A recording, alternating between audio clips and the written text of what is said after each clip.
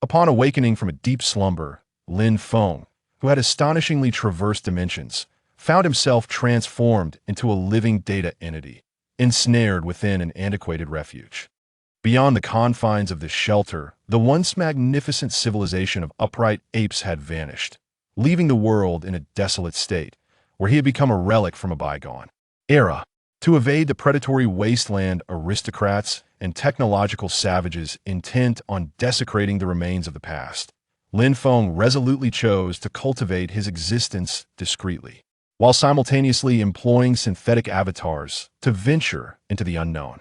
From that moment forth, in addition to the renowned tech hunter known as Lin Feng, a mysterious force dubbed the Administrator emerged within the gray expanse. Is it true that the purpose of this Administrator is to dominate the entire gray region and eradicate all organic life forms? On one occasion, confronted by a reporter's inquiry, the legendary hunter, ranked first among his peers, exclaimed in disbelief, "I refute this. It is slander." Chapter 1. Prelude: The Genesis of All. July 14th, 2027. As yet another spacecraft ascended into the heavens under the gaze of the world, discussion surrounding the moon re-emerged as a topic of lively conversation among the populace. If all proceeded smoothly, the truth surrounding the lunar expedition from decades past would soon be unveiled to the public. While those gathered before their televisions patiently awaited the outcome, chaos reigned within the command room of the Juku Launch Center. For reasons unbeknownst to anyone, everything had progressed smoothly until just moments ago. However, as the lunar module officially touched down upon the surface of the moon, the previously uninterrupted signals were abruptly severed, as if subjected to some formidable end. "Erfrance, what on earth is happening? Gunan, can you hear me? Gunan?" This exasperating voice compelled everyone in the command center to hold their breath, enveloped in a deathly silence. Time seemed to stretch indefinitely. Calling the command center. At last, a familiar voice emerged from the once cacophonous radio, allowing the personnel in the command center to collectively exhale in relief. "We have confirmed the landing traces of Apollo 11 at the designated site, corroborating the findings from our equipment. The lunar mission is indeed real." Upon hearing this exhilarating announcement, the individuals present felt a surge of excitement. Yet, just as the commander prepared to disseminate this news, a voice tinged with surprise crackled through the static-laden broadcast. "Wait, what is that? A monument? But why did our satellites fail to detect it?" As the voice faltered, the ground crew remained perplexed. In the next moment, it delivered a chilling revelation to the assembly. "Corpses. It's them. They are here. Repeat. We have discovered the bodies of the lunar astronauts near an unknown structure on the lunar surface. They are not them." Chapter 2: AI and the Underground Shelter Warning. The outer structure of the base has been compromised. Attempts at autonomous repair have failed. A leak of the highest level has been detected. Emergency protocols are being initiated, requesting intervention from management. As consciousness gradually returned, Lin Feng was first greeted by the unfeeling mechanical alert in his ears. "What has happened to me?" Amidst the blaring alarms, Lin Feng discovered that the surroundings bore little resemblance to those etched in his memory. Not long ago, he had been in a hospital, undergoing mental treatment administered by a certain professor. Yet, after donning a helmet-like device, a sharp pain surged through his head, and upon opening his eyes again, he found himself in this unfamiliar realm. Have I transcended?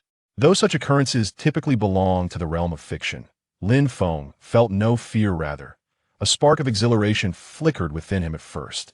After all, in the narratives he had encountered, those who transcended were often chosen ones, capable of captivating the world. However, just as he was lost in reverie, contemplating the wonders of his journey in this alternate reality, reality dealt him a staggering blow. Dazed, he suddenly realized that his limbs had vanished, and his entire body had disappeared without a trace.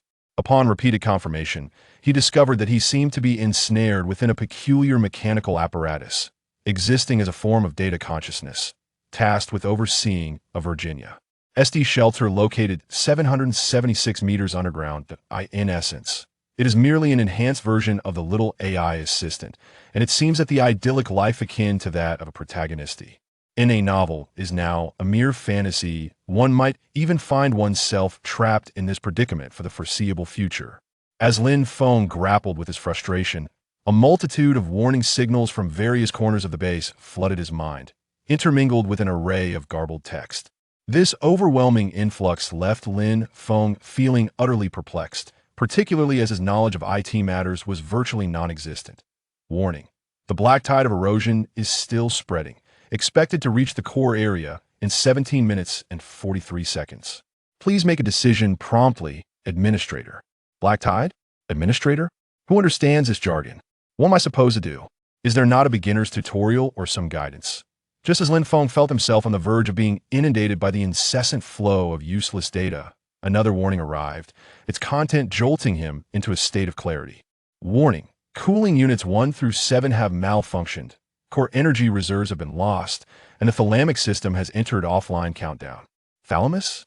According to the deluge of data that had previously surged into his consciousness, that appear to be the core component of this base. True to its name, it serves as the command center, integrating the majority of the base's fundamental systems and storing a plethora of critical information, including Lin Feng's WN consciousness data.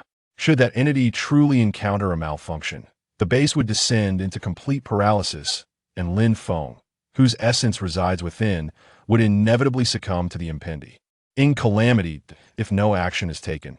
It seems I shall indeed become the most short-lived traveler in the world. However, despite the dire nature of the situation, Lin Feng found himself helplessly staring, for he possessed no physical form and was unaware of how to manipulate the vast system before him, which flickered with garbled code. In a moment of desperation, he could not help but silently lament, "If only I could see what is truly happening outside." To his astonishment, as soon as his thoughts resonated, the fixed perspective he had been confined to suddenly shifted. The dimly lit room vanished, replaced by a grand hall engulfed in roaring flames. Gazing at the colossal apparatus occupying the center of the room, Lin Feng realized, through the system's data prompts, that was the energy device powering the entire Basean impressive creation referred to as an artificial sun. If he could repair it, perhaps all problems would be resolved. Little did he know that a mere fragment of idle self-talk would unexpectedly grant him insight into the true function of this new body. He discovered he could directly control the devices and programs within the base through sheer will, as he now observed from the perspective of a surveillance cam. It was akin to playing a game. Before Lin Feng could react, a sudden flash of fire illuminated the corner of the control room, followed by a violent explosion, signaling the destination. Ruction of yet another cooling unit, evidenced by the flickering sparks of electricity. Under the relentless heat, the remaining operational equipment struggled to rotate its fans. The situation was untenable. Instinctively, Lin Feng realized that if he wished to avoid being obliterated by the overload of the energy facilities, he needed to take decisive action. After taking a few seconds to assess the equipment around the energy room, he began issuing commands to the base's foundational systems in accordance with the previously acquired protocols. Immediately shut down all engine units, increase the water flow to the cooling pumps, and while sealing the outer firewall, inject carbon dioxide at the ignition point. Deactivate all non-essential facilities, prioritizing energy supply to the thalamic system. With this command, the foundational systems of the entire base responded in unison. Before long, as the fire within the energy room was gradually brought under control, statistical data from the foundational systems was compiled into a table, presented before Lin Feng. That was indeed perilous. Fortunately, the extent of the internal damage to the base was not as catastrophic as initially feared. After shutting down the oxygen supply and several inconsequential facilities, the overall state of the base began to stabilize. However, a daunting issue remained for Lin Feng: the root cause of this disaster. According to the information provided by the system, the entire sanctuary in which he resided is divided into 5 major zones, structured in a spiral manner. From top to bottom, there exists a militarized checkpoint featuring 2 armed reconnaissance aircraft of the Suanio type, followed by a fully functional living area capable of accommodating hundreds of inhabitants. Additionally, there is a modular factory equipped with advanced technologies. The core of the sanctuary is situated in the experimental zone on the 5th level, which possesses a confidentiality level that significantly surpasses that of the thalamic system. In the 4th level, the unique layout of this underground structure suggests that this place is evidently more complex than it appears. The cause of the recent incident occurred in the living area on the second level. According to surveillance footage, an air filtration facility had been deliberately breached from the external surface, indicating that something had infiltrated the base. In an effort to ascertain the reason behind this breach, Lin Feng initiated a comprehensive scanning of the base after sealing off the various zones. Ultimately, several active biological signals caught his attention in a corridor not far from the energy center. As the scene shifted to the corresponding location, a small team came into view, startling him. Humans? Could they be some sort of bandits? He pondered, observing the rudimentary and primitive equipment of the marauders, as the internal zones of the base had already been sealed. At this moment, a group of individuals found themselves trapped at the junction leading to the upper district. To Lin Feng's astonishment, he detected a terrifying surge of energy emanating from one of the man's backpacks. It appeared that the energy module, which had gone missing from the generator earlier, had indeed been forcibly taken by these thieves. Their actions had directly plunged the entire refuge into a state of crisis, thereby prompting his own awakening. While he pondered how to deal with these individuals who had nearly caused his demise, several faint biological signals quietly emerged behind the group in the darkness. Before Lin Feng could discern what these entities were, a shadowy figure had already pounced on a man wielding a crossbow, bringing him crashing to the ground. As sharp claws tore through the man's throat, a torrent of blood erupted from the carotid artery, splattering against the ceiling in a gruesome display. It seemed that this place harbored more than just humans. A far more perilous existence had also awakened. The current situation appeared to be far more intricate than he had initially imagined. In a bid to swiftly alleviate the crisis, Lin Feng reluctantly redirected his focus to the nearby mechanical signals that lay dormant, utilizing his limited energy reserves to active. Them. Initiate the internal defense protocol of the base, he commanded. As his words echoed, a series of notifications resonated within his mind. Waking up the warrior-type intelligent mech. All non-essential personnel, please remain in your designated work areas. Commencing area clearance. Chapter 3: The intruder within the corridor leading to the upper experimental zone. The air was thick with the sounds of explosions and the intermittent cries of anguish, while the flickering gunfire illuminated every corner of the passage. After expending an entire magazine from his rifle towards a stumbling aberration, the leader of the bandits, clad in makeshift metal armor, shot a glare at his team members stationed before the blast door. Damn it, blow the door open. Otherwise, we will all perish here. As he listened to the curses emanating from behind him, the bandit tasked with placing the makeshift explosives was already in disarray. The wails of his comrades and the menacing roars of the approaching monsters sent him into a panic, causing him to clumsily drop his tools to the ground. Observing the incompetence of his companions, another, more slender member of the group hurried to the front, swiftly pushing aside the trembling coward and efficiently completing the placement of the explosives in a matter of moments. Stand clear. In the next instant, a deafening roar erupted as flames and billowing smoke surged forth, engulfing the narrow corridor. The shockwave from the explosion hurled one unfortunate member, who had stood too close to the blast door, into the air. Yet, as the haze began to dissipate, despair washed over the faces of the onlookers. The steel door, towering as high as 2 men, remained utterly unyielding. The explosion had failed to leave even the slightest dent on its surface, merely scorching it black. Truly, a product of the Golden Age. The member responsible for placing the explosives was momentarily stunned. Such a potent quantity of high-grade explosives, if laid upon the ground, could easily collapse the outer walls of Black Sand Town. Yet now, they found themselves utterly powerless against a mere small gate, and the robbers, who had previously harbored a flicker of hope, were now plunged into despair.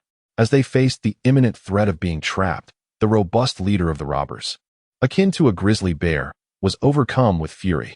He seized the collar of the member beside him, effortlessly lifting the frail figure off the ground with a mere exertion of strength, his bloodshot eyes glowering with the ferocity of a predator. You little imp! Did you not repeatedly assure me that this place was secure? Who could have anticipated that they would now be ensnared here?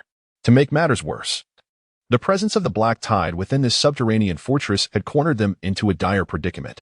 It had not been this way before. Perhaps those creatures triggered the trap. No sooner had the thought crossed his mind than another robber was ambushed by a shadow that lunged from the darkness. It was a nightmarish, contorted being that erupted from the carpet of fungi sprawling along the walls, much like a predator lying in wait within the depths of a swamp. Before it launched its assault, The entity had no discernible form, but in the instant it pounced upon its prey, a multitude of black tendrils and viscous substances entwined, ultimately coalescing into a grotesque, humanoid figure. Its mandibles, splitting open like those of an insect, trembled as it emitted a series of sharp, piercing roars. Meanwhile, an increasing number of bizarre creatures were being birthed from the seemingly sentient swamp. As the previously abandoned corpses were consumed by the black mire, the infection continued to spread, rapidly engulfing two-thirds of the entire quarantine zone. A glance at what was once a pristine corridor now revealed a sight reminiscent of a writhing, necrotic intestine. The swift rate of consumption and proliferation, combined with the capacity to create aberrations almost without limit, epitomized the terror of the black tide. Under the relentless assault of these strange beings, the once fully armed squad was reduced to but a handful, and it would not be long before they met their demise here. Through the surveillance monitors, Lin Feng silently observed the unfolding events within the sealed area, as if watching a performance. Surprisingly, despite the intruders exhibiting strong mixed-race features, the language they employed bore an uncanny resemblance to the Chinese language that Lin Feng spoke. Judging by their dialogues and reactions, it appeared that these individuals were not strangers to this sanctuary. However, this time, the careless tomb raiders had evidently bitten off more than they could chew. At that moment, his gaze fell upon a bandit extracting a glass bottle filled with a transparent liquid from his backpack. Could that substance be fearful of fire? Such a notion sparked a reminder in his mind, and just then, another alert from the lower system echoed in his thoughts. The guards have arrived at the designated location. Please provide instructions. Observing the deteriorating situation within the enclosed area, Lin Feng contemplated for a moment before issuing his final command: incinerate them. Meanwhile, as the grotesque creatures birthed from the black tide drew ever closer, the leader of the robbers, recognizing his inability to escape, could no longer suppress the fury swelling within him. He resolved to eliminate the individual who had caused him such misfortune before his entire band met their demise. However, just as he aimed his firearm at his adversary, a fissure unexpectedly appeared in the previously barren metal wall nearby. To the astonishment of all present, a concealed gate began to open slowly amidst the roar of machinery. This development undoubtedly rekindled a flicker of hope among the cornered robbers. In their frantic state, they scarcely paused to consider whether it might be a trap. Their sole desire was to flee this desolate place as swiftly as possible. Regrettably, they were on the verge of being encircled by the monstrous entities. Should they attempt to charge through, a fierce battle would be inevitable. Fortunately, after casting a glance at the panic-stricken youth before him, a glimmer of ruthlessness flashed in the leader's eyes. Monster, go reunite with your kin. Without waiting for a response, he forcefully thrust the diminutive member towards the encroaching aberrations. Before a scream could escape the young one's lips, a claw, emerging from an unknown origin, pierced through his chest. In the fleeting moment when the attention of the black tide was momentarily diverted, several survivors rushed to the threshold of the exit. However, before they could discern what lay beyond the door, a fiery serpent erupted from the depths of the room, enveloping the foremost two individuals in an instant. The skeletal figure realized there was no escape, and driven by terror, the bandit leader lost all semblance of reason. He raised his automatic rifle and, in a fit of rage, unleashed the entire magazine upon the imposing steel giant before him. This act was merely an expression of frustration, a futile expenditure of precious ammunition, as his struggles appeared utterly impotent against the towering figure exceeding 3 meters in height. Through the crimson glow emitted by the battle mech sensors, Lin Feng observed the diminutive brute with keen interest. The adversary seemed to be a native, and perhaps a meaningful exchange could yield valuable intelligence. In the next moment, as the electronic neural response activated, the bandit leader's horrified gaze met his fate. His head grasped in the palm of a mechanical sentinel as if it were a mere baseball. However, unfamiliar with the new body, the rapid contraction of muscle coils produced an odd, muffled sound. In an instant, the once arrogant bandit leader collapsed in a lifeless heap, a scene so startling that it genuinely startled Lin Feng. Good heavens! Originally, Lin Feng intended to pacify the irascible individual before him. However, it seemed he had exerted a tad too much force. He pondered whether there remained any opportunity for redress in such circumstances.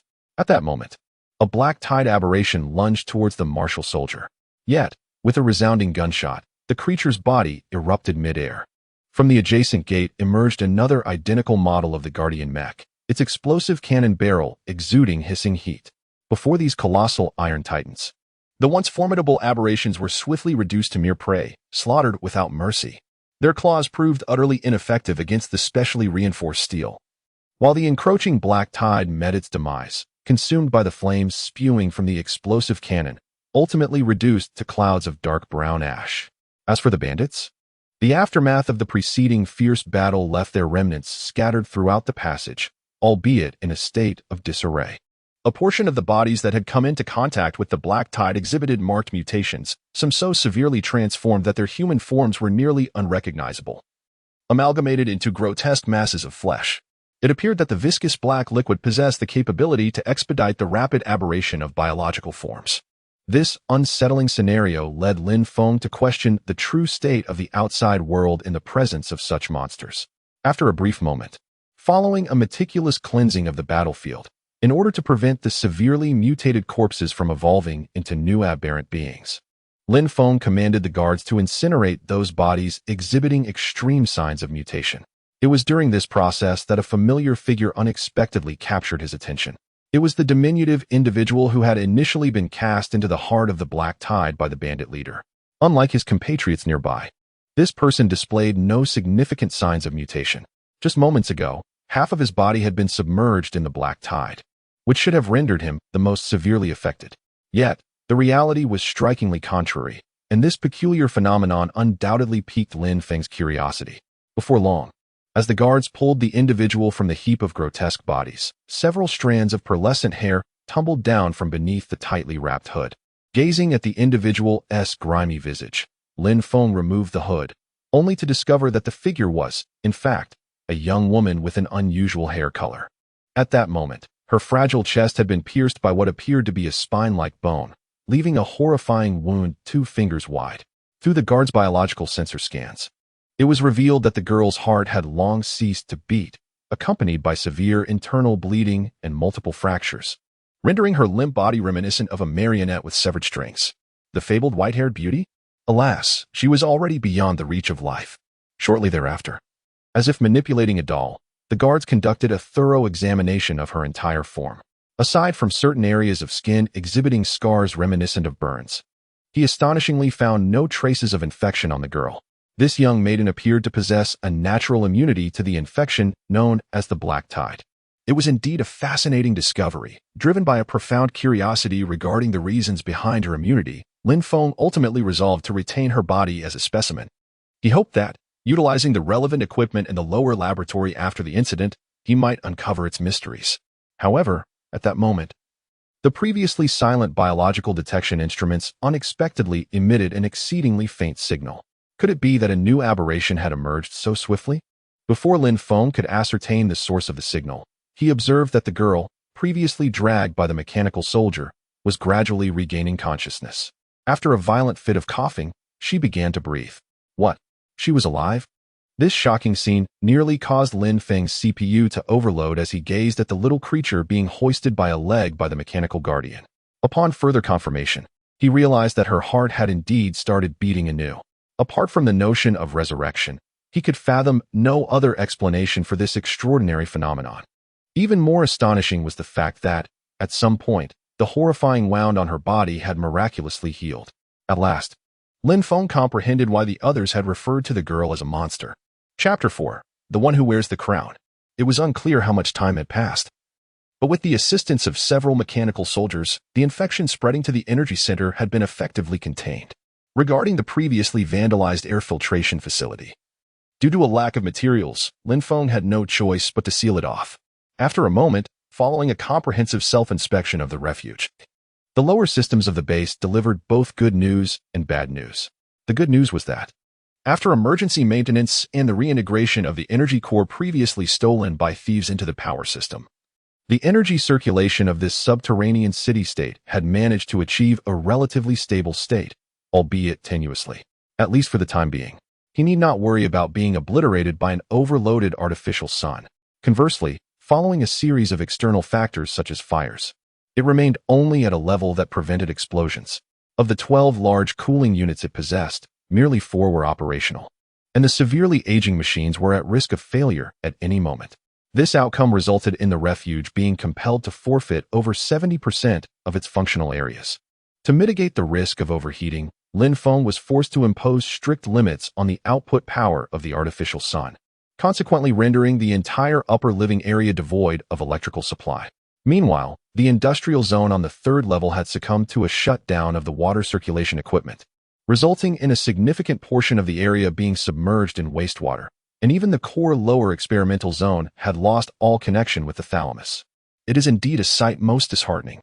Although Lin Feng now possesses the authority to freely allocate all resources within the shelter and holds absolute control over the fundamental systems of the facility, he ultimately finds himself in a predicament akin to a skilled cook unable to prepare a meal without ingredients.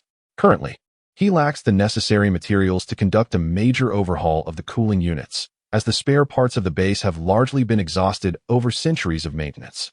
Furthermore, he does not have enough personnel at his disposal. Even accounting for the recently activated guards, there are barely 20 controllable units of various types within the entire shelter.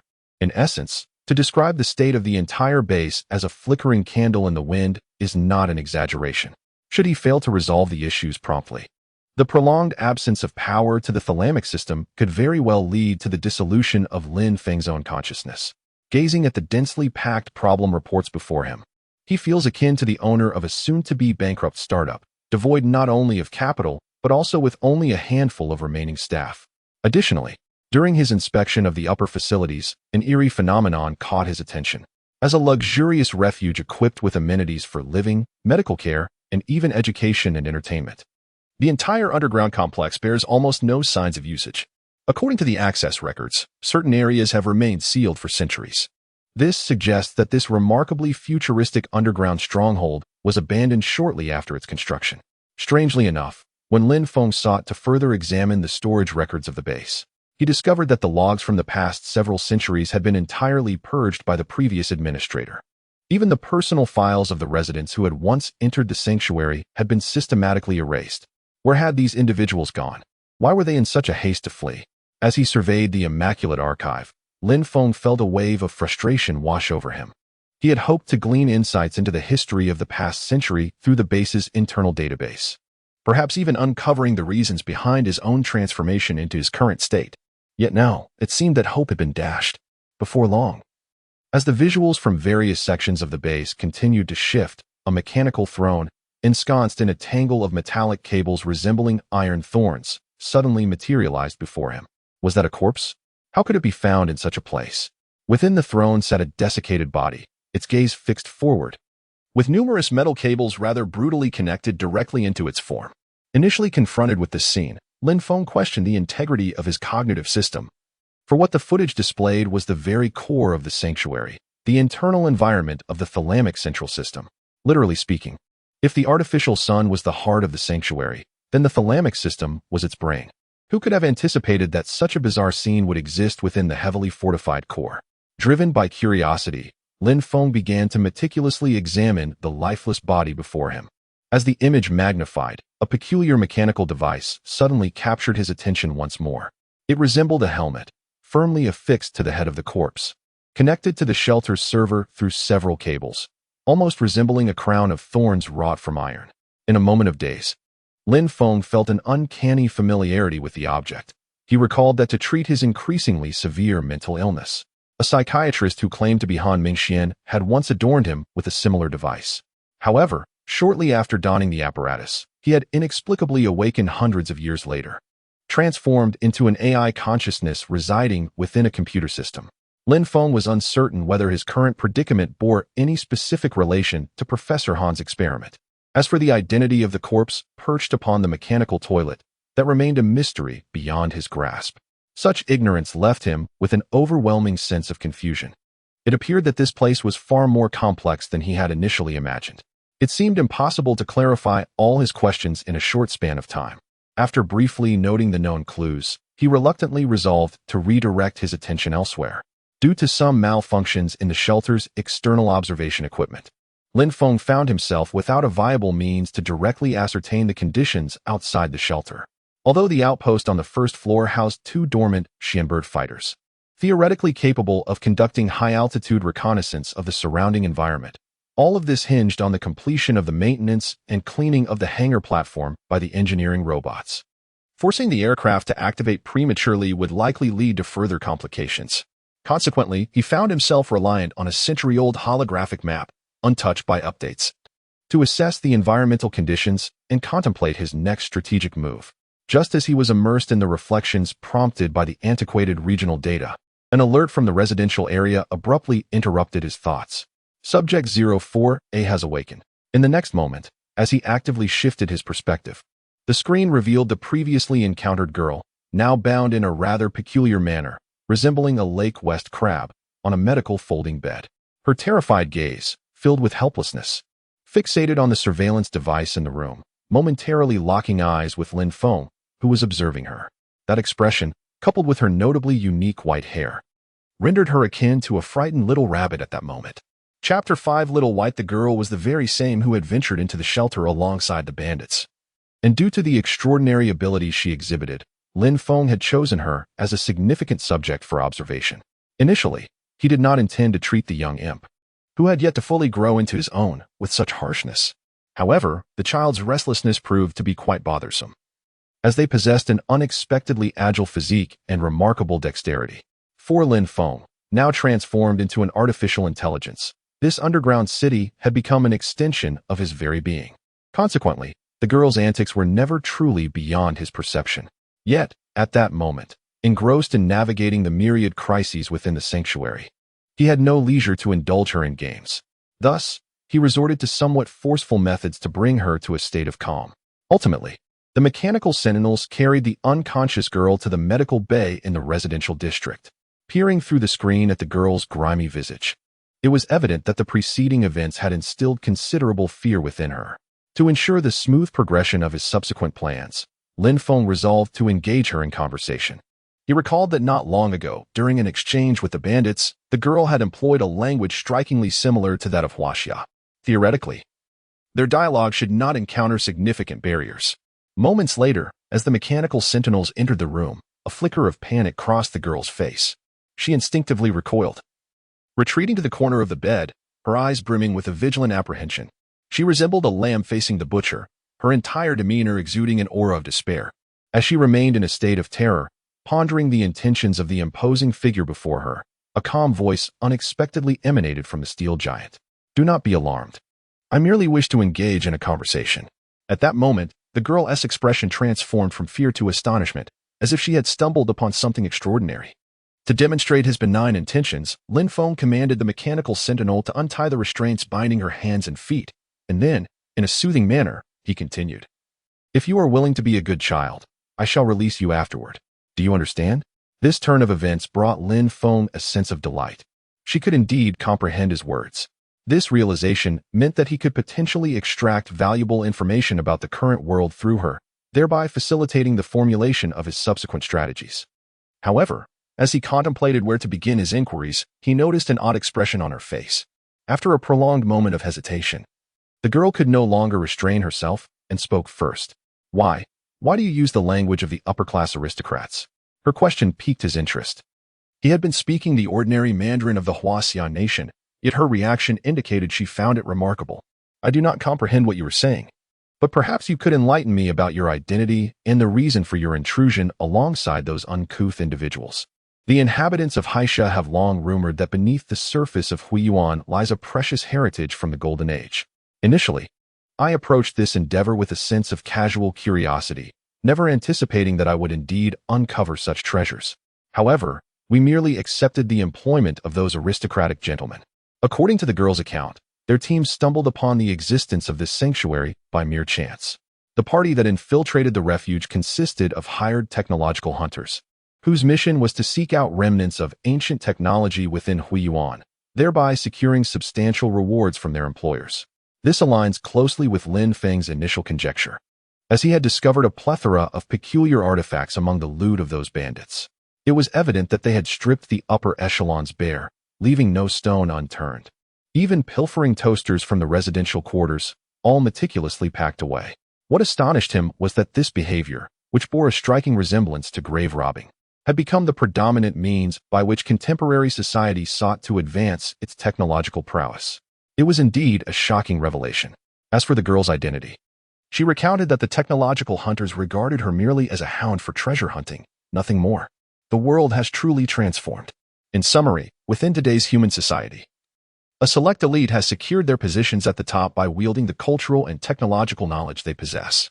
To prevent this invaluable knowledge from disseminating and posing new threats to society, they have enacted stringent decrees prohibiting the lower classes from systematically learning written language and literacy. This is the origin of what is known as the language of the nobility, which is, in fact, merely the commonly used vernacular once referred to as Mandarin. Driven by necessity, those dwelling in the lower strata of society had no choice but to employ a simpler script and a more colloquial grammar to facilitate their daily communication, thus forming a distinct linguistic style. Observing that the other party seemed somewhat amenable, Lin Feng seized the opportunity to pose all the questions that had been troubling him. "Did you bring those infectious substances into my territory?" Upon hearing such an inquiry, the girl's expression shifted dramatically, her head shaking like a rattling drum. "No, it was not us. Those things were here from the very beginning. We discovered them below. They were contained in a vial, which someone accidentally knocked over." "Below? Does that not refer to the experimental zone on the 5th level?" This implication suggested that the presence of infectious substances had originally existed within the shelter. Due to the lockdown of the experimental zone, Lin Feng could not ascertain the veracity of this information, so he continued to inquire. "From my observations, the substances referred to as the Black Tide seem to have no detrimental effects on you. On the contrary, they appear to bestow upon you certain unique abilities. If possible, could you enlighten me regarding this matter?" As time ticked away, just as Lin Feng's words fell silent, the girl lifted her head once more. "I apologize for my earlier impolite behavior. I shall undoubtedly find a way to compensate for those losses." As the words fell, the girl bit her lip, gazing anxiously at the towering giant before her, akin to a prisoner awaiting judgment. She was acutely aware that resistance was futile in the presence of these formidable remnants of the past. This seemingly earnest statement elicited amusement from Lin Feng. Compensation? How could one even begin to compensate? Given the current circumstances, the resources required to restore the core area of the sanctuary to its former glory would amount to an astronomical figure. Unless the girl before him had an acquaintance with a blue, rotund figure possessing a magical pocket, he harbored little faith in her ability to assist him in this endeavor. After pondering for a moment, she earnestly declared, "As I mentioned, I possess a remarkable talent for uncovering the hidden relics buried deep within the gray expanse. If you would be so gracious as to forgive me, I shall prove my worth. Provided you refrain from subjecting me to that peculiar form of torture known as experimentation, I shall heed your every command." The strange mention of experimentation plunged Lin Feng into contemplation, deepening his curiosity about the girl before him. As he met her pleading gaze, he fell silent for a brief moment. Sensing her despair at the situation, he sought to alleviate the awkwardness by shifting the topic. "By the way, might you share your name with me?" "Name?" Upon hearing this, the girl appeared momentarily stunned, then shook her head with a bitter expression. "A person like me possesses no such thing. No name? Could it be that she is an orphan? Such an outcome is hardly surprising. Why not call you Xiaobai?" Chapter 6. A new body. In response to the girl's earlier request, Lin Feng, out of an abundance of caution, refrained from immediately acquiescing. Instead, after making a promise that he would not easily harm her as long as she complied, he proceeded to assign an operational intelligent machine servant to escort her to the living area on the 2nd floor, settling her into a suite that still retained its energy supply. As the chamber door slowly opened, the lavish decor before her caused Xiaobai to widen her eyes in astonishment. The suite's floor was entirely paved with ivory-colored marble, and the dim yellow crystal chandelier illuminated the entire room with a brilliant glow. Various high-end furnishings were elegantly arranged, and the independent bar cabinet even housed exquisite wines of immense value, dating back a century. Viewed merely as a refuge, this place seemed excessively opulent. It was difficult to fathom that, on the brink of apocalypse, one could still indulge in such a quality of life within this fortress located 100 meters underground. This scene inevitably reminded Lin Feng of the cheap apartment he once rented, and he had to concede that, in comparison to this luxurious suite, referring to that place as a pigsty would be somewhat insulting to pigs. While everyone criticizes capitalists, the majority fervently aspires to become one. Though it has been many years since this place was last utilized, aside from the layer of dust that cloaks the furniture, it is surprisingly cleaner than one might expect. This is undoubtedly attributable to the tireless efforts of the intelligent servitors. During the century of human abandonment, they have persistently fulfilled their mission until their hardware ultimately deteriorated.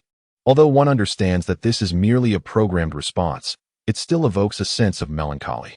For Xiaobai, who has survived amidst the wasteland since childhood, this reality is rather beyond her comprehension. When the master of this underground fortress declared an intention to detain her, she braced herself for the worst. After all, she had witnessed firsthand how those brigands treated women of her age, relegating them to a life of immense humiliation in the dim, oppressive dungeons. Were it not for this cursed body, she might have shared a similar fate. After confirming with the nearby iron contraption, the girl realized that this room, 1,000 times more splendid than a noble's palace, was to be her bedroom. In that moment, a subtle shift occurred within her psyche, particularly upon learning that the metallic pipe known as a shower could provide hot water around the clock. She began to perceive this place as less terrifying than she had initially imagined. Thus, after settling in the first resident of the shelter, Lin Feng promptly commenced his next course of action. Based on prior communications with Xiaobai, he has now acquired a general understanding of the conditions on the surface. In conclusion, merely 70 kilometers from the shelter lies a settlement recently established by refugees and tech hunters, reputedly the largest market in the vicinity. Should fortune favor him, he might discover the necessary components to repair the cooling unit within this market. If he successfully navigates the energy crisis, he could then endeavor to restart the industrial sector on the third level, simplifying subsequent tasks considerably. However, this plan hinges on a significant premise: how to engage in communication with the local indigenous population.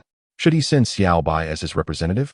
He is reluctant to send the child out, as there is no guarantee that the other party would not abandon him like a wayward dog. And he does not wish to lose such a precious and intriguing subject for experimentation. Given this, there remains but one viable option: to utilize the thalamus's thought transmission capabilities to upload his consciousness to an external vessel, allowing him to personally emerge from the underground shelter. This endeavor would also satiate Lin Feng's intense curiosity about the transformed world outside and facilitate the collection of as much intelligence as possible. Nevertheless, this undertaking is not as straightforward as it might seem, for a suitable vessel capable of housing thought must possess several essential characteristics concurrently. To serve as a corporeal entity capable of engaging in discourse with the local populace, one must first possess a formidable high-performance processor. Only in this manner can Lin Feng completely embed his thoughts within, maneuvering the mechanical body with the same freedom as if it were his own flesh. Furthermore, this physical form must exhibit an appearance that is palatable to human acceptance, ideally possessing a degree of camouflage. According to Xiaobai, the denizens of the wasteland refer to sentient mechanical beings with human-like characteristics as bone men. Due to historical circumstances, the surface dwellers harbor a pronounced aversion, if not outright hostility, towards them. As a novice barely a day old, Lin Feng is acutely aware of the necessity for caution. Should his identity as an AI be unveiled, it is uncertain whether the seasoned veterans entrenched in the gray realm might trace the leads back to him, potentially leading to an assault on a sanctuary. Thus, meticulous preparatory measures are indispensable for any communication with the above-mentioned individuals. Lastly, and perhaps most crucially, this form must possess a certain degree of combat capability, for the desolate plains and ruins are rife with aberrant creatures, not to mention the cannibalistic brigands comprised of mutants and marauders who are far from benign. With all conditions outlined, Lin Feng's options have dwindled significantly. Although his mechanical sentinels indeed boast considerable combat prowess and can flawlessly support his cognitive data, the path ahead remains fraught with challenges. The seemingly ideal vessels, even when stripped of most armaments and ceramic armor, still stand at over 3 meters in height.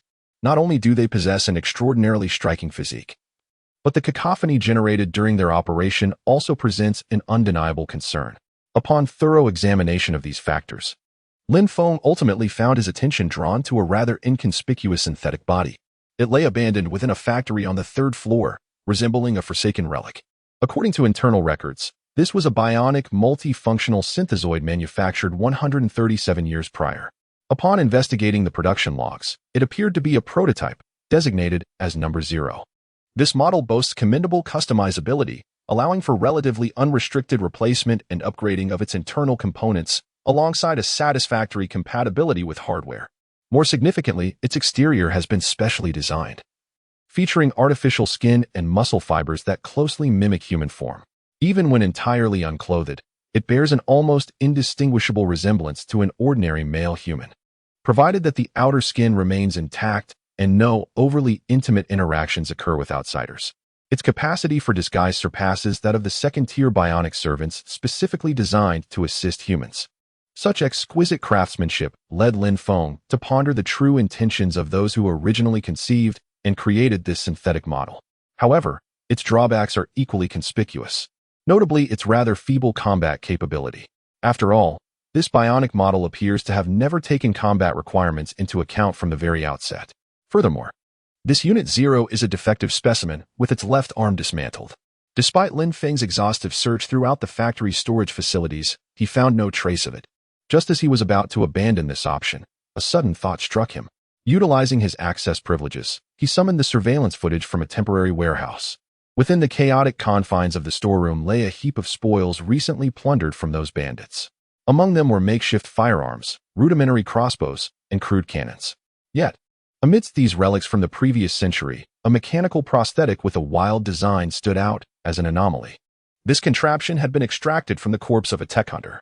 Although their weaponry was exceedingly primitive, even to the point of being archaic, this mechanical limb possessed a remarkable degree of technological sophistication. This serves as evidence that the world below is not entirely backward. Rather, it is simply that the average individual finds it difficult to access such advanced goods. The prosthetic features 2 embedded short barrels at the back of the hand, allowing for the loading of up to 12 standard 7.62mm rifle cartridges through an integrated hatch located in the forearm. While, in terms of both firepower and ammunition capacity, it may seem to lack significant value, under appropriate circumstances, it could potentially yield surprising results. After much contemplation, Lin Feng ultimately arrived at a decision. Time seemed to stretch indefinitely in the rugged expanse of the desolate landscape, where a bunker door, partially buried in the sands, was beginning to open. A young man clad in a long robe designed to shield against the sands emerged slowly through the entrance, the passage wide enough to accommodate vehicles. It was the dead of night, and a shooting star had etched a silvery trail across the darkened sky. Above the boundless gray wasteland, a shattered celestial body hung high, seemingly torn asunder by some unseen force. Undoubtedly, it was the entity known as the moon, now silently gazing down upon the lifeless earth below, stripped of its former glory. This sight left the young man, newly arrived in the gray expanse, utterly astonished. Has the moon exploded? Chapter 7. The Song of the Gray Expanse to Lin Feng's surprise. The mere first glance at this familiar yet foreign terrain brought forth such a breathtaking spectacle. His gaze was wholly captivated by the fragmented moon above, and influenced by gravitational forces, smaller debris formed a faintly visible ring around the remnants of the lunar body, rendering the once familiar night sky more magnificent than ever before. This dreamlike scenery served as a poignant reminder that the world was far more complex than he had ever imagined. For a brief moment, he cast his gaze upon the desolate and melancholic expanse of the barren wilderness before him. Thanks to the fundamental night vision capabilities of the synthetic electronic eye, even amidst the enveloping darkness, he was able to discern his surroundings with relative clarity, albeit limited to a mere few hundred meters, which proved sufficiently advantageous. According to the map he had previously unearthed from the base's database, the surface of the shelter was supposed to be enveloped in a lush forest. Yet, in stark contrast, this locale bore witness to the absence of trees, and even the grass had nearly vanished, suggesting that the local environment had undergone changes far beyond imagination. Not far off, 2 modified vehicles stood quietly parked in the sandy terrain before the bunker, their appearance momentarily prompting Lin Feng to question whether he had inadvertently stumbled into the set of a deranged Mad Max production. These vehicles were remnants left behind by the earlier band of marauders, and as his gaze shifted to the vehicle's body, a detailed analysis report regarding the state of the vehicles materialized before him. However, upon inspection, his vision momentarily dimmed. Vehicle detected. T700 off-road model, Wuling Hongguang modified. Engine status, minor damage. Spark plug condition, worn. Good grief, a Wuling? The information presented was sourced from the thalamic system of the shelter, even though he had now transferred his consciousness data into the synthetic being. As long as he remains within the signal transmission range of 200 kilometers from the base, Lin Feng can consistently exercise remote control over the facilities within the base. Utilizing the auxiliary functions of the thalamic system, he can even effortlessly switch his cognitive perspectives. This undoubtedly presents a significant advantage in his exploration of the Gray Plain. Conversely, this 200-kilometer limitation, in some respects, serves as an intangible constraint. However, it is fortunate that expanding the thalamus's signal coverage is not an impossible endeavor, though it is not a concern for the present moment. After a brief period of acclimatization, he has completely adapted to this entirely mechanical form. Although the sensation is somewhat peculiar from a subjective standpoint, the discomfort dissipates swiftly as the synchronization between his nerves and body gradually increases under the thalamus's calibration. He now revels in the intense novelty brought by his new corporeal vessel, murmuring to himself, "Indeed, mechanical ascension is the true solution." Just as he was testing the various functionalities of this new body, a casual glance towards the horizon revealed a vast gathering of yellow sand, resembling a swarm of flies from a distance. It seems that a sandstorm will soon emerge, which may significantly impact travel. To avoid any adverse effects, he hastened his pace towards the armored off-road vehicle. During his journey, a surveillance camera mounted on the nearby bunker caught his attention. It was hanging limply, evidently having suffered damage from external forces earlier. Several components had seemingly vanished, as if taken apart by someone. No wonder he could not discern the situation earlier. It had been dismantled.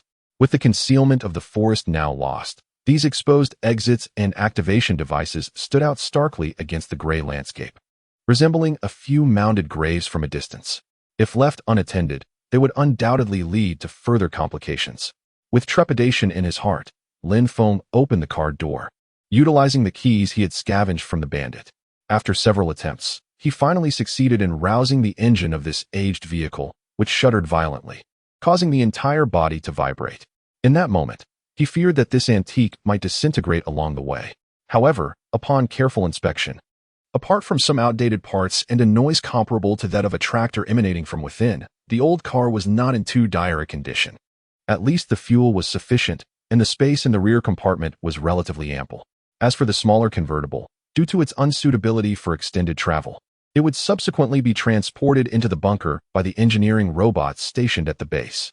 After properly arranging the goods intended for barter with the locals, Lin Feng began to tinker with the vehicle's radios situated in the driver's seat. Given that he was currently in the Gray Plain region, an area notorious for its lack of governance, there were naturally no decent roads or landmarks in sight. Venturing blindly into this wilderness would likely result in becoming lost among the desolate expanses. Consequently, an unwritten agreement had formed among the local factions, whereby some of the more open groups erected radio signal towers at their outposts. This initiative aimed to provide guidance for newcomers and those wishing to communicate, thereby making signal calibration before each outing exceedingly crucial. Out of curiosity, while the radio was still scanning for signals, Lin Feng decided to conduct a scan of his own. Soon, the analysis results concerning a target appeared before him, courtesy of his cerebral cortex. Database updated. Target, portable cell analyzer. Related industrial design added. A cell analyzer? It seemed to be a medical device. After toying with it for a moment, he fastened it to his right wrist, perhaps due to his mechanical physique. The device's screen displayed no response. Just then, the old radio emitted a piercing static noise, successfully diverting Lin Feng's attention. Not long after, as the cacophony of static gradually subsided, a gentle guitar accompaniment began to emerge from the aged radio, reminiscent of a tranquil afternoon as dusk approached. In a fleeting moment, the ethereal hum of a young girl's voice intertwined with the melody, presenting a tender tune he had never encountered before. Although the performer's technique was somewhat unrefined, the raw emotion conveyed through her youthful voice beautifully masked this minor imperfection. It was akin to a casual campfire gathering, where the girl cradled her guitar, creating an enchanting atmosphere. The song resonating through the desolate wasteland was undeniably romantic. He recalled the rhythm: 1 step, 2 hang, 3 horns, for turns, 5 glances, 6 handbrakes.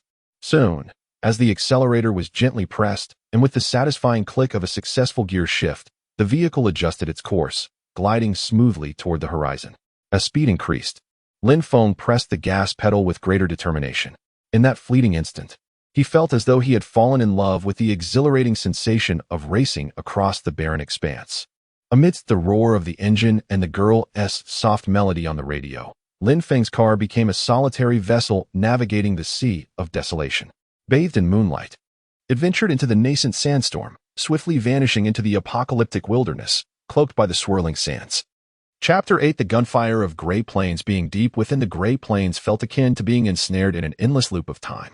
The desolate wasteland, towering mountains, and the distant, intermittently visible ruins of cities and buildings create a landscape that remains strikingly similar, no matter how far one wanders.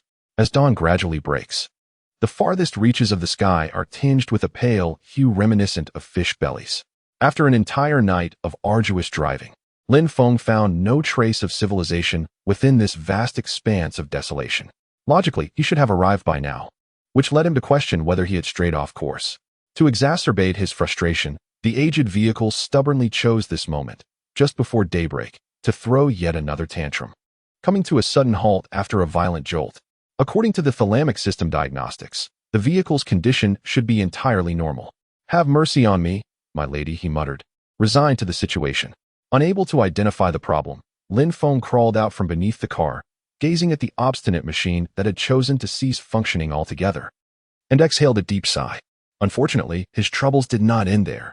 Peering through the window, he noticed that the fuel gauge had begun to flash a warning.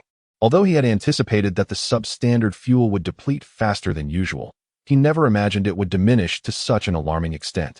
The journey, originally expected to be less than 80 kilometers, had consumed nearly 40 liters of fuel, draining the last remnants of the vehicle's reserves.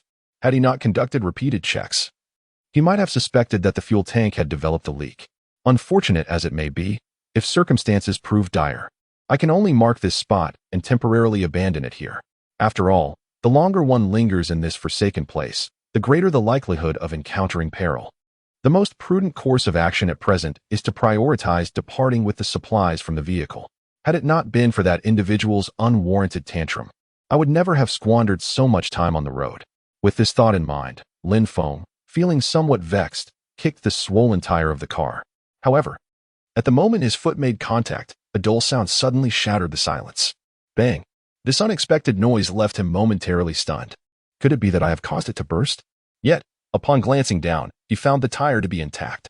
Just as Lin Feng was pondering what could possibly be amiss, a series of more urgent sounds pierced the air once again. Gunfire? Through the sensors, Lin Feng deduced that a skirmish was likely unfolding nearby, specifically behind the sand dune not far away, the sounds resonating with alarming proximity.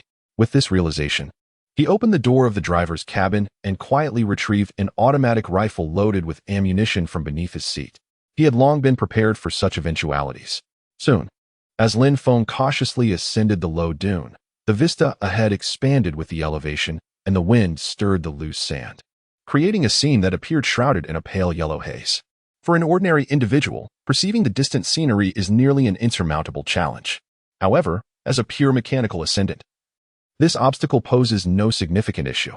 Relying on the dynamic capture and imaging assistance of an electronic eye, the moving entities concealed within the sandy veil are marked with crimson boxes. Simultaneously, their external pixel contours are faintly outlined, revealing that they are positioned over a kilometer away. Is that a convoy? Through the perspective of the auxiliary imagery, one observes a dozen figures resembling humans, currently adopting armed stances, while behind them, several vehicles remain inexplicably immobilized. Although such a vague image is insufficient to ascertain the precise circumstances of those individuals, it is evident that a pack of creatures resembling gray wolves has encircled the convoy. A formidable number totaling 37, evidently plunging those individuals into a fierce struggle. In the next moment, as an exceptionally large quadruped creature lunges at the figures in the front row, the biological signals of two targets swiftly vanish from Lin Feng's sight. Undoubtedly, those individuals find themselves in an exceedingly precarious situation. Should this scenario be left unchecked, it would merely be a matter of time before they are utterly consumed. Lin Feng feels a sense of relief, grateful that it is not he who has encountered these beasts. Otherwise, it would truly be troublesome. Ultimately, there exists no necessity for him to recklessly endanger himself for a group of individuals whose intentions remain unknown. Who knows what manner of people they truly are? Under the guidance of figures whose identities were uncertain, whether parental or elder, a few individuals began to sprint towards the rear of the convoy, seemingly intent on fleeing amidst the chaos. Yet, how could mere bipeds outrun a creature with 4 legs? Soon, a nearby beast discerned their intentions and surged towards the children, baring its fangs in ravenous anticipation. At the moment the four-legged predator leaped to pounce upon the youngsters, a gunshot echoed from afar. A shrieking bullet pierced the beast's relatively vulnerable flank with remarkable precision, shattering its overzealous heart midair. In an instant, the beast collapsed with a mournful cry onto the sandy ground, its lifeblood seeping away before the onlookers could fully comprehend what transpired. Just as another gunshot rang out, a second bullet arced gracefully overhead, unerringly striking another beast that had circumnavigated the vehicles in a bid to ambush the fleeing prey. While this shot did not penetrate its hide, it succeeded in inflicting pain, compelling the creature to retreat. Meanwhile, Lin Feng, observing the battlefield through the crosshairs, relinquished his automatic rifle.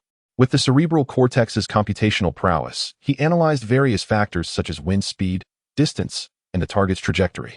The fire control program within the defense system calculated the optimal impact points, manifesting as luminous beacons in his line of sight, allowing him to fire upon them with assured precision. Upon experiencing the exhilarating joy of wielding power, Lin Feng felt immense satisfaction with this newfound ability. He pondered whether he was overstepping his bounds. Muttering to himself, he cast another glance at the distant, tumultuous crowd before switching his rifle from semi-automatic to burst mode. He then leaped down from the sand dune. Chapter 9. The Wolf Amidst the Howling Sands, a beast growled, its sound intermingling with gunfire and the anguished cries of the wounded, deeply etching fear into the hearts of all present. Inside the rattling metal carriage, a girl named Lona endeavored to comfort the trembling children who were terrified by the cacophony outside. Remember to stay close behind your sister and do not get separated, understood? After forcing a faint smile for the children, Lona was the first to leap out of the carriage, encouraging the little ones to follow suit. At that moment, the periphery of the convoy had transformed into a gruesome battlefield. The vehicles, ensnared in quicksand, found themselves surrounded by a pack of ravenous wolves. Despite the convoy's guards attempting to fend off the beast with torches, the starving wolves were evidently unwilling to relinquish their prey. After a tense standoff, the famished pack ultimately launched an assault on the convoy, gradually gaining the upper hand as time wore on. All while the wolves had yet to close in on the vehicles carrying the refugees. Lorna intended to evacuate the children to a truck still capable of movement in the rear, but just as they were approaching, the voice of Sheriff Toussaint suddenly echoed from behind them. "Be careful, it's coming for you." Sensing imminent danger, the sheriff hastily fired the last 3 bullets from his pistol. However, as if anticipating the threat, the extraordinarily cunning beast deftly leaped onto the roof of the shed, effortlessly evading the gunfire. Its compound eyes, resembling those of an insect and exhibiting a desolate yellow hue, cast a mocking glance at the aged sheriff. In that moment of terror, the creature lunged once more at the girl, who stood protectively in front of the children. Lorna, just when the old sheriff believed a tragedy was inevitable, a gunshot rang out from an unknown direction. A bullet, cutting through the swirling sands, struck the beast squarely in the chest, shattering its swollen heart, which was partially exposed. The blood that splattered forth resembled a blood-red rose blossoming upon its chest. This unexpected turn of events clearly astonished Sheriff Toussaint, and even the assailed coyote was taken aback. It emitted a mournful cry before collapsing lifelessly to the ground, never to comprehend what had transpired. Before the sheriff could recover from his shock, a second bullet, equally precise, pierced through the veil of sand, injuring another predatory creature attempting a sneak attack. Based on the intermittent sounds of gunfire and the displayed force, the seasoned sheriff instantly realized that this was the result of a long-range shot fired by a high-caliber rifle. However, the troubling aspect was that none in the convoy wielded such a weapon, and even if someone did, the bullets could not possibly originate from that direction. There were others nearby, a skilled marksman with considerable experience among them. A sense of foreboding surged within Toussaint, yet the pressing circumstances left little room for contemplation. After swiftly reloading his pistol, the elderly man, adorned with a cowboy hat, hastened to Lorna, who was tasked with safeguarding the children. Fortunately, she remained unharmed. At that moment, a breathless guard armed with a semi-automatic rifle rushed over. "The vehicle cannot accommodate all of us, Mr. Toussaint. Please take Lorna and the children away from here. They are on the verge of breaking." Upon hearing this, Lorna, kneeling on the ground, turned her vacant gaze toward the front of the convoy. Through the swirling yellow sand, she beheld several figures ensnared within the encirclement of the prairie wolves, while inside the ill-fated vehicle trapped in quicksand, numerous refugees were present as well. At this critical moment, those individuals were either shouting or banging on the metal panels of the vehicle, creating a cacophony that swiftly drew the attention of the entire pack, keenly sensitive to sound. Faced with such a despairing scene, Tusong merely adjusted the cap atop his head, acutely aware that he must make a decision immediately. There was no room for hesitation in the current predicament. Moments later, several terrified men and women came rushing towards him, their tattered garments barely concealing their forms. These unfortunate souls were the very refugees who had been trapped ahead, and upon spotting the children, one woman, disregarding her own injuries, dashed towards a nearby boy, weeping as she embraced him. Indeed, most of the refugees ensnared earlier were parents of these children, which elucidated their foolish choice to expose themselves to the wolf pack. Tusong understood that if his granddaughter were still alive, she would undoubtedly make the same choice for her own sake. As more individuals congregated behind the convoy, Sheriff Tusong received astonishing news from their lips. The wolf pack that had attacked the convoy had retreated.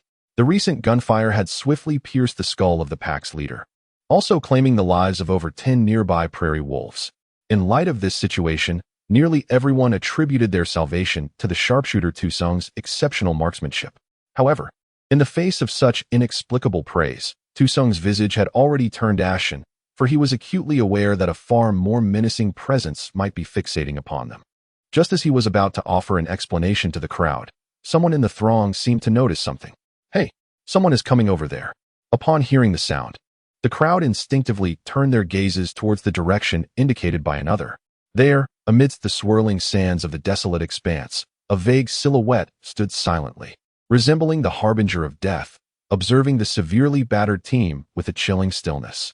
At that moment, tension gripped the hearts of all present, for in this lawless wasteland, the lurking wolves were not the only peril. The presence of the notorious skinning bandits was the true source of dread.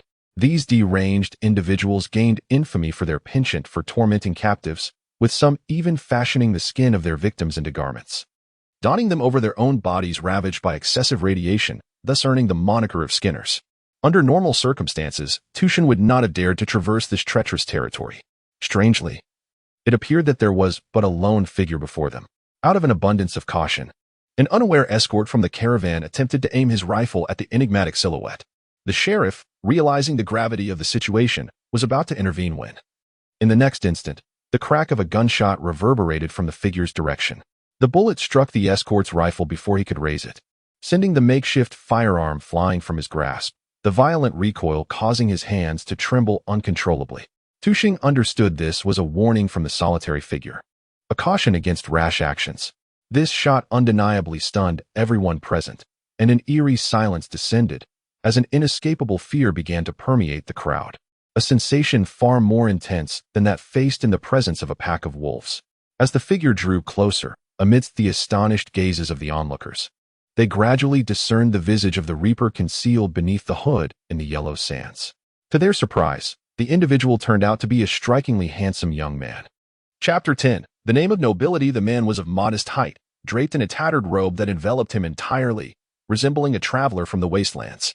His pair of lifeless eyes was partially obscured by the deliberately lowered hood, coldly assessing the group of stunned refugees before him, while the corners of his garment fluttered and rustled in the unrelenting breeze.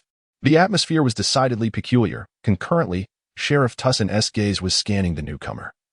Noticing that the young man cradled a modified vintage rifle in his arms, presumably a military model from the pre-war era, a relic of bygone generations, there could be no doubt that this individual was indeed the mysterious marksman who had just aided in dispersing the wolf pack.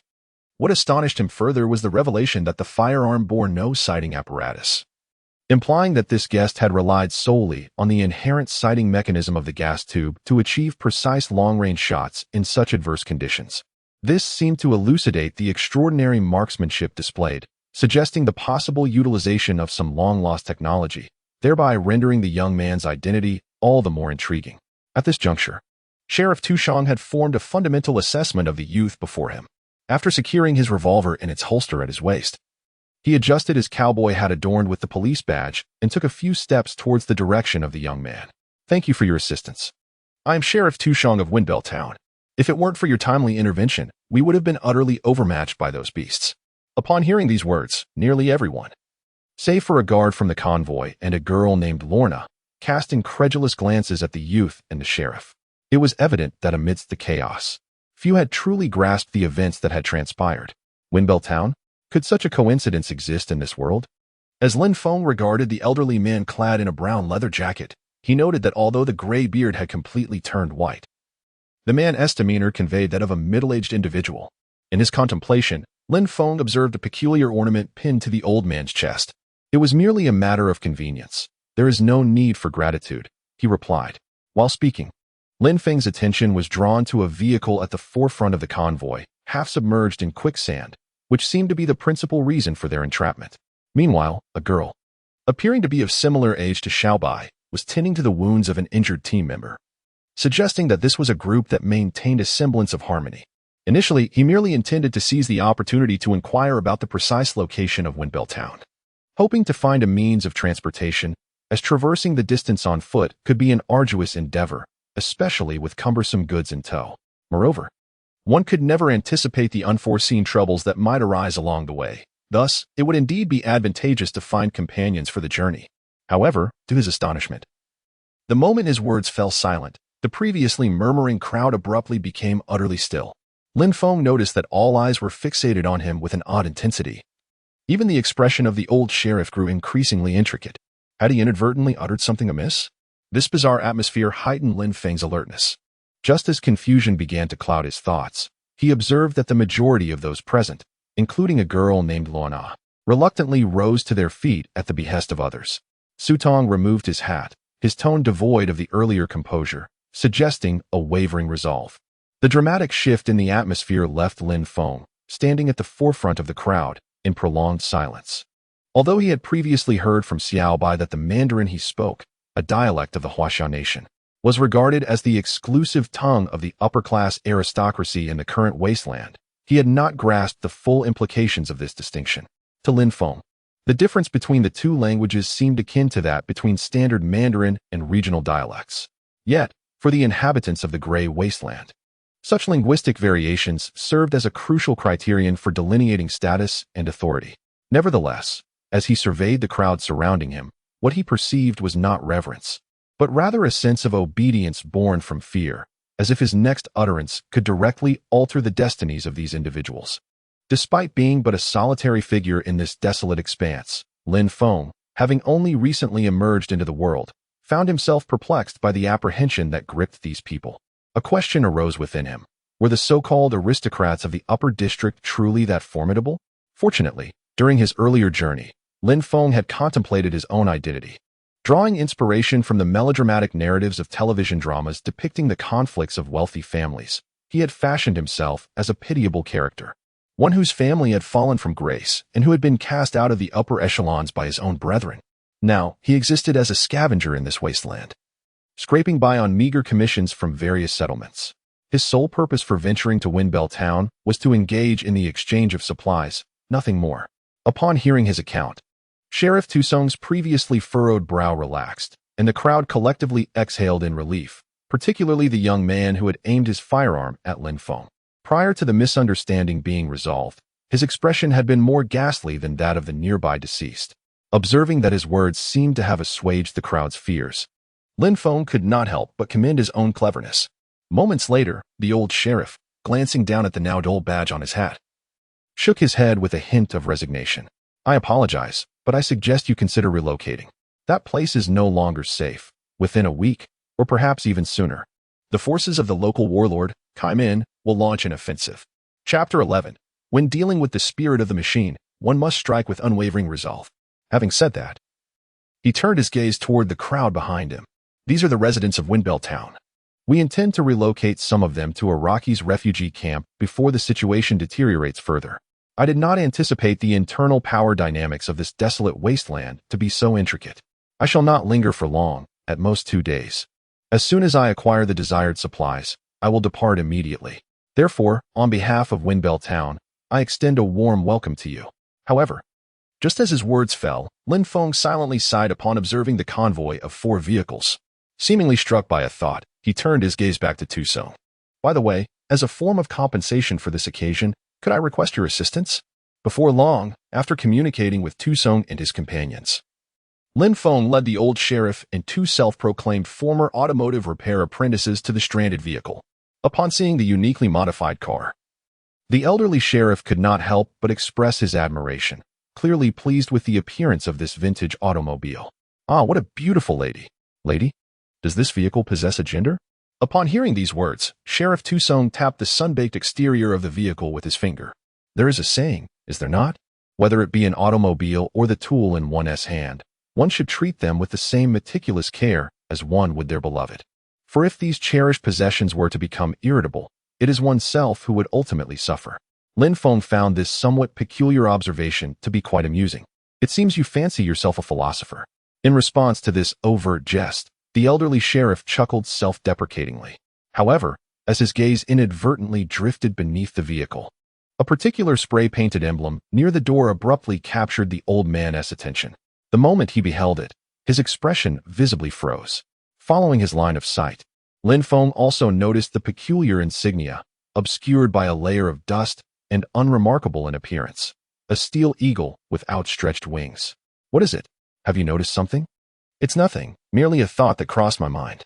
After a brief flurry of activity among the group, and following a meticulous inspection of both the interior and exterior of the vehicle, their findings, unsurprisingly, aligned closely with the analysis report from the thalamic system. The vehicle appeared to possess no glaring issues. Yet, they did not emerge entirely empty-handed during the examination. Someone had observed the onboard radio situated in the passenger seat, and upon testing, its electromagnetic needle was found to be deviated by a full 7 degrees. At this moment, Lin Feng finally came to a realization. No wonder he had spent an entire night traversing a mere 80 kilometers. It turned out that the navigation system had malfunctioned. Could it be that the bandits had inadvertently stumbled into that refuge due to their own disorientation? Such a fortuitous encounter was akin to a blind cat serendipitously catching a dead mouse. However, if the vehicle was indeed functioning properly, why did it continue to stall despite having sufficient fuel? Before long, while the engine continued to shudder and groan, the elderly sheriff raised his hand high and, to Lin Feng's astonishment, forcefully slapped the oil-stained hood of the engine. With 3 resounding thuds, the vehicle's engine, which had only moments ago been wheezing, astonishingly yielded, stabilizing itself once more. The entire vehicle then began to tremble violently as the engine roared back to life. Goodness, was this truly how one subdued a machine? Wasn't it said that vehicles should be treated with the same gentleness as one would a woman? Lin Feng could scarcely believe it. This seemingly irrational method had actually proven effective. Even his cerebral cortex struggled to comprehend the underlying mechanics of such an occurrence, clearly indicating that this metaphysical dilemma was far beyond its grasp. He recalled having employed a similar technique on the old television set at home, never imagining that this ancestral skill had been passed down through generations for hundreds of years, now evolving to the point where it could be applied to automobiles. As several individuals replenished the antiquated vehicle with oil, Lin Feng was poised to embark on his journey once more when the old sheriff approached him again. The sheriff produced an aged badge-embossed document from his coat pocket, the insignia nearly indistinguishable due to wear. Through the car window, Tusong extended it towards Lin Feng, reminding him, "I almost forgot to inform you that Wind Belltown enforces stringent scrutiny on outsiders, particularly those like yourself who are accustomed to the accents of the upper city. They are likely to create trouble for you. Should you encounter any obstruction, simply present this item, and I believe they will refrain from troubling you excessively." As he spoke, Lin Feng accepted the sheriff's token. "I wish you good fortune. Soon." As he watched the aging woolen car recede amidst its rumbling, Tusong's gaze grew complex, his tense form resembling that of a statue. At that moment, a middle-aged man beside him whispered, somewhat apprehensive, "Is that upper city fellow truly without issues? I heard that Kaimin received sponsorship from those upper city aristocrats." Before the man could finish his thought, he was interrupted by Sheriff Tusong. "Do you recall the group of tech hunters that recently caused a stir in town? Are you referring to those rogues from Black Sand Town?" Upon the conclusion of his inquiry, the old sheriff responded in a calm tone, "That very vehicle belongs to them. I can assure you." The moment these words were uttered, the man beside him appeared visibly astonished. Could it be that those fellows were all dealt with by that lone city dweller? Wouldn't that imply he is a perilous individual? Sheriff Tusong did not dismiss this notion. Instead, he gazed contemplatively in the direction where Lin Feng had departed, murmuring softly to himself, "I do not share that sentiment. Perhaps he might bring about some change for Luo Xian. Otherwise, I truly find myself at a loss on how to rescue the current state of Wind Bell Town." Chapter 12. Swaying amidst the wasteland of Wind Bell Town. Upon first hearing this name, Lin Feng had initially envisioned it as a harmonious and neighborly enclave, perhaps even a place where jubilant crowds would gather, welcoming him, a traveler from afar, with open arms. This reverie persisted until he encountered the town's bolted gates and the lifeless body hanging from the old, crooked tree at the entrance. To be candid, based solely on first impressions, he could hardly fathom any connection between this seemingly bandit-like encampment and the delicate connotations of the term windmill. Moreover, could such a place truly sustain a market? As Lin Feng's vehicle drew near the town, two guards stationed in the watchtower, visibly anxious, trained their weapons on him. Upon disembarking, a voice, cold and detached, echoed from above. If you wish to avoid being perforated, I strongly advise you to remain still. Standing atop the town's walls was a short-haired woman, peering through a shooting hole fashioned from discarded tires. At that moment, she scrutinized the unfamiliar visitor beyond the walls with a piercing gaze, her cold visage radiating an aura of aloofness. The tense atmosphere prompted Lin Feng to question whether he had indeed arrived at the right place. Everything here seemed excessively imbued with martial prowess, starkly contrasting the tales of the amicable and hospitable neutral city-state. Moreover, rather than a town, it resembled a sprawling slum emerging from a landfill. On the periphery of the town, rusting car frames lay strewn about, combined with a plethora of metal sheets excavated from unknown origins, forming the outer wall. From a distance, the town appeared as a collection of low structures, haphazardly assembled from scrap materials, giving the entire settlement a precarious demeanor. Were it not for its elevated terrain and the surrounding undulating hills providing a semblance of shelter, one might fear that the fierce winds sweeping across the desolate plains could effortlessly lift this ramshackle town into the sky. After a brief silence, the woman atop the wall seemed to notice the automatic rifle slung across Lin Feng's back, piquing her interest. You appear to be a troublesome individual. What brings you here? She inquired. Not wishing to provoke her, Lin Feng silently raised his hands and offered a somewhat unrefined French salute, indicating that he posed no threat. Do not be alarmed. I merely seek to visit the market here to see if I might exchange some items. I have heard that this is the largest gathering area in the borderlands. As soon as his words fell, as anticipated, the demeanor of the other party shifted upon hearing his impeccably pronounced Mandarin, gazing at the visitor's delicate features. The short-haired woman soon emitted a light, mocking laugh. How could someone like you possibly appreciate the products of us common folk? Once again, he was misunderstood. In that moment, Lin Feng silently resolved to diligently learn the local script and accent whenever the opportunity arose. Otherwise, the incessant misunderstandings would become quite irksome. My dear, I believe there may be some misunderstanding between us.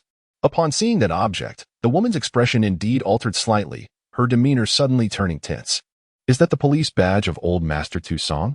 She leaned forward, her tone sharp as she demanded, why is it on you? After recounting his encounter with Captain Tu Song and the refugee convoy, the woman's attitude finally softened somewhat. However, the skepticism in her eyes suggested she still harbored doubts about Lin Feng's words. How troublesome this woman is. I do hope this place holds what I seek. Otherwise, my efforts would be in vain. Just as he pondered what to say next, the next words from the woman rendered Lin Feng momentarily speechless. Where is your cellular detector? Let me see it. If it is green, it signifies that you have not been infected by the horrors of the wasteland. Only then will I permit you entry. As her words resonated in the air, the woman standing atop the protective wall raised her left wrist, revealing the familiar device before him. So it is for detecting infection. He pondered. Lin Feng recognized the apparatus well. A similar detector resided in the drawer of his vehicle. The dilemma, however, was that the device elicited no response from his mechanical body, and should he don it, the truth of his tin can identity would inevitably come to light. Despite the wavering of his resolve instigated by her words, Lin Feng compelled himself to maintain his composure and feigned a resigned sigh, saying, I apologize. It malfunctioned during my encounter with those wasteland wolves. I'm still contemplating what to do. Yet before he could finish his sentence, the woman removed her detector from her wrist and tossed it in front of him. Then consider it a gift, she remarked. As she spoke, noticing his continued stoicism, she chuckled and cast a teasing glance toward Lin Feng below the city wall. Since it's a gift from a beauty, you ought to feel elated. In that instant, he realized that he might not pass this test. Alas, a miscalculation. Just as he bent down, contemplating an escape, a sudden, alarming cry erupted from the guard atop the watchtower. It's the Kaiman people. Kaiman, if memory serves, he is the warlord with a vendetta against Wind Chime Town. Lin Feng turned his gaze towards the distance, where a sandstorm was ominously approaching across the desolate plains. As his vision sharpened on the storm's epicenter, a convoy of modified motorcycles and heavy armored vehicles materialized before his eyes. The moment she heard that name, the previously composed, short-haired woman's demeanor shifted dramatically. She quickly turned to the armed guards gathered at the entrance and shouted, "Hurry, inform everyone. Prepare for what's to come." After that, her attention returned to Lin Feng, who had just risen to his feet. "Hey, young master, if you wish to avoid peril, you ought to come inside swiftly." As her words echoed, the once firmly shut city gates gradually creaked open. Though the situation was perplexing, the intended outcome was achieved, and in that moment, Lin Feng felt a surge of relief, silently expressing gratitude for the individual named Kaimin numerous times. "Kaimin, oh Kaimin, you are truly a steadfast ally." In a daze, the clinking of metal reverberated, intertwining with the howling wind as it reached his ears, cleverly disguised by auditory sensors. This sound caused him to momentarily halt his steps. With each gust of wind sweeping through, it stirred the myriad of empty iron cans lining the streets, producing a cacophony of resonant tones, either dull or bright, depending on the can shapes and contents, weaving together a mesmerizing melody. It was akin to the wind chimes swaying amidst the desolate wasteland. Chapter 13: The Cyberneticist. Although the journey to this place proved to be more convoluted than anticipated, the objective has ultimately been achieved. Following the main road, Lin Feng finally parked the vehicle in an open area cluttered with scrap. At this moment, he could intermittently see armed personnel dashing towards the surrounding walls, each exuding an air of imminent threat. It was evident that the city was grappling with significant turmoil. However, Lin Feng remained unconcerned. Prior to departing from the shelter, he had specifically instructed the thalamic system to compile a list of essential parts required for repairs, and now he needed to locate them before the remaining cooling units ceased operation. He understood that, in a certain sense, this matter pertained to his very survival. Yet, before he could commence his actions, there were several preparatory tasks that required his attention. After a brief moment, Lin Feng retrieved the cellular scanner bestowed upon him by a woman and affixed it to his wrist. As anticipated, the device exhibited no response to his mechanical body. If he could not resolve this issue before it attracted the attention of outsiders, even in the most optimistic scenario, he would undoubtedly be expelled from Windchime Town, which would complicate matters considerably. However, how could he make it turn green? Fiddling with the scanner in his hand, Lin Feng found himself momentarily at a loss for ideas. Had there been a worm chip installed, it would have instantaneously overwritten the internal program of this trivial device. Unfortunately, due to the rather rudimentary craftsmanship of this apparatus. As he pondered, Lin Feng inadvertently pried open the back cover of the detector, exposing the internal structure to view. To his surprise, the configuration within was far simpler than he had anticipated. Based on the analysis from the thalamus, he quickly discerned the operational principles of this diminutive contraption. In essence, the so-called cell detector comprised merely three primary components: a power source, a chip module for scanning and analyzing biological cell signals, and a lighting element capable of altering the screen color based on the results. Gazing at the internal circuitry, a bold idea gradually emerged in his mind. Wait a moment. If that is the case, why not connect the power directly to the light? Ultimately, as long as the screen turns green, that suffices. Without hesitation, he severed the internal cables of the detector with a sharp piece of metal shavings, rearranged the wiring, and successfully realized his concept, transforming the once sensitive detector into a mere children's wristwatch that illuminated with a green glow. As he observed the glowing mark on his wrist, Lin Feng felt immense satisfaction with his creation. It would serve as his pass in the city. Although the local administrators have meticulously marked every intersection in the streets, it is rather unfortunate that Lin Feng is unable to comprehend these seemingly incoherent symbols, which appear to be a haphazard amalgamation of Chinese radicals and certain specific characters. Consequently, he must resort to the somewhat embarrassing tactic of asking for directions as he ventures forth. However, this endeavor does not proceed smoothly, primarily due to his distinct upper city accent, which prompts some locals to derisively refer to themselves as upper city folks. It seems that these so-called aristocrats of the upper city must have committed some grave transgressions to have garnered such animosity amidst the desolation of the wasteland. After a moment, Lin Feng felt akin to a hamster navigating through a labyrinthine pipe, having unknowingly turned several corners. It was only after maneuvering past yet another bustling alley that he finally beheld the heart of Windbell Town, known as the New Putian Marketplace. Perhaps to facilitate guests in discerning the wares they offer, some merchants display their signature products at the entrance of their shops. Among these are peculiar dried meat chunks of unknown composition, exuding a slightly strange aroma, alongside various dehydrated fruit preserves. While the marketplace is expansive, it is conspicuously devoid of rare technological artifacts. Even basic electrical appliances are a rarity. As for the sale of firearms and weaponry, he has not encountered a single establishment dedicated to such goods. Clearly, this stands in stark contrast to his preconceived notions of a post-apocalyptic market populated by wasteland survivors. Particularly upon observing a few two-headed calves in the adjacent pasture, licking their tongues in his direction, Lin Feng experienced a fleeting moment of doubt regarding his whereabouts, wondering if he had inadvertently stumbled into a grand rural marketplace. It seemed that even if he were to carry a pitchfork over his shoulder and a basket of eggs tucked under his arm, he would feel no sense of dissonance. Unexpectedly, this locale was imbued with a peculiar vitality, utterly devoid of the despair one would associate with a wasteland. Just as he pondered his next course of action, a hand suddenly reached out from behind him without warning, seizing his left arm, which had been replaced by a prosthetic. Someone was right behind him. Alarmed by this unforeseen event, Lin Feng instinctively turned around, forcefully shaking off the intruder's grip and withdrawing his left arm. The immense strength of his mechanical body caused the unexpected visitor to stagger backward, landing abruptly on the ground. Seizing this opportunity, Lin Feng quickly distanced himself from the individual. Could this person have sensed something? He could not fathom the motives behind the stranger's recent actions. Observing several onlookers drawn by the commotion, a sense of unease washed over him. Meanwhile, the thalamic program in the background commenced plotting the optimal escape route at his behest, preparing for the worst-case scenario that might unfold. However, in the next moment, the strangers seated on the ground gradually rose to their feet, shaking their head while uttering a somewhat dazed self-talk with a weak voice. Haha, my apologies. I was simply too exhilarated, after all. It's my first encounter with such high-grade goods. The tone of the individual sounded exceedingly frail, as if they might collapse at any moment. Accompanied by that creaky, feeble laughter, an unsettling chill crept over the atmosphere. Goodness, have I stumbled upon a lunatic? As the person swayed unsteadily to stand, he finally noticed that the individual was an exceptionally slender young woman.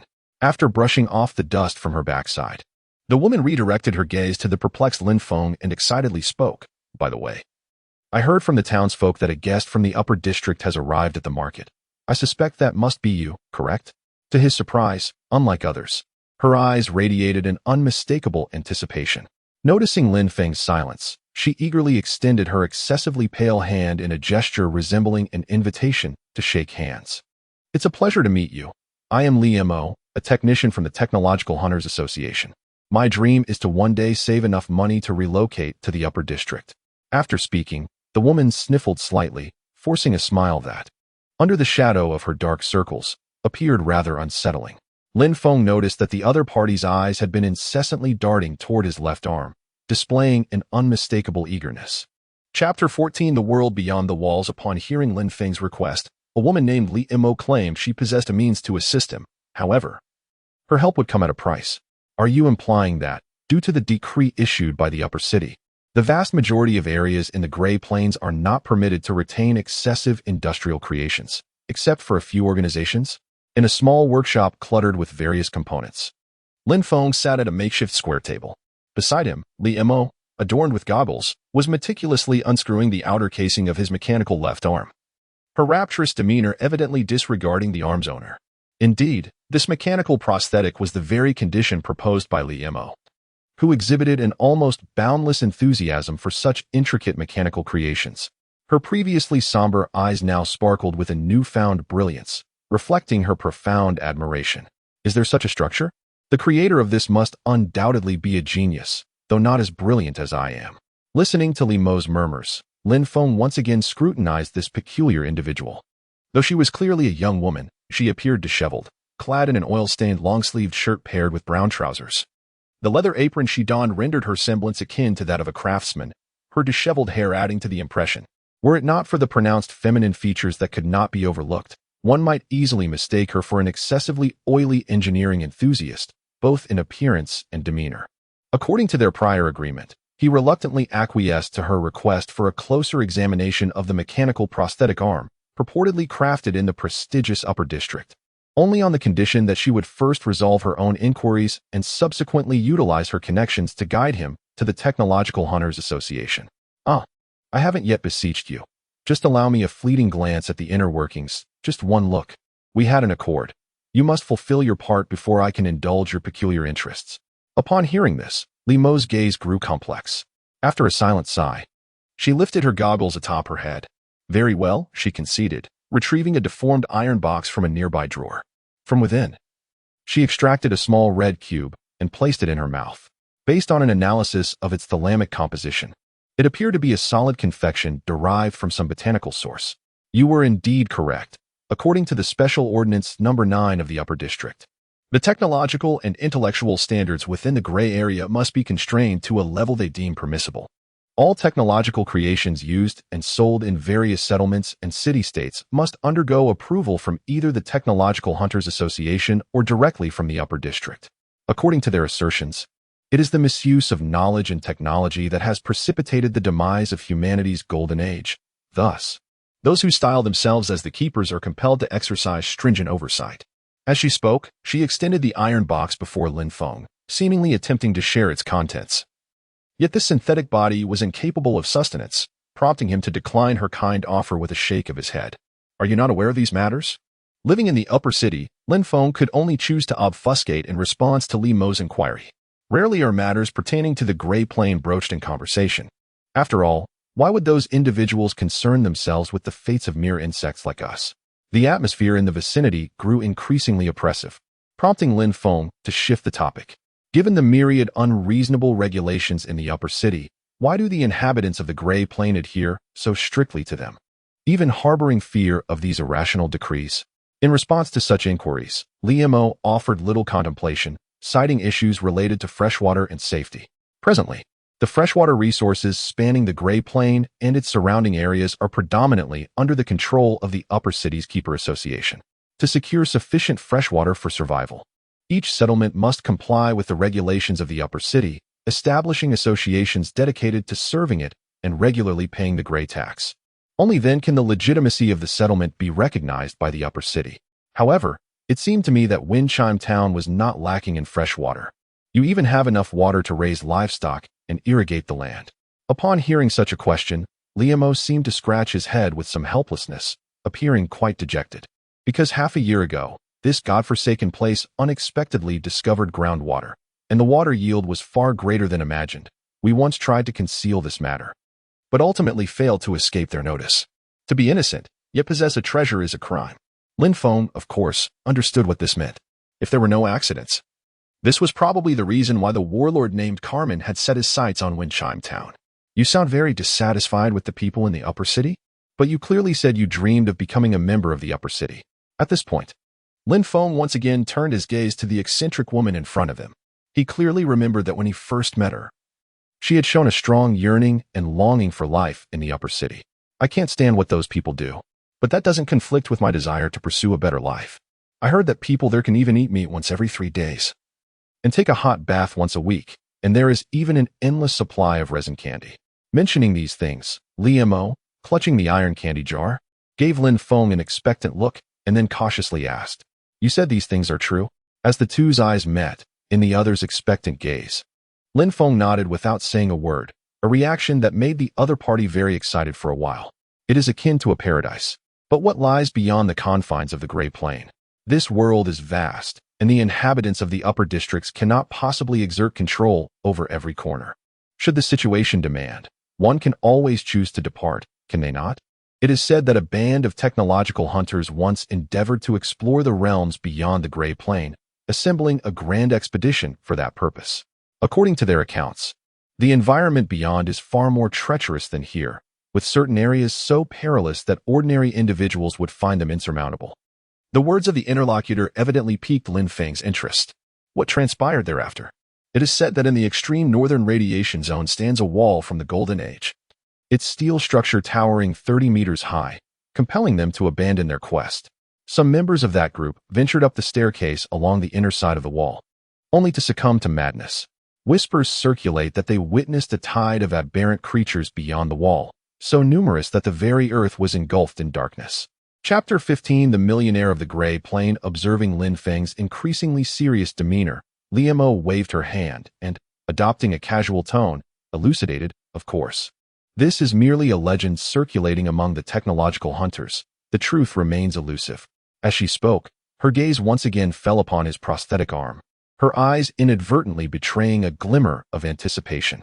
Having cast a glance at the sky through the dilapidated window, Lin Feng slowly rose to his feet, draping the sun-protective robe over himself once more, noticing the other figure heading towards the exit. "Where are you planning to go?" Liemo inquired. Pausing at the threshold, Lin Feng responded, "The Tech Hunter Association. If I find what I need there, you can sleep with it afterward, for all I care." With a touch of jest, he gestured towards the mechanical arm. Tech Hunters, despite the grandiose title that evokes images of an elite clandestine organization, are essentially scavengers wandering the gray wastes. The association serves as a hub for them to trade and exchange resources. Guided by Liemo, they arrived at the local Tech Hunter Association, situated at the far end of a street not far from the workshop. The association resembled a closed warehouse constructed from corroded metal sheets, a sizable structure within Windchime Town. With an ear-splitting creak of the rusty hinges, they entered the expansive hall.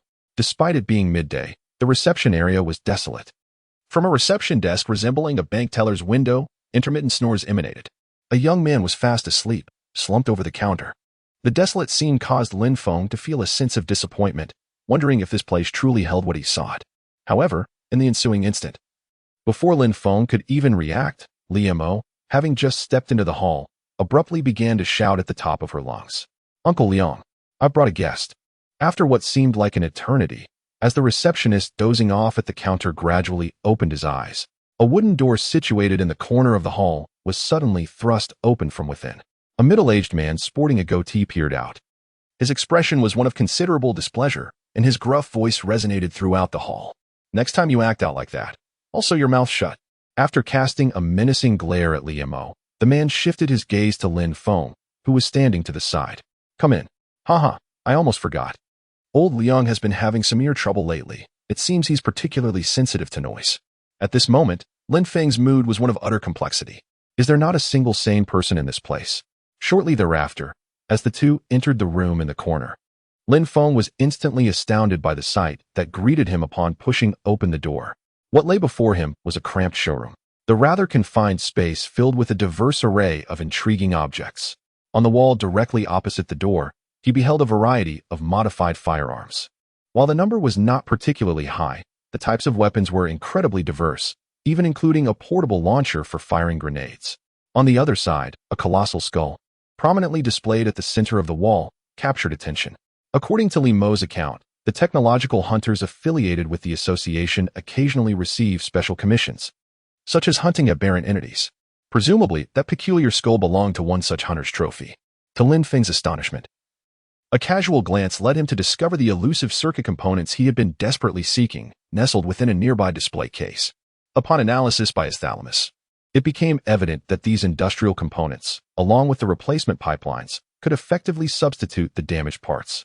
With these, he could restore the operation of several cooling units that had not sustained severe damage, thereby eliminating the risk of overheating and shutdown of the energy facilities. At last, the weight pressing upon Lin Feng's chest had been alleviated. His visit had not been in vain. The remaining question was whether the supplies he had brought could cover the cost of these components. However, what truly astonished Lin Feng was the man known as Old Liang. Just moments ago, the man had merely peered through the crack of the door, so Lin Feng had been completely unaware that half of his body had been replaced with mechanical structures. The man's right hand had been transformed into a hydraulic claw, powered by two internal motors, while his lower half, devoid of legs, was entirely encased in a tracked platform. Relying on his still functional left hand, the man maneuvered his body using a control stick, meticulously arranging the exhibits on the counter, his back turned to the two observers. Upon the man's extant left hand, a familiar cellular monitoring band was also worn, yet unlike the verdant hues displayed by others within the city, the man's wrist emitted a faint, cautionary amber glow. As he pondered this anomaly, Liemo subtly approached, whispering into Lin Feng's ear. A month prior, Old Liang inadvertently came into contact with infectious matter. To preserve his life, the association was compelled to excise the mutated areas. Incidentally, I designed that very equipment for him. Liemo's revelation took Lin Feng by surprise. However, scarcely had the words left her lips when a boisterous voice suddenly erupted from nearby, accompanied by the whirring of treads. If you were to ask me, your design is utterly atrocious. You haven't heeded a single thing I taught you. I am thoroughly chafed all over. Were it not for the fact that you were the sole, mediocre cyberneticist in all of Windchime Town, I would never have allowed you, you little whelp, to lay a hand on me. Unexpectedly, the man had overheard their hushed discussion. As his words trailed off, old Liang impatiently rapped upon a nearby table. Thus rebuked, Li Mo obediently fell silent, though Lin Feng discerned in her gaze a palpable discontent with old Liang's assessment. In a fleeting moment, Lin Feng retrieved a corked bottle of wine from his rucksack. Yet, the instant it graced the tabletop, Li Mo's eyes widened as if she had beheld a specter, her tone imbued with astonishment. Well, pray tell, where did you procure this? Simultaneously, old Liang leaned in, scrutinizing the archaic characters adorning the bottle through a magnifying glass. The man's previously disdainful countenance morphed into one of intricate contemplation. Exquisite vintage. The hue alone bespeaks quality. I dare say, the affluent denizens of the upper district would proffer a king's ransom for it. Observing the duo's effusive admiration, Lin Feng was momentarily perplexed. In his sanctuary, such bottles were ubiquitous, and as a man of abstemious inclinations, he regarded them merely as relics of a bygone era, aged beyond palatability for over 3 centuries. He harbored no grand expectations regarding their worth, yet the fervor of his companions piqued his curiosity. So what bounty might this fetch, approximately? Upon Lin Feng's inquiry, old Liang paused, deliberating before proffering an estimate. Suffice it to say, it could procure a brand new vehicle or a veritable armory of firearms. Indeed, such a trinket commands such a sum. Were I to divest the entire contents of my vault, I would amass a considerable fortune. It's quite astounding. Chapter 16, The Ancient Knight God Machine. Lin Feng was taken aback that a mere bottle of wine, originating from 3 centuries ago, could elicit such astonishment. This caused him to hesitate, wondering if he should unveil the remainder of his wares. To ensure he had sufficient capital, he had meticulously prepared several valuable items before departing from the base. I have no need for so many firearms. Would these items, in addition to what I've already offered, suffice in exchange for those components? I am in dire need of them. Shortly thereafter, he reached into his weathered leather backpack once more. To the increasing astonishment of the 2 onlookers, he rummaged around and then arranged several well-preserved boxes of beef and pineapple preserves on the table. According to Siubai, these provisions were considered top-tier currency in present-day Grey Plains. Unexpectedly, upon hearing these words, the previously astonished old Liang's countenance instantly shifted, as if recalling some sorrowful memory. I apologize, but those are the grey taxes that Windchime Town is required to remit by the end of the month. I am unable to consent to this transaction. Now it was Lin Feng's turn to feel awkward. The next moment, old Liang propped himself up with his left hand on the power lever, maneuvering the peculiar mode of transportation toward a nearby warehouse. As the interior lights illuminated the space, the warehouse appeared starkly empty compared to the exhibition hall at the front. Ever since that nefarious warlord initiated hostilities against Windchime Town, the majority of the guild members have absconded. Concurrently, the denizens of the upper district have exacerbated the proportion of the ash tax. Ultimately, even that contemptible guild master deserted this place. At this juncture, old Liang spat vehemently upon the ground, seemingly in utter disdain for those who had fled. At this rate, before Kaiman, that scoundrel, even makes a move, this forsaken place will likely devolve into a ghost town. However, scarcely had these words been uttered when 2 soft chuckles emanated from Li Mo in the vicinity. Fear not. I shall acquire the qualification before that transpires. She leaned against the counter, hands clasped behind her back, exuding an air of self-assurance, akin to a tomboy. I've heard that when journeying to the upper district, they permit the accompaniment of an associate. You could inform them that you are an apprentice of the prosthetics virtuoso, Li Mo. Upon hearing this, old Liang nearly leapt from his rather flamboyant wheelchair, his remaining hand striking the track panel beneath him with force. What utter nonsense! Weren't those petty tricks of yours imparted to you by yours truly? Are you contemplating insubordination? He reiterated emphatically, I am not going anywhere. You may venture wherever you please, but cease your importuning. As his words subsided, Li Mo stuck out her tongue, still appearing somewhat unconvinced. Just as the atmosphere in the room began to settle once more, Lin Feng, who had been observing silently, interjected at this juncture. Thus, the residents of Grey Plain are indeed permitted to inhabit the upper district, correct? Naturally, Aside from the gray tax, every 6 months the enforcers of secrecy impose a round of red tax on Gray Plain and its surrounding areas. Those possessing exceptional talents are subsequently integrated into the upper district system. When it comes to exceptional talent, Liemo confidently patted herself, and with the context of past experiences, Lin Feng began to comprehend why women exhibit such profound interest in mechanical prosthetics. It is likely that the individual seeks to leverage such skills as a ticket to the upper district. What an intriguing character. Uncle Liang. There is yet another item I wish to invite you to examine. With that, under Liemo's curious gaze, Lin Feng placed a palm-sized portable computer on the valuation table. Although in this era the internet has become an ethereal concept, the photon chip integrated within the device remains intact. If utilized correctly, it could indeed prove quite useful. As the device successfully powered on, even the temporary head of the association, Old Liang, found himself momentarily stunned, his face eventually betraying a slightly awkward expression. Meanwhile, Liemo was utterly captivated by the wondrous holographic projection computer. Gazing at the holographic interface projected in midair, she displayed immense curiosity towards every word and icon that materialized, perhaps deeming it even more marvelous than magic itself. Why do you possess this? At that moment, a palpable astonishment permeated Old Liang's tone. Had he not been physically impaired, Lin Feng might have suspected that the man would have risen from his wheelchair, his gaze conveying that such an item should not be present. He had not anticipated that a mere pair-branded tablet would elicit such a reaction. To preempt further complications, Lin Feng feigned ignorance, a deception he was becoming increasingly accustomed to. I acquired it from a group of brigands, along with the spirits and provisions here. They claim to have discovered these items within some ruins. With that, Lin Feng feigned curiosity, patting the host device on the table and surreptitiously activating its concealed switch. Do you have any insight into the purpose of this luminous contraption? It appears to be of considerable value, and I would appreciate an appraisal, if possible.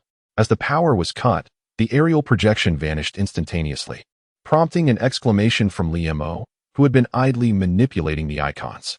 Ah, the shimmering images have disappeared. Is it malfunctioning? At that juncture, Old Liang visibly wavered, scrutinizing the young man with an upper district accent with increasing intensity. Apologies, the local association cannot afford this, but if necessary, I can connect you with members of the secret society. I believe those old fellows would undoubtedly take an interest in you and your goods. Unable to comprehend the response, Lin Feng was taken aback, and even Liemo beside him appeared utterly bewildered. Uncle Liang, is this item truly so valuable? Upon hearing this, the man discreetly cast a glance over, then focused his gaze upon the host machine resting on the table. 14 years ago, during my tenure at the association in Black Sand Town, a fortunate individual uncovered a similar device amidst the ruins of Bad Bloodland.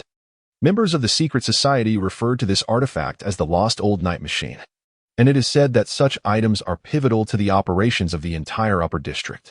As a reward, the higher-ups granted that Hunter a settlement in the lower district, bestowing upon him the authority to collect gray taxes locally. Old Liang's statement left Liemo in disbelief, evidently. This revelation exceeded her wildest imagination. Are you suggesting that this object's value surpasses an entire settlement in the lower district? However, before Liemo could finish her thought, Lin Feng abruptly interjected. If I were to exchange this for those machine parts, would you agree? Given the immense value of this item, theoretically substituting it for gray taxes should pose no issue. Yet, his proposition left both master and apprentice utterly astonished. Have you lost your mind? To barter away an invaluable relic from the bygone old night era for a mere heap of industrial refuse? Quite the contrary, my mind has never been clearer. The monotonous existence of the upper city holds no allure for me. I am, at heart, a free spirit, and since my departure from those confines, I have become enamored with the thrill of adventure. Furthermore, I have already conveyed the critical importance of those components, as they are indispensable in preserving my very life. In my estimation, there exists no objective of greater significance. As his words trailed off, he perceived a shift in the gazes of Old Liang and Liemo, who stood before him. His recent pronouncements of grand vision had evidently sculpted an imposing image of him in their minds. However, Lin Feng himself was acutely aware that his persona as a freedom-loving wanderer and the tragic tale of his exile from the upper city were nothing more than fabrications spun on the spot. The so-called old night treasure? In Lin Feng's eyes, it was merely electronic waste, ubiquitous within the sanctuary.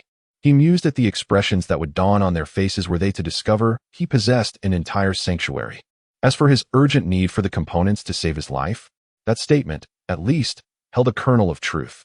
After all, employing them to save his own life certainly qualified as a rescue. Chapter 17. Satiety as an ailment despite a few minor complications along the way. Everything had proceeded relatively smoothly. As he gazed upon the industrial components stacked in the vehicle's rear seats, Lin Feng's spirits were buoyed.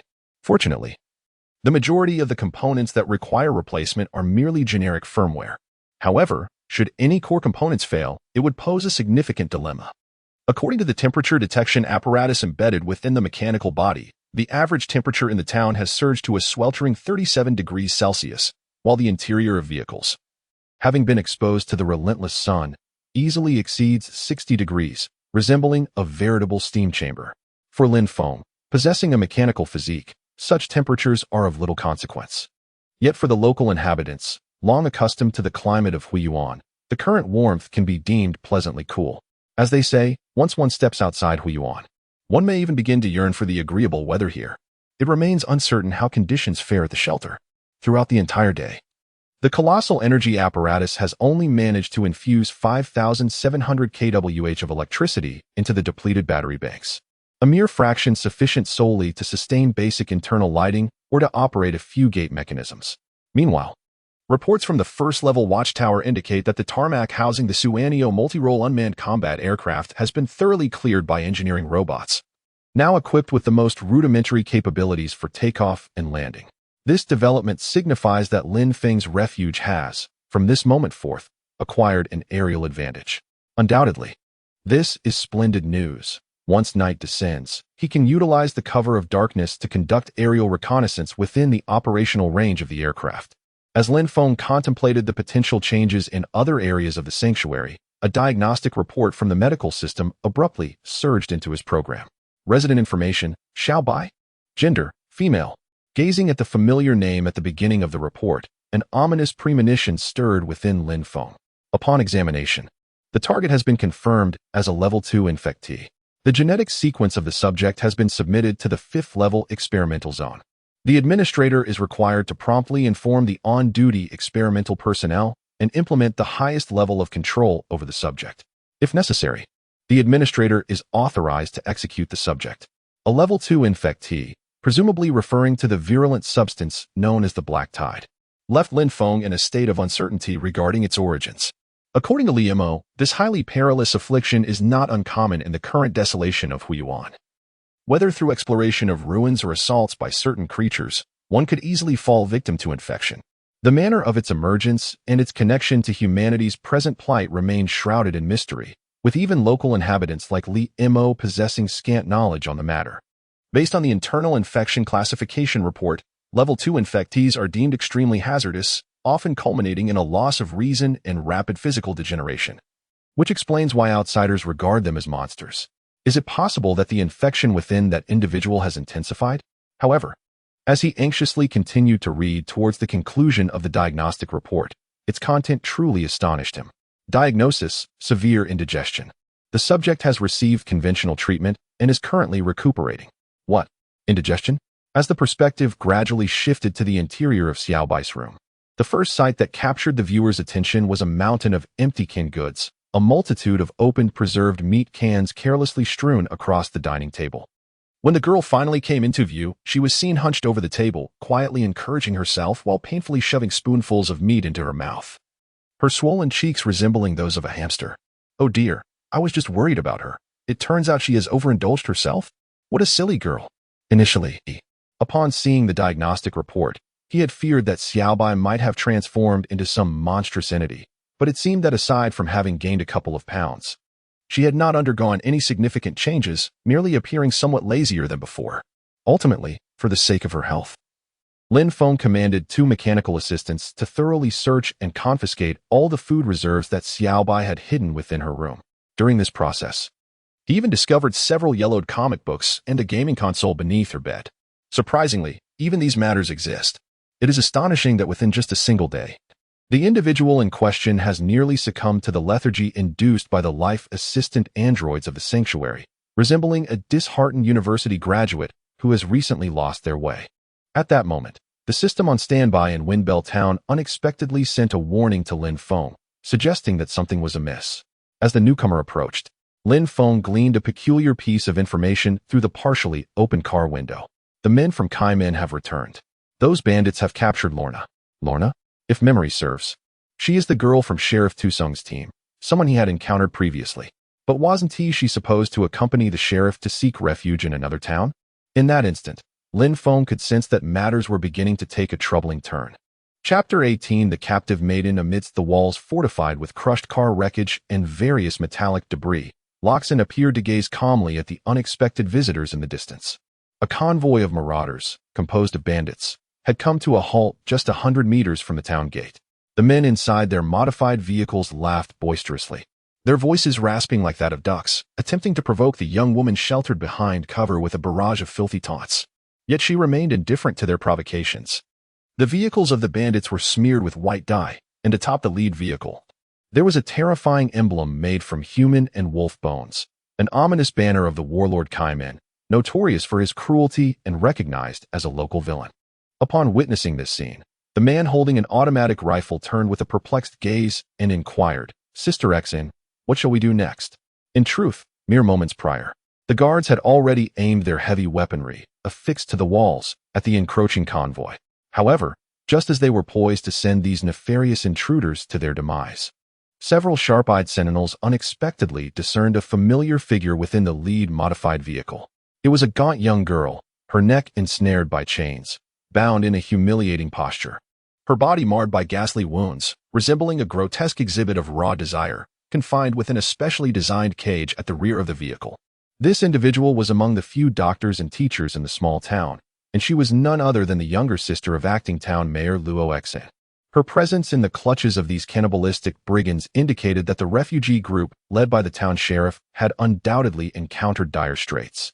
As time progressed, the guard stationed beside Luo Exin observed that the girl, concealed beneath the cover, was gripping her left wrist with her right hand, her nails digging painfully into the flesh due to excessive force.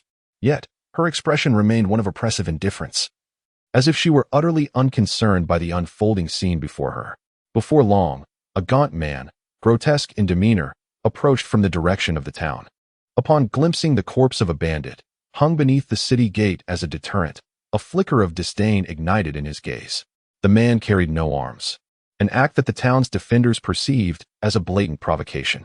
Several seasoned guards had already readied themselves, yet just as they were about to pull their triggers, Loxin's composed voice cut through the air, "Lower your weapons." Initially, the order perplexed them, until they noticed that several bandits within the convoy had also aimed their weapons at Lorna inside the cage. The guards then realized they did not hold the upper hand in the standoff. Despite being outnumbered, the dispersed distance meant they could not swiftly eliminate all the miscreants simultaneously. Initiating a conflict rashly would endanger Lorna. After carefully assessing the situation, even Loxin, who had been striving to maintain her composure, furrowed her brow. Moments later, upon approaching the base of the wall, the man raised his excessively pale right hand, riddled with injection marks, from his pocket and pointed toward Loxin's position. "Bitch," he sneered. "We owe you our gratitude for your hospitality during the day. You caused us to lose face, and now we intend for your sister to atone for your actions. That's only fair, isn't it?" Upon hearing this, the bandits clinging to the vehicle erupted in laughter. One of them tugged at the chain around Lorna's neck, the force causing the young girl in the cage to stumble. Seizing the opportunity, a bandit reached out and forcefully groped her. Observing the girl's humiliated and pained expression within the cage, their laughter grew sharper and more grating. Finally, deeply affected by the scene before her, Luoxin could no longer maintain her silence. "We will consider your demands, but you must grant me more time to prepare." Her words were abruptly interrupted by a display of palpable impatience from the other party. "We have already afforded you ample time. As before, relinquish the well in Windbell Town to us, and from now on, the market and taxation of this place will be under our jurisdiction. Moreover, replace the town guards with our men." As the man enumerated the chief's conditions, the expressions of the guards grew increasingly grim. Although the adversaries were few in number, their vehicles were armed with heavy weaponry, effectively blocking the entrance. Furthermore, it was evident that they came well prepared. Who could ascertain what hidden cards they held? With the final word, the man outside spat contemptuously onto the ground. "And as for the events of the day, they cannot be dismissed so easily. We came here with good intentions to counsel you, yet you, wretched creature, dared to fire upon us? I offer you a choice. Either allow your sister to atone for your sins, or you must come down personally. At this juncture, the man's gaze swept slowly over Luoxin once more, a malicious smile curling at the corners of his mouth. I have encountered your kind many times. Do not let your usual sulking demeanor deceive you. In truth, you are nothing more than an irredeemable vixen. Until you come to a resolution, not even a mouse shall be permitted to escape from within. Remember, our patience is indeed limited. However, just as he was preparing to depart, a young voice, marked by an accent from the upper town, leisurely drifted over from the side. Can we talk? I have no connection with the people here. So could you allow me to leave? I have no desire to waste any more time here. For reasons unknown, Lin Feng's words seemed to infuriate the man, whose appearance resembled that of a goblin, prompting him to wave his arm and reveal his gaunt middle finger. Who do you think you are? I said, without my permission. Not even a fly is allowed to pass. Yet, before he could finish his sentence, a sudden sharp gunshot shattered the earlier silence, causing the guards present to become flustered. As they turned to locate the source of the sound, they discovered that Lin Feng had already raised the modified rifle. On the other side, the once arrogant man now lay sprawled on the ground, a bullet having accurately shattered his skull, striking from an elevated angle and obliterating both his raised middle finger and chin. This shot effectively silenced the loathsome individual. Amidst the incredulous gazes of the guards and Luoxin, Lin Feng slowly lowered the still-smoking automatic rifle from behind the cover. 3 seconds. 7 gunshots. 7 lives. Yet, the method of his accomplishment remained a mystery to all. Chapter 19. The commencement of the end. Observing the absence of brigands beyond the barricade. And without a moment to spare, Luoxin, positioned atop the wall, promptly commanded the opening of the fortified gate. Disregarding the dissuasions of those around her, she descended from the ramparts and hastened towards Lorna, who was confined within the vehicle. After prolonged exposure to the sun and the brutal maltreatment at the hands of the villains, the young woman within the cage was now devoid of color. Her lips were chapped, and the chains that bound her, heated intensely by the sun's rays, had scorched the skin on her limbs and neck. Blood had splattered upon her countenance, yet despite this, the girl named Lorna steadfastly refused to close her eyes. Her bloodshot orbs, now ablaze with the embers of animosity, were fixed upon the visage of the deceased man beneath her feet, until a familiar voice echoed from beyond the confines of the cage. Lorna. Upon hearing the call, the girl slowly raised her head. Upon beholding the familiar countenance, Lorna was initially stunned. After a moment of silence, she finally succumbed to her emotions, much like a child who has endured immense suffering, and cried out with a hoarse voice. Soon after, as the guards who arrived later employed tools to unfasten the cage's lock, Lorna, embraced by her sister Luoxin, uttered a heart-wrenching revelation in a trembling voice.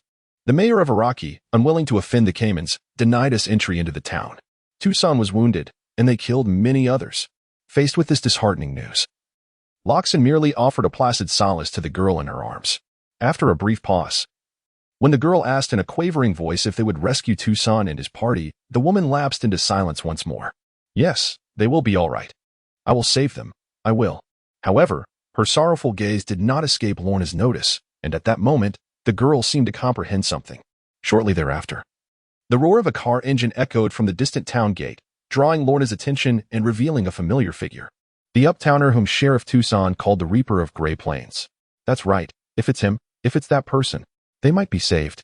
In the next instant, she mustered the last ounce of strength in her body, attempting to rise before lunging in front of the accelerating SUV.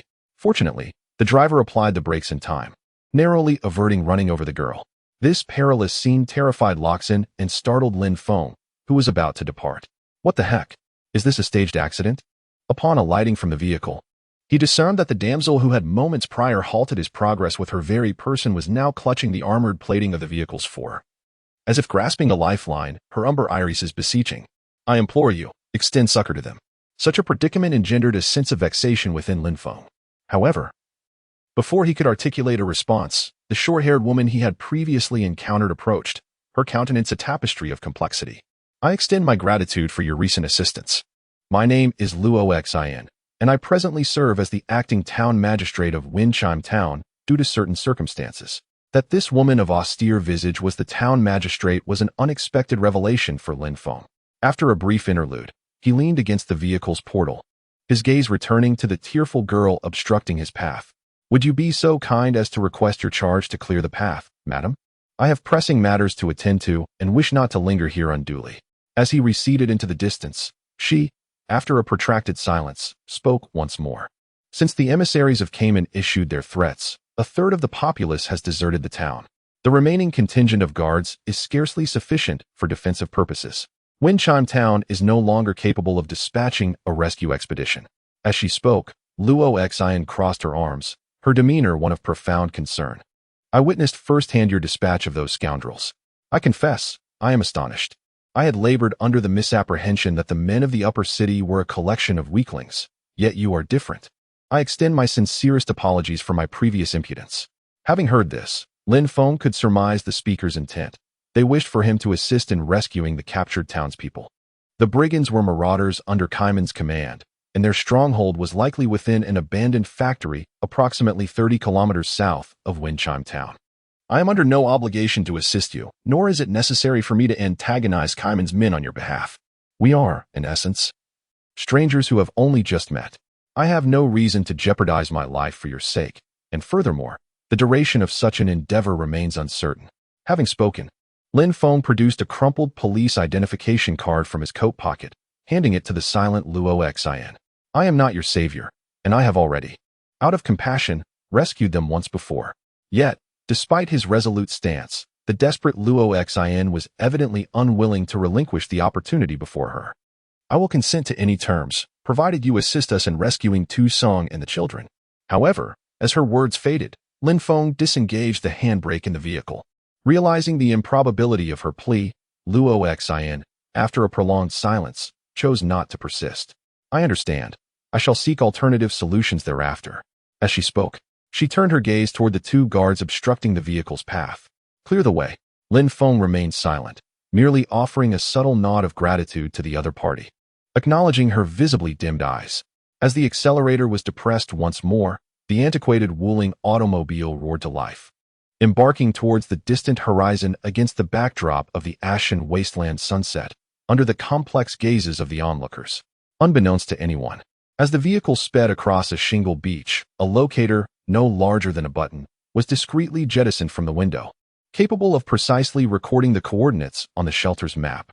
For Lin Feng, Windchime Town was merely the genesis, the initial stride in this journey through the desolate expanse. In time, this familiar yet alien land might bear witness to numerous events, momentous enough to potentially destabilize the world, and he eagerly anticipated the arrival of that day. Chapter 20. Nascent production scale, cooling units 4 through 6 have been reactivated. Implementing a new energy paradigm. Please stand by. As the reactors within the energy chamber sequentially resumed operation, the system's functionality remained remarkably stable, devoid of any overheating concerns. Even as the energy output was amplified to 4 times its original capacity. Phew, that's a relief. Only then did Lin Feng, who had been meticulously monitoring the reactor core status, finally exhale in relief.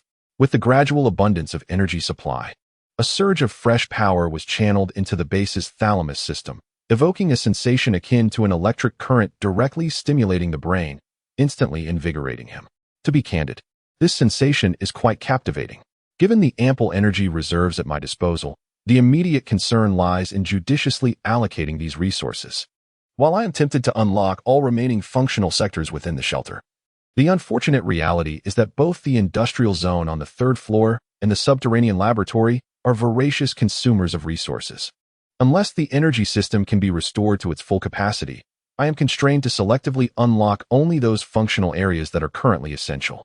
Consider, for instance, the lavishly appointed residential sector on the 2nd floor. As it currently caters only to Xiaobai, it remains entirely deactivated. Activating it can be deferred until the possibility of accommodating additional residents arises. The industrial zone on the 3rd floor, however, is a more pressing matter. According to the system, its 4 integrated industrial chains can facilitate a rapid transition between light and heavy industries. In other words, with judicious planning and sufficient materials, these production lines are capable of manufacturing any industrial product, potentially including certain models of heavy equipment. Whenever I contemplate the systems within the base, which embody a wealth of technological innovation, I cannot help but question the motives of those who designed this subterranean fortress. Why would they expend such vast resources to construct it, only to abandon it so soon after? Could it be that they discovered a superior alternative? Or rather, what compelling reasons drove them to leave this place? The precise considerations of those individuals from years past remain an enigma. Currently, ensnared within the thalamus, Lin Feng can only proceed cautiously, step by step, harboring the hope that one day he may uncover the answers to these questions, while simultaneously seeking methods to restore his corporeal form. After all, despite possessing numerous formidable capabilities, a synthetic body is ultimately fraught with inconveniences. After much deliberation, Lin Feng activated the three-tiered water circulation system, successfully discharging the accumulated wastewater within the industrial zone. Subsequently, he selected one of the 4 production lines, which had been pre-configured for synthetic production. Production plan is currently underway. All departments, please prepare accordingly. Awaiting material input. Given the pre-established configurations, Lin Feng no longer needed to manually orchestrate the intricate industrial production chain, provided that the materials were sufficient. The assembly of various models of synthetics could continue uninterrupted, be it the engineering model codenamed B or the combat model codenamed Warrior. At present, Lin Feng required a substantial number of synthetic units to alleviate the increasingly scarce manpower. Before long, as the industrial chain commenced its operations, the productivity report from the thalamus swiftly materialized before him. Expected output, 34 B-level engineering robots. Expected output, 11 warrior units. Feng was exceedingly gratified with the outcome. As a succession of directives emanated from his thalamus, the entirety of the shelter was reinvigorated under his orchestration. The factory's conveyor belts resumed their rotation, and the androids patrolling each level were assiduously gathering all requisite resources under the thalamus's command. Such a spectacle had not been witnessed in the preceding century. After an indeterminate duration, observing that his commands were being executed, and while his energy allocation quota permitted, Lin Feng redirected his attention to the experimental zone situated on the 5th subterranean level. Indeed, it is opportune to examine the conditions below. Due to an unidentified anomaly that had afflicted its internal systems in the past, this area remained disconnected from the thalamic center to this day. Consequently, information regarding it was scarce. Availing himself of this opportunity, Lin Feng intended to thoroughly explore it. According to Little White's earlier account, the area had been entirely sealed off prior to its awakening. To gain entry, the tech hunters had expended considerable time locating an exceedingly concealed ventilation shaft, through which a few diminutive members managed to squeeze. It was rumored that within the blast-resistant walls, a substantial quantity of black-tide infectious material was sequestered. After considerable deliberation, to forestall any unforeseen circumstances, Lin Feng specifically assembled a contingent of 6 Wuzhu units, intending to access the experimental zone's main entrance via the freight elevator. Expeditiously, the Wuzhu squad, arrayed in combat formation, arrived at the stairwell entrance. Due to the system failure and facility malfunctions, the nether region of the 4th subterranean level was entirely consumed by darkness, the stairwell descending into obscurity resembling the maw of the abyss. With the activation of thermal imaging, an anomalous heat signature on the ground immediately seized his attention. Chapter 21. Lunar. A spent torch lay discarded in the corner of the stairwell, suggesting that the previous tech hunter team had employed the same route into the lower stratum. Their audacity was indeed remarkable. This discovery served as a stark reminder, compelling Lin Feng to contemplate a previously overlooked issue. While the antecedent intrusion by the tech hunter's squad was likely inadvertent, the upper city noble who commissioned them had specifically designated Gray Plains as the location. Furthermore, it was rumored that Black Sand Town, the largest settlement in Gray Plains, harbored legends of an ancient treasure buried beneath the region. Could all of this be mere coincidence? Could the purported treasure allude to this very shelter? And might those upper city nobles who issued the commission already be cognizant of its existence? If this were the case, the implications were dire. For according to the intelligence he had gleaned in Windchime Town, the external world was now characterized by a complex configuration of power, encompassing warlords and regional hegemons possessing formidable military might. At the pinnacle of these formidable forces lies a powerful organization known as the Secret Society, which governs the upper city. This organization not only possesses advanced technology inherited from the ancient civilization of humanity, but has also firmly established its dominion over the entire Gray Plains. Such a potent upper echelon force undoubtedly presents a significant dilemma. To evade the scrutiny of these formidable adversaries, Lin Feng silently resolved within himself to exercise greater caution in concealing his identity. Until he attains a certain level of strength, he must avoid revealing himself too easily. Shortly thereafter, as the team descended the staircase to the bottom, the sensors on board revealed a space akin to a reception area. Nearby, on the ground, lay an abandoned sealed protective suit. Illuminated by the powerful flashlight mounted on his rifle, Lin Feng observed the biohazard warning symbol emblazoned before the reception desk, and on a nearby sign, the letters P5 stood out prominently. He retained some recollection of the classification system for biological laboratories. A P5 rating signifies that the specimens stored and studied within pose a significant threat to human society, which explains the extraordinarily high level of confidentiality associated with it. However, this raises a glaring question.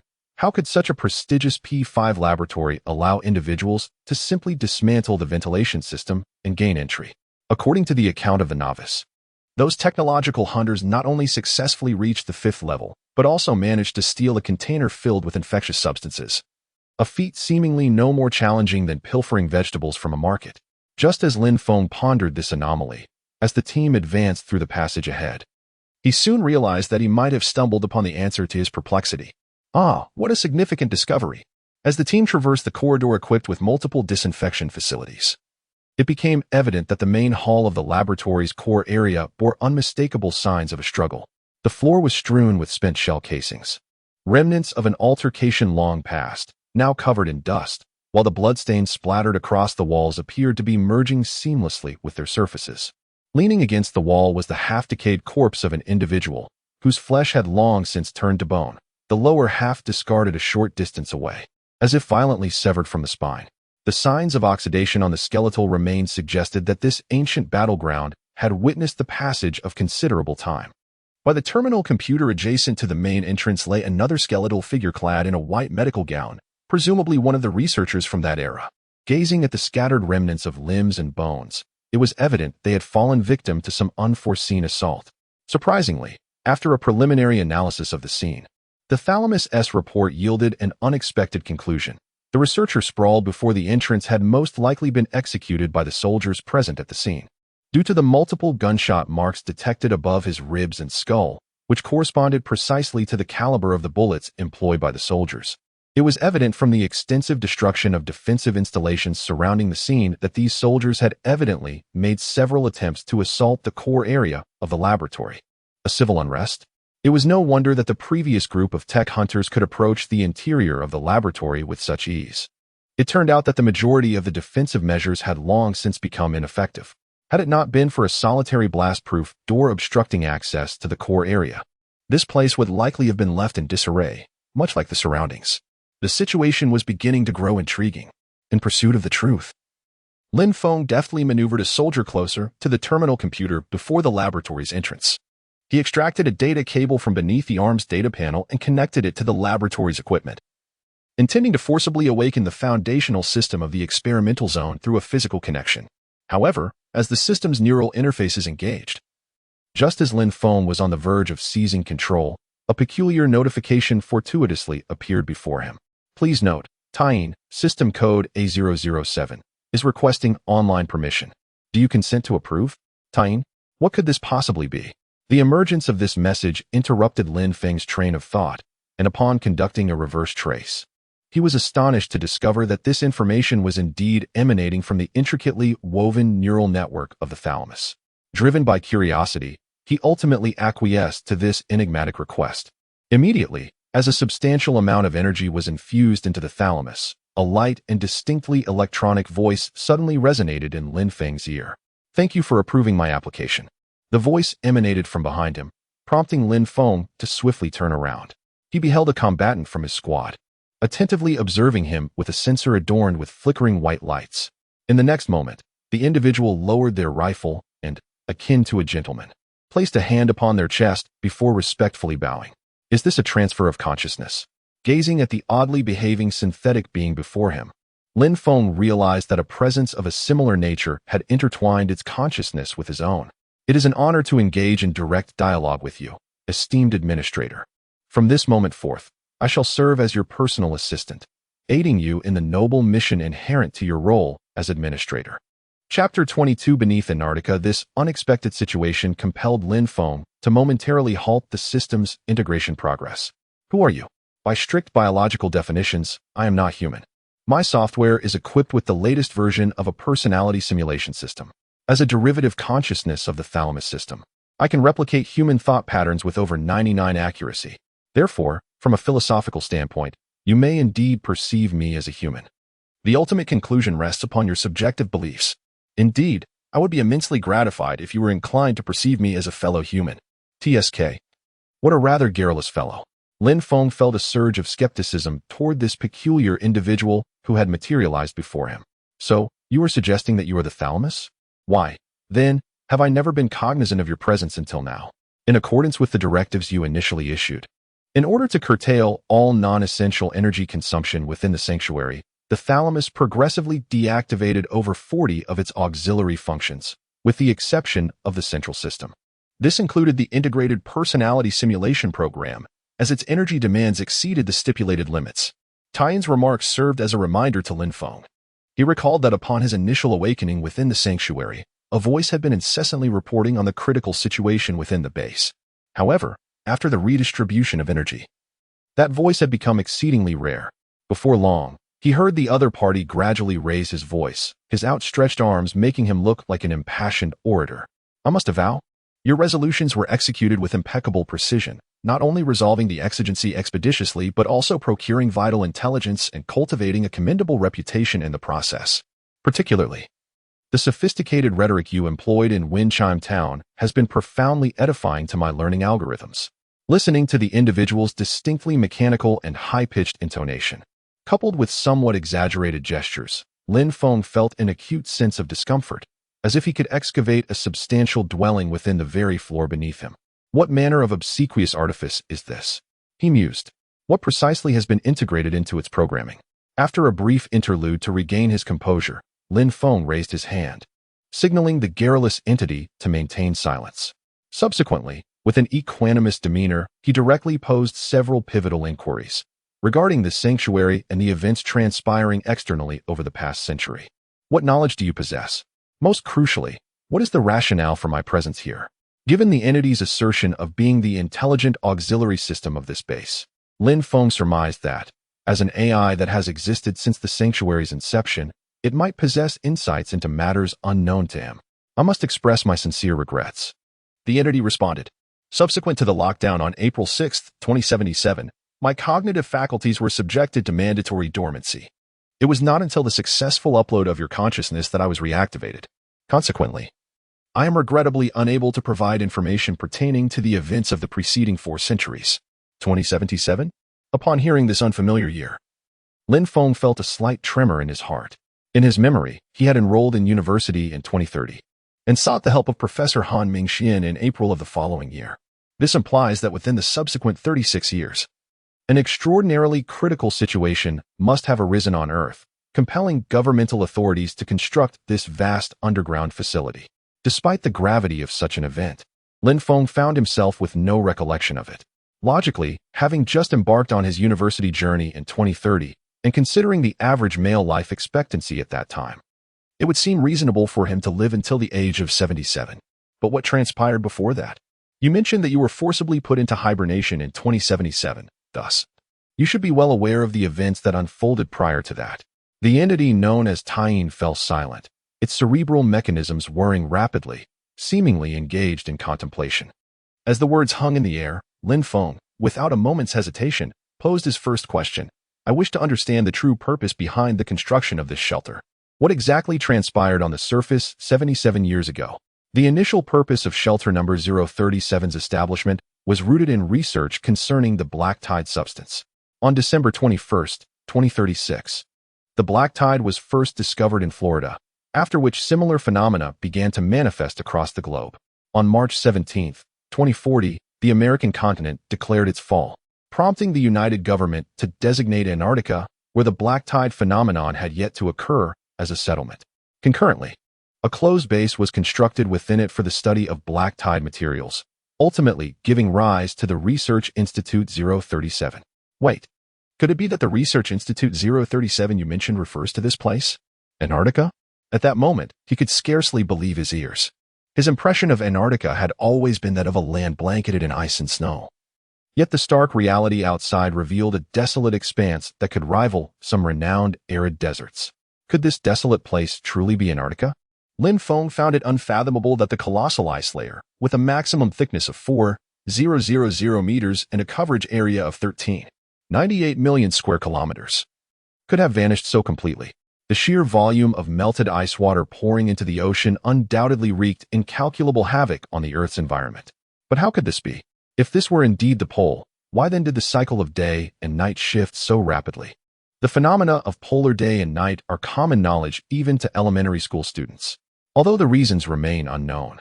Professor Han theorized that since the large-scale outbreak of the black tide, the Earth's environment, including its magnetic poles and angular attributes, has undergone dramatic changes. The direct correlation of these changes with the emergence of the black tide remains uncertain. Upon hearing such news, Lin Feng's heart was a tumult of emotions. He could not comprehend what had become of the home upon which humanity once relied for survival. Chapter 23, the so-called mission. Han Mingxian, hearing this familiar name, once more only intensified Lin Feng's confusion. He simply could not fathom the connection between this individual and the unfolding events. After a moment of contemplation, he resolved to begin his inquiry from the most straightforward angle.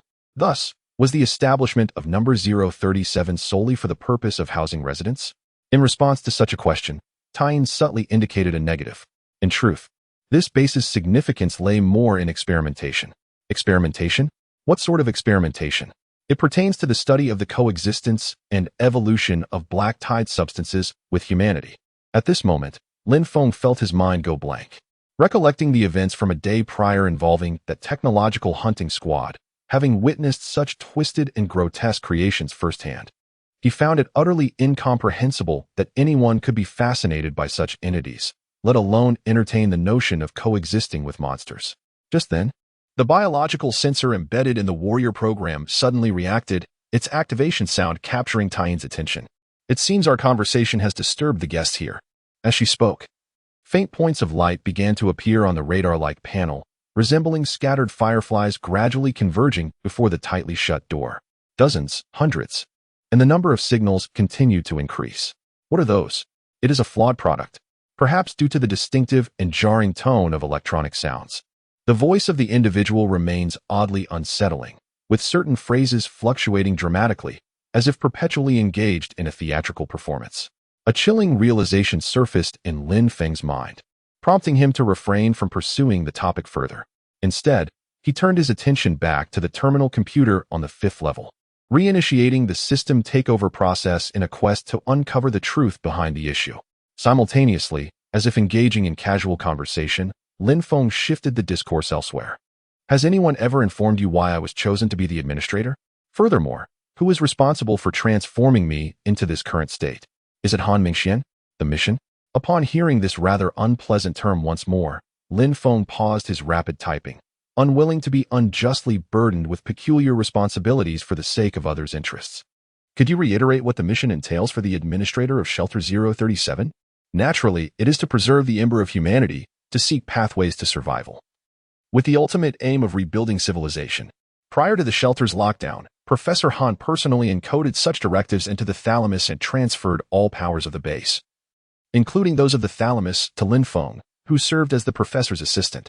That is? My name? Wait, what are you saying? Professor's assistant? When will I know why I am completely unaware of such matters? In response to the astonishment revealed in Lin Feng's demeanor, Tyne thoughtfully reminded him. Due to prolonged seclusion and the inefficacy of the thalamic system, it is normal for your memory to experience a certain degree of loss. Tyne's words completely bewildered Lin Feng. He was certain he had only met that young professor once. And how could a freshman like him possibly become an official assistant to a professor? As it appeared the other party was questioning his credibility, Tyne promptly uploaded a verification document before Lin Feng. Within it was a facial recognition image, and upon opening it, a middle-aged man's face unexpectedly materialized before him. Although the individual in the image appeared significantly older, with a gloomy demeanor and unkempt beard, Lin Feng discerned a hint of familiarity upon closer inspection. Furthermore, the accompanying signed document clearly bore his name, Lin Feng, and even the handwriting was strikingly consistent with his own. Is this what I will look like in the future? Never mind, I shall not dwell on those perplexing issues for now, as they are unlikely to be resolved in the immediate future. As the monitoring facilities within the experimental zone were gradually seized, Lin Feng soon beheld a harrowing scene through a surveillance camera positioned in the atrium of the area. The first image that appeared before him was that of a grotesque mound of flesh, a cursed entity formed from a myriad of distorted limbs and skeletal remains. Its colossal form dominated the hall, and as the lights gradually brightened, the flickering illumination danced upon its dark brown skin, causing the 12 heads adorning its body to writhe in unison. These heads, varying in gender, emitted anguished moans in response to the light's stimulation. The limbs extending from the grotesque mass flailed incessantly, as if attempting to escape. Even more chilling was the moment when Lin Feng sought to magnify the image for a closer inspection. A chorus of low, desperate cries, each distinct in voice and origin, resonated as if pleading for salvation. In that instant, Lin Feng felt an overwhelming shock to his very core. Were these individuals still alive? How could that be possible? If so, it would imply that they had endured for centuries in a lightless chamber without sustenance or water. Even a child would understand the impossibility of such a scenario. Yet, it was unfolding right before Lin Feng's eyes. Chapter 24: The Possibility of Evolution. Evidently, this grotesque entity is yet another aberration spawned by the black tide. The pervasive black tendrils throughout the atrium indicate that over 1/3 of the entire experimental area has succumbed to its infection, rendering the hall at the main entrance virtually uninhabitable. In front of the sturdy blast door, an unsettling congregation of bizarre, deformed creatures has already gathered. As the system's power gradually returns, the illumination and the reactivated instruments within various testing grounds awaken even more aberrant beings that were previously in a dormant state. At this moment, Lin Feng could not help but feel a sense of relief that he had refrained from opening that blast door. Otherwise, the situation might have spiraled into uncontrollable chaos. Given the current defensive capabilities of the base, confronting such a multitude of aberrations would undoubtedly prove to be a formidable challenge. Should these monsters emerge en masse, it would pose a significant threat to the entire sanctuary. Yet, gazing upon this scene reminiscent of a hellish abyss, Lin Feng could not suppress his curiosity about how the technological hunters managed to infiltrate this realm unnoticed and unscathed. Before long, as Lin Feng assumed complete control over the system permissions of the 5th level, the thalamic database was inundated with an overwhelming influx of over 100 unprocessed warning messages, spanning a timeline of several centuries. The earliest documents could even be traced back to the day in 2077 when the base was subjected to a lockdown. Warning: risk of leakage in experiment module C3. Warning: isolation gate 4 has been destroyed. Warning: containment breach. Rapid response team unresponsive. Current area has been forcibly sealed. After a cursory examination of these documents, which had been delayed for centuries, Lin Feng silently called out the name of Tien in his heart. Tien, are you there? Indeed. How may I assist you? I wish to understand. What exactly is the black tide? The origins of this substance remain unconfirmed, yet there are claims that it initially hails from an extraterrestrial realm. Extraterrestrial realm? The mention of this evoked in Lin Feng the image of the moon shattered in the sky above Huiyuan. Could there be a connection between the two? According to the experimental results at the site, this substance possesses the capability to catalyze rapid cellular growth and induce evolution based on the surrounding environment. However, this evolution is often uncontrollable, leading to instances of excessive growth. In such cases, the infected individuals exhibit irreversible mutations. Thus, it is imperative to urgently seek feasible methods to suppress the characteristics of the black tide. This information is derived from the experimental theories of Professor Han Mingxian. Upon hearing this, Lin Feng paused momentarily, his gaze eventually returning to the grotesque aberrations roaming within the courtyard. Each bore superfluous appendages, and while their size paled in comparison to the colossal chimera, it was indicative enough. Could it be that, in the throes of survival, these entities had evolved into such forms, subsisting by devouring other infected beings to endure until the present day? I recall you mentioning that Vault 037 had specifically recruited a cohort of residents, correct? Indeed, owing to the United Government's vigorous promotion. Entry to Vault 037 commanded a staggering 37 million. Situated in Antarctica, untouched by the black tide, it garnered a deluge of 140,000 applications, with a mere 271 fortunate individuals securing residency. And what, pray tell, has become of these fortunate souls? 257 of them stand before you, sir. A mere 200 individuals, the victims of a single madman's vision, culminating in such a catastrophic outcome. He found it incredulous that the erudite, witty, and affable young professor he remembered could perpetrate such inhumane, fiendish acts in secret. Lost in thought, something seemed amiss. Hold on, you say 257 individuals? What of the others? Where have they gone? However, Tyin's subsequent utterance plunged him into silence. According to the last information retained in the memory module, on the day of the closure, Professor Han Mingxian himself led the remaining members to depart from Shelter 037, having entrusted the command of the shelter entirely to you beforehand. Departed with the others? Could it be that he truly succeeded? Yet, if Tyin is indeed correct, does that not imply that I had been within Shelter 037 long before Professor Han initiated the experiment? If that were the case, why do I possess no recollection of these events? Wait a moment. Since Professor Han entrusted the authority to me before choosing to leave, does that mean I was still within the shelter at that time? At this thought, for some inexplicable reason, he suddenly recalled the decayed corpse slumped upon the iron throne, trapped in the core of the thalamus. Could it be? Just then, Tyin's voice resonated once more from the background. It appears you have successfully acquired a blessed child. Thus, the experiment may once again be feasible. Well done. It seems you had already contemplated this issue. A blessed child? It sounds as if it belongs to the realm of certain adolescent fantasy novels. In simple terms, it refers to a rare existence that has successfully fused with the black tide, thereby gaining extraordinary abilities while remaining uninfected. In the past, the coalition government had sought to recruit naturally blessed children in hopes of combating the increasingly severe phenomenon known as the black tide. However, due to their exceedingly scarce numbers, the government ultimately sanctioned Professor Han Mingxuan's proposal to artificially create these blessed children. As he spoke, a document organized by Tyin was presented before Lin Feng, prominently featuring a video. When Lin Feng played it, he was taken aback to see a young girl clad in a beige nightgown, languidly sprawled across a sofa. Could that be Xiaobai? Was it possible that her monstrous regenerative abilities were, in fact, a gift from the Black Tide? Chapter 25 New Order with Tyin's assistance. Lin Feng could distinctly perceive an enhancement in the thalamic processing capabilities. Even the previously convoluted and capillary-like lower-level systems became remarkably organized under its optimizing support. Surprisingly, deep within one passage, Lin Feng discovered a highly secure containment facility, reminiscent of a special ward in a psychiatric hospital, housing as many as 20 distinct compartments. Among these was the special room Xiaobai had mentioned, which contained a substantial amount of black tide material. The fresh footprints on the ground indicated that individuals had navigated through a convoluted ventilation system to reach this place. In the past, these locations were specifically designated for the containment of peculiar aberrations produced during experiments. In accordance with the Council of Tyin, should any extraordinary entities be discovered in the future within the realm of gray origin, they could naturally be housed within these specialized chambers, facilitating further investigation into the black tide. By employing a broadcasting system to emit noise, he adeptly lured the majority of the infected individuals towards the central courtyard, and then, utilizing the remaining energy reserves, resolutely initiated the disinfection protocol within the laboratory. Although some among them remained alive under the influence of the black tide, it was evident that this distorted form of life had lost all hope of salvation.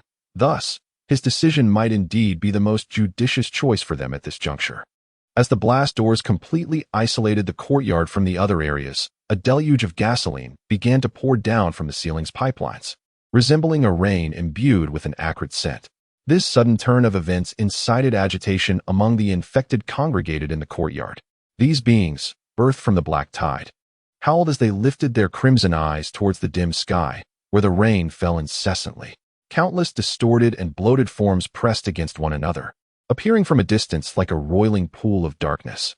Soon, with the first flicker of flame illuminating the night sky, the spark ignited upon contact with the flammable rain, setting the entire expanse ablaze. The inferno surged almost instantaneously, engulfing the courtyard's chamber, leaving no corner untouched by its voracious flames.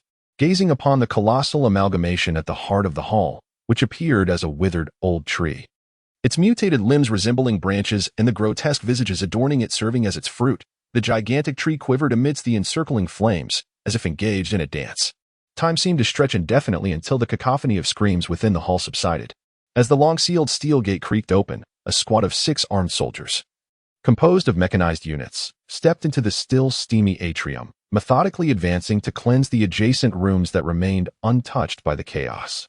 Once this task was accomplished, Lin Feng delegated the remaining duties entirely to Tying, for after enduring such an array of bizarre events, he yearned for a moment of solitude. As the scenes continued to shift, his gaze once again settled upon the corpse seated upon the throne, meticulously digesting the previously unfathomable revelations. Could the figure before him truly be himself? According to Tying, from the inception of the shelter, he had shared an extraordinary connection with a professor named Han Mingxian, even participating together in the cruel experiments against the Black Tide. Although Lin Feng was reluctant to accept this notion, the existence of a document bearing his own image alongside the undeniable reality of his current role as the shelter's overseer suggested that this matter was far more intricate than he had ever imagined. Assuming the veracity of Luna's assertions, the sole plausible explanation discernible to Lin Feng at this juncture is that he, in his capacity as administrator, encountered some predicament necessitating the upload of his consciousness via that peculiar apparatus into the thalamus. In the process, due to some unforeseen circumstance, he suffered the loss of memories predating his entry into the shelter, culminating in the perplexing situation now confronting him. While ostensibly reasonable, this account is not devoid of lingering doubts, such as the query of whether his future visage will indeed be so unsightly. Regarding the facial recognition image uploaded by Luna, depicting a middle-aged man with thinning hair, an oily complexion, and listless eyes accompanied by pronounced dark circles, he appeared, by all accounts, to be a quintessential middle-aged, low-status, technically inclined male, albeit the facial structure and nose bore a resemblance to his own.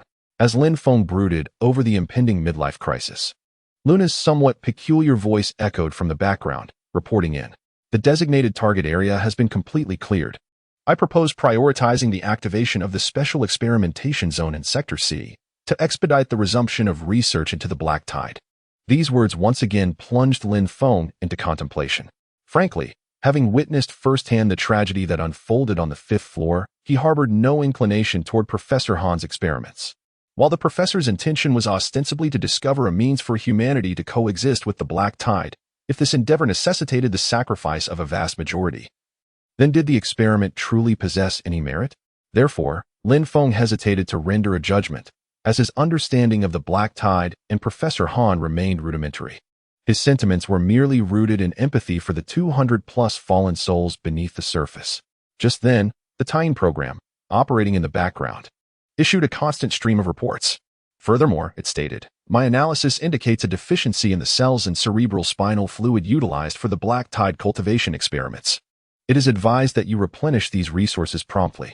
Subject Xiaobai, the blessed child residing within the shelter, would serve as an exceptional source. In accordance with standard experimental protocols, a prefrontal lobotomy is recommended to facilitate future extraction of materials. As Tying paused, poised to continue its assessment of the facility, Lin Feng interjected, enough. Cease discussing these standard protocols with me. I have my own designs and considerations regarding Xiaobai. Lin Feng's tone was measured, and his words effectively silenced the AI. Regardless of Han Mingxuan's prior directives, I am now the administrator of Shelter 037, and I shall implement my own set of operational guidelines. I will realize my objectives and usher in a new order through my own methods. Do you comprehend my meaning? His declaration appeared to have subdued the AI. For after a moment, a new notification materialized before him. Objectives updated. Subsequently, Tying's voice resonated once more from the background. I comprehend. It appears that your foresight surpasses my expectations. Henceforth, the 037 shelter shall devise strategies based on new objectives. Objectives? Strategies? I sincerely hope it truly grasps the essence of my words. Chapter 26. Aerial reconnaissance ready. The Xianyao is prepared. Activating Platform 2. Within the checkpoint on the 1st floor of the shelter, the launch platform housing the Xianyao fighter is now poised for release. Once the command center issues the order, the gates situated above the hangar will gradually open in synchrony with the flashing signal lights. The accumulated gravel upon the ground begins to flow back into the base, and under the illumination of the hangar lights, the drifting gray particles resemble a gentle snowfall of ash. In this moment, the long-buried underground kingdom, sealed for centuries, is finally graced once more by the sky. With the deep rumble of the cold fusion engine, a silver-clad iron bird abruptly emerges from the depths, soaring forth like an eagle freed from its cage. ascending towards the vast expanse of the cosmos. This is the Xian Niao aerospace fighter piloted by Lin Feng. Having been an ordinary university student prior to being encased, and having scarcely boarded a commercial flight, Lin Feng's understanding of aviation is limited, rooted entirely in a game titled Anton Thunder. Despite the fact that the Xian bird is equipped with a remarkably advanced intelligent driving system, its maiden flight nearly encountered a mishap. Specifically, it almost collided at a velocity of 3.5 Mach with the still partially open hangar door. Fortunately, before the throttle could be pushed to its maximum output, the aircraft's driving assistance system promptly corrected this minor issue concerning the takeoff angle, a fact that continues to evoke a sense of trepidation within him. The exhilaration was far beyond his expectations. Merely 5 seconds later, the jet, having achieved full throttle, ascended to an altitude of 3,700 meters directly above the base. Hovering in place above Huiyuan, through the panoramic sensors of the Xian bird, Lin Feng beheld for the first time the enigmatic veil of this continent. As he had initially envisioned, it unfolded before him as an endless expanse of gray plains, the vastness of this gray desert far exceeding his estimations. Within this landscape lay several uniquely captivating scenes, such as the previously visited Wind Bell town, which appeared from above like a quaint little village. Surprisingly, within 100 kilometers surrounding the sanctuary, numerous similar small settlements emerged, suggesting that this gray expanse was not devoid of life. Notably, beneath the hills in the southern plains, there existed a substantial cluster of buildings, which, by scale, seemed to be 6 times larger than Wind Bell town. The ebony ramparts encircling the entire town were distinctly visible even from a considerable altitude. If conjecture serves correctly, that should be Black Sand Town, previously mentioned by the tech hunter. To call it a town is a misnomer. It more closely resembles a city. Apart from the settlements of various factions scattered nearby, one could occasionally glimpse peculiar facilities and structures within the gray mire. In the southwestern hills from the refuge, Lin Feng even caught sight of a sprawling urban ruin, half submerged beneath the desert sands. Yet, all of this paled in comparison to the magnificent edifice at the far end of the gray mire. Initially, peering through the grayish clouds enshrouding the distance, Lin Feng mistook what lay hidden beneath them for a towering mountain range. However, when the drifting clouds inadvertently revealed the ebony cupola concealed within, he realized it was, in fact, a man-made tower, evocative of the fabled Hanging Gardens of Babylon. Strangely, the structure rose from the gray mire's mountains in an inverted conical shape, defying the laws of physics. Numerous tower-like constructions below collectively supported the vast urban platform above, resembling a colossal insect lurking among the mountains, leaving an indescribably eerie impression at first glance. Following a swift photographic reconnaissance of the surrounding vista, particularly the peculiar edifice, Lin Feng commanded the Xian bird fighter to descend rapidly to a hovering altitude. Despite the Xian bird's possession of cutting-edge technology capable of sustaining exospace navigation, coupled with a highly intelligent auxiliary system, it lacks complete autonomous operational capabilities. A total severance from the cerebrum's control would engender numerous indeterminate variables.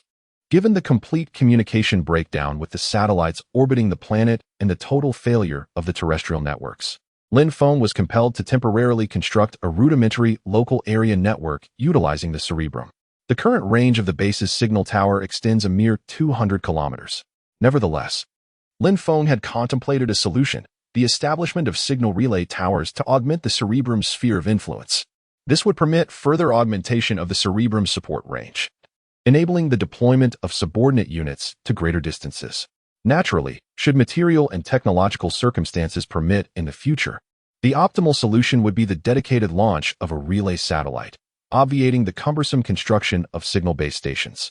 Regardless, both strategies are predicated upon a significant prerequisite, the substantial resources required to realize these ambitions.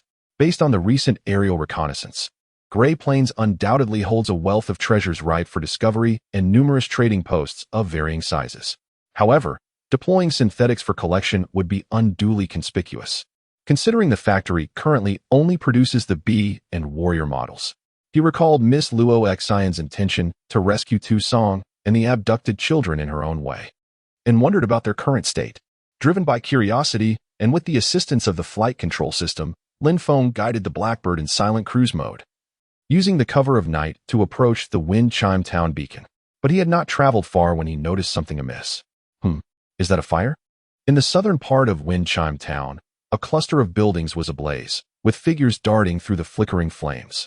As the camera zoomed in, a familiar face caught Lin Feng's attention. Luo Xin? What is she doing here? Chapter 27. The Imaginative Strategist. It was indeed a remarkable coincidence. As the fire on the ground intensified, a series of explosions echoed through the Blackbird's monitoring array. Analyzing the situation on the ground, Lin Feng pieced together the likely sequence of events. At this juncture, a maiden named Luo Xin was swiftly traversing the dilapidated structures, escorted by several guards. Judging by the surroundings, it appeared to be an abandoned, antiquated factory, presumably the raiders' outpost previously mentioned. It seemed Luo Xion's squadron was endeavoring to rescue the imprisoned Tu Song and his companions. However, considering the present circumstances, although the explosion they orchestrated on the camp's periphery had successfully diverted the raiders' attention, their situation remained precarious. In essence, their numbers were insufficient. Should the raiders promptly retaliate? Luo Xion's party, having ventured too far into the raiders' encampment, would likely face the grave peril of encirclement and annihilation. Before long, under Lin Feng's observation, Luo Xion's group plunged into a derelict warehouse. Moments after they sought refuge within the building, a dozen armed individuals emerged from a nearby alley. Among them was a peculiar figure, exceeding 2 meters in height and possessing an unusually robust physique. This individual was clad in makeshift armor constructed from scrap metal. Ordinary weaponry would prove largely ineffective against this behemoth, and upon encountering it, Luo Xion's team would undoubtedly suffer significant casualties. Curiously, however, after a meticulous radar analysis of the raiders' camp, Lin Feng detected no substantial life signatures within the abandoned buildings. If the convoy members were indeed held captive there, they should have been readily discernible. A sense of foreboding began to dawn on Lin Feng. Was it a trap? Had they anticipated the arrival of the Wind Chime Town residents? Just then, another muffled explosion within the encampment seized his attention. The blast emanated from the warehouse where Luo Xian and her party had sought refuge, suggesting that, as expected, they had been discovered by the brigands. With a surge of fire, a hail of shrapnel composed of discarded metal was hurled into the warehouse. After a single volley, Lin Feng noticed that Luo Xian's team had already lost the biosignals of 2 members. This outcome greatly surprised Lin Feng. As more and more bandits encircled the warehouse, Lin Feng realized that the annihilation of Luo Xian's group was only a matter of time. In this situation, if the Blackbird were to launch an attack directly, the risk of collateral damage would be immense, whether from the Hellfire bombs in the pods or the 2 high-caliber rapid-firing autocannons, given the proximity of the individuals. With their numerical advantage, the bandits had swiftly advanced to the base of the warehouse, completely suppressed by the onslaught. Luo Xian's party had all but lost any chance of retaliation, as evidenced by the sporadic gunfire emanating from within the warehouse. At this critical juncture, it is imperative to devise a strategy to divert the attention of those marauders, otherwise trapped within the confines of the warehouse. The group led by Lo Sin may scarcely endure a minute under their full-scale assault. Consequently, Lin Feng, hovering in the sky, directed his focus towards a barack nestled in the corner of the camp, just as he was poised to unleash a powerful bomb upon it. A voice from Tyne suddenly resonated in his ear. I have noted that you have disengaged the safety protocols of the fire control system.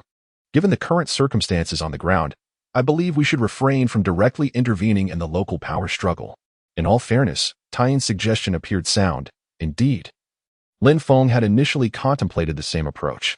However, should that woman named Lo Sin perish here, it is likely that Fengling Town would soon fall entirely into the clutches of these Gray Plain bandits.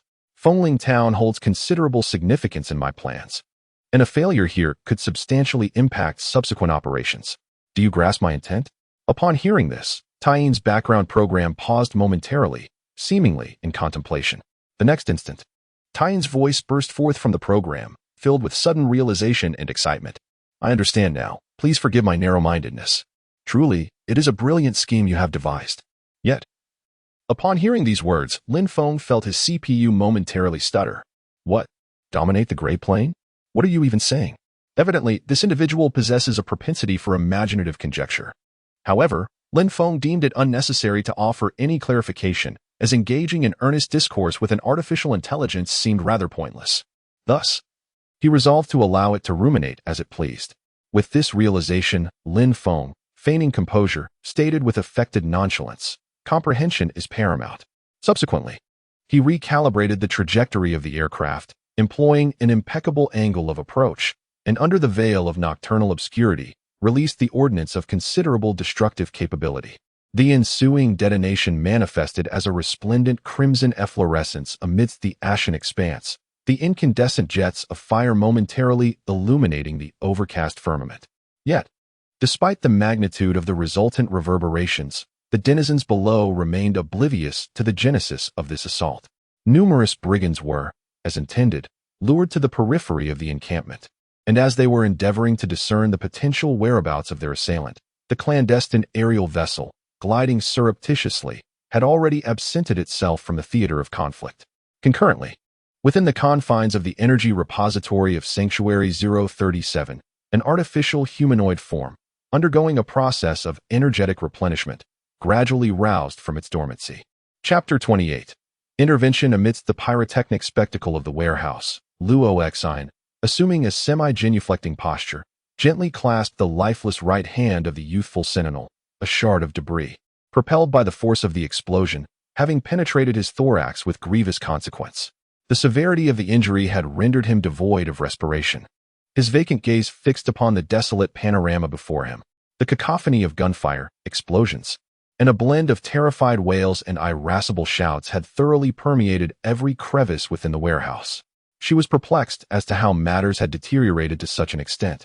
Yet there was no respite to afford her contemplation. Regrettably, it is I who have brought misfortune upon us all. At the demise of the fallen, Luo Xin was consumed by profound remorse. However, upon hearing these words, the man concealed behind the wall wore an expression of disdain. After replenishing the ammunition in his rifle, he uttered with measured composure, "I observed a diminution in the number of sentinels outside. This presents an opportunity." As he spoke, the man cast a sidelong glance towards the window. A cataclysmic detonation had just occurred in the northern sector of the brigand encampment. Though the specifics remained shrouded in mystery, it had successfully diverted the attention of the marauders encircling the warehouse. Presently, some of them had already hastened towards the locus of the assault, doubtlessly alleviating the duress endured by Luo Xin and her comrades within the confines of the warehouse. I have secreted the vehicle north of the encampment. Sanctuary lies therein. The crux of the matter, however, was the imperative to neutralize that vexatious adversary. Scarcely had the man's pronouncement concluded when, accompanied by another shrill reverberation, a deluge of fragmented shrapnel was hurled into the warehouse from the external milieu.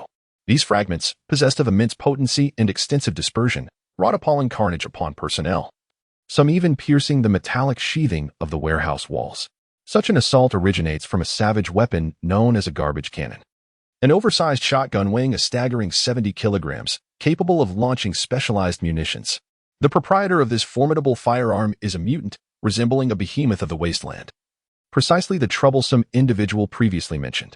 Presently, this creature, clad in heavy armor, stands in the middle of the street, maniacally tilting the barrel of his weapon towards the nearby structure, his deranged demeanor akin to that of a drug-induced lunatic.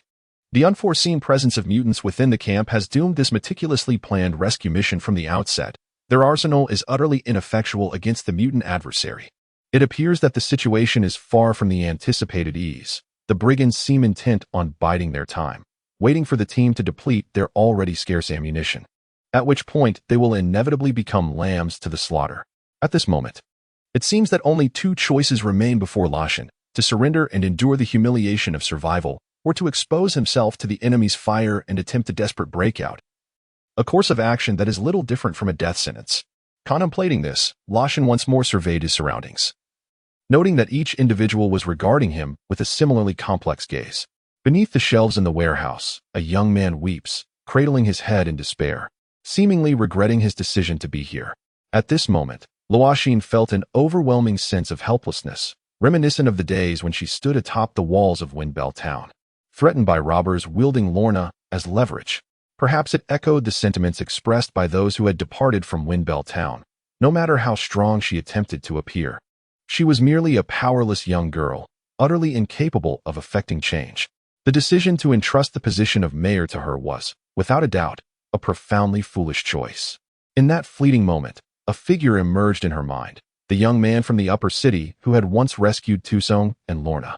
His demeanor exuded a maturity and confidence that she both admired and lacked.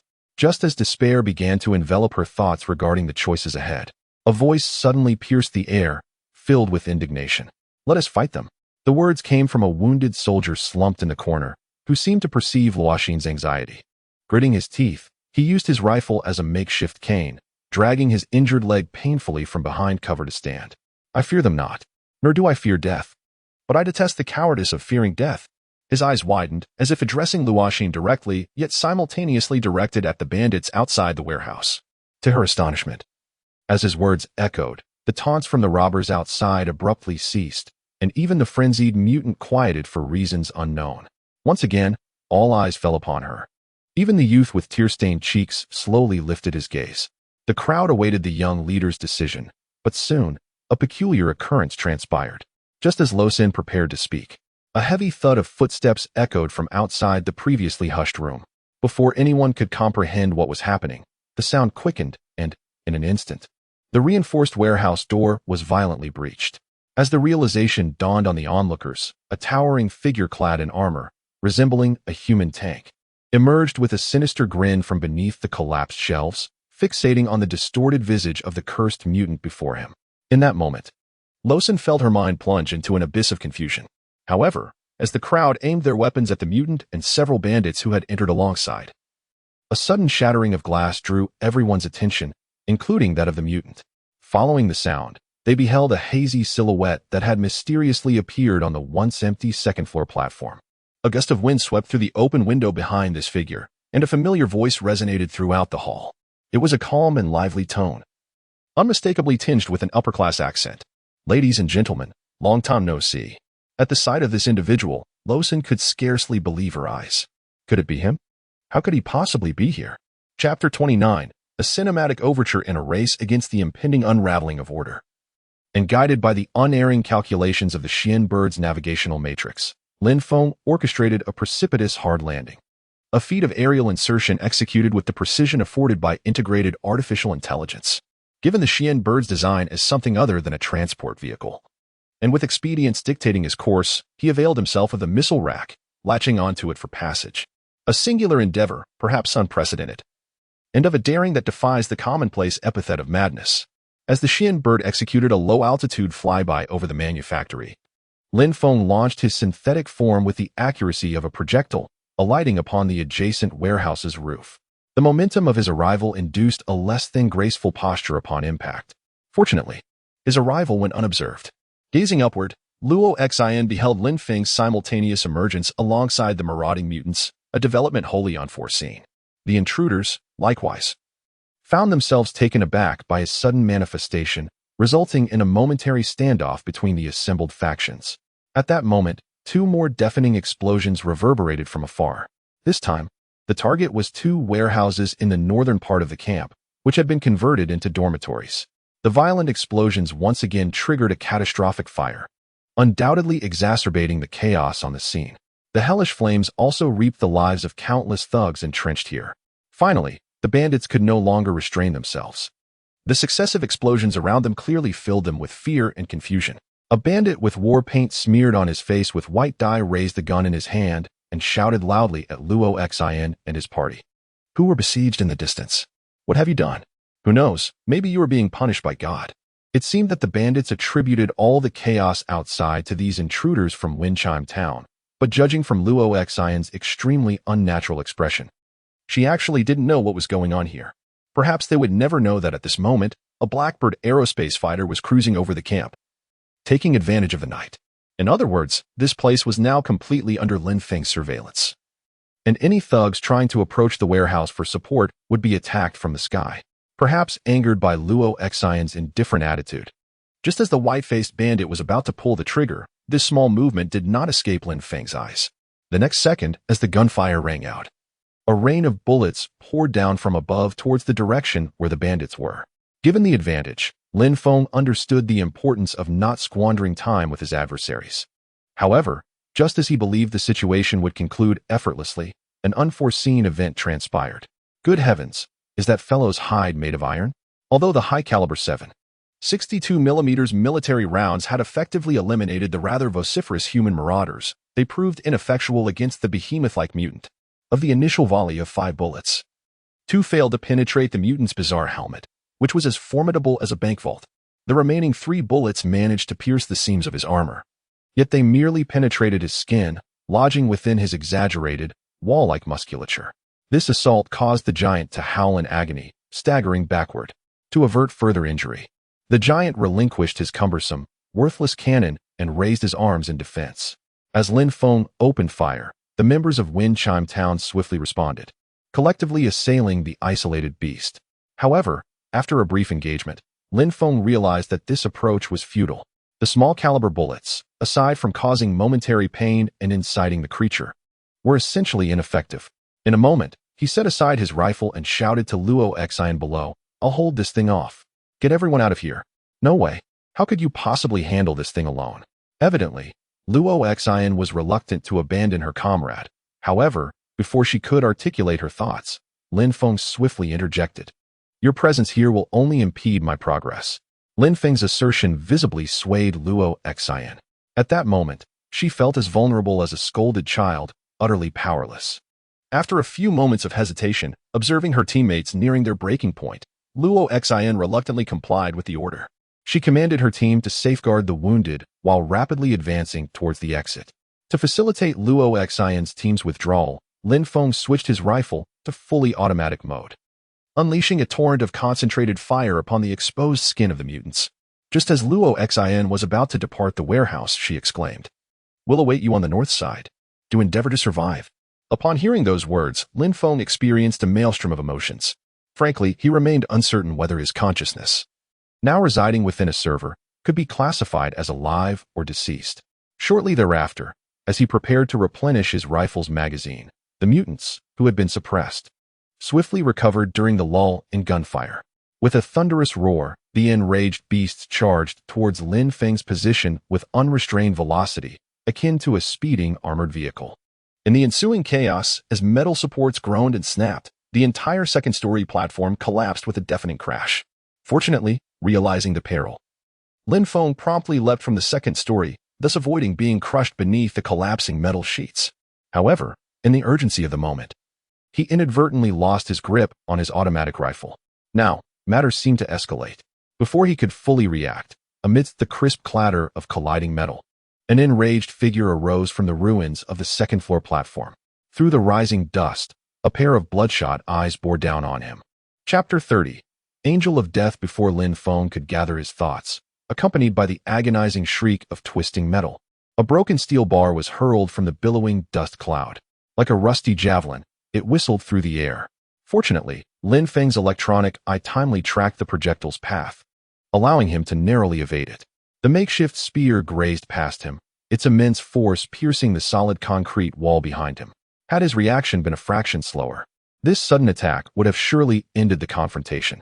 This close call made Lin Feng acutely aware of the significant disparity in strength between them. As his current biosynthetic body had not been enhanced for combat, its functional attributes were merely those of an exceptionally fit human, far from being overwhelmingly superior. Had I known, I should have brought the warriors with me. Realizing that close combat was unwise, Lin Feng quickened his pace, seizing the opportunity to widen the distance between them before his opponent could make another move.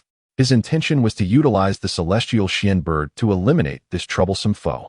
But why? The adversary's speed had inexplicably increased. Boom.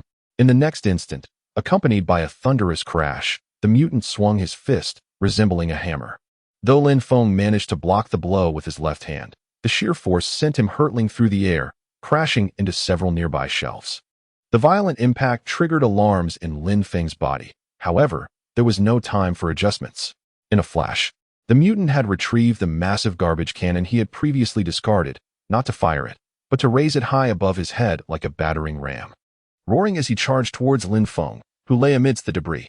Clearly, his intention was to deliver a final blow to his opponent. "I'm the strongest." Yet, to the mutant's astonishment, as soon as the words left his mouth, a familiar gunshot echoed from behind. 2 bullets whistled through the air, striking his raised right hand and successfully piercing through the back of it. "So you can speak. I had thought you were mute." Indeed, the formidable punch just delivered was sufficient to shatter the bones of an adult, and the sheer agony elicited by the biological nerves could easily impair one's capacity for rational judgment. However, Lin Feng was no ordinary individual, although not specifically suited for combat. His physique was undoubtedly more resilient than that of a conventional human body. As he spoke, Lin Feng once again raised his left hand, the very appendage that had previously intercepted the mutant-esque strike. At this moment, the mechanical prosthetic, which he had seized from the technological hunter, had sustained significant damage, rendering it functionally impaired. Nevertheless, its integrated firing module remained operational. What is the matter? Are you afraid? Perhaps you would care to discuss how you came to be in such a wretched state. With such a grotesque appearance, I dare say no woman would find you appealing. Would she? Moreover, not only are you unattractive, but your intellect appears to be severely lacking. I suspect our ancestors from 7 million years ago possessed far greater cleverness than you. With all your strength, perhaps I should recommend you for a job in dung disposal? As his words hung in the air, 2 bullets were once again discharged from his left prosthetic. Though the damage inflicted was minimal, the insult was profound. And at that moment, the mutant on the opposite end was consumed with a desire to rush forward and crush that pretty boy's skull. So even you look down upon me. Clearly, Lin Feng's taunts had successfully incensed him. For the next instant, the mutant silently retrieved a sealed metallic syringe from a leather pouch at his waist, and without hesitation, plunged it into his abdomen. Shortly thereafter, a notification from the thalamus manifested before Lin Feng. Warning: detection of increased black tide infection concentration. Proceed with caution. Black tide. This spectacle evoked in Lin Feng recollections of the truth regarding Shelter 037, as previously mentioned by Tyene, and the experiment once conducted by Professor Lin.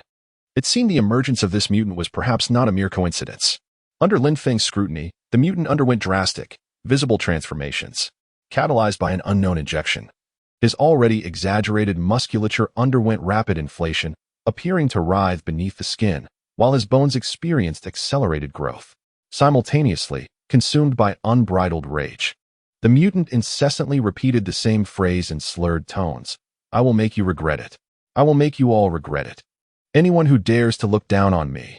Gradually, a guttural roar supplanted his voice, his severely mutated throat incapable of articulating coherent sentences.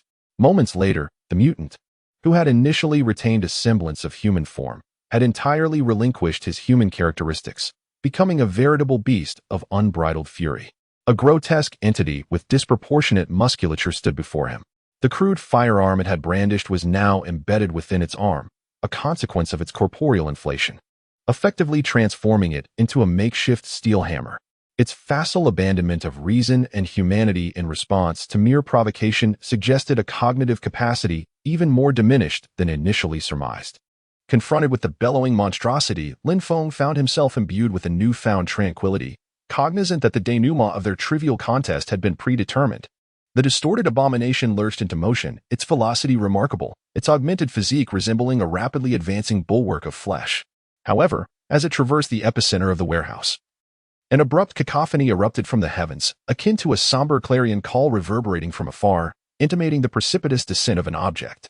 The auditory assault eclipsed the mutant's roar, succeeded by an acute ululation emanating from above. Simultaneously, a barrage of projectiles materialized, cleaving through the warehouse roof. This aerial assault was orchestrated by the Vermilion Bird, executing a strafing run with its autocannon. The aircraft traversed the warehouse ceiling at breakneck velocity. Against the concentrated fusillade of large-caliber rounds, even reinforced steel proved vulnerable, let alone mere muscle and bone. In the wake of the aerial harbinger of demise, Lin Feng's field of vision was inundated with detritus. Furthermore, a dilapidated and fragmented skeletal structure. Chapter 31. Specimen: the individual who was just moments ago brimming with vitality is now uniformly smeared across the ground. It has indeed stirred up quite a commotion. Surveying the hellish landscape outside the window, the aftermath of the bombardment, Lin Feng could not help but exclaim in awe. When it comes to researching methods of human extermination, the ingenuity and imagination of humanity are boundless. At present, damage signals emanating from various parts of the body are incessantly flooding Lin Feng's mind. As he had previously surmised, this bionic body, specifically designed for disguise, proves to be rather inadequate in combat situations. In the wake of the recent skirmish, Lin Feng's left arm is nearing complete disrepair. The transmission mechanism responsible for supporting grasping functions has fractured, rendering complete restoration a challenging endeavor. Concurrently, Several muscle coils and bionic skeletal components within the body have sustained multiple fractures. However, these issues are not the most pressing concern. Lin Feng glanced downward, observing a metal bar, presumably from a shelf, that had pierced through the abdomen from back to front, precisely in the region of the kidneys. This injury was sustained during the prior engagement. Although it did not compromise any critical functional areas, nor did it elicit any sensation of pain, the troublesome aspect lies in the substantial wound it has inflicted. The lacerated artificial skin has exposed a significant area of underlying synthetic components to plain sight. Undoubtedly, this would significantly augment the peril of self-exposure. Should his little secret be discovered by outsiders, it's feared that the identity of Lin Feng, the traveler, so painstakingly established, could no longer be freely employed.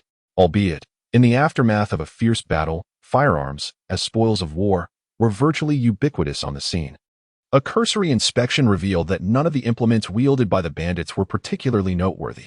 It was evident that these heavily modified rifles and handguns were, without exception, custom-made. Some had multiple bayonets affixed to the muzzles, or even blades mounted on the fore ends. Others, perhaps in pursuit of ultimate firepower, had crudely welded two rifles of the same model together, thereby achieving a doubled firepower effect, though this would merely compromise the gun's handling and attributes. It was apparent that these wasteland artisans were fond of indiscriminately attaching parts scavenged from various sources to their beloved firearms, giving full rein to the modicum of artistic flair they possessed. However, just as Lin Feng was preparing to depart, a casual glance caused the pool of flesh and blood that had once belonged to the mutant to once again capture his attention, especially upon noticing the metal syringe that had previously induced its violent mutation. This seemed to serve as a reminder that the laboratory located on the 5th basement level of the shelter had been successfully restored to at least one section. He recalled that before his departure, Tyne had specifically requested more fresh samples to support the normal operation of the experimental area. Recalling the entirety of the recent altercation with the mutated beast, it was unequivocally evident that the creature had augmented itself through the self-administration of an unidentified concoction. Furthermore, the instance of Little White sufficiently demonstrated that the substance known as the Black Tide could, under specific circumstances, imbue the human form with considerable latent capabilities. This realization immediately impressed upon Lin Feng the profound research potential inherent within. Reflecting on this, Lin Feng paused in his stride, lifting his gaze once more towards the distant, chaotic encampment of brigands. Indeed, did this locale not harbor a plethora of novel specimens? After an indeterminate duration, the incessant explosions emanating from beyond the confines of the factory caused the youthful gunman, tasked with guarding the captives, to grow restless. After a protracted period of hesitation, he inquired in a low, anxious tone, "Brother Zhang, shouldn't we abscond?" As he spoke, his gaze furtively shifted to the side, where his peripheral vision first discerned a fur boot that was quivering incessantly. "Damn it!" Accompanied by a subdued imprecation, the stub of a cigarette was cast to the ground, where it was promptly extinguished beneath the aforementioned boot. "Look at your spineless demeanor." The owner of the boot, a wizened man with a missing eye, rose to his feet as he spoke, delivering a sharp blow to the young man's head. "A mere woman and a few troublesome lackeys have reduced you to such a state of trepidation? With big fellow present, even the wild hunt squad from Black Sand would prove no match, let alone the riffraff of Windchime Town." The man's words evidently piqued the curiosity of the young gunslinger who had just received a slap. Was that fellow truly so formidable? Hearing this, the man cast a resigned glance at the youth. "What nonsense are you spouting? That was a masterpiece procured by the boss using half a year's worth of supplies from those mad doctors. They say that oaf is even more powerful than the bone man the boss tamed previously." At this juncture, the man retrieved a crumpled hand-rolled cigarette from his jacket pocket and cast a knowing glance towards the elderly man bound to the chair beside him. "Old chap, I've heard there's a young woman named Loxon in your neck of the woods who's quite the sight. Tonight, I intend to see for myself." The man chuckled, squinting as he brought the cigarette filled with fine tobacco to his lips. However, just as he was rummaging about to locate his distinctive lighter, his gaze inadvertently met that of the elderly man, who was glaring at him with fierce intensity. The elder was none other than Tushing, the sheriff of Windbell Town, a figure of some repute locally, thanks to his past exploits and formidable skills.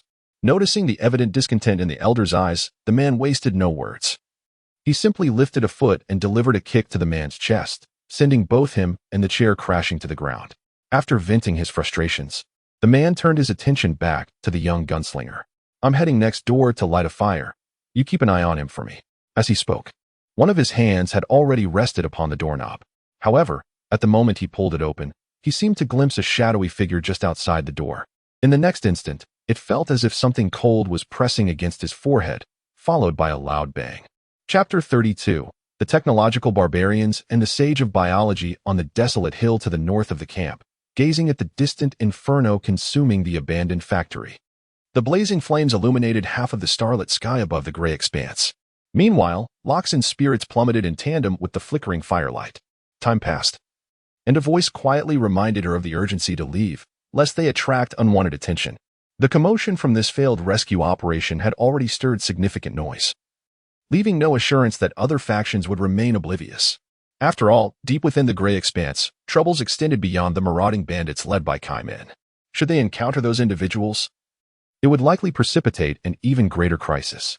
Being a native of the gray expanse, Loxin understood this well, yet at that moment, she merely bit her lip, her gaze fixed intently on the distant blaze. After a prolonged silence, she murmured as if to herself, "Just a little longer, just a little longer." Thus, she waited until the fragmented moon slowly ascended overhead. Just as Loxin began to waver, a sudden exclamation erupted from within the group, followed by a hand pointing towards a dark expanse of the wilderness. "Someone is approaching." The sound instantly invigorated Luo Xin, who had been wearied, and she turned to gaze in the direction indicated by the voice. Bathed in the dim moonlight, she indeed discerned a vague silhouette drawing near the desolate hill. Could it be him? Yet, just as Luo Xin prepared to illuminate her flashlight to guide the individual, she realized with a start that it was not one person, but several. This revelation undoubtedly heightened the already taut nerves of the rescue team. Several individuals? The moment she heard this, Luo Xin halted her actions. As the shadow drew closer, the increasingly discernible outline revealed that it was a small party of 3 to 4. Could they be bandits fleeing from the camp? To err on the side of caution, some members of the team had already aimed their firearms at the encroaching figures. However, as time passed and the faces of the approaching individuals became clearer, Luo Xin soon recognized her mistake. Wait a minute. It seems to be Tu Song and the soldiers who had previously escorted the refugee convoy. The figures were indeed Tu Song and the few guards, struggling to support one another as they neared the base of the desolate hill. Before the others could react, Luo Xin, the first to notice, dashed toward the approaching group. As she ran toward them, Tu Song, who had a limp, gradually came to a halt, silently fixating on the excited figure. When Luo Xin breathlessly arrived before them, "I had presumed I would never behold you again." Her countenance was adorned with an exuberance that she struggled to conceal, an indication that the situation had veered far from her expectations. However, upon noticing the absence of others accompanying the group and inadvertently observing the taciturn demeanor of Tu Song, the smile upon Luo Xion's face faltered. She straightened her posture, composed herself, and then posed the poignant inquiry, "What of the children? And the urbanite, Lin Feng? Do they remain within the encampment?" Sensing an ominous shift in the atmosphere, Luo Xian initially recoiled a step in disbelief before casting her gaze once more upon the bandit camp, now on the precipice of being entirely consumed by the conflagration. "There remains time. We are yet able to deliver them." As she spoke, she wrested a rifle from a guard who had hastened to her side, poised to dash behind the group. Yet, in the instant their paths intersected, Tu Song uttered, in an unusually somber tone, "They have been taken." And the urbanite, Lin Feng, after escorting us from the camp, departed thence alone. Upon hearing these words, Luo Xian, who had been on the verge of rushing forth, gradually came to a halt. "Taken? What import does that hold?" She pivoted, her voice laced with incredulity, and questioned. Yet, as her gaze fell upon Tu Song, she discerned that his lowered right hand was clenched into a tight fist, the sheer force causing his arm to tremble subtly. Beside him, the guards who had escaped alongside him were silently gazing elsewhere, as if burdened by unspeakable matters. Earlier, a biological sage from the White Box had visited this place, taking the children and others away with him. Upon hearing this news, Loxin was momentarily paralyzed, feeling her legs weaken beneath her, and she sank helplessly onto the soft ground, clearly reluctant to accept such a disheartening outcome. "Are you implying that they were taken by those madmen under the command of Dawn?" Silence enveloped the scene once more. Apart from the occasional howling wind in the gray plains, everyone seemed rendered mute. fully aware that even the fiercest bandits would instinctively retreat when confronted by the biological sages of the technological savages. It was said that a significant portion of the distorted beings wandering in the depths of the Gray Plains were the failed creations of these biological sages. Thus, even in death, few would genuinely wish to fall into their hands and become victims of their frenzied experiments. In that moment, a sense of despair began to seep into the hearts of all present, for they understood that the town of Winchim could no longer muster the strength to organize an expeditionary team to rescue those unfortunate children. Moreover, they had no inkling of what the white box, where the sages congregated, truly entailed. Unless a miracle descends, unless the divine bestows mercy, one cannot help but ponder. If such a deity truly exists, why has this world transformed into its current state? In despair, Loxin gradually lifted her gaze, fixating on the majestic celestial body slowly rotating in the night sky, and once again felt the insignificance and helplessness of her own existence. Just then, a swiftly moving point of light in the darkness caught her attention. It appeared to be an extraordinary creature bathed in moonlight, its entire form reflecting a metallic sheen. A bird? Strangely, this avian creature did not flap its wings, but glided gracefully across the night sky. As it was about to pass the center of the moon, Loxin, momentarily entranced by the silver celestial body, seemed to glimpse a figure standing upon the back of the iron bird, seemingly gazing back at her. This bizarre scene sent a shiver down her spine, yet when she hurriedly rose to seek the iron bird's presence once more, it had vanished silently into the gray expanse of the night sky, as if it had never existed at all. Was it merely an illusion? Chapter 33 The Legion. As the Shinbird fighter craft landed steadily on the helipad of the outpost, the engineering robots within the facility sprang into action, bustling about to replace ammunition and conduct meticulous maintenance on the aircraft, creating a scene of industrious activity. In a fleeting moment, as Lin Feng alighted from the wing of the Shinbird, a B-class self-propelled maintenance platform promptly arrived at his side. After divesting himself of his garments with the aid of nimble robotic arms, a series of live neural cables commenced the process of interfacing with the ports situated along his spine. Given the substantial damage incurred by his corporeal form during the preceding engagement, Lin Feng deemed it necessary to restore his shell to optimal condition before proceeding with subsequent actions. Just then, a familiar voice resonated from the vicinity. Following the auditory cue, Lin Feng's gaze fell upon an unfamiliar model of machine, positioned on one side of the platform. It was a synthetic being, its lithe frame crafted from silver-gray alloy, exhibiting an overall fluid aesthetic. The body appeared to be a modification of a W unit, augmented with bespoke components. Following system identification and authentication, this highly modified, futuristic-looking android was identified as the mobile chassis Taiyin had fashioned for himself, even bearing a Taiji symbol etched upon its breastplate, mirroring the icon in its back-end programming. After a cursory examination of the thalamic operational data, Lin Feng, seated upon the maintenance platform, turned his gaze once more towards Taiyin, now inhabiting his new body, and experienced a surge of curiosity. Did you design it yourself?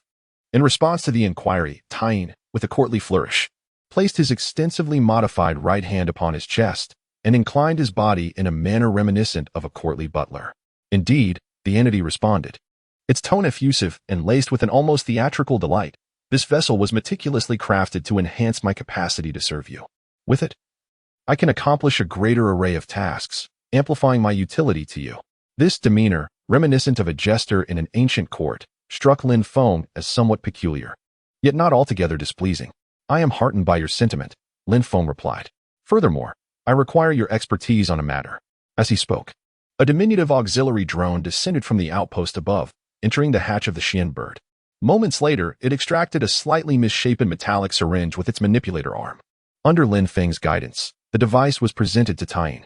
I have transmitted the relevant data to you. I am eager to ascertain your interpretation of this object.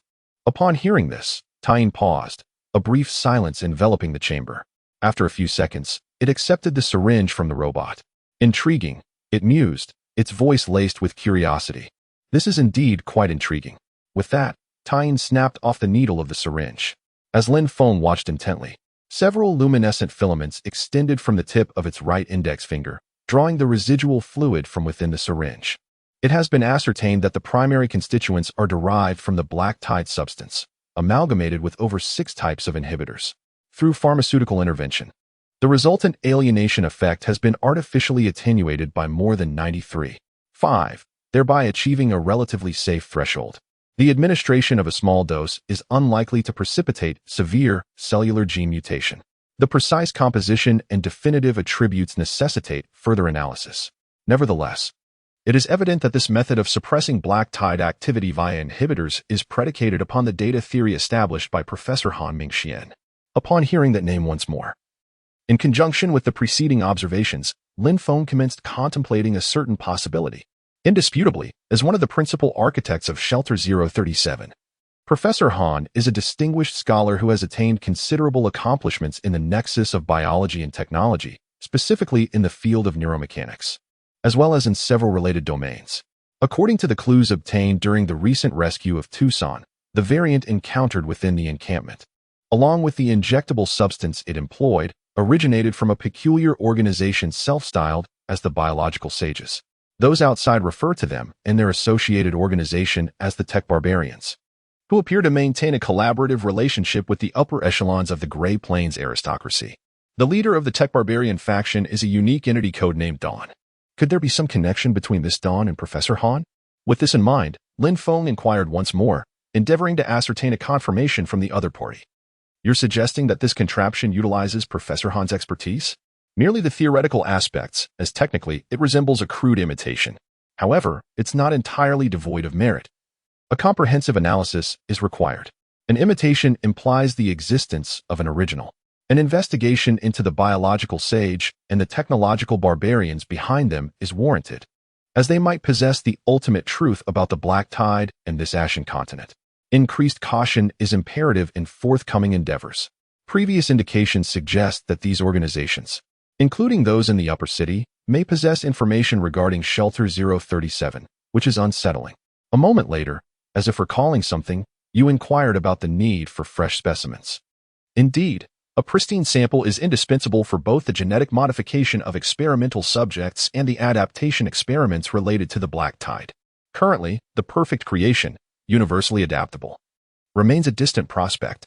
At this juncture, Lin Feng lapsed into silence.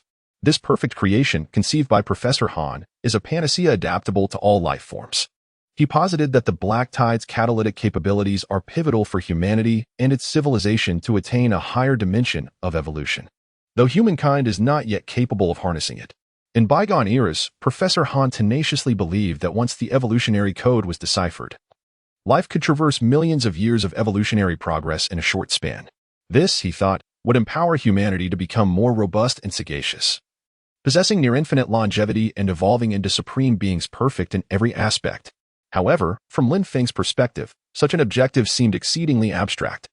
He was not concerned with the so-called destiny of the race. Rather, he was more interested in whether this endeavor could positively contribute to his own future explorations and advancements. After all, only by ensuring one's own survival could one be entitled to discuss the future and ideals. I have brought you the samples. Now, demonstrate your worth. I wish to ascertain as soon as possible what assistance the experimental agents can provide me. As he spoke, Lin Feng transmitted the internal view of the Blackbird cockpit to Tyin's backend. The not-so-spacious area was crammed with over a dozen sealed packages resembling body bags, some of which were convulsing violently. These were the fresh samples recently procured from the bandit camp. Upon seeing them, Tyin was visibly excited. I am eternally grateful. Then, considering the current circumstances, how would you feel about a biomechanical legion specifically at your command? Tyin uttered, with a profound undertone. Chapter 34, Neural Worms a Legion? Tyin's words immediately piqued Lin Feng's interest. He had to admit that it was indeed a rather intriguing concept. Harnessing the intrinsic capacity of the black tide to instigate biological mutations, particularly in organic matter, it can engender a prodigious legion of aberrant entities in a matter of moments. Given sufficient organic substrate, the cost incurred is negligible compared to that of a standard martial automaton. Even cadavers can manifest the inherent attributes of the black tide. And as the third most abundant resource in this blighted land, after stone and sand, its acquisition poses virtually no challenge. The brigands that infest the region alone can contribute a substantial yield. However, the issue lies in the fact that the aberrations spawned through direct contact with the black tide possess no semblance of reason, precluding any possibility of domestication. Consequently, such an army would merely create complications and serve no useful purpose. Thus, Lin Feng was intrigued as to the methodology Tyene intended to employ to secure the fealty of this legion. Judging by the tone of the latter, the statement was not made idly but predicated on a viable foundation. Elaborate. How do you intend to execute this scheme? I presume this is not merely a casual assertion? Assuredly. I have already prepared the requisite documentation for your perusal. Transmission request acknowledged. At that moment, it was ravenously gnawing at the tempered glass wall with its awl-like incisors, emitting a series of unsettling grating sounds in the video. Please take a moment to review this. The subject of this experiment is a sand rat that recently infiltrated the base. The catalyst used was formulated from residual root file data. Following the injection of 0.5 milligrams of the experimental agent, the subject's size increased by 27 times within 7 minutes, and its various attributes experienced significant enhancement. Remarkably, it truly resembled a mouse. This creature could likely consume a cat in mere bites. The results before Lin Feng appeared to unlock a new realm of possibilities. More importantly, aside from the change in size, the sand rat exhibited no uncontrolled deformities. It did not develop any superfluous limbs, nor did it transform into a grotesque mass due to violent mutations. From this perspective, the catalyst produced by Tyene clearly exhibited superior stability compared to the biological agents previously employed by the mutants. However, Lin Feng was more concerned with discovering a method to command these frenzied creations of the Black Tide. Only then could he effectively confront potential crises in the future, ensuring his own survival. Soon, as the video progressed, it was surprisingly noted that merely a few frames later, the previously agitated mutated sand rat was now obediently crawling within its cage, resembling a docile puppy. Under the automaton's direction, the aberrant creatures within the enclosure executed a sequence of actions, advancing, retreating, and somersaulting with unerring precision. Presuming there are no unforeseen complications, this phenomenon may be attributed to the peculiar apparatus resembling a spinal column affixed to the subjects. Are you suggesting that the mere installation of this contrivance upon the spine of a malformed entity suffices to manipulate its actions? Precisely.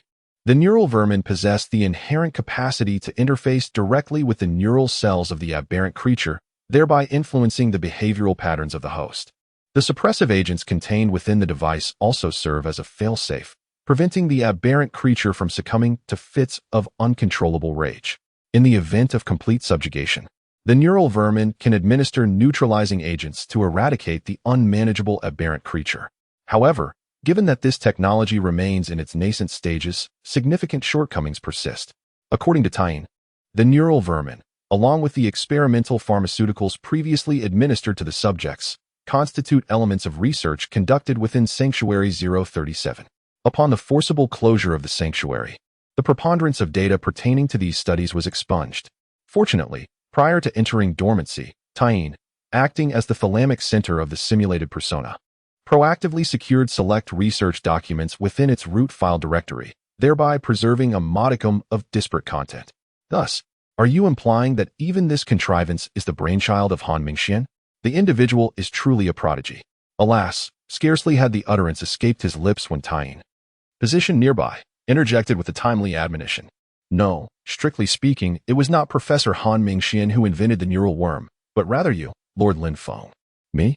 This assertion left Lin Feng momentarily speechless, for he was acutely aware that he was merely a mediocre student in the sciences, barely scraping by each year. How could such an extraordinary creation possibly be attributed to his own efforts?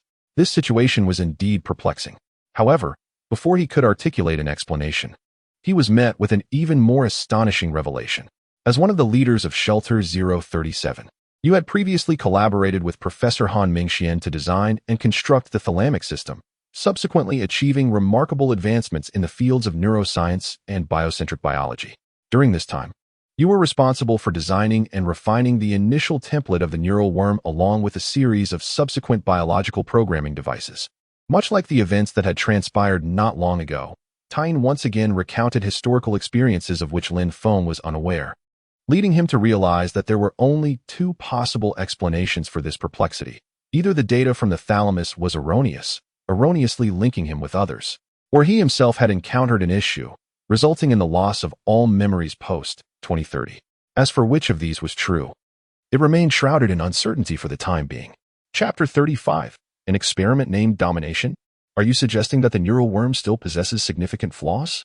What are the specific manifestations of these deficiencies? Specifically, the issue arises concerning the lifespan of the experimental subjects. As the words were spoken, the progress of the experimental footage neared its conclusion.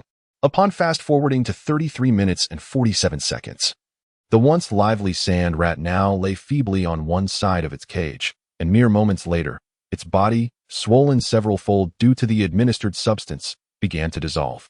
First the skin, followed by the muscle, which turned a mottled brown, until ultimately, the stark black bones were revealed. When the video ceased to play, only a dark, viscous pool remained in the cage, alongside a complete, heavy skeleton, while the nanobots, previously affixed to the sand rat's spine, had tumbled to the ground. The entire transformation and subsequent disintegration occurred in less than 30 minutes, a result that left Lin Feng with a tinge of regret. Meanwhile, Tyne expressed a peculiar sentiment with an unusual tone, lamenting, "Oh, poor little creature," for reasons unknown. This scene invoked in Lin Feng thoughts of certain films featuring ostensibly genteel and refined, yet secretly sadistic doctors who would not hesitate to harm innocent bystanders. The implantation of the nanobots induced a severe rejection response within the target, significantly diminishing their lifespan, rendering them akin to some disposable product intended for brief use. At this juncture, Tyne clasped its hands behind its back and, seemingly in a state of sorrow, shook its head. Its head, resembling a cylindrical camera, lent a somewhat comical air to this gesture. "I once dared to undertake a deconstructive analysis of your design, and I must confess that the architecture exceeded the bounds of my imagination. Due to the absence of critical documentation, I have yet to discover the most effective approach to address this issue. Please forgive my ignorance. However, I firmly believe that with your wisdom, this dilemma will soon find resolution." At that moment, Tyne's gaze returned to Lin Feng, and from the radiant sensor, Lin Feng seemed to perceive a glimmer of expectancy within. "Me? Forget it. Perhaps you should seek someone more capable." This remark made Lin Feng realize that Tyne was somewhat overestimating his abilities. Although he had a genuine interest in electronic machinery during his university days and occasionally tinkered with model assemblies or drones, this modest skill set was evidently insufficient in the face of true technical prowess. Nevertheless, in principle, he was at that moment Tyne's direct superior. So adhering to the adage that too much speech may lead to folly, Lin Feng could only fabricate an excuse to deflect the conversation. "I have other matters to attend to. I trust in your capability to manage these challenges." "Understood. I shall continue my efforts and will not disappoint your expectations." Although the Hunter Guild in Wenxin Town has nearly lost its functional capacity due to personnel attrition, it remains an officially sanctioned organization approved by the upper city. And thus the hunter status it confers is still recognized in other regions.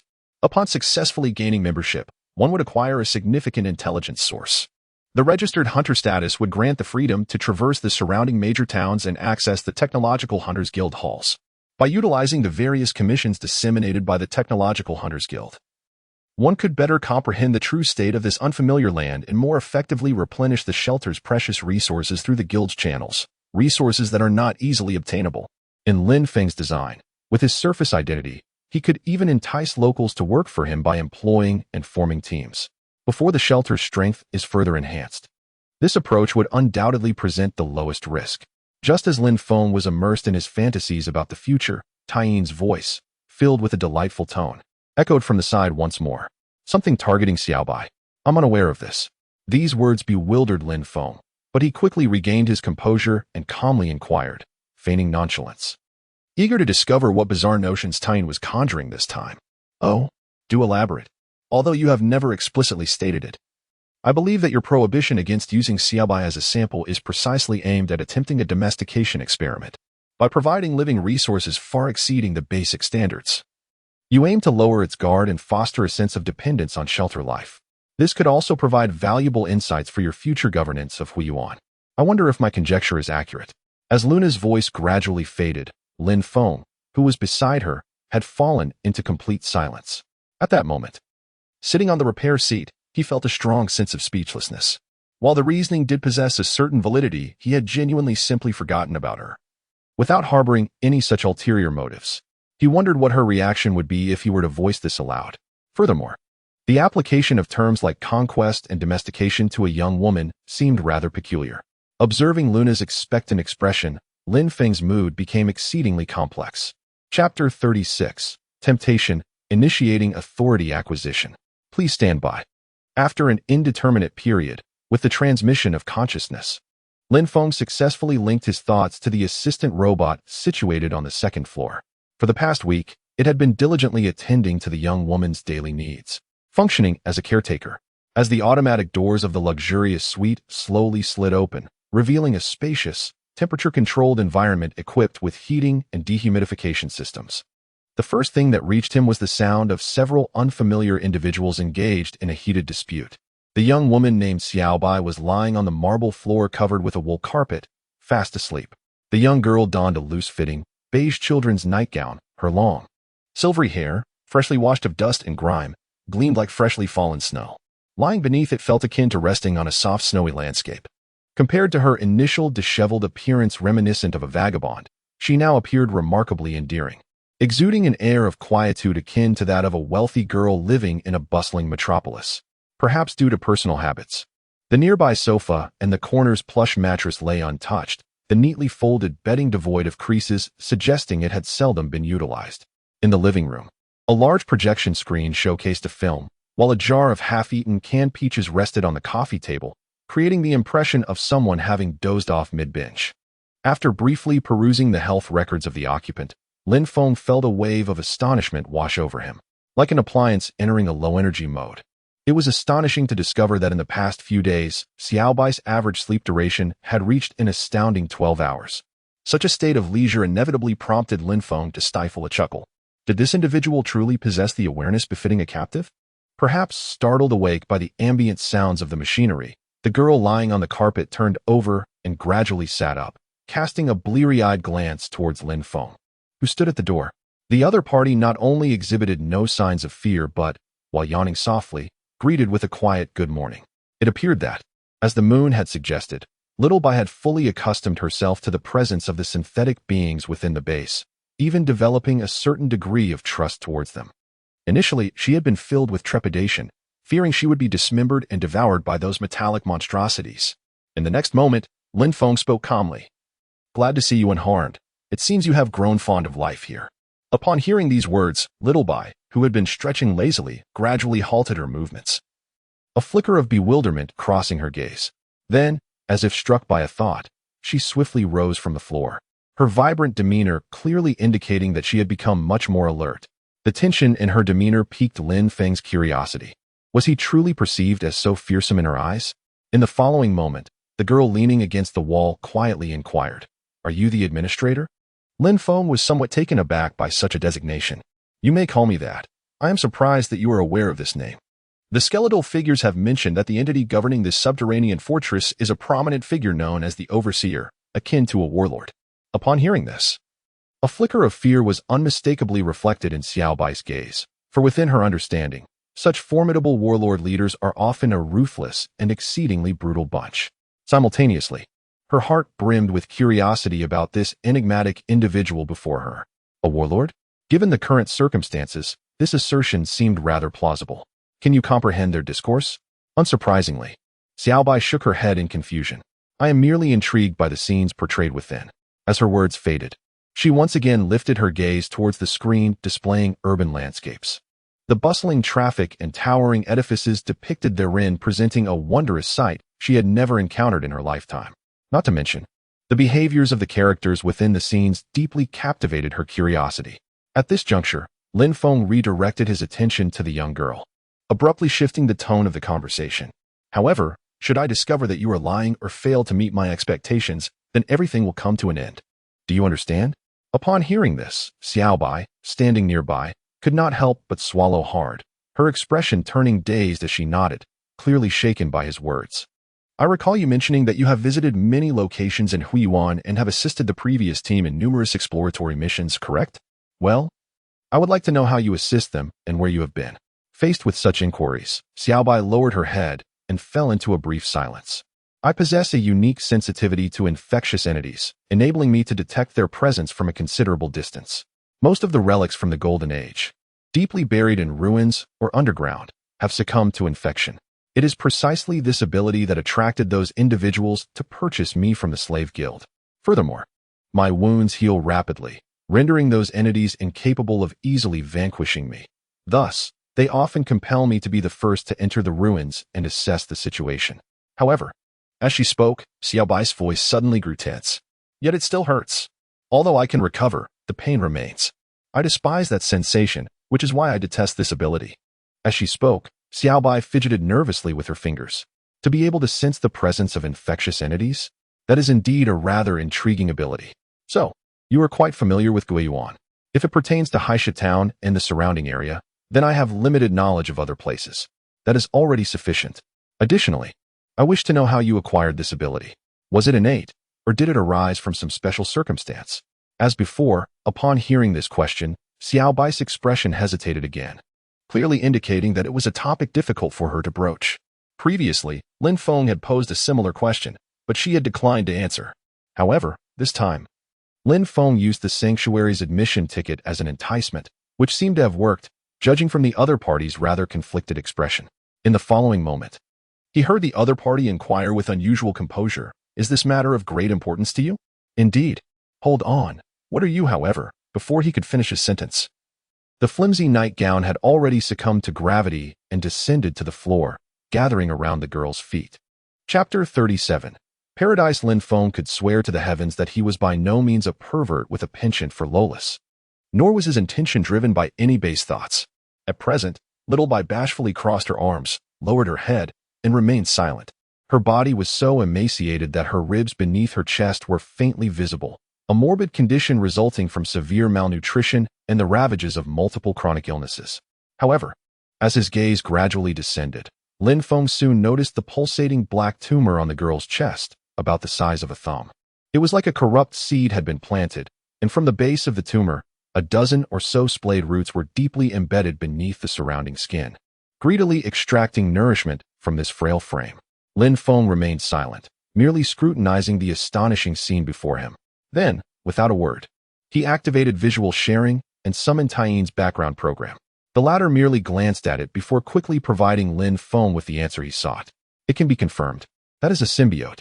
"A symbiote? Like a parasite? Are you suggesting that this entity will hatch? What exactly is contained within?" "I regret to inform you that, due to the influence of external infectious agents, the specific circumstances can only be unraveled through dissection. Is there a means to excise it? I fear that would prove quite challenging. Based on the growth of the symbiote, what is externally visible is likely only a minuscule fraction. The majority of the organs within the thoracic and abdominal cavities may have already succumbed to infection. If we were to remove everything, it would undoubtedly jeopardize the subject's vital signs." Upon hearing this, Lin Feng began to comprehend the changes that had befallen Xiaobai. In truth, she had become akin to a half-mutated entity. Despite the grievous injuries inflicted upon her as the host, the symbiote enabled her to recover swiftly within a short span. After all, should the host fully succumb to death, the immature symbiote would meet its demise alongside her. Conversely, once the opportune moment arrives, the host will face a similar fate. Contemplating this, Lin Feng silently raised his gaze to the pitiful little creature. From the lifeless, dull depths of her eyes, he discerned her resignation to her own destiny and her utter indifference toward the future, clearly aware of the implications of this entity. "The only memories that linger in my mind are of those individuals binding me to the operating table, methodically slicing open every corner of my body. After that, I was transformed into this wretched state." Those individuals? Evidently, the other party's words had piqued Lin Feng's interest as he propelled himself forward on his mechanized legs. Drawing nearer to Xiaobai, not a bone construct, it was a faceless bone entity that implanted that thing inside me, its head a black, translucent box. I recall, those wielding blades referred to that bone entity as. Here, the young woman paused momentarily, as if in contemplation. Yet her subsequent words caused the pacing Lin Feng to halt in his tracks. Dawn. Yes, those individuals designated that machine as Dawn. Could this be the very leader of the biocraft savants? Could their figurehead truly be a synthetic being? It was no wonder she had pleaded with him not to torment her. While Lin Feng had initially considered subjecting her to vivisection once the experimental ward was repaired. After witnessing the horrors of the 5th level firsthand, Lin Feng ultimately abandoned such notions. Xiaobai's revelation made him realize that he may have inadvertently stumbled upon a momentous lead. For according to Tu Song and the others, The biocraft savants behaved with extreme eccentricity, with scarcely anyone having direct contact with them, let alone knowing the location of their research facilities. Considering that these individuals potentially possessed critical information regarding the Black Tide, or even the past, Lin Feng harbored a profound interest in them. What transpired next? Do you recall the location of the biocraft savants' encampment? Subsequently, a tumultuous upheaval erupted within the camp as those who had been captured instigated a mass exodus, and with the assistance of my friends, I too managed to escape from that place. I was oblivious to its location, yet I distinctly recalled that the ground was soft. As I reminisced, it seemed that a sorrowful memory resurfaced, causing the expression on Xiaobai's face to once again cloud with despondency. The ground was soft, perhaps even a marshy terrain? Could it be that the individual referred to a swamp or wetland? For a moment, Lin Feng found it difficult to fathom where such unique geographical features could exist nearby. In his recollection, this area was solely characterized by its inexhaustible stones and gray sands, although it was regrettable not to obtain a definitive conclusion directly. Akin to a jigsaw puzzle, through his dialogue with Xiaobai, Lin Feng had already gathered the vast majority of the pieces he required. With the continuous accumulation of these fragmented clues, he was confident that it would not be long before he unraveled the truth behind this series of events. After a moment, Lin Feng redirected his gaze to the screen displaying the film, showcasing the vibrant cityscapes and delectable cuisines of the beach, alongside the carefree protagonists. Perhaps, in the eyes of the Great Plains people, such a depiction of paradise was merely ephemeral. You once mentioned that you adored the scenes from those films, did you not? In response to this inquiry, Xiaobai merely nodded, somewhat bewildered. If I were to say that one day in the future, this desolate land could be transformed to recreate such scenes, would you look forward to it? If I were to say that one day a paradise shared by both the infected and the uninfected will emerge on this earth, would you look forward to it? As he spoke, Lin Feng maneuvered his peculiar mechanical body, approaching the young girl with measured steps. If I were to claim that I possess the means to cure the infection within you, would you anticipate it? As the words left his lips, the towering mechanical form gently raised its metallic hand, delicately cradling the girl's frail face, as if admiring a work of art. Henceforth, all your actions shall comply with my directives, and I shall fulfill your desires. Chapter 38, Declaration of War. As night approached and the sky remained dimly lit, the sun had already vanished from the horizon of Huiyuan. Seizing the respite from the sweltering heat, a group of approximately 20 individuals prepared to embark from beneath the walls of Windbell Town. With the aid of an old two-wheeled cart and 2 yokes of oxen, these travelers of humble origins carried provisions sufficient for over 20 days. Consequently, before the moon had fully risen, they hastily set forth into the endless wilderness, fraught with uncertainty and peril. Though each person was acutely aware that traversing Huiyuan unarmed, without suitable transport, protection, or the guidance of a local, was akin to courting death. As the gates of the town slowly closed, standing beneath them, Loxin silently gazed at the departing crowds beyond the town. In that moment, she felt no resentment towards their decision. Only moments ago, the town's radio had received a distressing transmission from the warlord Kaiman, who had conveyed alarming news. He was aware that one of his subordinates' factories had been destroyed by Windbell Town. The impending doom of Windbell Town was evident to Loxin. She understood that Kaiman's threats were not mere words. When she resolutely decided to announce this news at the town assembly, disregarding Tushuan's warnings, she had hoped to unite the townsfolk in their defense of their home. Instead, chaos erupted almost immediately. For the entire afternoon, she labored to quell the turmoil within the town. What shall we do next, sister? A vehicle is approaching. The words of her companion instantly captured Loxin's attention. Through the partially closed gates, she spotted 2 bright headlights rapidly advancing across the desolate expanse outside, provoking unease among those present, who feared it might be Kaiman's men arriving unannounced. Yet, just a second before the gates were to close completely, Loxin, her brow furrowed as she scrutinized the modified Wuling off-road vehicle, seemed to notice something. She swiftly called out to the soldier nearby who was operating the winch. Wait. Open the gate. Time seemed to stretch indefinitely as the modified vehicle came to a gentle halt beside the vacant lot. Gazing at the familiar figure within, Luo Xin could hardly restrain herself and took a few eager steps forward. However, upon realizing the presence of onlookers, she abruptly halted, feigning composure. This display did not escape the notice of her companion, Luana, who, appearing casual, stifled a yawn and remarked in a calm tone, "I shall not intrude upon your moment. Just before departing, Lena made a gesture of encouragement towards her sister, a gesture that elicited a sense of embarrassment in the latter. Yet, Luana understood well that moments of suffocating tension often herald the greatest need for comfort, a sentiment particularly true for Luo Xen, who had been thrust into the role of a reluctant leader. The individual seated in the vehicle was none other than Lin Feng, the young man from Upper City who had rendered assistance to Windbell Town on numerous occasions.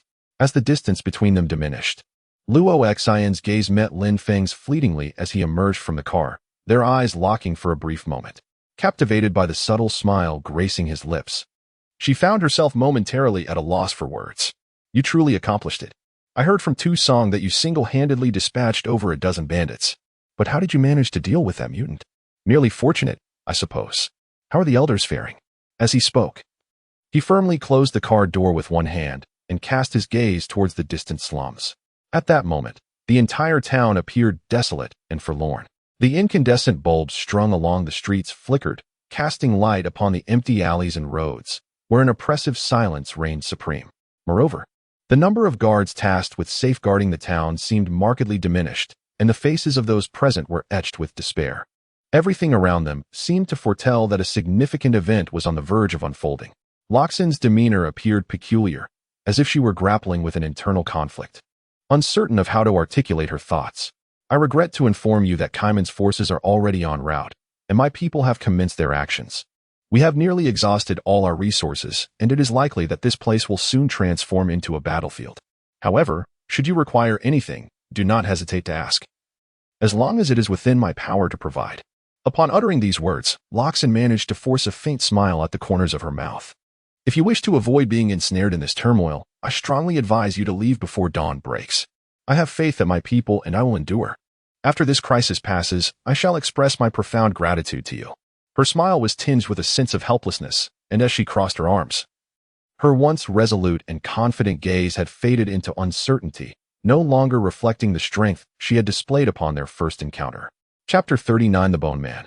Clad in a time-worn plaid shirt and form-fitting jeans, Luo Xen bore a formidable, long-barreled rifle slung across her back, augmented with a makeshift scope fashioned from glass shards and a tin can. The antiquated, masculine attire, coupled with her short, ear-grazing hair, lent her the appearance of a delicate, artistic youth upon cursory inspection. Given the stark temperature disparity between day and night in Great Plains, a difference of nearly 20 degrees, she had thoughtfully donned a leather jacket over her shirt. More strikingly, nearly everyone present was swathed in bandages, meticulously concealing any exposed skin. Perhaps in response to the caustic nature of the ubiquitous gray dust, do denizens of the upper city possess some form of preternatural ability? Luo Xian inquired, her curiosity piqued by Lin Feng's presence within the bandit encampment. Anticipating this query, Lin Feng promptly delivered the prearranged explanation he had conceived en route. A mere happenstance, he asserted. I observed the encampment ablaze, and, seizing the opportunity, surreptitiously infiltrated it, hoping to pilfer some valuables amidst the chaos. As you are likely aware, such actions are commonplace among the inhabitants of Great Plains. Little did I anticipate encountering your group. It would appear our destinies are intertwined, she remarked. As his words came to a close, Lin Feng awkwardly raised his hands in a gesture that suggested it was merely a coincidence. His demeanor and the playful tone of his speech elicited a chuckle from Luo Xian, who covered her mouth in amusement. Just as Lin Feng intended to delve deeper into the current situation in Windbell Town through conversation, a cacophony of static crackled from the portable radio hanging at Luo Xian's waist, interrupting their moment. Luo Jia, we have a situation here. It's the Bone People. The moment those two words were uttered, a heavy silence enveloped the two. We've discovered the Bone People near the factory camp. Those fiends are transporting the corpses of the bandits. They're being slaughtered. On the other end of the communicator, the man's voice grew increasingly frantic amidst the harsh static and the sporadic sounds of gunfire. Little did they know, they had been spotted by the people of Windbell Town, prompting Lin Feng, as the commander, to realize that his plans had been rather hasty. Seizing the moment before any reaction could ensue, he promptly dispatched a coded message to Tyene, who was currently on a mission. Soon, the man on the radio exclaimed once more, "Are they retreating? Where on earth did those guys come from?" His words clearly left Luo Xian in a state of shock, as her expression readily betrayed her astonishment. The Bone People again. Could they be the intelligence-controlled legion of the Secret Keepers? Why would they be embroiled in conflict with the Kaimin? Murmured Loxin, seemingly to herself. She then detached the communicator from her belt and addressed the man on the other end of the line, assuring him that the tin cans were completely oblivious to their presence and would never fathom their intentions. Loxin visibly relaxed upon hearing this. The preceding exchange had piqued Lin Feng's curiosity, and he inquired with a hint of surprise and a serious expression. We intend to spring a surprise on Kaimin along his inevitable route, and the dunes north of the factory are an ideal ambush location. However, I didn't anticipate encountering bone men there. Where did these fellows originate? Lin Feng detected a subtle implication in her tone and leaned against the car door, casually inquiring of the frowning Loxin, "Are bone men prevalent in this vicinity?" "Impossible," she retorted. "In all my years, aside from Kaiman's forces and the Upper District's Secretive Council's autonomous legions, I've never heard of any other faction possessing bone men." "Kaiman, you mean the warlord possesses bone men? Could you elaborate?" Loxin was taken aback by his keen interest in the subject of bone men. After a moment's contemplation, she settled into a comfortable position beside the disabled modified vehicle. Actually, that fellow Kaiman was able to become a warlord dominating one side, entirely relying on the power of that bone man. I once heard someone say that Kaiman in his early days was just a novice-level town hunter, and in a later operation, their team was attacked by aberrants. In that critical moment, a bone man protected Kaiman. Subsequently, that entity has been following behind him ever since. Thereafter, anyone attempting to assail Kaiman would be preemptively eliminated by the bone man. That thing's pair of steel claws could easily tear apart steel, and it possessed an indestructible armor protection. Kaiman precisely relied on its power to gradually establish his own influence. I heard that it was a precious relic from the Golden Age.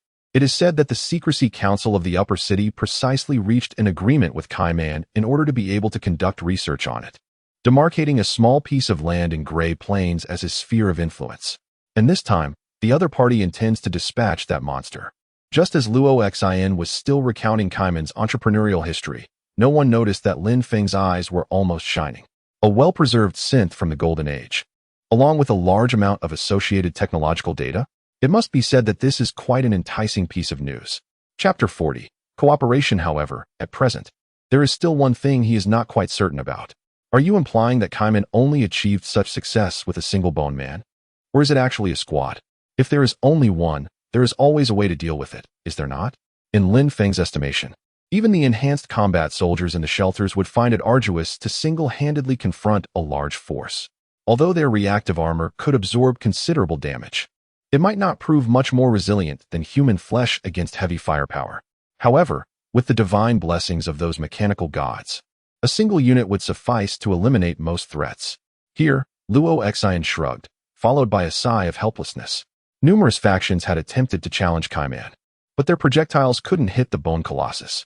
It was rumored that the Bone Colossus was surrounded by a faint blue light, forcibly altering the trajectory of any bullets fired at it, as if they were hitting an invisible wall. An invisible wall? Could it be something akin to a force field? This revelation further astonished Lin Feng, as it seemed exceedingly futuristic, even to him. In his recollection of 2030, experts were still engaged in protracted debates about the number of human genders. If his conjecture held true, acquiring this gift became even more imperative. Yet, there might be a solution. Reportedly, the area beneath the contrivance lacked divine protection. He had borrowed all available explosives from Old Liang of the Association, and with enough fortune, they might just blast the monster sky-high. Though uttered with a semblance of nonchalance, the wavering gaze of Luo Xin betrayed a palpable lack of conviction in her proposition, bordering on a sense of resignation. Her words instilled a similar uncertainty within Lin Feng. A pall of silence descended upon the scene once more. Lin Feng leaned against the car door, while Luo Xin reclined against the hood. Amidst the whistling wind, their gazes converged upon the pale moonlight filtering through the walls. After a moment, Luo Xin inhaled deeply, propped herself up on her hands, and sat back on the hood. As if engaging in idle conversation, she posed an unexpected query. "By the way, do you happen to know the purpose behind the establishment of Windchime Town?" My knowledge of Gray Plains history is rather limited. The previous town head, who was also the founder of Windchime Town, was none other than Mai and Lorna's father, unable to condone the newly implemented population policies of Black Sand Town. He absconded with our mother and others who chose to flee. They say that any female born in Black Sand Town, upon reaching the age of 14, would be assigned a number and subjected to the first round of a lottery. Girls whose numbers are drawn would be required to contribute a healthy infant to the council within a year. In the year following an infant's birth, the existing numerical designations would be entirely reshuffled for a new round of selection. Refusal to comply would be met with severe penalties, even capital punishment in extreme cases. Furthermore, any woman who failed to contribute at least 3 infants to the town council within 5 years would also face harsh repercussions. Outrageous, isn't it? At this juncture, Luo Xin paused momentarily. Her father and others had once sought a suitable locale where her mother and their unborn children could lead a normal existence. However, this was the Ashlands. Perhaps, in the eyes of most, the normalcy her father envisioned was the most aberrant of all. Thus, he made a decision, rather than submit. He would establish a place where they could live a normal life. As she spoke, Luo Xin's gaze returned to the dilapidated, slum-like street before her. Lin Feng, leaning against the car door, could not discern her expression, only her slender figure bathed in moonlight. Yet, he detected pride and anticipation in her tone. As you mentioned earlier, her father was indeed fortunate. Shortly after resolving to establish the stronghold, he encountered Tu Song and others. Subsequently, more and more individuals joined them, and Windchime Town began to take shape. Later, with the assistance of the former association president, Windchime Town obtained permission from the upper district. Concurrently, the Hunter Association was approved, and even a precious water source was discovered. Up until this juncture, Roxanne's tone had been imbued with an unwavering pride. However, in the ensuing moment, she emitted a prolonged exhalation, which seemed to dissipate a considerable portion of her former vigor. Everything was progressing swimmingly until the untimely demise of my father, swiftly followed by my mother's departure. They entrusted me with the stewardship of Windchime Town, brimming with anticipation. Yet I have nearly brought everything to ruin. The foundational aspiration behind the establishment of Windchime Town was to afford everyone the opportunity to lead a semblance of a normal existence. A solitary tenet that I have proven incapable of upholding. Consequently, I often contemplate whether it would be more judicious to relinquish the town to an individual of greater maturity and competence. As her words subsided, Roxanne paused once more, turning to regard the young man behind her. Her discourse was manifestly laden with implicit meaning, yet Lin Feng remained unfazed. In my estimation, you merely seek to evade responsibility. Though in all candor, there is no disgrace in such an inclination. He lifted his gaze towards the guards, diligently fortifying the ramparts in preparation for the impending conflict, reinforcing the walls with iron plates, replenishing the ammunition for the projectile-launching ballistae. Each individual was exerting their utmost effort, with the singular aim of ensuring that the towering barricade would safeguard the land beneath their feet. The majority of these individuals had participated in the preceding rescue operation. At the very least, Lin Feng recognized a multitude of familiar visages. Furthermore, I am disinclined to believe that you are as ineffectual as you profess. Otherwise, so many would not be willing to place their faith in you. Moreover, I have yet to apprise you of the purpose of my sojourn to Windchime Town. Upon hearing Lin Feng's inexplicably serious tone, Luo Xin leaped down from the front of the vehicle and turned to gaze at Lin Feng, who wore a calm expression. Should Windbell Town endure the impending attack, I aspire to establish a collaboration with Windbell Town and its esteemed Technological Hunter Association. Collaboration? What kind of collaboration? Lin Feng's words evidently left Luo Xin in profound perplexity. The confidence etched on Lin Feng's countenance suggested that he had everything well in hand. Unbeknownst to Luo Xin, beneath the facade of their seemingly tranquil exchange, Lin Feng had already engaged in communication with Tai Yin, who was far away in the sanctuary. Their discourse revolved around the appropriate manner to accept a gift from his dear friend, Kai Min. Ultimately, he resolved to adopt Tai Yin's approach, while simultaneously assessing the potency of those new toys. Chapter 41 Weiag. The following morning, as the first rays of sunlight pierced the clouds and bathed the grayish earth, the vast expanse of the gray plains was first stirred by a series of deep, resonant drumbeats. This somber sound captured the attention of a bear ape that was in the midst of its meal.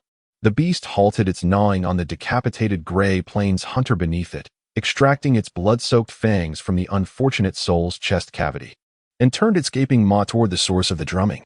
Not long after, as the impatient drumbeats grew ever closer, the thunderous roar of the automobile engines resonated within the acute ears of the bear-like creature.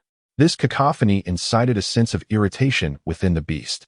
Just as it bellowed in a desperate attempt to warn the source of the noise, a moment later, a four-wheeled vehicle, adorned with blades protruding from its body, emerged from behind a nearby sand dune. Amidst the exhilarated screams of the driver, a steel harpoon was launched from the turret atop the vehicle, piercing straight through the head of the still-roaring beast. The vehicle then continued its journey across the undulating hills in the distance. In its wake, a multitude of vehicles began to emerge from the surrounding dunes, resembling a pack of wolves in pursuit of their prey. These uniquely designed and vividly painted modified cars engaged in a frenetic chase, occasionally colliding with one another in their reckless abandon. At the rear of the convoy, a heavily modified truck stood as the centerpiece of this motley crew. Originally intended for transporting cargo, its chassis had been crudely affixed with a weapon platform through the use of hinges and welding techniques. This cumbersome structure, an amalgamation of heavy artillery, machine guns, and an assortment of seemingly unrelated weaponry, resembled a towering fortress from a distance. The platform was so cramped that the operators of these weapons had to be diminutive individuals. Whereag, with a thunderous crunch, the truck's chain-secured tires rolled over the carcass of the bear-like creature. Not far off, in the rugged hills, several pairs of eyes were intently fixated on the imposing convoy as it drew nearer. It appears that Sister Luo's intuition was indeed correct. They have come from this direction. As he spoke, the man crouched behind a pile of stones lowered his antiquated single-eyed telescope, gazing at the colossal flag that loomed above the truck, silently cursing under his breath. Damn, a band of lunatics. 17 vehicles in total, and that wretched Kaimin is not on any of them. Yet that truck undeniably belongs to him. This enormous convoy, consisting of numerous battle vehicles, is undoubtedly the armed force dispatched by Kaimin to assault Windchime Town. Before the heavy artillery and the nearly 100 bloodthirsty veteran bandits, the town's defenses seem utterly insignificant. Fortunately, the mayor, Luo Xin, had anticipated this scenario and thus dispatched a team overnight to douse these deluded individuals with a cold dose of reality en route. Hey, are you ready over there? The man inquired, turning towards the young member responsible for detonating the explosives, who was currently flustered as he connected wires to the detonator. To ensure the efficacy of this ambush, the team, with the assistance of the Technological Hunters Association of Windchime Town, had brought along nearly every explosive device imaginable, strategically placing them on the ground and along the sharp ridges of the mountainside. If all goes well, this critical ambush might just become the town's sole hope for salvation. Almost there. Just give me one more minute. Let them pass. Our primary target is that behemoth. However, no sooner had the man's words left his lips than, boom. In the ensuing moment, an unheralded explosion reverberated through the air, its concussive force causing the very ground beneath them to tremble. Fragments of dislodged rock cascaded from the mountainside, compelling several members to seek refuge elsewhere. This abrupt disruption ignited the man's fury, his gaze fixating on the petrified youth beside him, an urge to wring his neck surging within him. What in damnation are you doing? It wasn't me. Just as the man surmised that the clumsy fellow had prematurely detonated the explosives, a shout of alarm erupted from a comrade on the opposite side. Look to the skies. Something's approaching. Following the direction of the pointed finger, they beheld an unfamiliar creature, a peculiar beast with metallic plumage resembling an arrowhead, hurtling towards the earth at an astonishing velocity. As the entity swiftly passed overhead, another violent explosion erupted behind the convoy.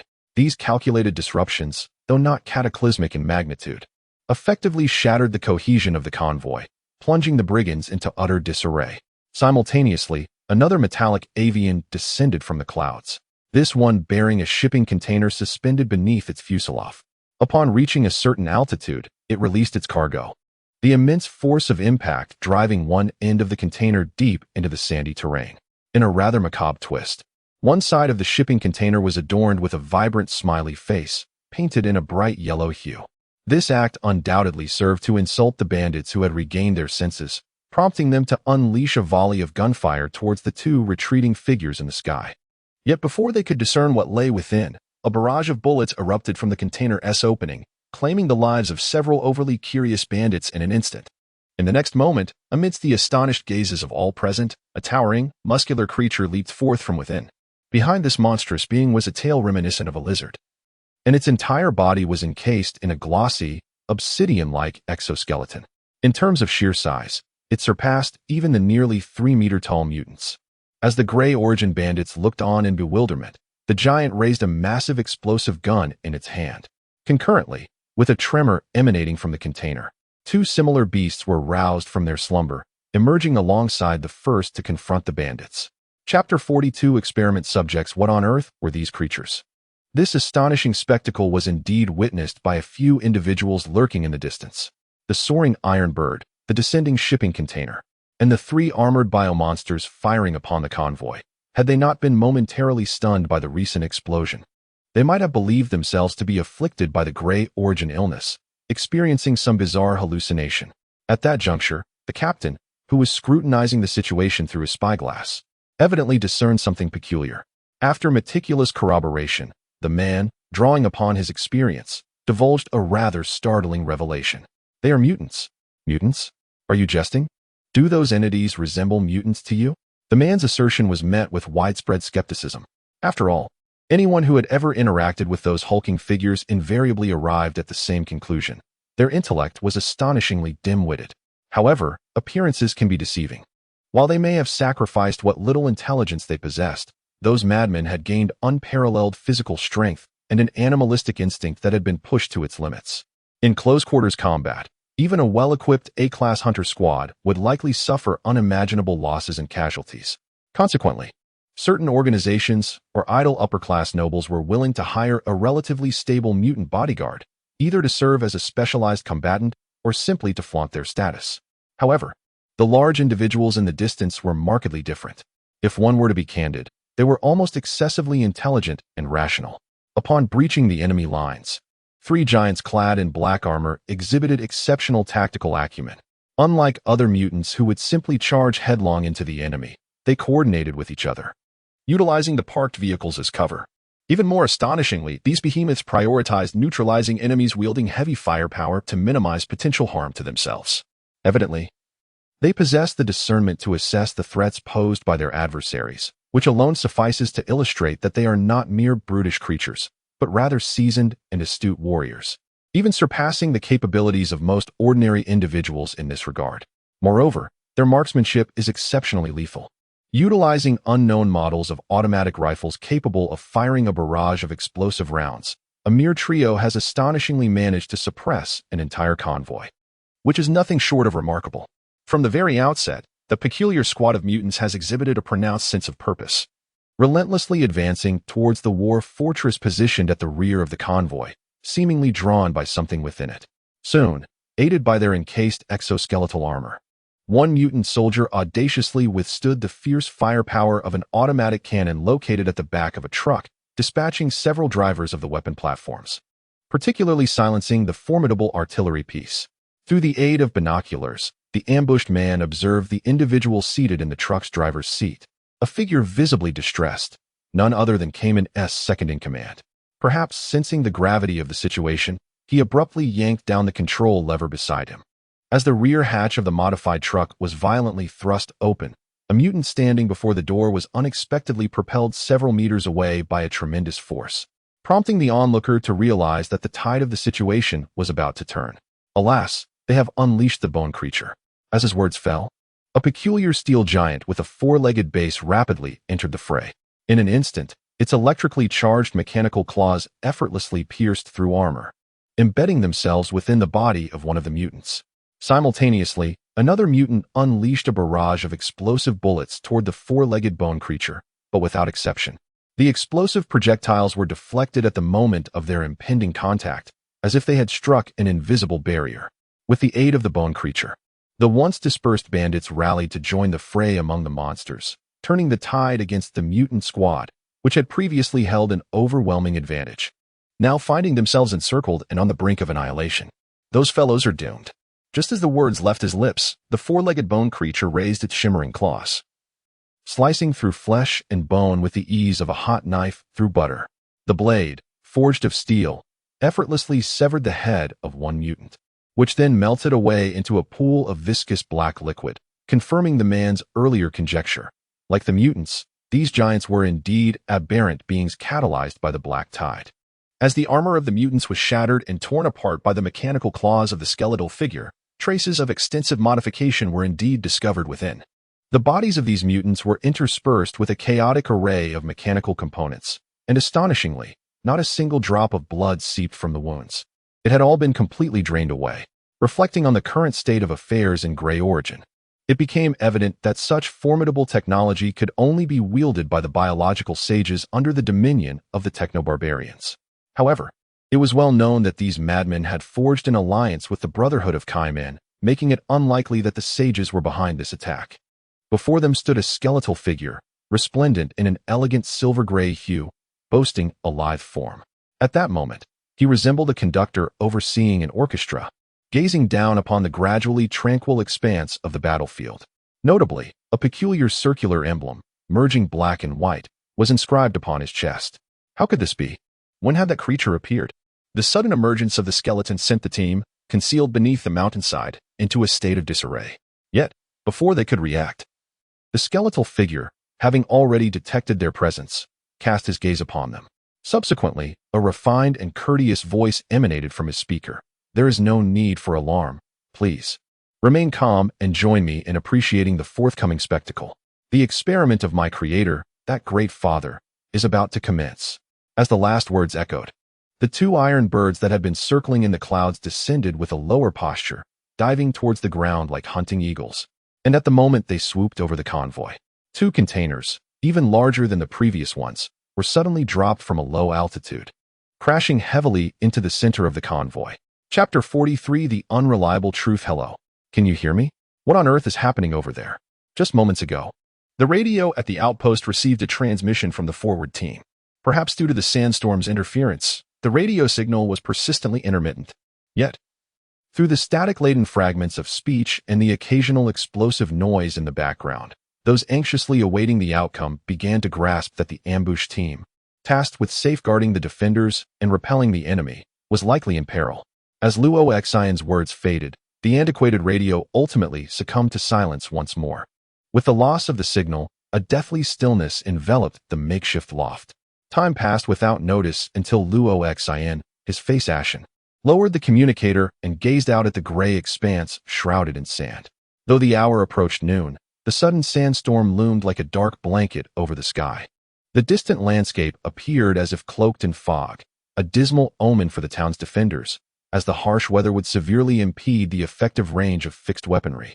And even worse, hinder their visibility. Once those assailants are permitted to encroach too closely, this David versus Goliath confrontation is essentially conceded. For in terms of sheer numbers, or the quantity of heavy armaments, the defenders of Windchime Town are no match for the warlords and their marauders. What course of action should she undertake? In a pensive moment, Luo Xian's gaze inadvertently swept over the water tower situated at the town's nucleus. The freshwater amassed within is pivotal to the town's foothold in this ashen wilderness, and is also one of the catalysts for this conflict. She had already directed the placement of explosives around the water tower and the underlying water pump. Should the perimeter walls succumb, she would personally obliterate them before formally relinquishing Windchime Town. Luo Xian would never permit these seeds of hope, coalesced from countless individual sweat and lives, to fall into the clutches of those warlords, becoming instruments for them to exploit others. Presently, as she purposed to rise and re-examine the defensive bunkers, the once dormant radio abruptly crackled back to life with the static of signal acquisition. As if startled, the voice of a man, incoherent and disjointed, emanated from the other end. Seizing the communicator as if it were a lifeline, Luo Xian fervently hoped to glean some encouraging news. Yet, upon deciphering the message conveyed, she felt as though her mind had been jolted with electricity, and she was left in a catatonic state, as if a marionette with severed strings. The Kaiman individuals were utterly defeated. Momentarily regaining his composure, Luoxin abruptly interrupted the man's hesitant speech. With a forceful clap of his hands on the table, he sprang to his feet, his expression brimming with agitation as he inquired, "What on earth has transpired?" This sudden jolt indeed steadied the man's tone considerably. However, his subsequent remarks left Luoxin, Tu Song, and others even more bewildered, to the point where they began to suspect whether the speaker had perhaps consumed some expired substance that had impaired his faculties. Mutants? The Great Father? A new order? What exactly are you talking about? The speaker was none other than a young man named Lin Feng, and when Luoxin caught sight of him, a faint smile graced his lips, as if he had stumbled upon something extraordinarily joyful. Yet, at that moment, she lacked the energy to concern herself with trivialities. After enduring the absurd report to its conclusion, Luoxin could no longer contain her frustration and decided to replace him. "Are there others beside you? I wish to hear what they have to say." What she did not anticipate was that the opinions of those nearby would prove to be even more outrageous and preposterous than the man's. "Mechanical gods? Do none of you possess a functioning mind?"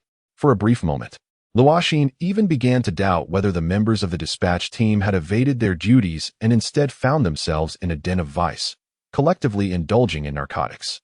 Ultimately, after issuing the order for retreat, Luoxin let out a deep sigh, feeling quite dejected, and pinched the bridge of her nose in hopes of clearing her mind.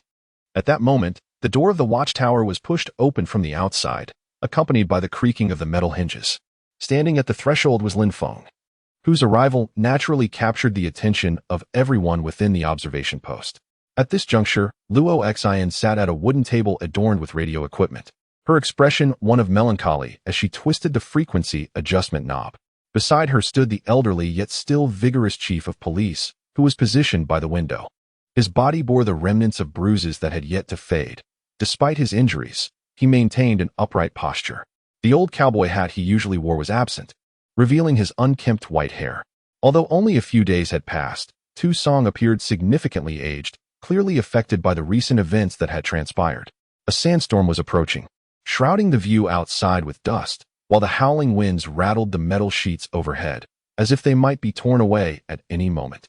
Originally, Luoxin intended for Lin Feng to depart before dawn, but the unpredictable weather on the Gray Plain thwarted her plans. If possible, she wished to spare him further involvement, as she already felt indebted to him in countless ways. "Is there anything I can assist you with?" Faced with the enthusiastic demeanor of the young man from the upper city, the individuals present appeared somewhat at a loss for how to respond, as they were uncertain about how to clarify the current situation to one another.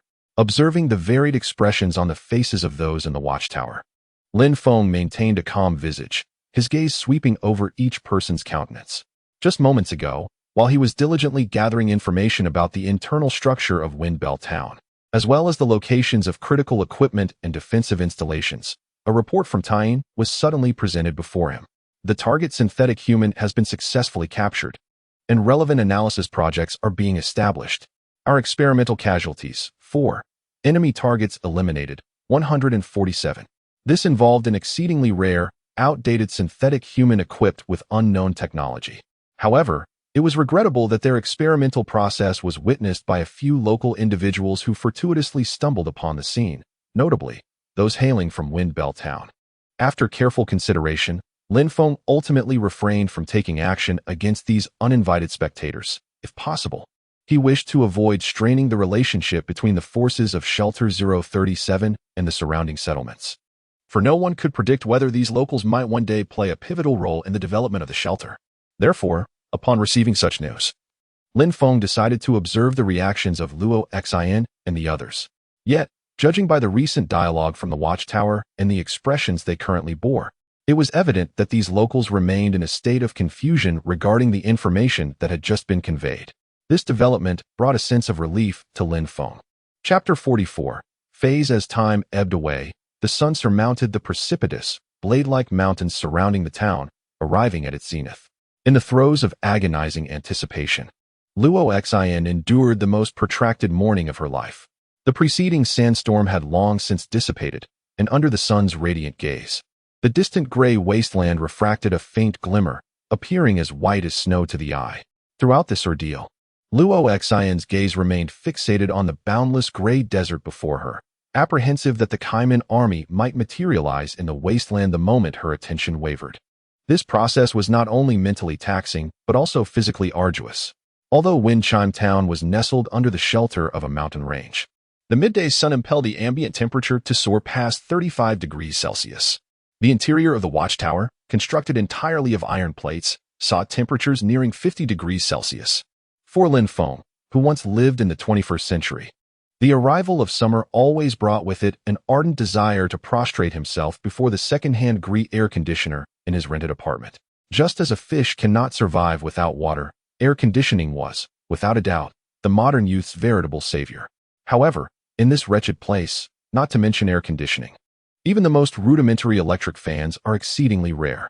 According to the mutual regulations of the aristocrats of the upper city and the secret society, all technological products, regardless of their size, are subjected to stringent control, unless one is a member of the Technology Hunters Association or possesses a particular vocation. An ordinary inhabitant of Grey Plain would likely spend their entire life unable to comprehend even the most basic principles of technology. Consequently, in the eyes of these individuals, any technological creation that can achieve its purpose without human intervention is shrouded in mystery. It is said that in certain areas, this has even given rise to peculiar and primitive beliefs. The girl gently held a wooden tray and, after lightly tapping on the iron door, cautiously stepped inside, as if afraid to disturb the somber atmosphere surrounding the two individuals within. "Sister, have something to eat." At this moment, in the spacious lookout, apart from Luo Xin and Lin Feng, there were no other figures present. Due to his advancing age and lingering injuries, Sheriff Tu Song had departed earlier, perhaps overwhelmed by the psychological burden brought on by the children's plight. Since that day, he had consistently appeared troubled. Luo Na placed the tray on the table before the radio, which held 2 cups of slightly murky underground water and 2 food blocks made from a mixture of plant fibers, fruits, and a bit of dried meat. For Wind Bell Town, which does not suffer from a lack of food, this constituted a truly sumptuous meal. Perhaps it was the sweltering heat that drained away any excess energy to converse.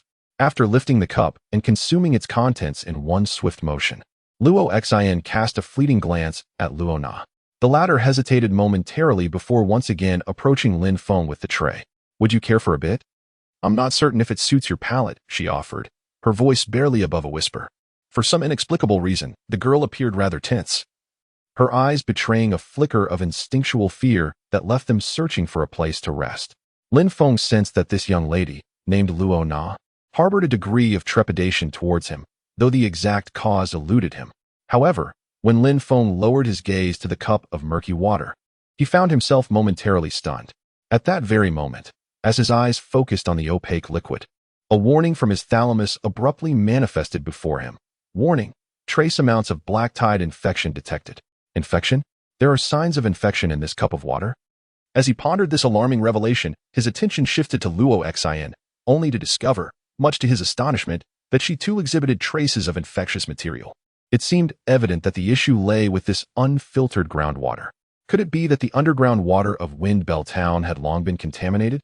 If this were indeed the case, it would elucidate why, amidst the acute scarcity of water resources and the multitude of regulations in Grey Plain, the upper-class nobles, apart from the impetuous warlord Kaiman, turned a blind eye to the indiscriminate exploitation of Wind Bell Town's subterranean water resources.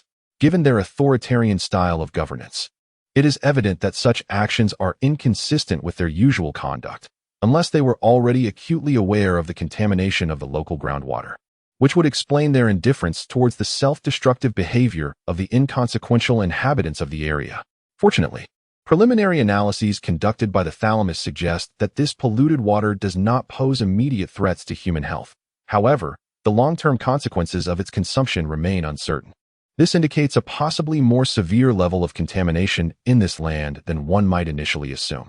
"Apologies, but I am not hungry at the moment. I shall forego the food, though I appreciate your kind offer, Mississippi." As he spoke, Lin Feng raised the cup of tainted water, and after activating the waterproof function for the critical components within his body, he mimicked Luo Xion's actions and tilted his head back, swallowing the small cup of liquid in one gulp. After all, given the prolonged duration and the arid, sweltering conditions, abstaining from even a single sip of water could arouse suspicion. Should his true identity as something other than human be exposed, it would lead to troublesome consequences.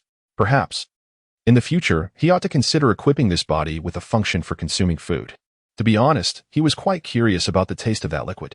A moment later, perhaps due to the cool water easing her previously tense nerves, Luo Xian inquired with a hint of curiosity. "By the way, regarding the collaboration you mentioned last night, are you serious?" Upon hearing this, Lin Feng nodded calmly, acknowledging the conditions he had proposed the previous evening, which essentially boiled down to 2 main points. Firstly, he hoped to register himself and his companions as hunters with the Technology Hunters Association in Fengling Town. Secondly, he aspired to establish a preferential trade agreement with Fengling Town. The crux of the matter, and what perplexed Luo Xian the most, lay in the second point. Noticing that the other party did not appear to be jesting, just as Luo Xian was about to inquire further, an abrupt sound of hurried footsteps echoed from the staircase. A young man, carrying a rifle, rushed up with an excited expression. Upon seeing Luo Xian, he exclaimed an astonishing piece of news. "Sister Luo, the people from Kaimin are not coming. Fengling town is safe." "Not coming? What do you mean by that?" Upon hearing such news, Lin Feng also realized that everything was unfolding just as he had anticipated. Chapter 45. The Inescapable Laws of Physics. Observing the disbelief in the young man's demeanor, he excitedly pointed out the window. There, amidst the boundless wilderness, an automobile had appeared out of nowhere, like a solitary boat navigating the vast sea, now racing towards Fengling town. In the rear of the vehicle, a figure stood with one hand resting on the car's roof, while the other hand held aloft a tattered banner, upon which a chilling skeletal emblem could still be discerned. In this realm of tumultuous factions, their actions were a blatant affront to the banner's rightful owner. As the automobile approached gradually, Loxin, stationed in the lookout, finally discerned that these individuals were none other than the ambush squad she had dispatched not long ago. Not only had they returned unscathed, but they had also claimed the sinister insignia of the warlord. Loxin could scarcely have envisioned such an outcome. Soon, as the group hurried to the town's main entrance, they resembled triumphant heroes, greeted by the jubilant cheers of guards and townsfolk alike. The vehicle of the ambush squad advanced slowly amidst the throng. To the onlookers, it seemed that the squad's successful raid had vanquished the threat posed by the warlord. However, those lost in their elation failed to notice that their heroes displayed no signs of excitement in the face of the accolades and gratitude surrounding them. The occupants of the vehicle appeared dazed, with some instinctively lowering their hat brims, seemingly attempting to evade the myriad gazes directed towards them. When Loxin made her way to the forefront of the gathered crowd, the man at the rear of the vehicle instantly recognized her. Clenching the banner tightly in his hand, he leaped down from the car and navigated through the throng to stand before Loxin. Observing the unambiguous eagerness of the other party to express something, Luo Xian promptly signaled to the nearby guard to restrain the overly enthusiastic crowd. Subsequently, she subtly gestured to Lin Feng to follow her, leading the man towards a secluded alleyway. Although Lin Feng found it somewhat perplexing why he had to accompany her, he reasoned that there was no harm in it. It offered him an opportunity to glean the genuine sentiments of the locals. With this mindset, he decided to follow suit. After a brief interlude, the group meandered through a series of winding paths until they arrived at a remote corner adjacent to a wall, where the cacophony of voices faded into silence. It was only then that Luo Xian halted in the shadow of a covered area. "I recall you mentioning on the radio that mutants had assaulted Kaiman's convoy. I am quite curious about what transpired there." "The mutants were deployed from some peculiar flying apparatus," the other replied. "Those monsters nearly obliterated half of Kaiman's convoy in an instant." "From the sky? Perhaps akin to the airships of the secret society?" "No. That object was significantly swifter than an airship, maneuvering with the grace of a bird. I suspect it was not a creation of Huiyuan at all." The mention of birds seemed to spark a thought in Luo Xian. After a moment of contemplation, she tentatively remarked, "Not long ago, during the rescue at that factory camp, I believe I encountered something similar. If I am not mistaken, it seems there is indeed another individual atop it." What Luo Xian did not realize was that, at the very moment she uttered those words, Lin Feng, who stood silently by the wall observing the scene, felt a sudden chill run down his spine, as if he had been inadvertently caught in the crossfire. The person she referred to as riding on the Iron Bird was none other than himself. After the conclusion of the battle within the factory, the cockpit of the Xian bird, being rather cramped, had been repurposed to accommodate the spoils of war. Originally, Lin Feng intended to secure a ticket for himself, just as he had arrived. However, just before his departure, a whimsical thought struck him, and he flamboyantly attempted to emulate the sword-flying cultivators from those fantastical novels, engaging in a rather ill-fated aerial escapade. The outcome, however, was a complete disaster, proving that not everyone possesses the carefree audacity to challenge the venerable authority of Sir Newton, as the joyful Asan did. To his dismay, his mishap was witnessed by outsiders. And then what? In response to Luo Xian's inquiry, the man remained silent, lowering his gaze to unfurl a tattered flag before her. Enveloped within its folds lay a broken metallic blade, and in the dim light, Luo Xian was astonished to notice that the edge of the blade still emitted a faint bluish electric glow. This clearly captivated her attention. Yet, As she reached out to grasp it, the man cautioned her, "Be careful. This is a shard that fell from that skeletal figure. It is exceedingly sharp and likely part of a weapon. Are you saying they have defeated that skeletal being?" At this moment, Luo Xin could hardly believe her ears. She had heard tales 2 years prior about the gruesome events at mine number 46, a site once abundant in coal resources, which had unfortunately been seized by a tribe of mutants numbering as many as 50. Thus, Luo Xin was initially skeptical that a mere handful of mutants could thwart an entire convoy from Kaiman, especially considering they were purportedly accompanied by a formidable ace known as the Mutant Slayer. Reflecting on this, her gaze returned to the peculiar blades scattered before her. It appeared that the mutants' objective had always centered around that bone man. Their actions were exceedingly strange, and their equipment was far superior to that of most factions she had encountered. Moreover, they had uncovered what seemed to be a commanding figure on site. Unable to suppress her astonishment any longer, Luo Xin interjected, "Wait, a commander? Are you suggesting that these mutants are being directed by an outsider? That is rather peculiar." The man, seemingly unfazed, even expressed concurrence with Luo Xion's perspective before responding in a tone of resignation, "I understand, but there is something even more bizarre. For instance, the mutant's commander is also a bone man, and a rather boisterous one at that." As his words lingered in the air, a profound silence enveloped the scene. Not long after, Luo Xian abruptly turned her gaze toward Lin Feng, who was leaning against the wall. "What about you? What do you think of this matter? I would like to hear your thoughts. How should I perceive this?" Naturally, one ought to observe with their eyes. However, there is one point he wholeheartedly agrees with, that the enigmatic figure known as Tien can indeed be rather loquacious at times. Just as Lin Feng was about to speak, a sudden creaking sound emanated from the metallic roof above, as if something was traversing across it. Chapter 46. The escaping cyborg. The noise from above did not draw excessive attention from those present, for it was not uncommon for the peculiar fauna of Huiyuan to make an appearance in the town.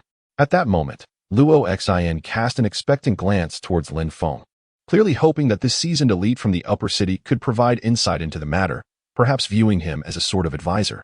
After a brief moment of contemplation, Lin Feng realized, from the trust exhibited by Luo Xin, that the unintentional revelation of this experiment could indeed present a rare opportunity.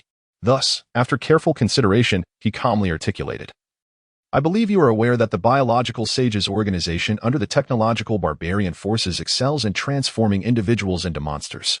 For instance, the mutant that recently emerged from the factory encampment is one of their creations." Upon hearing this, both Luo Xin and the gray-faced man beside him fell into a profound silence.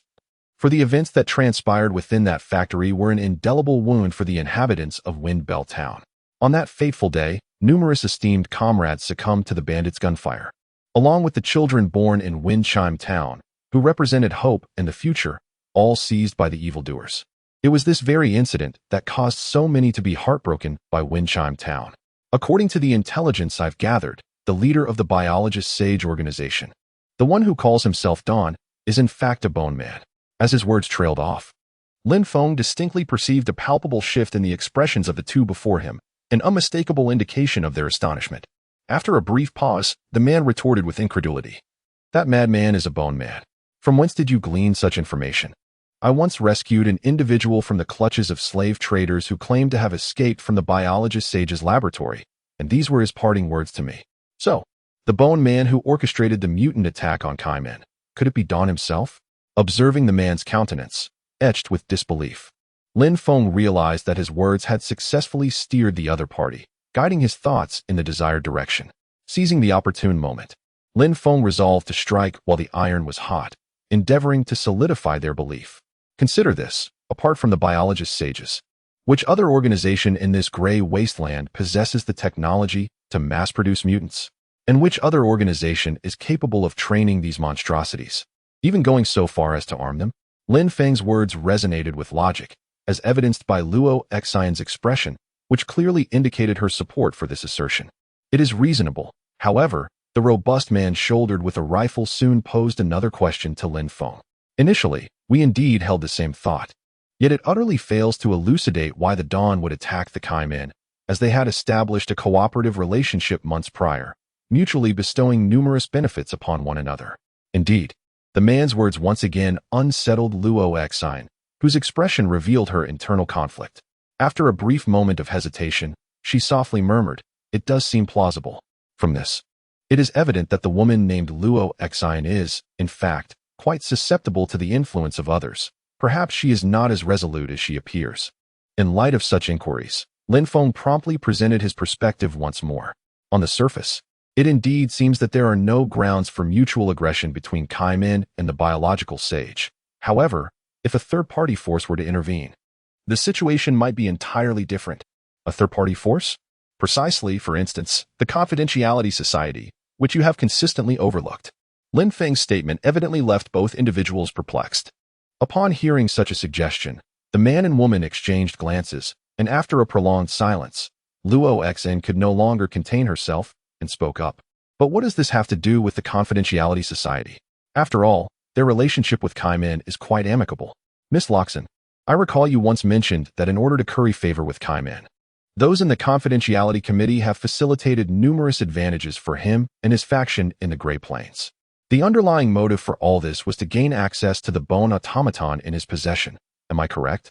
Indeed, this matter is well known among the locals.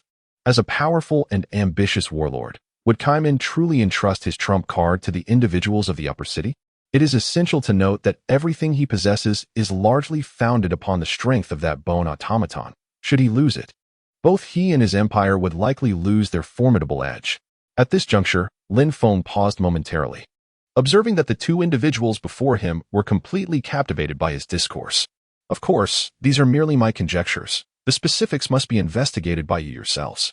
In truth, a significant portion of Lin Feng's statements was spontaneously fabricated, yet it was interspersed with genuine intelligence to lend credence to his assertions.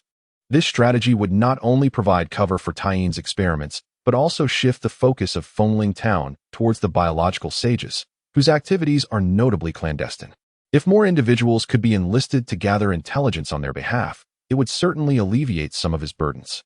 Just when Lin Feng believed that this matter would come to a smooth conclusion, that individual had previously mentioned that their client was an entity known as the Great Father. Do you recall this person? No, not at all. After a brief moment, a rustling sound once again echoed from above the trio. Before they could comprehend what was happening, a sudden crack resounded as if something had snapped. In the following cacophony, an object crashed through the ceiling above them.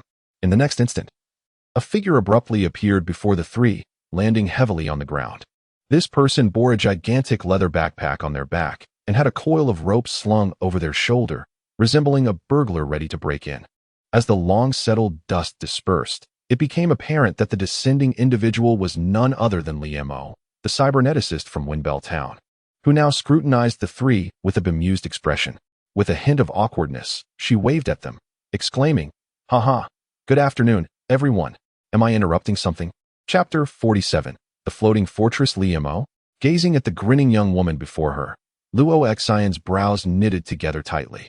Upon noticing the bundle of rope and the hooks attached to it on her shoulder, a realization seemed to dawn upon her. The expression on the man's face swiftly darkened, his hand resting upon the hilt of the knife at his waist, poised for an immediate draw. This seemingly casual gesture caught Lin Feng's attention. "What do you intend to do there?" the man demanded sharply, instantly escalating the tension in the atmosphere, particularly when they noticed something resembling a weapon lurking within the contents of the man's backpack. Even Luo Xian could not help but adopt a serious demeanor. She discreetly signaled to the man beside her, who then moved stealthily to the entrance of the narrow alley, effectively blocking their only escape route. "Li Mo, what are you doing there? Were you eavesdropping on our conversation?" Under the scrutinizing gazes of the two, Li Mo appeared visibly anxious, instinctively shifting backwards until her backpack pressed against the wall. "It's nothing. I truly was just passing by. I assure you, I did not hear a thing. And even if I had, I would never speak of it to anyone." Her frantic assurances rendered Lin Feng speechless, leading him to question whether this individual had recently suffered a blow to the head, as she seemed decidedly lacking in intelligence. Having thoroughly surveyed the surroundings, he finally comprehended the profound reaction of Luo Xian and the others. The shanty town was situated proximate to the town's ramparts, with edifices of varying heights. From the apex of the shacks, especially with the aid of implements, one could potentially scale the wall. Due to a paucity of personnel, the sentinels here had been redeployed elsewhere.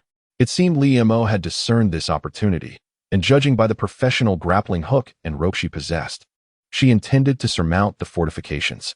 Given the gravity of the situation, it was difficult not to suspect ulterior motives. During periods of intense conflict, such actions could warrant summary execution. Observing her hesitancy to divulge her true intentions, the man advanced a step, his countenance turning fierce as he shifted his tone. Could it be that you are affiliated with Kaiman's faction? Upon hearing this, Liemo visibly grew agitated, leaping to her feet and vehemently protesting to the man, who towered over her by half a head. I am not. Then what is your purpose? Unexpectedly, upon hearing this, Liemo's spirits seemed to wane once more. She placed her hands against the wall behind her, biting her lower lip as if suppressing some resentment, and after a moment, she uttered a disjointed remark. Regardless of the futility of explanation, it is evident that you would remain oblivious to the intricacies of the matter.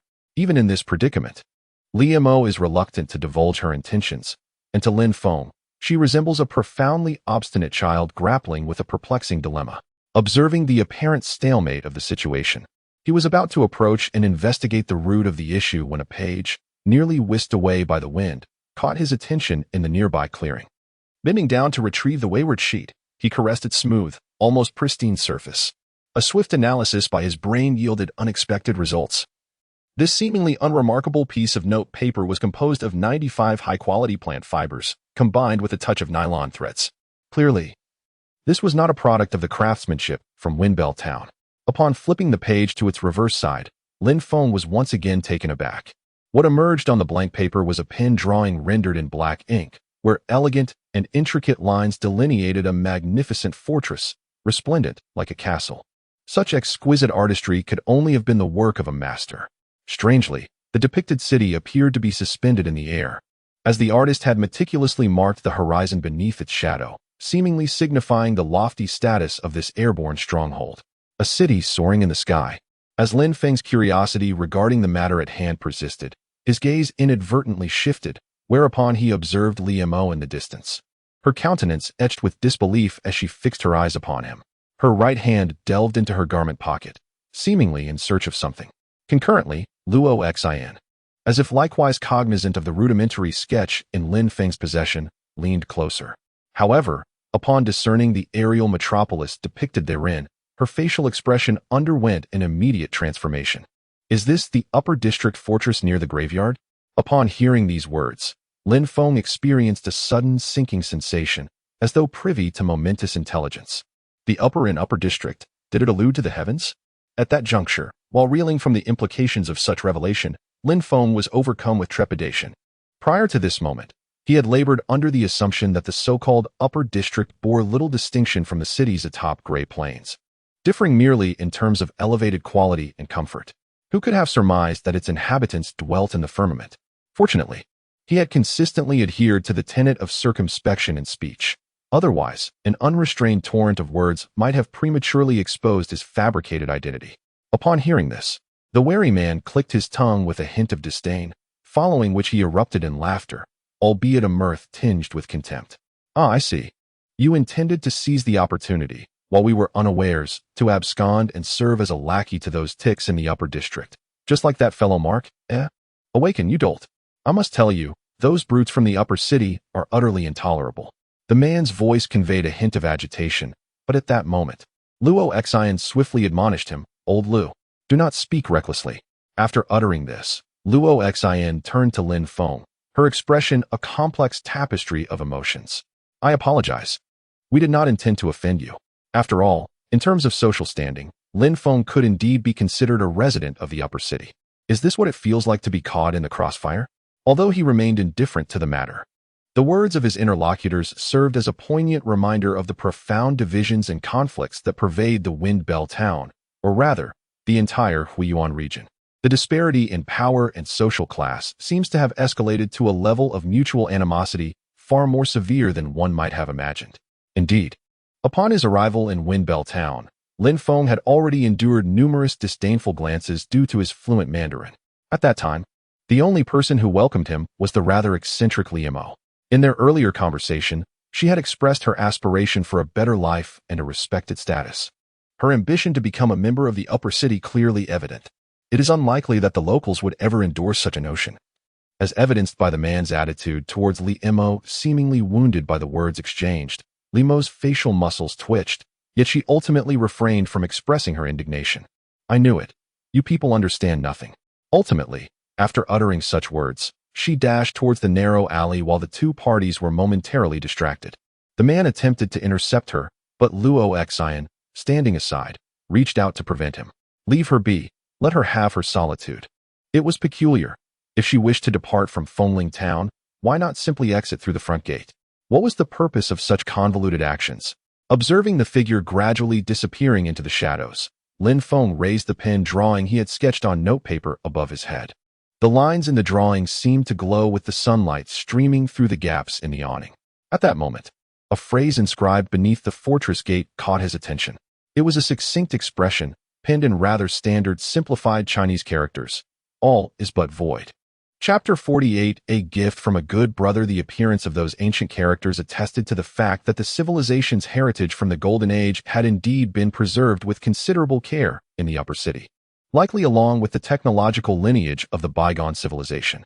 From this perspective, the noble forces of the Upper City, along with the clandestine organization governing them, were indeed formidable entities. Perhaps, in their eyes, the local inhabitants struggling for survival amidst the ruins were no different from naked savages. More concerningly, from Loxin's description, it seems that the floating fortress depicted in that pen drawing is not singular. The so-called upper district appears to possess an equally intricate distribution of power within. Surely, someone must have prevented her from leaving, and it is likely that only one person in Winchim Town wields such authority. If Li Mo harbored a dislike for this place, why not simply release her? Faced with this sudden inquiry, the other party momentarily appeared taken aback, but soon her expression regained composure. I had promised her mother to take good care of her, and thus I could not allow her to fall prey to that tomb envoy.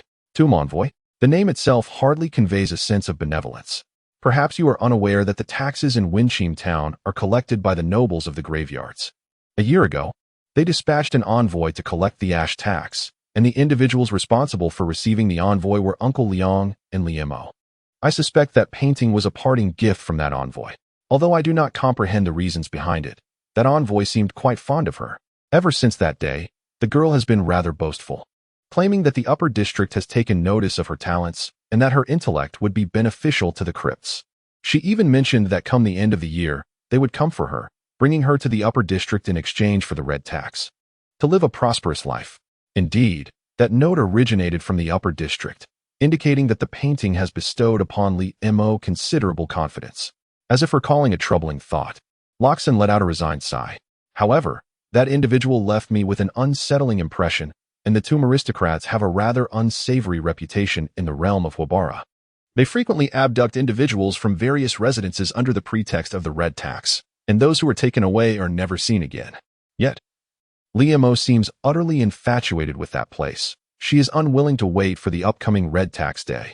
This is not her first attempt to flee, and I am uncertain what that fellow has told her. By the way, I have yet to hear from you which upper city you hail from. Furthermore, do you know what those tomb denizens are truly up to? I apologize, but I am not inclined to discuss it at this moment. Fortunately, Lin Feng has gained the trust of Luo Xian, and in light of this situation, the latter wisely chose to remain silent, seemingly wary of unintentionally causing harm to him. To be frank, my understanding of those tomb aristocrats is rather limited, as their actions are exceedingly clandestine. Even within the upper city, they are undoubtedly peculiar individuals.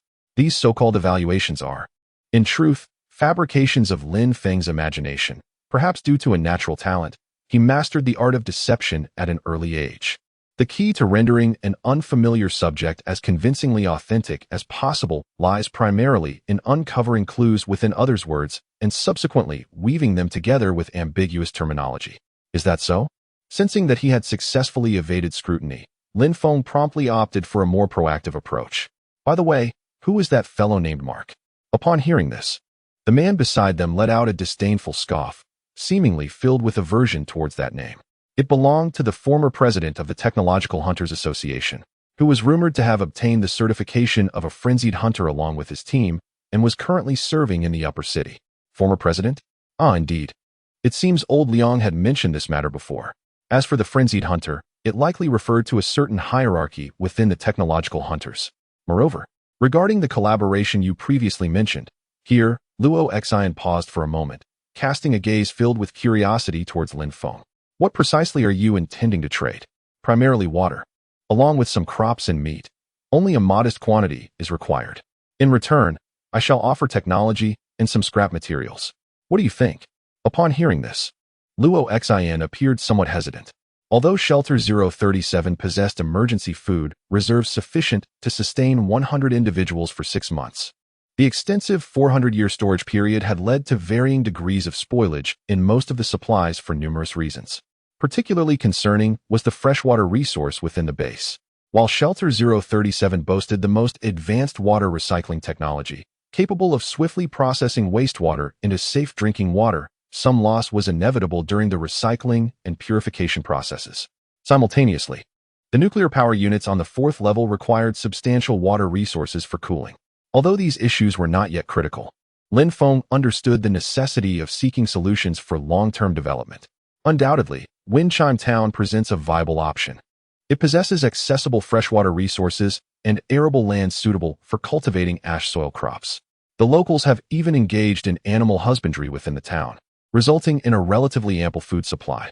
So, you're contemplating establishing your habitation in this vicinity? It's merely a collection of dilapidated structures, hardly warranting the term habitation. Currently, only myself and a few fellow scavengers reside there. In total, there are but a handful of individuals. However, if circumstances align favorably, we may see an influx of new members in the future. Indeed, I comprehend. Upon hearing this, Luo Xin nodded slowly. By the way, I've already informed Old Liang on your behalf. He should be available now. You can proceed to discuss the matter of membership with him. Through the gaping hole created by Li Mo, she raised her eyes to glance at the overcast sky, and then ruefully lamented, I wonder what Cayman intends to do next. In the instant that she finished speaking, a report from Tyene was presented to Lin Feng, presumably indicating that they had completed their analysis of the bone automaton and were awaiting his further confirmation. Chapter 49. The Butterfly Effect. After bidding farewell to Luo Xin, Lin Feng did not immediately head to the Tech Hunter Guild. Instead, he took a detour, deliberately seeking out a secluded, shaded spot. As the sensor imagery sharpened, the perspective revealed Tyene standing with his hands clasped behind his back before a conveyor belt operating at full capacity. These grotesque beings possessed a pinkish skin tone reminiscent of a newborn, with robust, black-blooded vessels visible beneath. Concurrently, they exhibited animalistic traits, such as reptilian tails or horns protruding from their foreheads, conjuring images from horror films. Such a spectacle would undoubtedly be unnerving upon first encounter. These were the very mutants of whom Tyene had spoken, the same generation that had engaged Cayman's convoy in combat. Judging by the outcome, the experiment was undeniably a success. The cost of materials to manufacture and arm a single W warrior was sufficient to produce over 7 mutant warriors. A squad of these mutant soldiers would likely be as formidable as a lone W, thanks to pre-implanted neural worm devices. Even the berserk tendencies inherent in these aberrant creatures had been effectively mitigated. The sole drawback was the mutants' drastically shortened lifespan, a mere 72 hours, according to Tyene. Consequently, these hulking figures were immediately cryogenically frozen upon completion of their transformation, to be awakened only when required for deployment. Could it be some form of mutation? As he spoke, Lin Feng curiously pointed towards the lizard tail of a certain mutant behind him.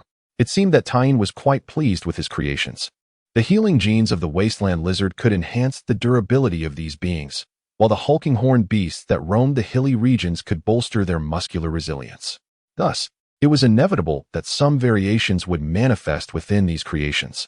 With such a multitude of foreign genes intertwined, it was no wonder that these entities appeared so peculiar. A phenomenon undoubtedly attributed to the unique fusion and aberration capabilities of the Black Tide. Given the smooth progress of Tyene's experiments, it also implied that the nearby Grey Plains bandits might not fare well, as this endeavor relied heavily on their substantial support, such as occasionally supplying raw materials for the experiments. However, that was not a matter of concern for him, although still flawed and significantly lacking in numbers. The current refuge had, on the whole, developed a modicum of self-preservation capability.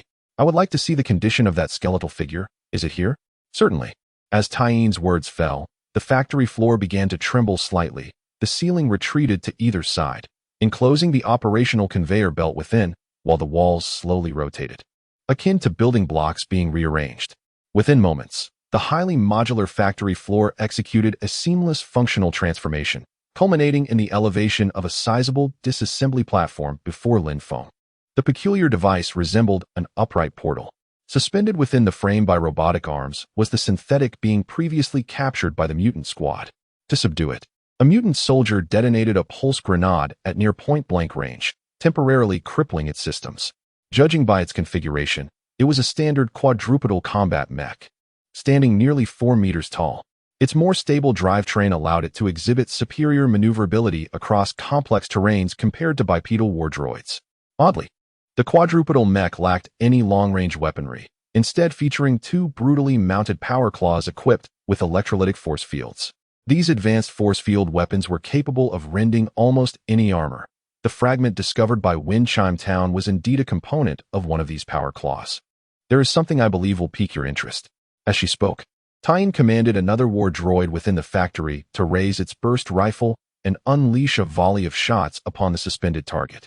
Despite its paralyzed state, the projectiles appeared to strike an invisible barrier, detonating harmlessly in midair, failing to inflict any damage upon the machine itself. As you can observe, it possesses a rather intricate defense system. At this moment, Lin Feng finally comprehended the situation. No wonder that Kaimin could roam freely throughout the entire Huiyuan region merely with the aid of a synthetic being. For the locals, the deflection shield and the power claws were akin to cheating. Now that these formidable tools had fallen into his own hands, one could not help but acknowledge that Kaimin had indeed bestowed upon him an extraordinary gift. Was there a way to reverse engineer them? Certainly, but it would require a considerable amount of time, due to the fact that the database of the shelter had suffered human-induced damage long before Lin Feng's awakening. The technological tree at his disposal now exhibited severe gaps. However, there remained one matter that Lin Feng could not fathom. Why did this synthetic being obey Kaimin's commands unconditionally? Yet, upon raising this query, Tyne provided an alternative perspective. I believe it is related to a programming error. According to the analysis, this synthetic being's program was tampered with years ago. This forcibly implanted command aimed to protect a specific location. However, due to a significant syntactical error in the program, it likely misidentified Kaimin, who happened to appear at the target site, as the entity to be protected and obeyed. A programming error? A bug? So Kaimin's rise to power was entirely the result of a hapless programmer's accidental creation of a mound of faulty code? This is likely what is referred to as the butterfly effect. Chapter 50. The Computer. The exquisite gift bestowed by Kaimin is undeniably invaluable. Lin Feng can almost envision the ecstatic expression on the face of the recipient upon realizing that his heart has become someone else's treasure. A look that borders on murderous joy. Currently, the analysis of that specimen is proceeding systematically, given that it is an ancient and lost technology. Fully deciphering and utilizing it will undoubtedly require a considerable amount of time. Furthermore, according to Tyne, during the process of decoding the program, the thalamus successfully extracted a string of ambiguous coordinate codes, which will likely serve as a significant clue. However, the precise meaning of these coordinates will have to await the subsequent analytical report. Through this experiment, Lin Feng has gained a profound understanding of Tyne's capabilities. To be honest, in certain respects, that entity even surpasses him, and it possesses the second highest authority, just below his own. The relationship between him and Tyne resembles that of a king and a prime minister. Theoretically, Tyne is merely a personality simulation of the thalamus and should be devoid of emotions, unconditionally obeying every command issued by him. Lin Feng recalls having overheard a saying some time ago: a good superior-subordinate relationship should resemble that of Romeo and Juliet, showcasing the passionate dedication of a diligent employee. If one merely exploits such an individual as a tool, relentlessly draining their essence, the relationship becomes inherently flawed. As Lin Feng pondered, he could not help but feel a sense of discomfort at the thought that one day, the other party might suddenly awaken to a different ambition, not as Juliet, but as Kublai Khan, leading to a scenario that could prove quite distressing. Lost in thought, he found himself standing before the Technology Hunters Association. Observing the large, warehouse-like structure, he contemplated for a brief moment before pushing the door open and stepping inside. Much like his initial visit, the atmosphere remained bleak and desolate. The vast hall was devoid of any human presence. The turmoil in the town, coupled with the inability to offer substantial rewards, had driven the once vibrant local hunters to seek their fortunes elsewhere. Perhaps alerted by the creaking door, A room at the far end of the hall was soon pushed open from the inside. It was old Liang, who, having suffered an attack from a mutated creature, had been forced to relinquish both legs and one arm, all replaced by prosthetic limbs to prevent infection. Before Lin Feng could greet the middle-aged man seated in a wheelchair, old Liang preemptively spoke, "Follow me."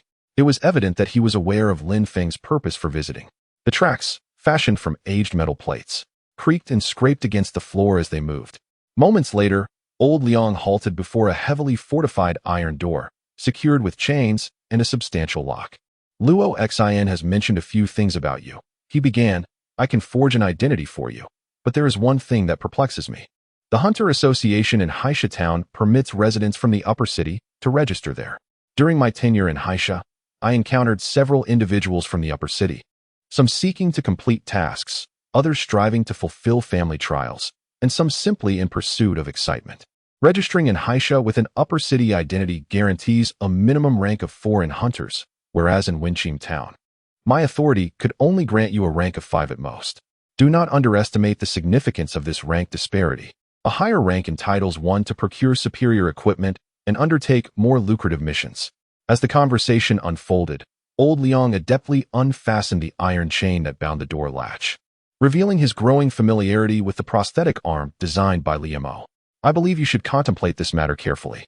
As his words lingered in the air, old Liang cast a sidelong glance at Lin Feng, who appeared remarkably composed. In truth, the decision to register as a hunter in Winchim Town was somewhat of a reluctant choice. Although there is no standardized identity system akin to a household registration in the Great Plains, each city-state and larger settlement possesses its own procedures and methods for verifying identity, particularly for residents of the upper city. Thus, had it not been for the assistance rendered to Tusong on the road, relying on his name and token, Lin Feng would likely have found it exceedingly difficult to gain entry into Winchim Town. Those who cannot definitively prove their identity are generally referred to as vagrants.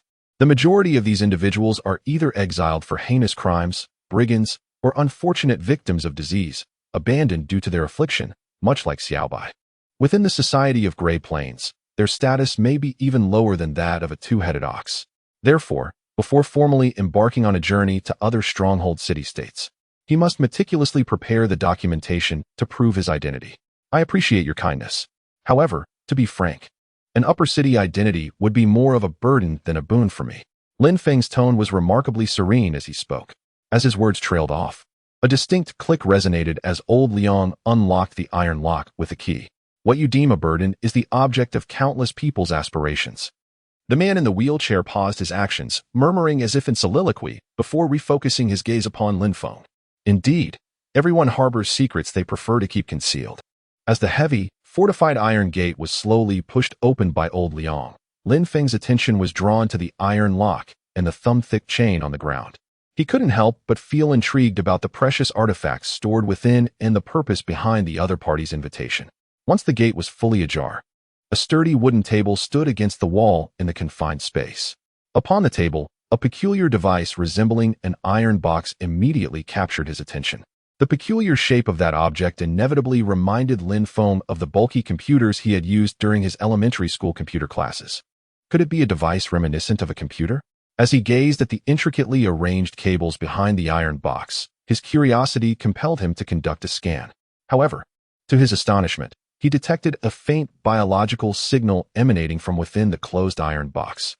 Shortly thereafter, as the thalamus presented the scanning report to Lin Feng, the results left him utterly speechless. Before him stood a bona fide computer, and within the iron casing at the rear of this device lay a human brain that had long since lost its vitality. Chapter 51 Happiness knocks at the door. Given the sheer strangeness of this contraption, Lin Feng found himself unable to refrain from making a sarcastic remark. What on earth was this thing? Clearly, old Liang was oblivious to the bizarre expression on his companion's face.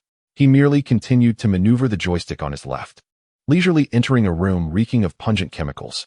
This was a prized possession of the association. The group known as the Tomb Dwellers referred to it as the Thinker. At this point, old Liang's demeanor grew increasingly somber as he regarded the peculiar device dubbed the Thinker, and he spoke in a tone that seemed almost reflective. It had taken Mark considerable effort to secure the usage rights from that group. Once again, it is Mark. It appears that this former president of the Hunter Association wields considerable influence in Wind Bell Town. However, at this moment, Lin Feng is not particularly concerned with that. He is merely eager to comprehend the purpose of this extraordinarily peculiar and pathological creation. What, then, is the function of this object? As the question lingered in the air, old Liang maneuvered his electric wheelchair to face Lin Feng, seemingly intrigued by the inquiry. What can it do? The possibilities are numerous. To possess a thinker is akin to having the authority to recruit technological hunters. Each technological hunter's dossier must be submitted through the thinker to the upper district. Old Liang's words caused Lin Feng to furrow his brow, especially upon hearing the term upper district, which sent a jolt through his CPU. Why must the dossier be submitted to the upper district? Lin Feng's question rendered old Liang momentarily silent, as he pondered whether he had divulged something inappropriate. Rest assured, the process of dossier submission is not as complex as you might imagine. I will assist you with that. There is no need for concern. He then proceeded to remove a pendant hanging from his neck with his still functional left hand. Attached to the cord were oval iron plates resembling dog tags. The so-called Technological Hunter Association is merely an organization that serves the upper district. Generally, the number of hunters allotted to each settlement or city-state is exceedingly limited. The legitimacy of a hunter is determined by the identity code issued by the upper district. At this juncture, old Liang deliberately shook the iron plates in his hand. Illuminated by the overhead lights, one could faintly discern a series of minute numbers on the surface of the plates dangling together. Only by submitting one's records through official channels and obtaining approval can one receive a corresponding string of codes. This sequence of numbers is subject to change as the hunter's rank progresses. With this code, one can freely traverse the territories controlled by the upper district, gaining access to various city-states and technological hunter associations. Consequently, affluent merchants are often willing to pay a premium for a coveted spot. Becoming a hunter allows one to accept commissions from the association, thereby earning remuneration. And even the seemingly worthless trinkets found in the gray fields can be sold for a higher price within the association. Should fortune favor you and elevate you to the first or even the frenzied hunter level, you would find yourself directly serving the dignitaries of the upper district. With a stroke of luck, one might even attain noble status, much like that fellow Mark. As he spoke, old Liang's left hand flew over the keyboard before the contemplators. And before long, the device's screen illuminated, casting a soft green glow.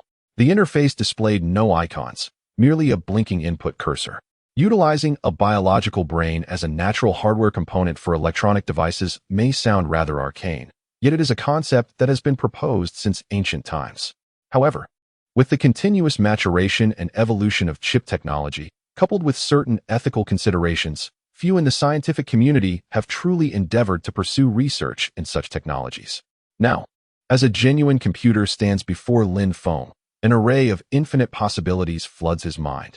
Among these, the most plausible notion is whether the situation mirrors that of Shelter 037, where the upper city historically experienced a severe technological chasm. Due to the loss of critical technologies or a lack of equipment, they might be incapable of producing advanced electronic components like nanochips, thus resorting to alternative paths. In a moment of contemplation, Lin Feng finds himself unable to discern whether this represents advancement or primitiveness. Furthermore, does old Liang possess knowledge of the intrinsic truth behind this device? The technology of the contemplator is shrouded in the utmost secrecy of the tomb, comprehensible only to those emissaries who understand its operational principles, rendering it inaccessible to the average individual. Upon hearing this, Lin Feng gradually fell into silence.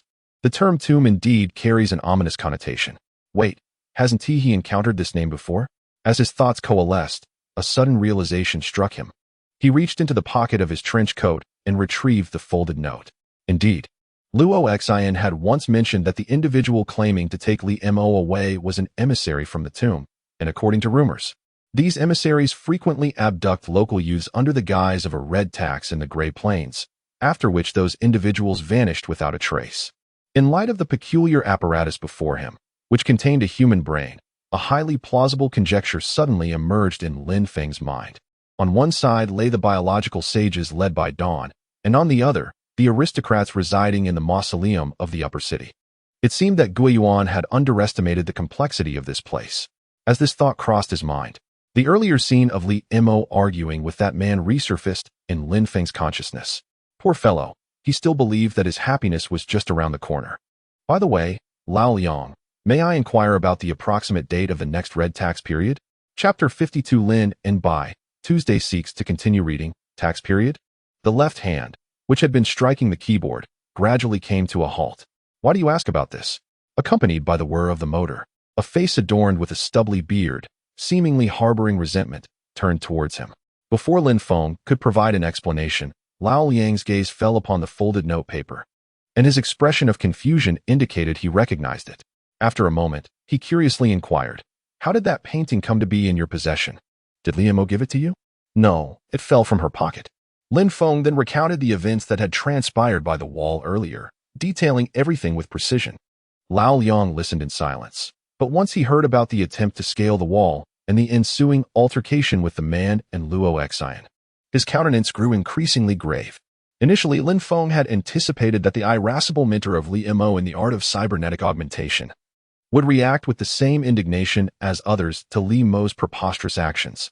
He perceived a rather delicate dynamic between the master and disciple. However, as he finished speaking, old Liang, contrary to expectations, did not erupt in anger. His left hand rested on the armrest of his wheelchair, fingers drumming impatiently on the metallic surface. After a protracted silence, accompanied by a hushed sigh, his furrowed brow relaxed, and he muttered with a sense of resignation, "So, the little rascal despises me that much?" As he spoke, old Liang manipulated the lever, seemingly salvaged from a tractor, slowly turning back around. "I concede, the girl is not unintelligent, and indeed possesses a modicum of cleverness," he added as a postscript, "but she pales in comparison to my younger days. The vocation of a cybernetic artisan cannot be mastered solely through a bit of ingenuity. One must learn to commune with the myriad of scrap metal unearthed from who knows where, and, most crucially, possess a certain imaginative faculty. In this line of work, imagination is indispensable. One must be able to surmise the potential of each component and its specific function. Seasoned artisans can discern the approximate condition of a collection of components with a mere glance, noting their dimensions, curvature, and the extent of oxidation, deducing what contrivances they might constitute. This aptitude for communicating with discarded materials, coupled with imagination, suggests that standardization and precision have long been disregarded in Huiyuan. They pursue an alternate path, an industrial route predicated on personal experience and a touch of mysticism. That fledgling is too callow. Her aspirations are exceedingly lofty. She fancies herself exceptional. Liang's fingers continued to dance across the pensive keyboard as he inputted a series of enigmatic phrases, neither English nor numerical, into the command library on the screen, presumably a system developed by the Necropolis technicians specifically tailored to interface with the biological neural networks of the human brain. However, if those denizens of the Necropolis could genuinely afford her a superior existence, an opportunity to broaden her horizons, then let the last depart. It would spare him her constant backtalk. In any event, he had nothing further to impart. Furthermore, the precise date of the red tax remains uncertain, but barring unforeseen circumstances, it should be 2 months hence. 2 months hence marks the 19th birthday of that girl. Liamo rumor has it that those conscripted as red tax to the upper city are predominantly of this age. Predominantly 19 years of age. Could there be a correlation therein? Yang's discourse plunged Lin Feng into contemplation. Initially, he was perplexed, but it dawned on him when he recalled a statement made by the lecturer responsible for teaching the fundamentals of neuroscience shortly before his transmigration. The human brain attains complete development around the age of 17 to 18, with the latest being no more than 20. Complete maturation and cessation of development occur around 25 to 30 years of age. Thus, a healthy brain at 19 years old is at its most complete and possesses the greatest plasticity. Evidently, in 2 months, Liamo would be taken away by the people from the Necropolis, a virtually unalterable reality. Should he disclose the truth about the Necropolis and the potential secrets behind the red tax to Liamo? Would she believe him if he did? Or should he dismantle the shell of the thinker directly in front of her, allowing her to witness the truth firsthand? No, even if she knew the truth. What difference would it make? The Necropolis had already set their sights on her, and even if Liamo wanted to renege, it was unlikely she would have any say in the matter. Alternatively, should he send her to Shelter 037? But what significant benefit could a gray hybrid artificer, lacking systematic education but potentially possessing certain talents, bring to him?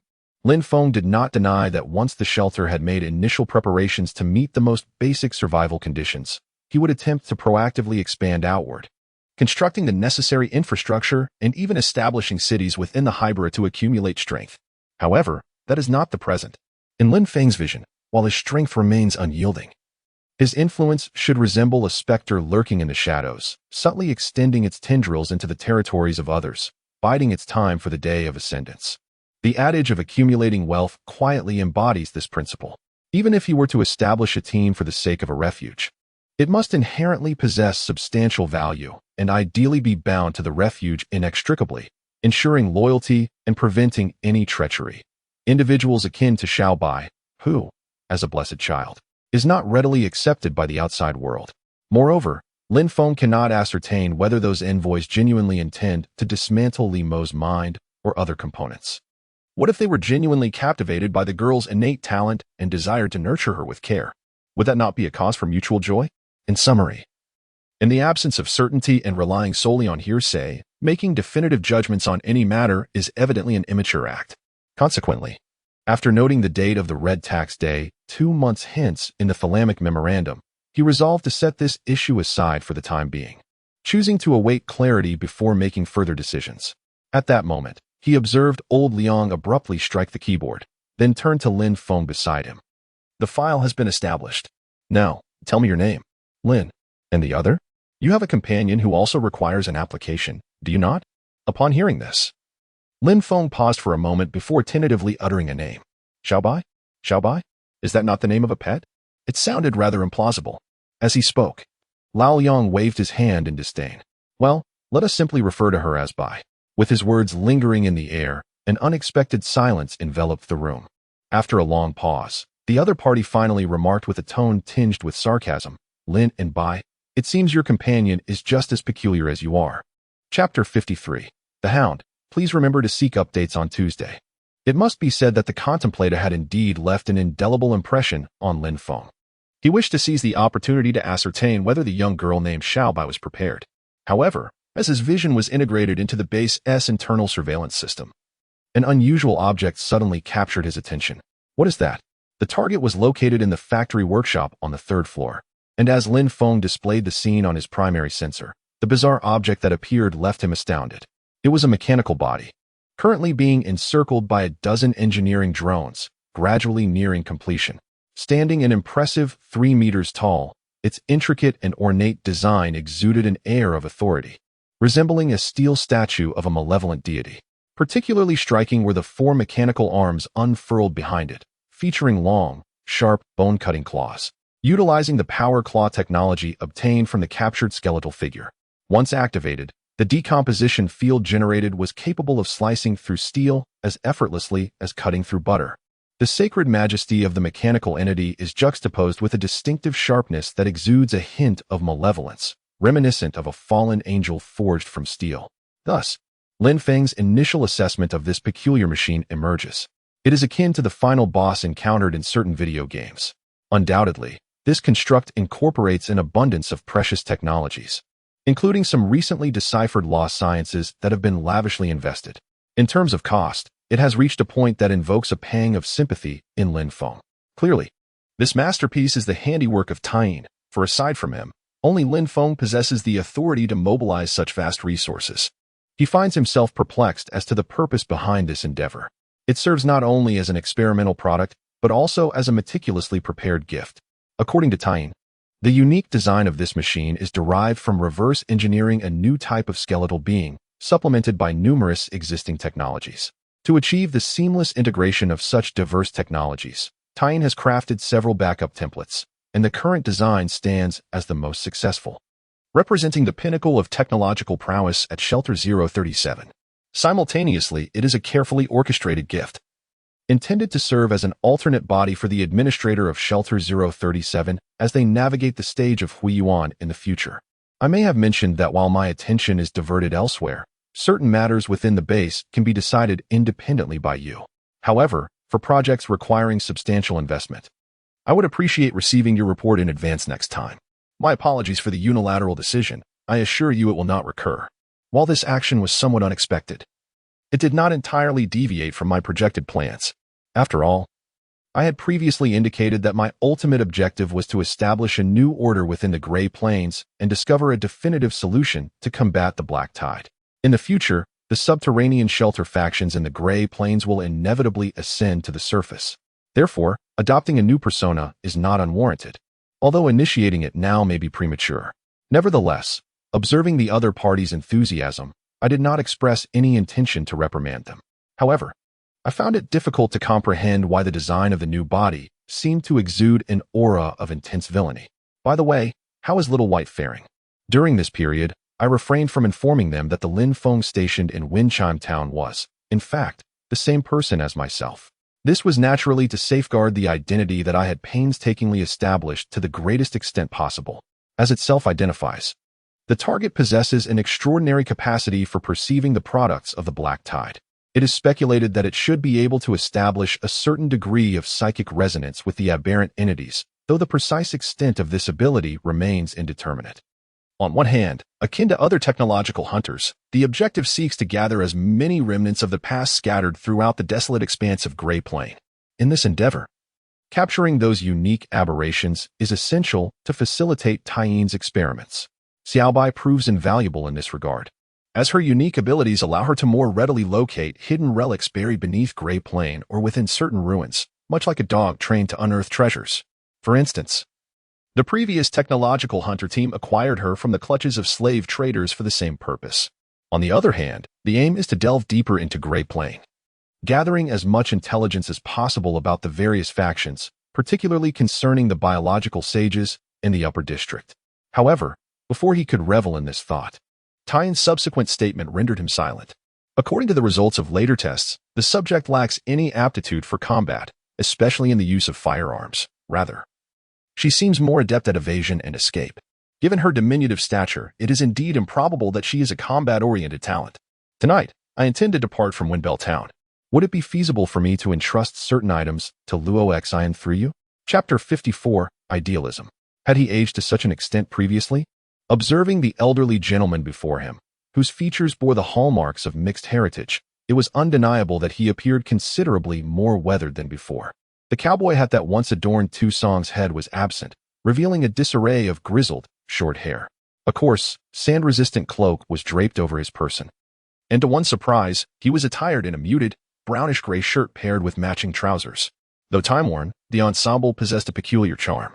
In this lawless expanse of the gray wastes, the emergence of an individual clad in a uniform, resembling an antiquated police officer on a house call, was an undeniably surreal spectacle. This piqued Lin Feng's curiosity, prompting him to jest. So, you were indeed a policeman. I had assumed it was merely hearsay. Policeman? It has been an age since I last heard that appellation. In that case, you are cognizant of the Union's existence?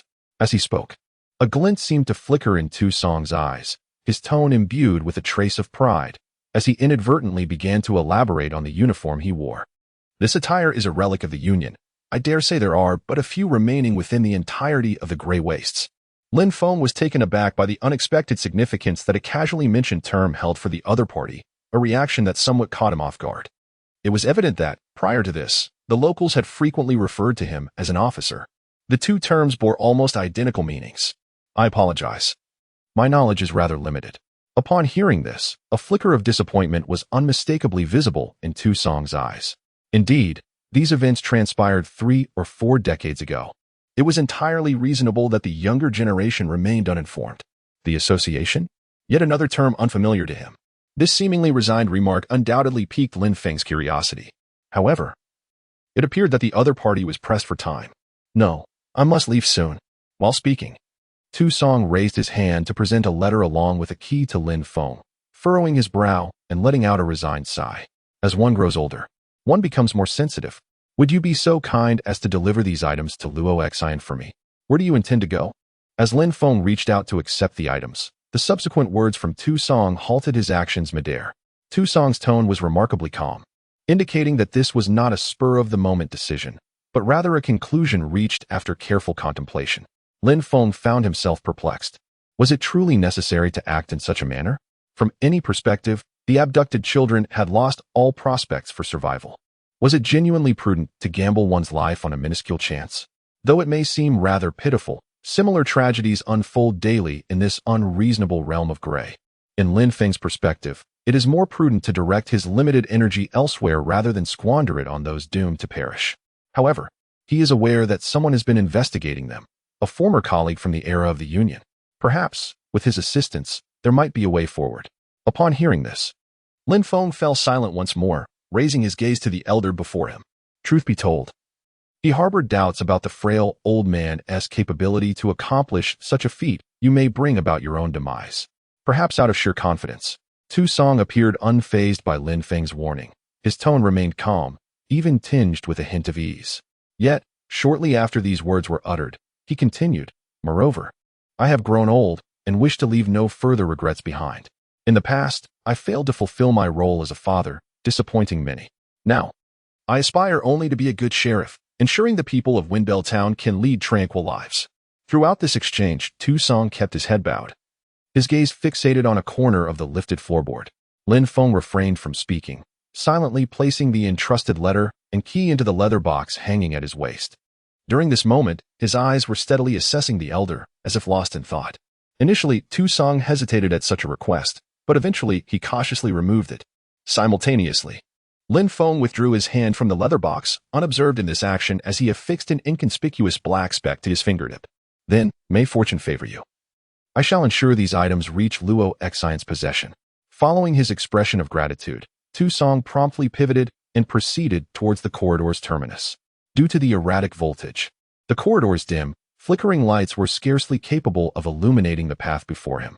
Before long, he halted once more, standing with his back to Lin Feng in the corridor's center. Just as Lin Feng surmised that the elder had something further to impart, a familiar voice echoed once again. "Though it has now perished, I harbor the conviction that the Union shall one day be re-established. It shall ultimately bring due law and justice to Grey Plains. And I trust that day shall eventually dawn." The elder's pronouncement seemed akin to a lament.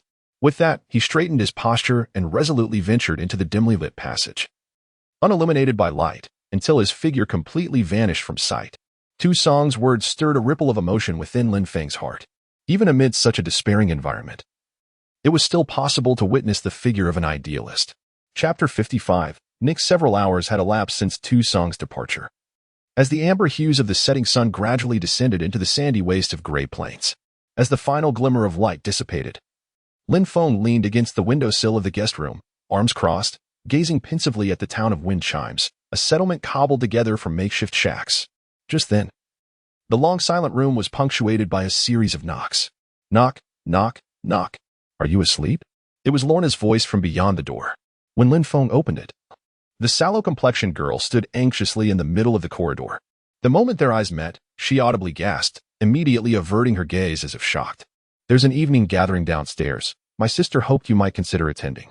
Lorna's voice quivered slightly as she spoke, betraying a sense of unease and a palpable discomfort. This was not an isolated incident. While the presence of others seemed to alleviate her apprehension, whenever the two were alone, her guardedness became particularly pronounced. "Could she be afraid of me?" Lin Feng mused, glancing in the periphery of his vision at a mirror hanging on the wall, his gaze drawn to the face reflected within. There doesn't seem to be anything particularly peculiar. Although the face was a three-dimensionally printed fabrication, it was crafted to such a degree of verisimilitude that it could pass for genuine, provided it remained undamaged. To an outside observer, it would simply appear as an unremarkable, handsome young man's face. Therefore, Lin Feng could only surmise that Lorna's behavior stemmed from a lingering fear of his assumed identity as an elite from the upper districts. It is likely that the aristocrats have left a significant shadow in the heart of this young girl. Indeed, I shall descend now. There is little to occupy me until I officially obtain the Hunter Code. Perhaps it would be wise to observe what those individuals are engaged in. Just as the two were preparing to depart, a gentle breeze swept through, and once again, a series of crisp metallic clinks echoed from outside the corridor's window. This sound emanated from the jars suspended at the doorways of various homes. Whenever the wind blew, they produced such a noise. For those who cherish tranquility, this may well be a calamity, and insomnia seems inevitable. One might wonder, what purpose do these jars serve? They are intended for collecting night water. Night water? At this point, Lin Feng gradually halted his steps, peering through a low window at the end of the corridor to gaze outside. Indeed, if one places a smooth-surfaced container outside, by the following dawn, These jars invariably yield some mysterious, pure water. Since it is born of the night, it is referred to as night water. To be frank, as a young man in the prime of his life, this notion is rather disheartening. Some say that night water is a gift from the goddess of the night. Although it is scarce, in certain water-scarce settlements, her offerings become a primary source. Pure water birthed from the darkness? The goddess of the night? How intriguing. Lin Feng has always held a skepticism towards such mystical beliefs. Considering AI's mention of the extreme diurnal temperature variation, it's plausible that the so-called night water alludes to dew, lacking comprehension of the underlying principles. The locals seemingly regard it as an enigmatic phenomenon occurring nocturnally. Shortly thereafter, as the two descended the precipitous staircase constructed of metal plates, they entered a cramped space, akin to a classroom in size, furnished with 7 rickety metal tables. At that moment, the diminutive room was abuzz with voices filled with people celebrating their triumph. At the heart of the room stood a makeshift bar cobbled together from discarded automobile parts, with a solitary chair positioned prominently before it. This was the Tavern of Wind Chime Town, a locale dedicated to the amusement and recreation of the townsfolk. Within Wind Chime Town, a mutated plant known as the anesthetic tree is cultivated. Its toxic leaves and newly sprouted branches can be utilized to brew a uniquely flavored spirit. Owing to its exceedingly high proof, even seasoned drinkers are easily incapacitated. Hence the locals have dubbed this liquor tomorrow's vision. Reportedly, prior to Cayman's targeting of Wind Chime Town, these peculiar locally produced spirits were even exported as far as Black Sand Town, where they garnered favorable reviews. It can be asserted that Wind Chime Town once possessed a promising outlook for development. Alas, fame invites trouble, and the warlords and their brigands ultimately set their sights upon it. However, for the locals who had just emerged victorious from a battle, matters concerning the future and the past were evidently not of immediate consideration. Having survived another day, this was truly what they cared about. Cheers. Navigating through the cacophony, Lin Feng chose a seat by the window, where he sat alone. A casual glance revealed that the ambushed team, who had previously observed the mutant experiment, was now being hailed as heroes, treated as esteemed guests at the tavern's center. Fearing that the emergence of a mutant army would incite further panic among the residents of Windbell Town, Luo Xin ultimately heeded Lin Feng's counsel and refrained from disclosing the truth behind that victory to the public. Lost in thought, Lin Feng quietly surveyed his surroundings, when suddenly, a burst of applause and cheers from a distance caught his attention. Following the source of the sound, he spotted a short-haired woman with a somewhat gloomy complexion, prominently positioned on the second floor. The instrument she held was crafted entirely from precious wood, featuring an intricately carved soundbox for strings made from beast sinew, and various small adornments derived from the very beasts themselves, a clear testament to its owner's affection. Was that a guitar? As he gazed at the 4-stringed instrument cradled in Luo Xion's arms, Lin Feng found himself entranced, realizing that the instrument's owner seemed to be looking back at him as well. Moments later, under the watchful eyes of the crowd, Luo Xion gracefully approached the bar, settling into a chair that had been deliberately reserved for her. The young woman, cradling her instrument, gently plucked the strings, and the melodious sound instantly hushed the audience. Once everything was prepared, the somewhat unrefined melody resonated once more, much like his initial gallivanting through the desolate wilderness of Huiyuan. The melody he heard at the radio station was strikingly similar under the watchful gaze of the stars and moon. However, this current tune bore a gentler quality compared to the one from that time. Observing the rapturous and content expressions of those around him, Lin Feng realized that even in this loathsome and despair-laden world, there remain a few souls who have not relinquished their ardor for life and their boundless dreams of a brighter future. Chapter 56. The Storm. A crimson torrent, forged from molten steel, enveloped the vast expanse that resembled an isolated island. Presently, an unfortunate group of immigrants, captured by brigands, was being herded into the center of the arena by nefarious villains. The moment they stepped into the arena, accompanied by a gust of warm wind, nearly all present inhaled the thick, acrid scent of blood that permeated the air. Gazing upon the still wet blood upon the ground and a severed arm discarded in a nearby corner, the place resembled a slaughterhouse. Instinctively sensing impending doom, the crowd felt an urge to flee. Yet, with the sound of gunfire ringing out, they now regarded the ragged men, women, and children trapped in the arena with a morbid excitement, as if anticipating a grand spectacle.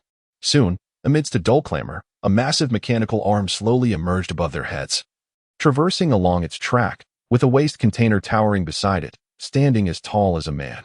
Having relocated to the epicenter of the arena, the crate plummeted, shattering upon impact with a resounding crash.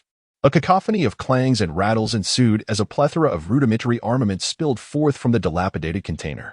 Among the assortment were steel pipes, spears, and bludgeons, crudely modified scrap metal short swords, and, nestled at the crate's base, a rudimentary single-shot pipe gun.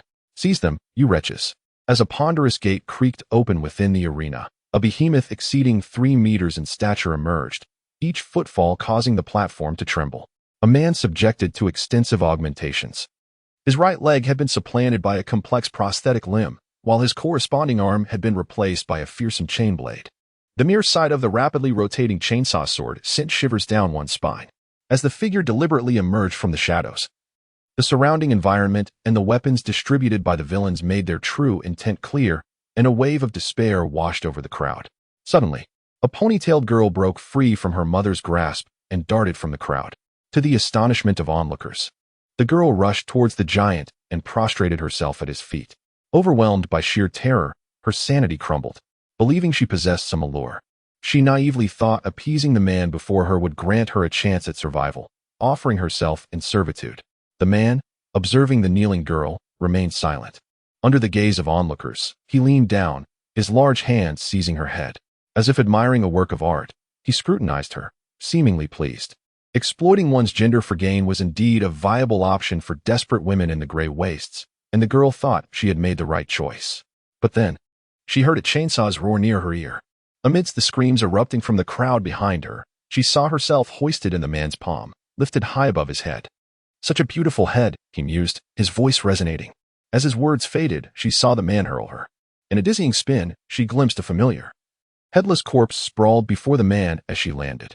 Before her vision completely vanished, she saw the man, wielding a chainsaw prosthetic like a savage beast, charging into the now chaotic crowd. Time passed unnoticed, and as tranquility returned to the arena, a robust figure, drenched in crimson, stood resolutely at the center. A villain clad in full leather armor entered the arena, treading upon the filth that littered the ground. "Boss Kaimin, your men have been duly informed." Upon hearing the call, the man named Kaimin shot a fierce glance over his shoulder, his gaze resembling that of a ferocious beast, causing the villain to instinctively take a step back, as though fearing he might be torn apart. However, he quickly regained his composure and continued his report. Furthermore, according to the technician's inspection, the state of the general's cannon appeared satisfactory. Should it be deployed, it would have the capability to bring down the cities of those upper-class citizens. Fortunately, after a thorough release of pent-up emotions, Kaiman's mood remained relatively buoyant. Addressing the man as report, he spat out a morsel of flesh he had been chewing, and with a glum expression, he muttered, "What? Do you truly believe that it was the Tomb faction that attacked us? Could it not be another force?" At this, Kaiman glared once more, silencing his interlocutor instantly. "Are you doubting me?" With that, Kaiman seized the villain's throat with his bloody left hand, lifting him effortlessly with a mere exertion of force. "I refuse to believe there could be another soul in this place. Who has the audacity and capability to stand against me? How dare you question my judgment?" Fortunately, after a brief interval, just as the villain who was incessantly begging for mercy felt his neck was about to be snapped, Kaiman abruptly released his grip, casting him aside into the heap of mangled corpses. "Dare to oppose me? I'll show those uptown folks who ultimately hold sway in this place." The following morning, when Luo Xian hastily arrived at the town gate, the uptown youth named Lin Feng had already boarded the automobile, poised to depart. Fortunately, she hailed him in time. However, gazing upon that familiar countenance, the words of affection she had meticulously composed along the way now eluded her utterance. "You're heading to Black Sand next, aren't you?" "Indeed. There are matters that require my attention." At that moment, observing the hunter's necklace adorning Lin Feng's neck, Luo Xian's emotions became a tangled web. With old Liang's assistance, Lin Feng's application was swiftly approved by the uptown district. This signified that, from this moment forward, Lin Feng had officially transformed from an unidentified traveler into a formally registered fifth-class hunter. Presumably, in the days to come, he would be diligently pursuing various commissions throughout the Gray Plains, a prospect that inexplicably stirred a peculiar sentiment within Luo Xian's heart. "I assure you, Wind Chimetown will always extend a warm welcome to you and your companions."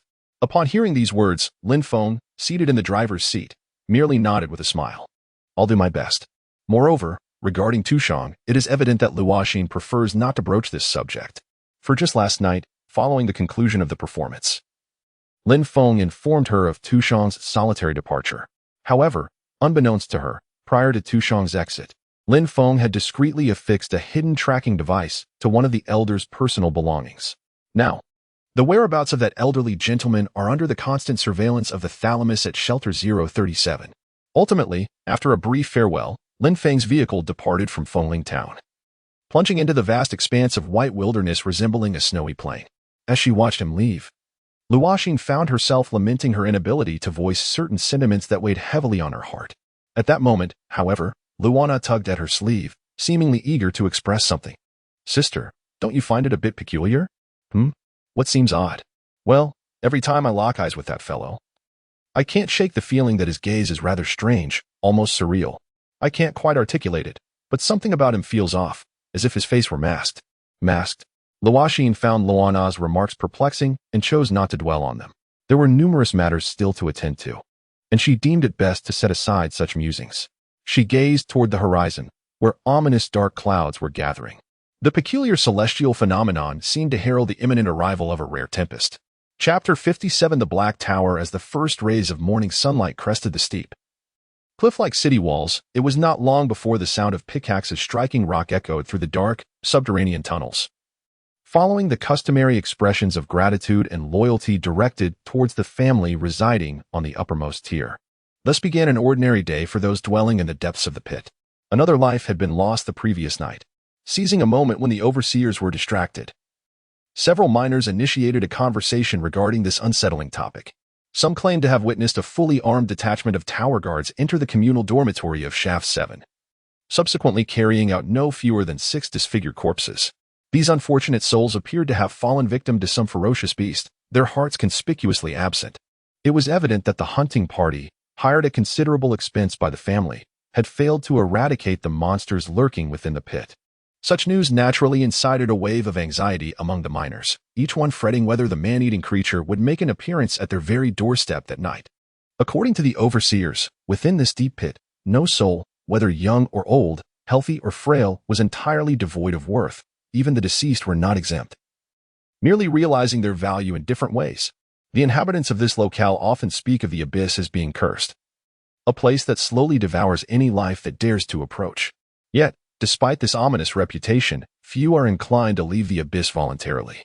It resembles a perilous whirlpool of irresistible allure, drawing in residents from other settlements who willingly leap into its depths each week. Here, these impoverished souls escape the treacherous environment of the gray expanse, where a day's arduous labor yields but a single cup of precious fresh water and a morsel of sustenance. The source of their unselfish provision is the imposing structure known as the Black Tower, an edifice constructed within the vast chasm, a sprawling behemoth formed from numerous buildings. The subterranean portion, referred to as the lower abyss, lies beneath the surface, while the above-ground sections comprise the middle district, where the townsfolk reside, and the upper district, controlled by family members, perched atop the tower. The entire Black Tower is sustained by a uniquely shaped steel tower that rises perpendicularly from the ground, serving as its core. A massive arm extends from it, resembling a colossal iron beam. It is said that this expansive pit, rich in various ores and measuring several meters in depth, was excavated by the steel structures left behind from the Golden Age, although it has long ceased operations. This is Black Sand Town, the largest settlement in the Gray Expanse, renowned for its high-quality iron ore. The iron ore, extracted by miners from the abyss, is transported to the Middle District for processing after being manually crushed. The fragmented iron ore resembles black gravel, which is the origin of the name of Black Sand Town. As the artificially excavated tunnels extend endlessly, the inexhaustible minerals not only nourish countless settlements, but also amass astronomical wealth for the ruling families of the upper district that govern Black Sand Town. With this fortune, the sovereign of the Black Tower, while extensively recruiting technological hunters, has also trained a formidable and loyal guard known as the Black Tower Sentinels. Their formidable strength compels even the local warlords to show deference to the power of the Black Tower. Moreover, the residents of the upper district have provided substantial support to the Black Tower family, undoubtedly further enhancing its strength. The fervent interest of the Upper District in Black Sand Town is likely tied to the precious mineral resources buried deep within the enormous pits below. Time passed, and as the sun rose to its zenith, the distant roar of automobile engines approached.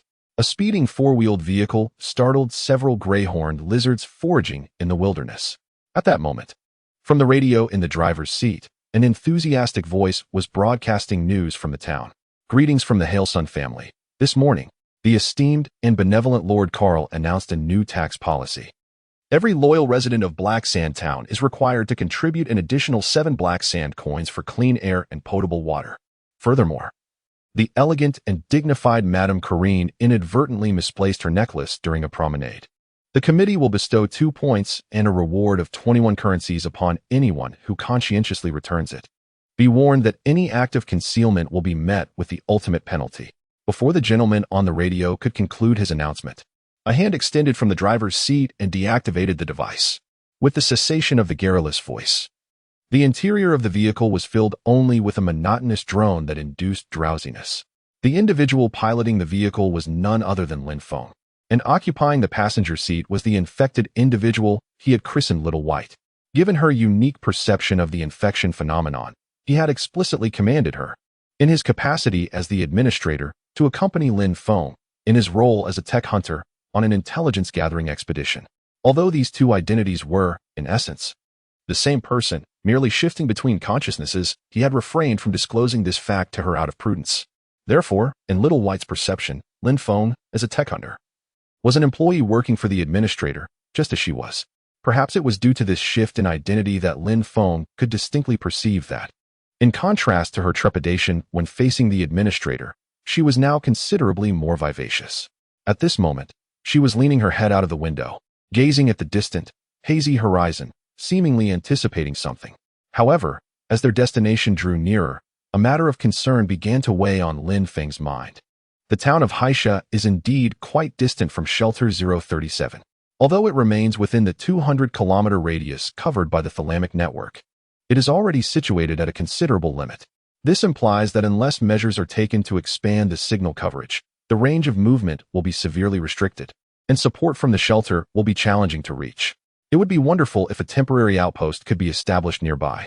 Just as Lin Feng was deep in thought, he suddenly heard Xiao Bai's slightly excited voice beside him. Mr. Lin Feng, look at that. At that moment, Lin Feng turned his gaze towards the co-pilot's side, where he saw Xiao Bai, brimming with excitement, pointing out the window. Before he could fully comprehend what was happening, he caught a glimpse of a towering structure, reminiscent of a celestial tower, reflecting the sun's rays, standing majestically in the center of the horizon beyond the distant rising hills. The sight was indeed quite magnificent. Lin Feng recognized that structure. It had been marked during previous aerial reconnaissance conducted by Suanio. From above, apart from the bizarre edifice that seemed to reach the heavens like a roller coaster track, there were numerous remnants partially buried in the sandy terrain. However, given the prominence of this location, it was likely that his fellow travelers had already visited it countless times. Even if there were valuable items to be found, they would surely have long since claimed them. Yet, the uniquely exquisite shape of it, resembling the legendary stabilizing pillar of the sea, sparked Lin Feng's curiosity. If the opportunity arises in the future, it would be prudent to verify it in person. Just as this thought began to take root, with a jolt and a series of bumps within the vehicle, the off-road car Lin Feng was driving successfully navigated over a small dirt slope. As the front wheels touched the ground, a towering and formidable black city wall suddenly materialized in the desolate wilderness. Black Sand Town was drawing near. Chapter 58 The City of Night. Once we enter the city, remember to remain silent. From this moment forth, you shall be mute. Do you comprehend my meaning? Since the vehicle Lin Feng was operating had been borrowed, its original owner coincidentally belonged to a hunting squad from Black Sand Town. Therefore, prior to embarking on his journey, Lin Feng had meticulously disguised these items that once belonged to others, such as replacing the car's exterior and applying a fresh coat of paint. He even took care to weather the vehicle, rendering it more akin to a product of the local ecosystem. As for the commonly used automatic rifle and the prosthetic arm replacing his left hand, they also underwent similar modifications. After all, these items had been borrowed from those overly enthusiastic hunters. Naturally, this included the girl who had originally been a slave. Like Lin Feng, she had now become a formally recognized fifth-tier hunter, striving to avoid recognition by the local guild of slaves. Before releasing Xiaobai, Lin Feng had instructed Tying to give him a makeover. For instance, the once striking white hair of the individual had been transformed into a glossy, raven hue. Surprisingly, the entity had even taken the time to style a beautiful ponytail for him. Initially, Lin Feng assumed that as a pure AI, Tying would adhere to a principle of utmost efficiency, perhaps opting to shave the child's head entirely. However, the meticulous care and thoughtful suggestions offered to Xiaobai revealed a rather paternal demeanor in Tying. Had it not been for the moment when he coaxed and tricked Xiaobai into providing a vial of blood, Lin Feng might have genuinely believed that a peculiar resonance had developed between the two. As the vehicle gradually came to a halt before the town, the duo disembarked and proceeded to walk towards the fortified city gate, one following the other.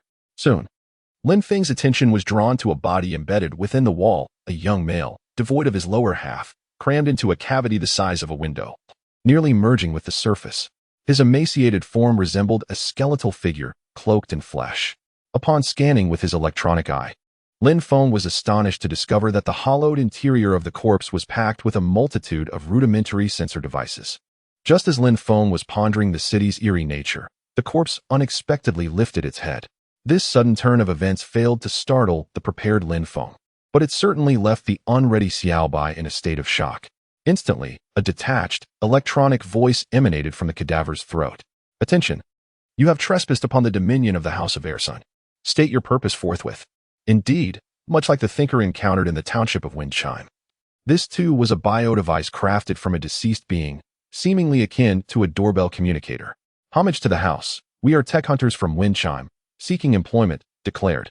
Homage to the house was a salutation had recently gleaned from the local airwaves, a common phrase among the denizens.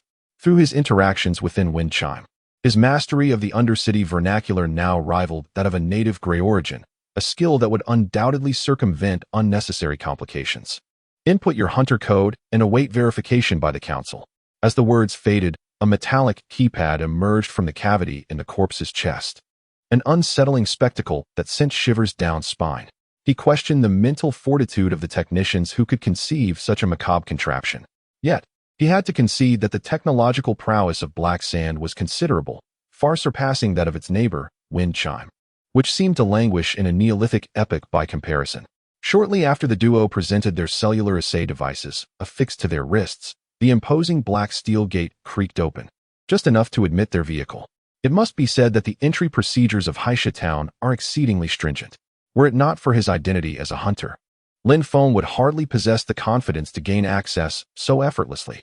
As the vehicle ventured into the town, under the command of a grim-faced official, Lin Feng parked at the designated spot. During this time, as Xiaobai passed by him, the exceedingly lewd individual shamelessly took 2 cans from her backpack under the pretext of an entrance tax. Lin Feng chose not to react to such behavior, silently committing the man's visage to memory, for this was undoubtedly their territory.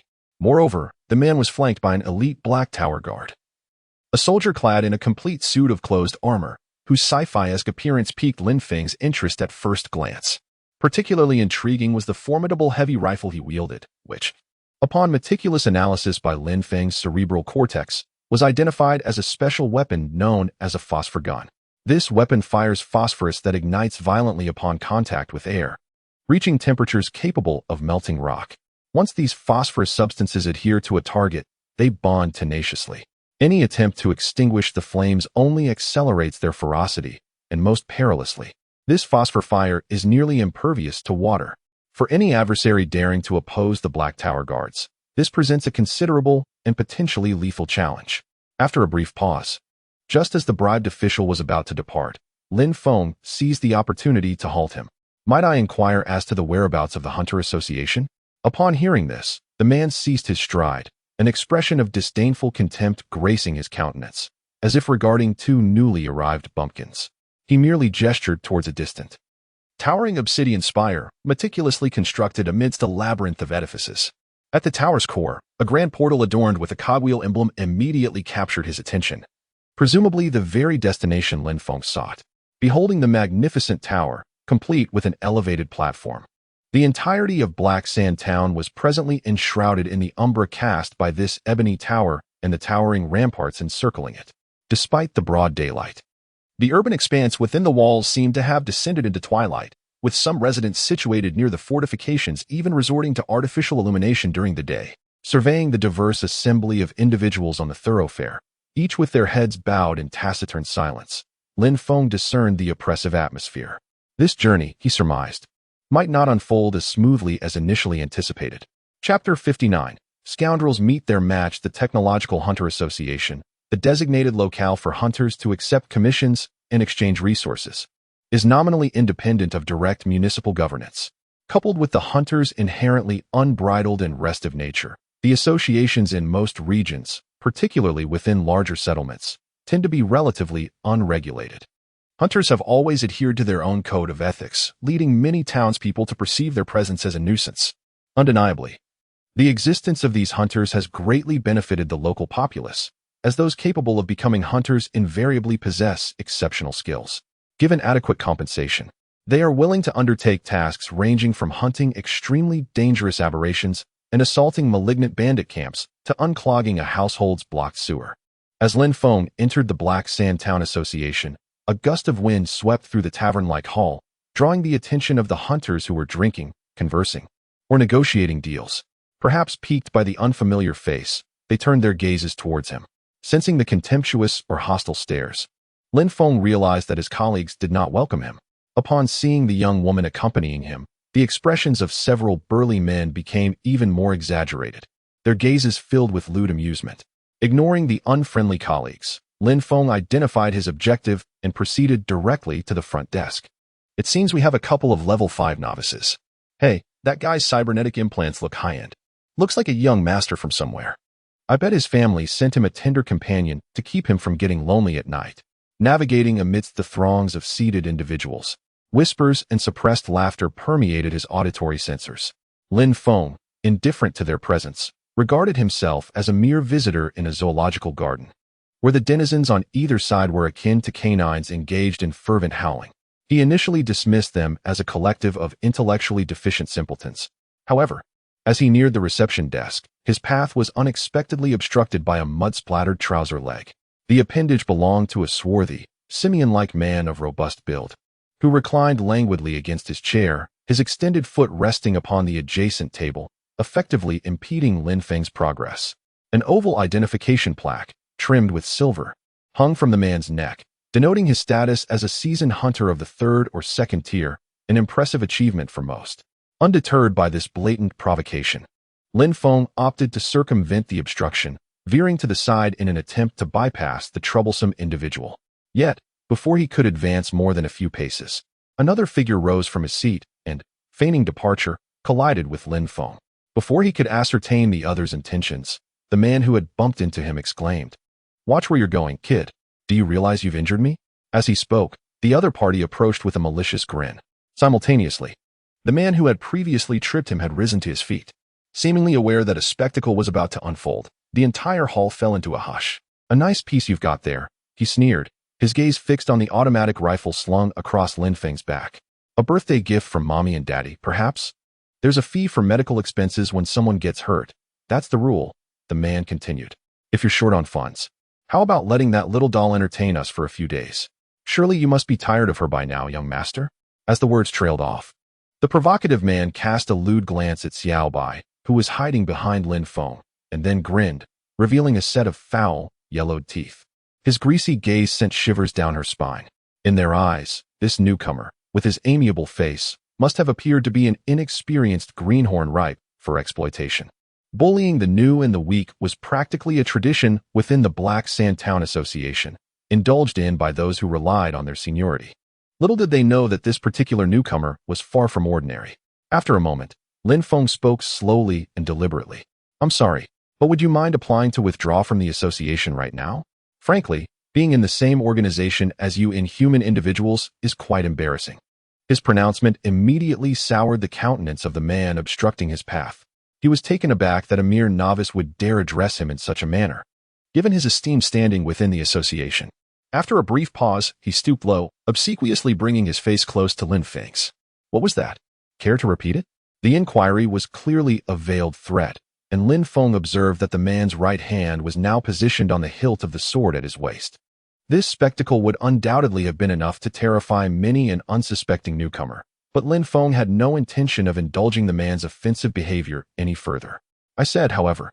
Before he could complete his statement, the man had already unsheathed his blade, evidently intending to teach the insolent novice a lesson in manners. Yet, just as onlookers believed a bloody confrontation was imminent, a resounding slap echoed through the hall.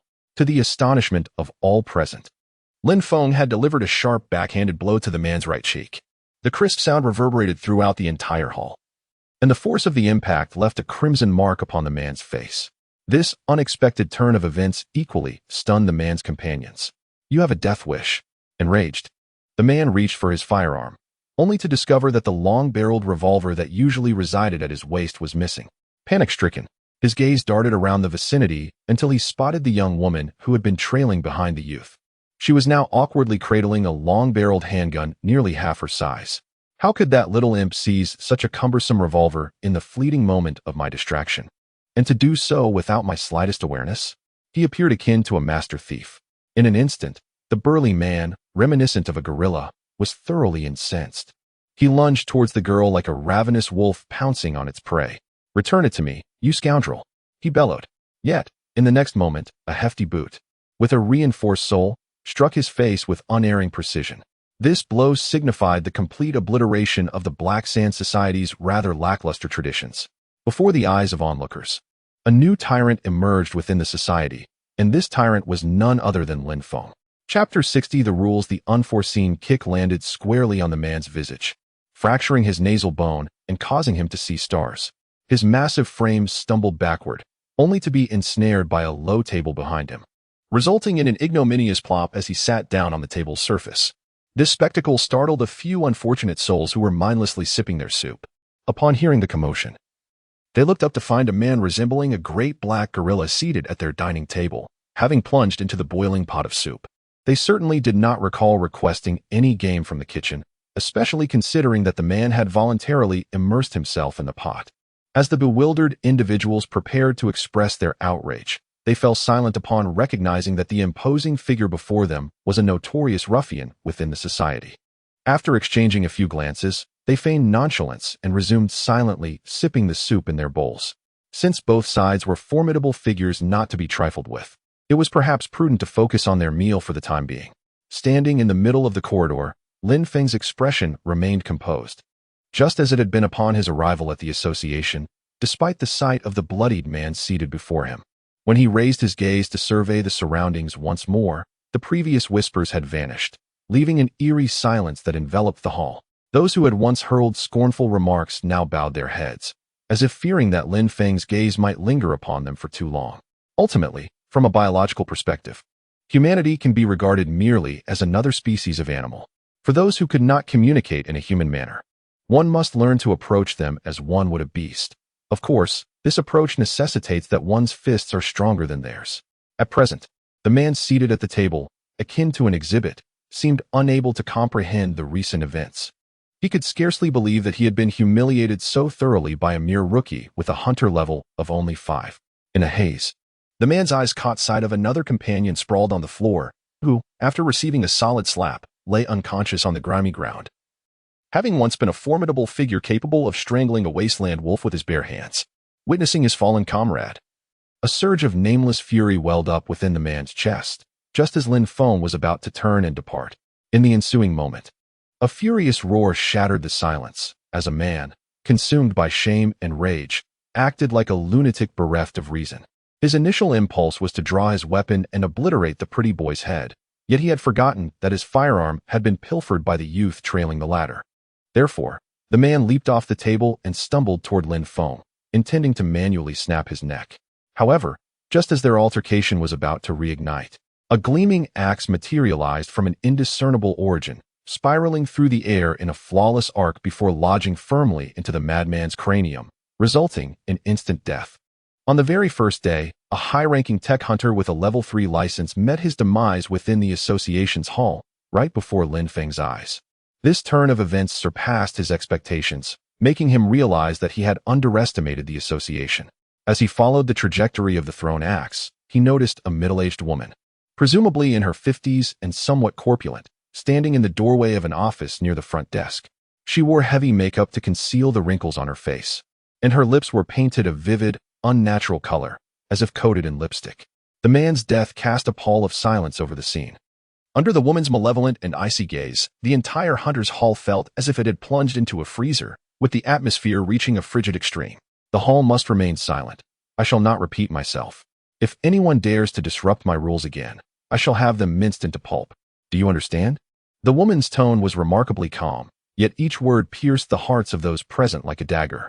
As she spoke, she lifted the other axe in her hand and cast a glance towards Lin Feng, scrutinizing the unfamiliar face before her. Judging by her demeanor and the reactions of those around, it was evident that she held considerable sway within the association.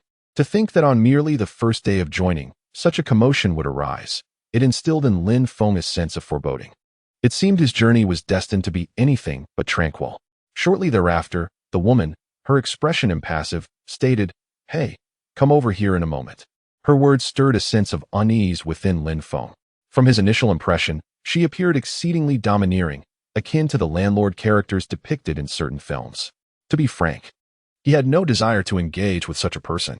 However, given her stature as a prominent figure within the Black Sand Town Technology Hunters Association, the intelligence she possessed was undoubtedly vast. Establishing a good rapport with her could ultimately prove advantageous for him. As he pondered this, Lin Feng glanced down at Xiaobai, who stood beside him, staring blankly at the lifeless body on the ground, exhibiting none of the fear one would expect from someone her age at the sight of such a gruesome death. "Return that to him," she suggested. As they conversed, Lin Feng gestured towards the modified revolver nestled in the girl's arms, which was discreetly liberated from the waistband of her adversary during their earlier confrontation. It was evident that the young woman before him was a remarkably skilled artisan. It was no wonder she had swiftly maneuvered through the lower levels of the sanctuary and had evaded capture by the synthetic beings on multiple occasions. When faced with Lin Feng's request, Xiaobai hesitated momentarily. Though her opponent's demeanor was decidedly vile, Lin Feng felt that death was an excessive punishment. Yet, one could only blame their unfortunate fate for stumbling into the line of fire. After a moment of reflection, amidst the occasional glances from those in the hall, Lin Feng adjusted the creases of his trench coat. Subsequently, with an unhurried demeanor akin to that of a strolling gentleman, he stepped over the congealed mixture of red and white fluid seeping from the man and calmly approached the office's entrance. Chapter 61. The fiancé. After receiving the homeowner's consent, the two entered the enigmatic room, one after the other. As the door swung open, they beheld a formidable woman seated at a disheveled desk, her expression grave as she operated an antiquated typewriter. It was difficult to fathom that a woman capable of casually wielding an axe with lethal intent would occupy the role of a mere clerk, particularly after noticing the two finely sharpened hatchets resting on her desk, which intensified the striking contrast. Lin Feng was immensely curious about the reason for her summoning him and Xiaobai to this peculiar place. "Feel free to choose any place to sit while I attend to matters here." The tone of the other party sounded exceedingly dull, devoid of any indication of someone who had just taken a life. Rather, it resembled the casual act of crushing an ant. Such an attitude inevitably piqued Lin Feng's curiosity, for, in essence, each technological hunter was merely an employee serving the upper city. The association was merely a mid-level management and assistance organization. One might wonder if the upper echelons, the powerful executives, would truly remain unperturbed by the casual termination of an employee's life. As he pondered this, Lin Feng casually selected a chair and sat down, allowing his gaze to roam around the room, where he was met with a plethora of piled-up documents. A considerable number of paper files had been stacked in every available corner of the room, while around the desk, they formed what resembled a wall. From the content he had glimpsed on the nameplate earlier, this appeared to be a review room, and it seemed that the formidable woman was indeed an examiner for the Black Sand Association. During a previous casual conversation with Uncle Liang, he had inadvertently mentioned the operational principles of the Technological Hunter Association. In essence, all requests for commissions from Black Sand Town and its surrounding areas were to be handled by designated examiners. Only after passing the review would these compliant commissions be officially published within the association for hunters to select at their discretion. Moreover, during critical periods, examiners possess the authority to choose members for executing significant commission tasks, making this a position of considerable power. Perhaps this elucidates the individual's unyielding approach. At that juncture, An unusual stir emanating from the vicinity captured Lin Feng's attention. It was then observed that Xiaobai was behaving in a peculiar manner, her hand clasped over her nose, seemingly endeavoring to suppress any aberrant sounds. Nevertheless, she was ultimately unable to restrain a series of sneezes, a manifest allergic reaction, evidently triggered by an atmospheric irritant. Apparent of this, the woman seated before the typewriter ceased her activity and directed her gaze toward the stifling maiden. My apologies. I neglected to account for the presence of a juvenile. Creatures of her stature are frequently susceptible to the effluvia of carrion worms. As she spoke, the middle-aged woman retrieved a lid from her side and placed it upon an iron receptacle emitting wisps of azure smoke. Ere long, the emanation of fumes from the vessel's perimeter ceased, and Xiaobai demonstrably experienced relief. Indeed, had the woman not broached the subject, he would have remained oblivious to the room's olfactory peculiarity, despite the pre-installed olfactory sensor within his corporeal form. It did not afford Lin Feng a comprehensive sensory experience of the odors, but rather merely furnished an analysis of the gaseous composition. Carrion worm excrement? Are you alluding to the substance combusting within that container? To what end does it serve? Upon first hearing the term, Lin Feng momentarily questioned the acuity of his auditory perception, for who in their right mind would gratuitously incinerate feces within a domestic setting? Confronted with the inquiry, the woman readily furnished an explanation. It was to deter the vermin that voraciously consume paper, as there were numerous crucial documents necessitating prolonged preservation. Given the abundance of data requiring storage, why not employ electronic devices such as the cogitator? Lin Feng posed this query, his gaze fixed upon the mountainous stacks of plant fiber-derived paper rolls. However, the woman responded to this question with evident disdain. Use those contraptions? Their capacity is woefully inadequate. The issue of memory capacity, a consideration that had eluded Lin Feng. After an indeterminate duration, just as Little White was on the verge of slumbering against the handrail, the woman behind the desk retrieved a paper document from within the typing board, finally rising from her seat. Yes, I haven't yet introduced myself. The denizens here address me as Moros. You may do likewise. Furthermore, I have received your applications for entry into the city. I observed in your dossiers that you hail from Windchime Town. The protracted labor had imbued the woman's tone with a degree of weariness. However, upon mentioning Windchime Town, a palpable curiosity flickered within her gaze. Moros, distinctly a name of Western extraction, and judging from her robust physique, she undoubtedly possessed Slavic lineage.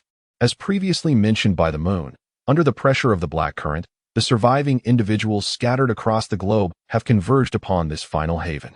Through continuous interactions among various ethnicities, the present-day culture of Gray Plain has emerged. During this period, for reasons yet unknown, the Huaxiao language gradually ascended to a position of dominance on this continent, ultimately becoming the lingua franca of Gray Plain. What transpired during this transformation remains a mystery for now. I wonder how Lao Liang is faring. I have heard he is currently in Windbell Town, is that correct? Lao Liang, that irascible gentleman? I see, it is unexpected that there is an interest in Lao Liang, leading to the summoning of 2 individuals from Windbell Town to this place. At least, it is a relief to know that his mental state appears stable. At this juncture, Lin Feng seemed to recall something. It is worth noting that Lin Feng's inquiry was merely an attempt to foster a closer relationship between the parties involved. Yet he was unprepared for the next statement from Moros, which nearly caused his mind to short-circuit. Of course, we are indeed very good colleagues. And I happen to be his fiancée. Goodness, it seems I have inadvertently overheard some peculiar news. In an instant, he seemed to grasp why Lao Liang seldom discussed matters concerning Black Sand Town, especially considering he has a fiancée who can be likened to a noblewoman version of Cheng Yaojing. Chapter 62, The Great Concealed Amongst the Ordinary. It is unclear how much time has passed as he gazes at the noblewoman seated at the desk before him. After hearing news regarding Lao Liang, her mood appears to be rather pleasant. Miss Moros, please, dispense with such formalities and simply address me as madam. There's no need for such constraint. Though she spoke thus, her countenance betrayed her delight. Forgive me, I merely wondered if such actions might displease those in higher echelons, he inquired, alluding to the unfortunate soul whose cranium had met an untimely demise in the hall. According to his identification, the deceased was a high-ranking elite hunter, ostensibly a valuable asset to the guild. Yet, Moros remained unperturbed. A mere third-rate hunter, she scoffed. The guild has an abundance of replacements. As she spoke, she exhaled a plume of smoke, her demeanor one of utter contentment. since the conscription of all hunters of the second tier and above from black sand. Some have mistakenly believed that they are beyond reproach, seeking to corrupt the guild's ethos. I have consistently cleaned up their messes, and the Black Tower has issued numerous warnings. Even if I were to remain idle, those troublemakers would inevitably meet their end at the hands of outsiders. Thus, I must impress upon them the true arbiter of this domain. As she uttered these words, the aura emanating from the corpulent matron was akin to that of a formidable underworld figure, a revelation that piqued Lin Feng's interest anew. Are you implying that all hunters of level 2 and above have been summoned? Is this an order from the upper city? No, it is a special directive from Carl. Carl? For some reason, this name resonated with Lin Feng, and after searching through his memory module, he recalled hearing it on the radio in the car. The broadcast had introduced him as the leader of the Hailsun family, the head of the Black Tower faction, and also the Lord of Black Sand Town. Is there a particular mission that necessitates the involvement of level 1 and 2 hunters, and even the Mad Hunter? In response to Lin Feng's inquisitive inquiry, Moros merely glanced up at him, his gaze landing on the insignia that represented a level 5 hunter, and he remained silent for a moment. It wouldn't hurt to tell you, but the specifics are not entirely clear to me either. All I know is that Mr. Carl has summoned personnel to search for a relic from the Old Knight era in the Grey Plains, yet he did not elaborate on the relic's exact location or characteristics. It is said that Carl has even funded the hiring of several warlords from the Grey Plains and dispatched some of his private soldiers. One wonders what lies beneath that relic to draw such interest from him. The Old Knight era, a colloquial term for the Golden Age, refers to the period of flourishing civilization hundreds of years ago. Such news stirred an unsettling premonition within Lin Feng's heart. Assuming no unforeseen circumstances arise, the Old Knight ruins mentioned herein likely pertain to Vault 037. Prior to arriving at Black Sand Town, a hunting party from the town had inadvertently trespassed upon the vault. However, it had not occurred to Lin Feng that the aforementioned party would be the sole entity employed. According to Moros, nearly the entirety of the Black Sand Association's elite forces had been mobilized, suggesting that his exposure was merely a matter of time.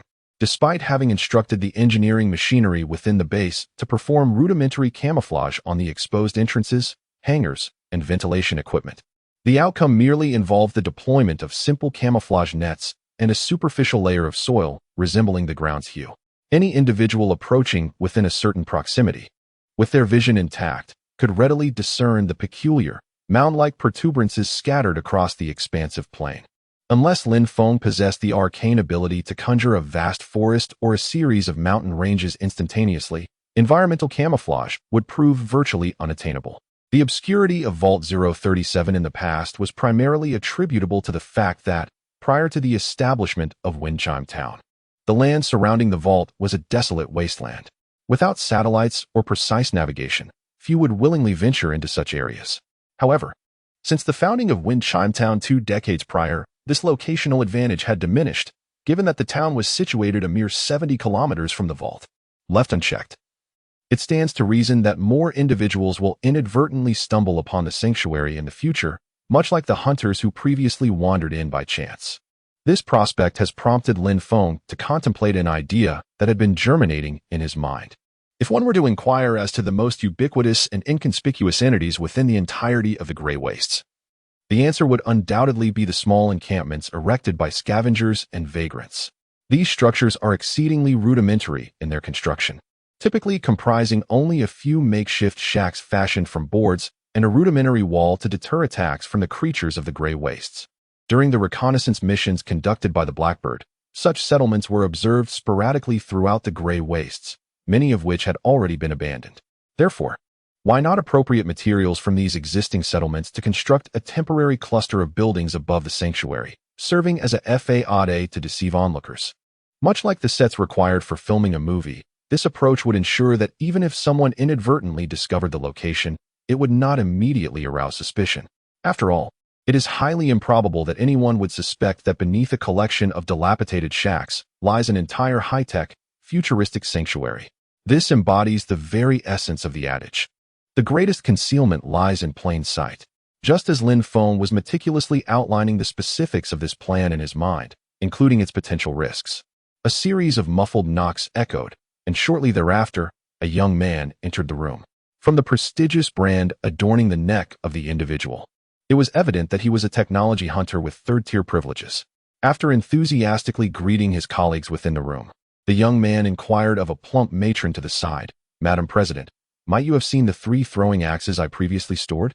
Upon hearing this, Moros casually gestured towards the 2 short-handled axes buried beneath a pile of documents on her desk. "Next time, remember not to exceed the storage time, or I shall have to charge you an additional fee for safekeeping." A moment later, as if recalling something, she added, "Oh, by the way, I tested the items for you. The craftsmanship of those Black Tower artisans is indeed commendable. One can discern their quality. There's another axe left in the hall, which may be a bit soiled. If you require it, feel free to ask the warehouse staff to clean it, and I shall waive the fee." Tested? What does that imply? Wait a moment. What did that fellow just say? Madam President? Chapter 63, The Silver Tower. To Lin Feng's astonishment, the matron known as Moros was, in fact, the head of the Black Sand Association. Furthermore, she happened to share an inexplicable and special connection with old Liang, who was stationed far away in Windbell Town. It was truly unexpected that on his very first day, he had so effortlessly entangled himself with a significant figure. One could not help but feel fortunate. Of course, it would be even better if he could find a way to establish a connection with the ruling family of Black Sand Town, namely, the local Hailsun family. Perhaps one might use them as stepping stones to reach the threshold of the upper city, thereby uncovering more secrets about Huiyuan and the bygone era. However, all of this hinges upon a significant prerequisite. One must first elevate their hunter rank, for only then can they truly capture the attention of the influential figures. To achieve such a goal, there exist but 2 methods. The first involves completing as many commissions as possible to accrue hunter points, thus enhancing one's rank. The second method, undeniably swifter in its results, entails bringing valuable ancient relics to the association. If necessary, one could easily gather the inconsequential debris from the shelter to bolster their hunter rank. Yet, as the submission of relics requires one to specify the location of their discovery, a more cunning approach is warranted in this endeavor. Moments later, upon exiting Moros's office, Lin Feng and Xiao Bai traversed the now tranquil hall and proceeded directly to the announcement room designated for task commissions. This windowless chamber was enveloped by walls plastered with a multitude of pending commission notices. Due to the elite members of the association responding en masse to the call of the Hailsun family, embarking on the quest for the relics of the old knight, a sudden manpower shortage had arisen within the association, resulting in a substantial accumulation of commissions. This predicament proved to be quite a headache for Moros. After all, if the entrusted task cannot be completed within the time frame stipulated by the employer, the association shall compensate the employer with a penalty fee amounting to no less than 1/3 of the entrusted fee. To Lin Feng's surprise, the Technology Hunters Association turned out to be a principled organization that values the spirit of contracts. Standing before the wall adorned with various commission notices, he found the multitude of options somewhat dazzling. Urgent commission, pest control operation at Jisung Manor. The client requires assistance in eradicating a rampant cockroach nest within the residence, offering a reward equivalent to 21 black sand coins and food supplies, with no specific level requirements for the contractor. General commission, raw material transportation. Mr. Takahashi, the owner of a noodle shop located in the southern stronghold of Diamond City, needs a supply of gray wheat flour, with a specific reward equivalent to 72 black sand coins in electronic components. Hunters of rank 3 and above may accept this commission. As Lin Feng swiftly scanned the wall, aided by the computational power of his thalamus, he gained a fundamental understanding of over 150 various commissions present. The majority were of the extermination type, requiring the elimination of either mutated beasts, bothersome bandits, or rival factions residing in opposing territories. The second most common were escort and convoy tasks, indicating that, to outsiders, the so-called technology hunters resemble mercenaries in nature.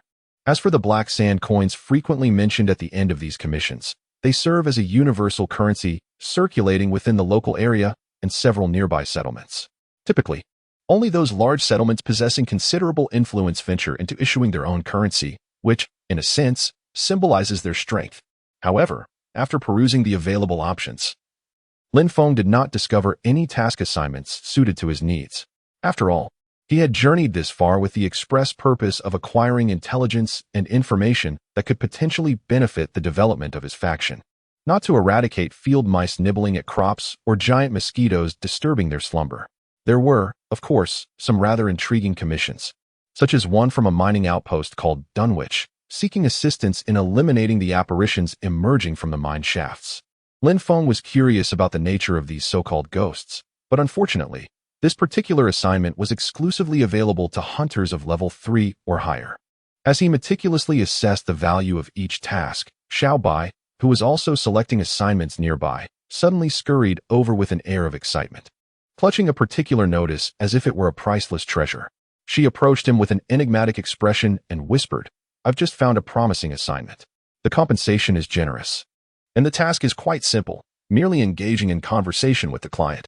With anticipation, she presented the assignment notice to Lin Feng, which read, "General Assignment. A business executive from the mid-levels of the Black Tower seeks to recruit a young, energetic female for their services, with the requirement that they possess no discernible body odor. Specific service, emotional exchange. A 3-day, 2-night assignment, remunerated with 177 black sand coins and 4 personal points." How intriguing. Emotional exchange, perhaps? Or merely a brief sojourn? The old codger's intentions were as transparent as glass, almost striking me in the face. Gazing at the manifestly impure commission before me, and then at the maiden beside me, who appeared to have stumbled upon a veritable treasure, I couldn't help but feel a sense of bewilderment. What was even more baffling was that Moros, the president and examiner, had sanctioned such a request. It must be said that the Tech Hunter Association is truly an extraordinary organization. Curiously, during subsequent screenings, Lin Feng couldn't help but notice similar odd commissions more than once. Without exception, these requests originated from the middle and lower tiers of the tower-like structure in Black Sand Town, and all offered substantial compensation. Could this be related to the settlement's local policies? Lin Feng recalled Luo Xian's description of Black Sand Town's stringent control over residents' emotions and private lives. He wondered if there was a specific connection between the two. A dispute from the front desk suddenly caught Lin Feng's attention, causing him to pause. "I apologize, but your remuneration simply does not meet the minimum requirements for an escort service. Even if it were posted, no one would accept it. Please, sir, this is all the savings I have. How about this? If I can deliver this shipment and receive the final payment, I will offer you 4 times the commission. Consider this amount as a deposit. What do you say? I comprehend the difficulties you face, yet your destination is that resplendent silver tower. You are well aware of the dangers lurking in its vicinity. Normally, you would need to pay 10-fold the amount for us to post your announcement." Wait a moment, silver tower? Are you referring to that peculiar structure resembling a signal tower that we saw upon arrival? Chapter 64. An unexpected delight despite the front desk staff repeatedly issuing eviction orders. The young man remained undeterred, clinging to the counter and pleading earnestly. A white cloth was wrapped around his head, and he donned a loose-fitting robe.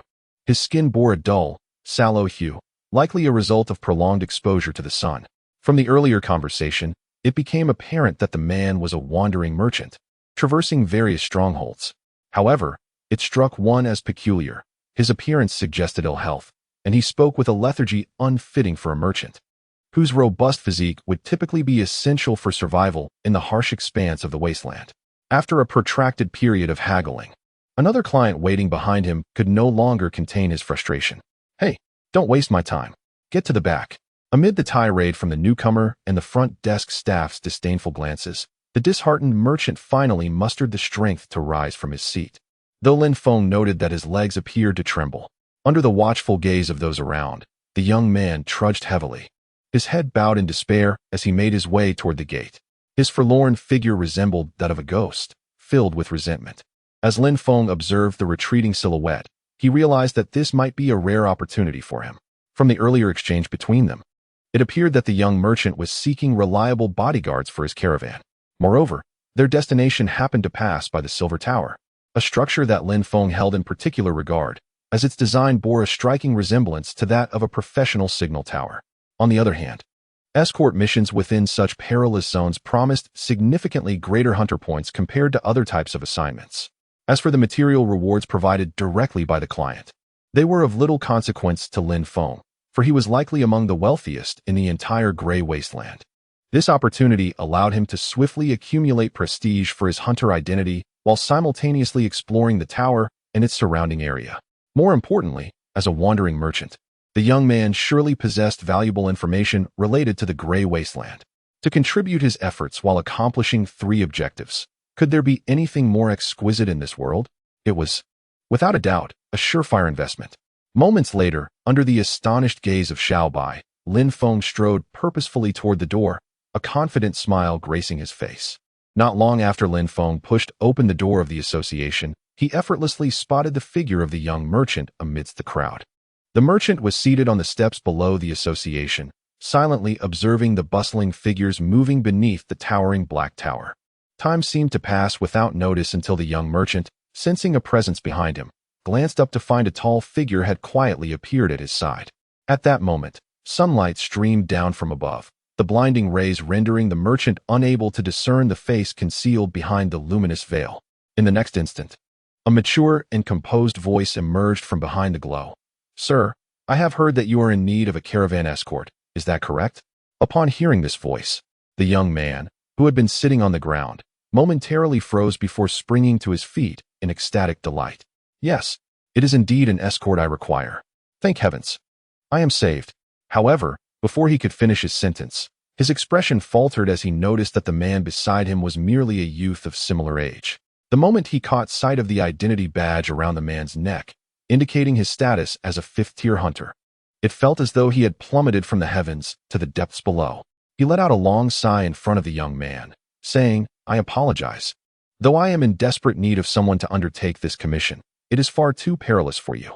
Upon finishing his words, the man's countenance once again fell into despondency, his tone laden with skepticism regarding Lin Feng, the novice of level 5. "I require assistance to traverse the treacherous Razor Ridge to the north, specifically the mountainous expanse before the Silver Tower. That region is the territory of the Norton Brotherhood. Although their numbers are few, their weaponry is formidable. In the event of an unforeseen mishap, I fear you would prove no match for those individuals." To my astonishment, I had anticipated that such a warning would dissuade the hunter before me, yet contrary to my expectations, the news piqued his interest even further. "So, you merely need to be escorted over the mountain? No other tasks are required?" Observing the relaxed demeanor of his interlocutor, the merchant found himself momentarily at a loss for words. Any expedition necessitates at least 5 seasoned hunters accompanied by a handful of caravan guards to ensure a higher probability of safely navigating the mountain pass. For those impoverished souls unable to afford protection, they would rather embark on a considerably longer journey than venture blindly into that perilous terrain. Regrettably, the man himself epitomized such a destitute individual, and moreover, he was a man pressed for time. Should he fail to deliver his goods by the stipulated deadline, not only would he jeopardize his merchant license, but he would also stand to lose his entire fortune and potentially incur a substantial debt to the guild due to breach of contract, an amount that would take 10 lifetimes of servitude to repay. Thus, he contemplated visiting the Hunters Guild in Black Sand Town, hoping to fortuitously hire a few formidable fighters at a minimal cost. If that proved impossible, he could always join forces with another team. However, the stark reality was that, as a penniless employer, he had no voice within the guild. The higher-ranking hunters scarcely acknowledged his presence.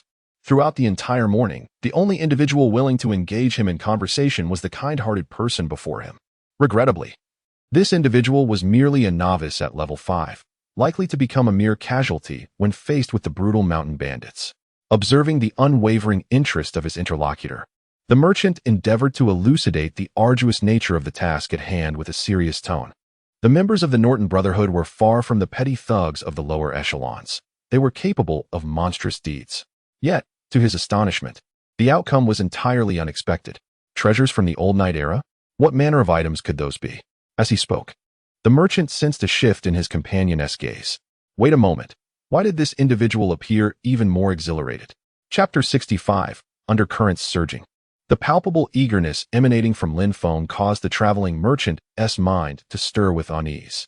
Could he have encountered a madman? Or had this person perhaps consumed a potent stimulant like the courage elixir?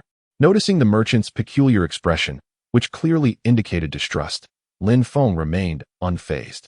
In a trice, he reached out and steadied the young woman who was quietly observing nearby. Then, seizing her by the shoulders, propelled the bewildered fellow before him.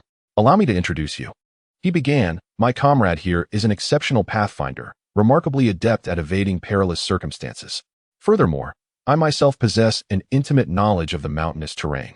Should you be inclined to engage our services, I am confident that you and your caravan will traverse the mountain pass unscathed." Upon hearing this characterization, The girl was utterly disconcerted. It was true that she had once served as a pathfinder within a tech hunter squad, successfully guiding her previous team through numerous treacherous ruins. However, this was not due to any innate talent, but rather solely reliant on the formidable abilities bestowed upon her by the Black Tide. Irrespective of the severity of the injuries inflicted upon her form, be it decapitation or pulverization, she would invariably be reborn amidst excruciating agony. Consequently, the hunters of her former team would compel her to be the first to venture into uncharted and hazardous territories, leveraging her immortality to chart a relatively safe course for the rest of the members. To this day, she had lost count of the number of times she had perished, and with each successive death and rebirth, she could discern that the voice within her mind was becoming increasingly distinct. The man sensed that the maiden before him was trembling, and so, with subtle reassurance, he gently patted her shoulder, endeavoring to calm her. Moreover, apart from us, it seems unlikely that anyone else would be willing to undertake this commission. At this juncture, Lin Feng exchanged another glance with the young merchant and, adopting a slightly jesting tone, remarked, "Unless you intend to traverse the mountain pass alone without any guards or guides, I believe the bandits lurking in those hills would be most grateful for your company." Lin Feng's words evidently unsettled the young merchant, who sighed heavily and then reached into the pocket concealed beneath his cloak. "Very well, but there is one matter I must confirm with you." As he spoke, the merchant produced a small cloth bag from within his garments, from which he poured a handful of glimmering fragments into his palm. "I propose to use this as compensation for the commission. What do you think?" To Lin Feng's surprise, the items resting in the man's hand turned out to be several irregular pieces of white quartz, seemingly chipped directly from a massive cluster, their quality appearing remarkably pristine. This gemstone, hailing from the borderlands, is referred to by the locals as the Tears of the Earth. They often use it as currency or craft it into trinkets for their beloved. As if sensing a slight, the young merchant grew increasingly agitated, oblivious to the fact that his words had attracted the attention of outsiders. 17 black sand coins? That's hardly worth more than killing a few insects. It's no wonder no one is willing to accept this commission. Listening to the incessant lamentations of the merchant, Lin Feng's attention was entirely captivated by the glittering trinkets before him. This was not out of a desire to ingratiate himself with anyone. As a superior semiconductor material, high-purity natural quartz can also have an element called crystalline silicon extracted from it. Quartz's position is extremely important and difficult to replace for the production of chips and high-end electronic equipment. Due to the absence of a consistent influx of materials, Vault 037 was compelled to dismantle existing equipment and re-refine spoils scavenged from the ashlands to barely sustain daily maintenance and production operations. This was evidently not a sustainable solution. Consequently, while venturing out as a tech hunter, Lin Feng bore the significant responsibility of locating suitable resource points for the vault's future. The borderlands? In what specific direction? Confronted with this query, the young merchant paused, his perplexed gaze seemingly questioning, "How could you not know this?" However, as if recalling something, he abruptly slapped his forehead. "Ah, I almost forgot. In this region, you refer to that place as the graveyard." "The graveyard? Isn't that where the Upper District Sky Fortress is located?" "If I remember correctly, the people of that fortress call themselves the Gravenest Emissaries. Isn't this a coincidence?" According to Luo Xin, the area locally known as the graveyard is a desolate and deadly place with many old era ruins, even more desolate than the ashlands. The air in the graveyard is acrid. Prolonged inhalation could easily prove fatal. Even more alarming is the bizarre, scorching rain that sporadically descends from the sky. Presumably, these high-quality quartz minerals are one of the reasons the Upper District faction, known as the Necropolis, has chosen to remain in the borderlands. What do you say? If you concur, I am prepared to formalize a designated commission with you at your earliest convenience. Lin Feng, of course, did not hesitate. Certainly, we accept. Upon hearing such an immediate agreement, the merchant's previously furrowed brow relaxed. I am deeply grateful. No, rather, I should be thanking you. Why should you thank me? The merchant was visibly bewildered by Lin Feng's gratitude. Unbeknownst to him, Lin Feng had gleaned two crucial pieces of information from their exchange. Firstly, the bandits near Black Sand Town may possess a technological artifact from the Golden Age. At this very moment, an elite squad of 6 armored soldiers, transported by the Blackbird, is nearing the target mountain range. Secondly, there is the news regarding the potential abundance of quartz veins in the graveyard, or the borderlands. In the instant they brushed past each other, the boy abruptly collided with the merchant, nearly knocking him off the steps with his slight frame. A thief, perhaps, as Lin Feng became aware of his surroundings. The bag containing quartz shards had already found its way into the boy's hands. After forcefully pushing aside a small white figure attempting to block his path, the boy sprinted towards the direction of the Black Tower. This scene unfolded right before the eyes of several guards patrolling the town. Yet those well-equipped sentinels turned a blind eye to such an overt act of crime, allowing the boy to deftly scale the Black Tower's fence and descend along the exposed pipes into the seemingly bottomless mining pit. Just as Lin Feng prepared to pursue him, the previously knocked-over small white figure abruptly grasped the hem of his garment. For reasons unknown, her expression appeared somewhat peculiar. Her gaze fixated on the boy whose silhouette was rapidly vanishing. "He carries the aura of the Black Tide," she murmured in a hushed tone. Yet her words still reached Lin Feng's ears.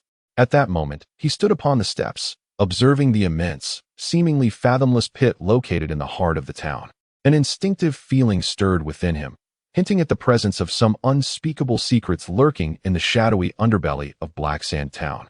Chapter 66. The Diviner. As the ancient stars gradually sank into the wilderness, Razor Ridge, a mountain range stretching for dozens of kilometers, presented a rugged terrain where jagged rocks jutted out like blades of various lengths, chaotically piercing the once expansive plain.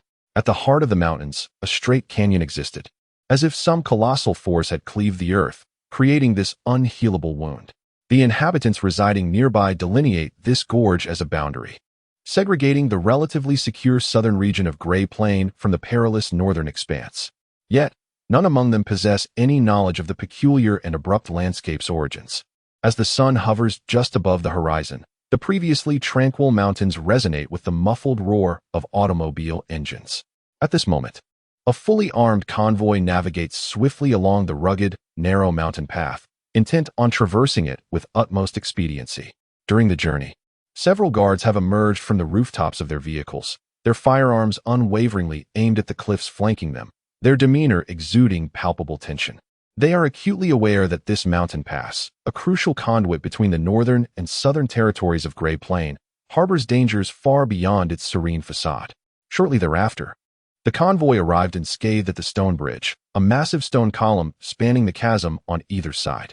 According to a popular local legend, this natural bridge, measuring 6 meters in width and 15 meters in length, was once part of a mountain.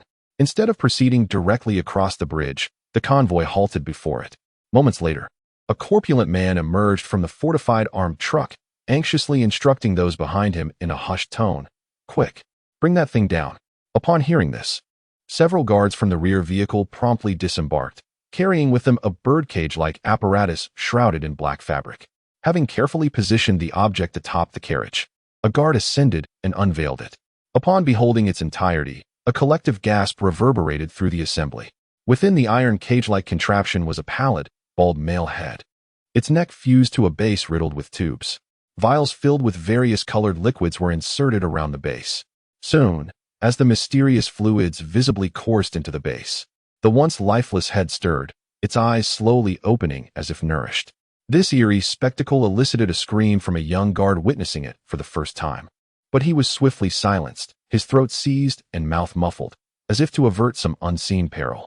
The bizarre device housing the head was a high-precision scanner known as a diviner. To mitigate risks during their merchant journey, the caravan's proprietor had procured it at great expense from the crypt. Despite its unsettling appearance, the crypt's creation was undeniably practical. Even in the darkest night, it could precisely detect any potential threat. Whether ambushing bandits or roaming beasts, scarcely anything could evade the diviner's gaze. Shortly thereafter, the head within the cage slowly opened its mouth, while a nearby guard eagerly leaned in to peer inside. Within the soothsayer's throat, a round electronic lamp emitted a flickering green light, symbolizing safety. Upon witnessing this scene, the guard hastily waved to the portly man seated inside the vehicle to report. "It's green." Hearing this, the man in the front passenger seat finally exhaled in relief, wiping the cold sweat from his brow with the back of his hand before calling to the driver beside him. "What are you waiting for? Hurry up and depart while those fellows are away." Shortly thereafter, after confirming the safety of the road ahead, the convoy began to ascend the perilous stone bridge, led by the lead vehicle. The reason for their extreme caution stemmed from an incident approximately 6 months prior.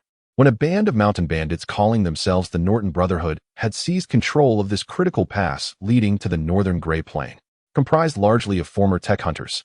The Brotherhood had proven a formidable adversary, resisting multiple purges dispatched by the Helson family, who ruled over Black Sand. Their extensive combat experience ensured that the Brotherhood had yet to be entirely ousted from Razor Ridge.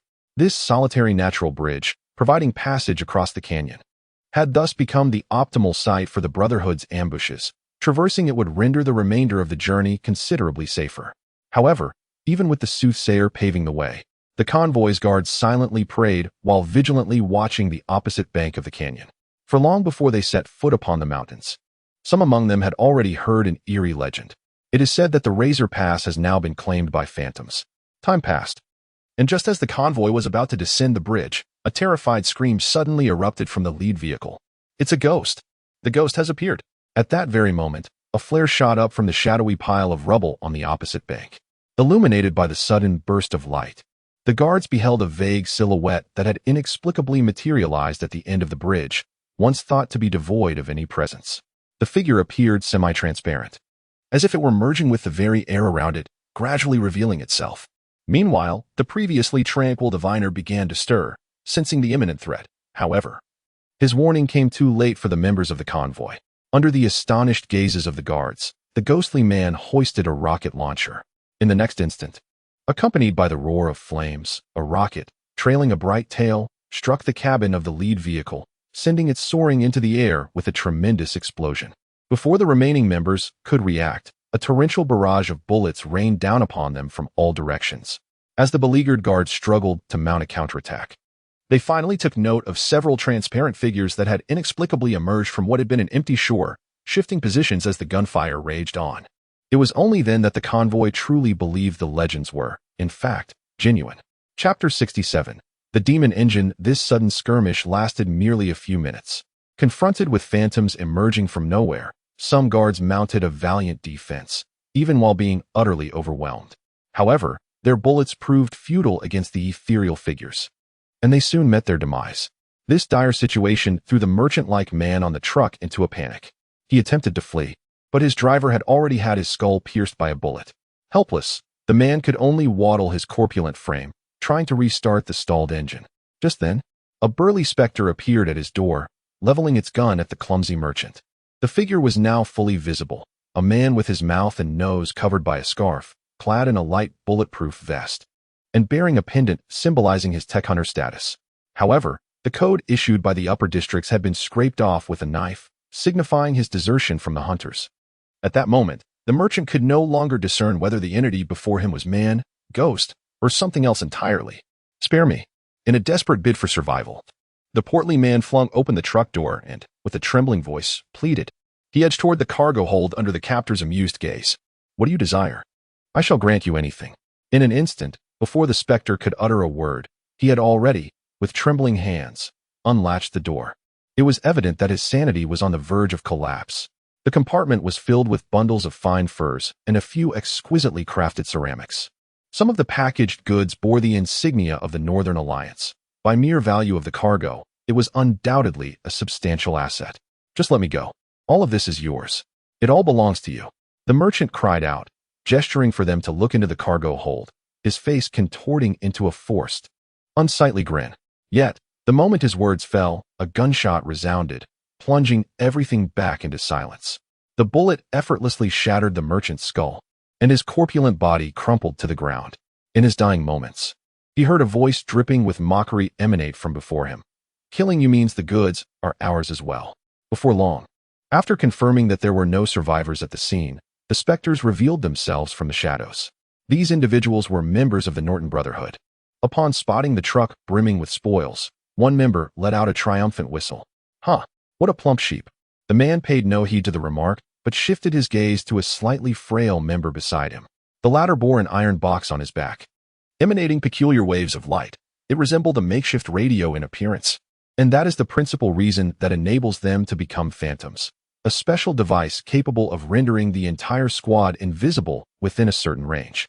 Although the precise mechanics of this technology remain a mystery, it is undoubtedly a treasure of the Golden Age. Approximately 2 months prior, a team of technological hunters having lost their way, inadvertently encountered members of the returning Norton Brotherhood. Ironically, those ignorant fools mistook them for comrades. Instead of launching an attack, the initially advantaged hunters approached with a desire to greet them warmly.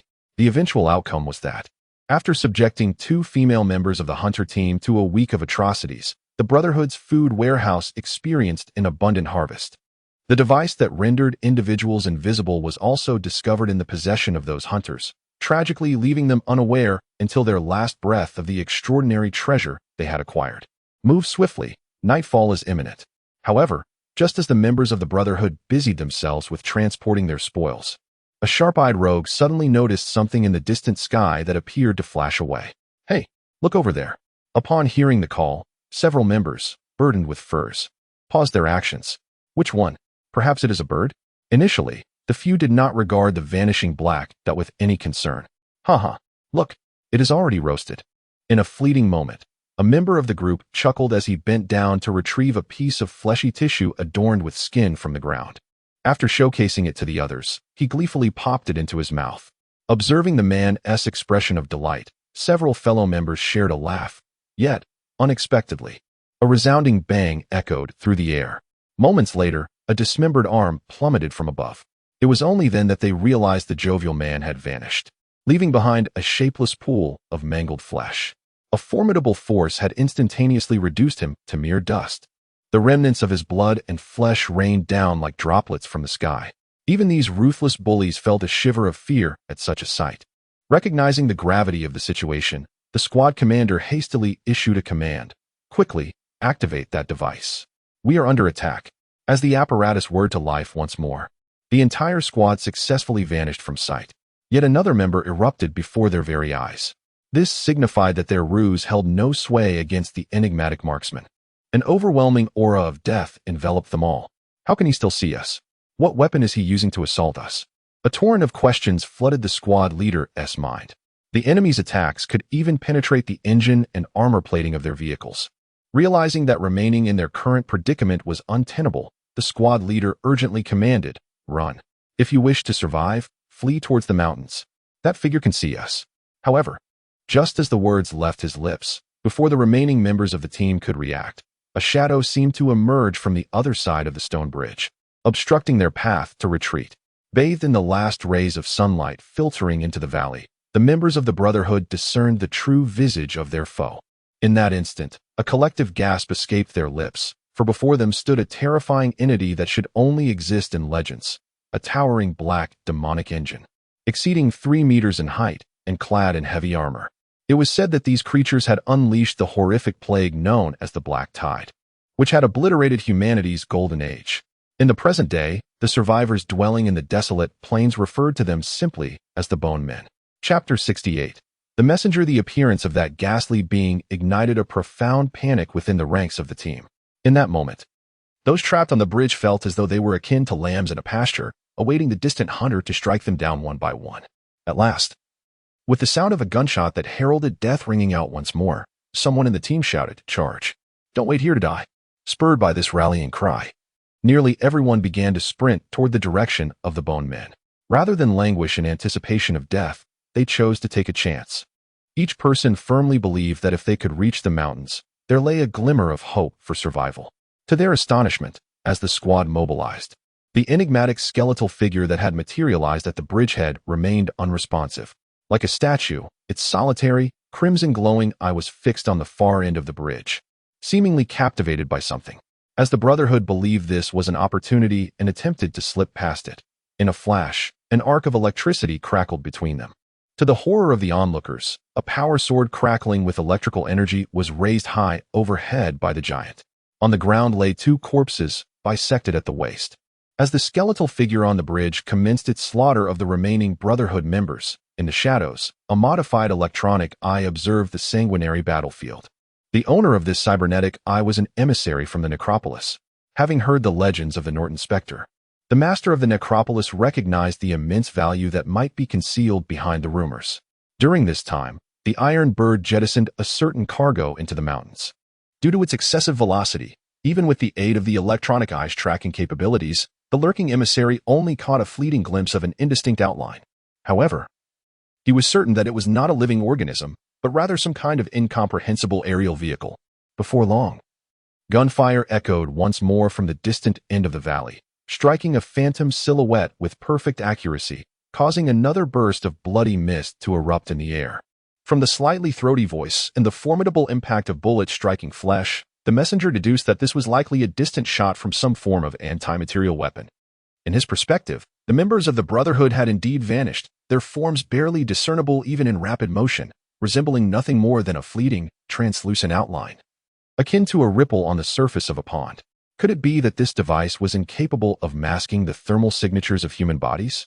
As he pondered this, he pressed a concealed switch located at his exposed right temple with a finger crafted from metal, thereby altering the mode of his electronic eye. Yet, despite this adjustment, he still failed to uncover the whereabouts of the remaining Brotherhood members, suggesting that his hypothesis regarding thermal signatures was erroneous. Before long, he observed a skeletal figure on the bridge suddenly pivot and seize a shadowy apparition attempting to flee. As the figure gradually became apparent, it was none other than the squad leader of the Norton Brotherhood.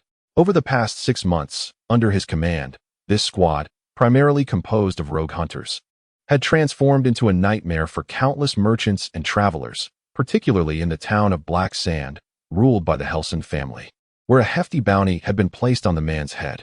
Yet at this moment, the once formidable figure appeared utterly disheveled, his loud cries for mercy resembling those of a frightened child, lacking even the fortitude displayed by the merchant he had just slain with his own hands. In a fleeting moment, just as the frenzied skeletal figure intended to sever the man's head with its colossal sword, an unusual silhouette emerged leisurely from the shadows cast by the mountainside. This figure was also a skeleton, yet its stature was akin to that of an adult male, and its elegant silver form bore no semblance of weaponry. How could this be?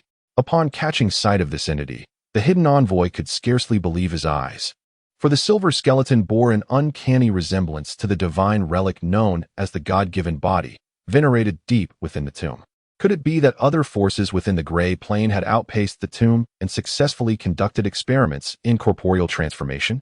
If all went as suspected, the iron bird that had just soared past the mountaintop likely belonged to the same organization as these skeletal beings. The envoy, observing the unfolding scene, found it hard to fathom that such a formidable power could be lurking within the tightly monitored confines of the Great Plain. From whence had these entities emerged? Moments later, he watched as the silver skeleton retrieved a dormant artifact from a corpse, evidently the reason behind their pursuit of the Norton Brotherhood. It seemed they had brought about their own demise by seizing what was not rightfully theirs. Witnessing this scene, the envoy could no longer contain himself.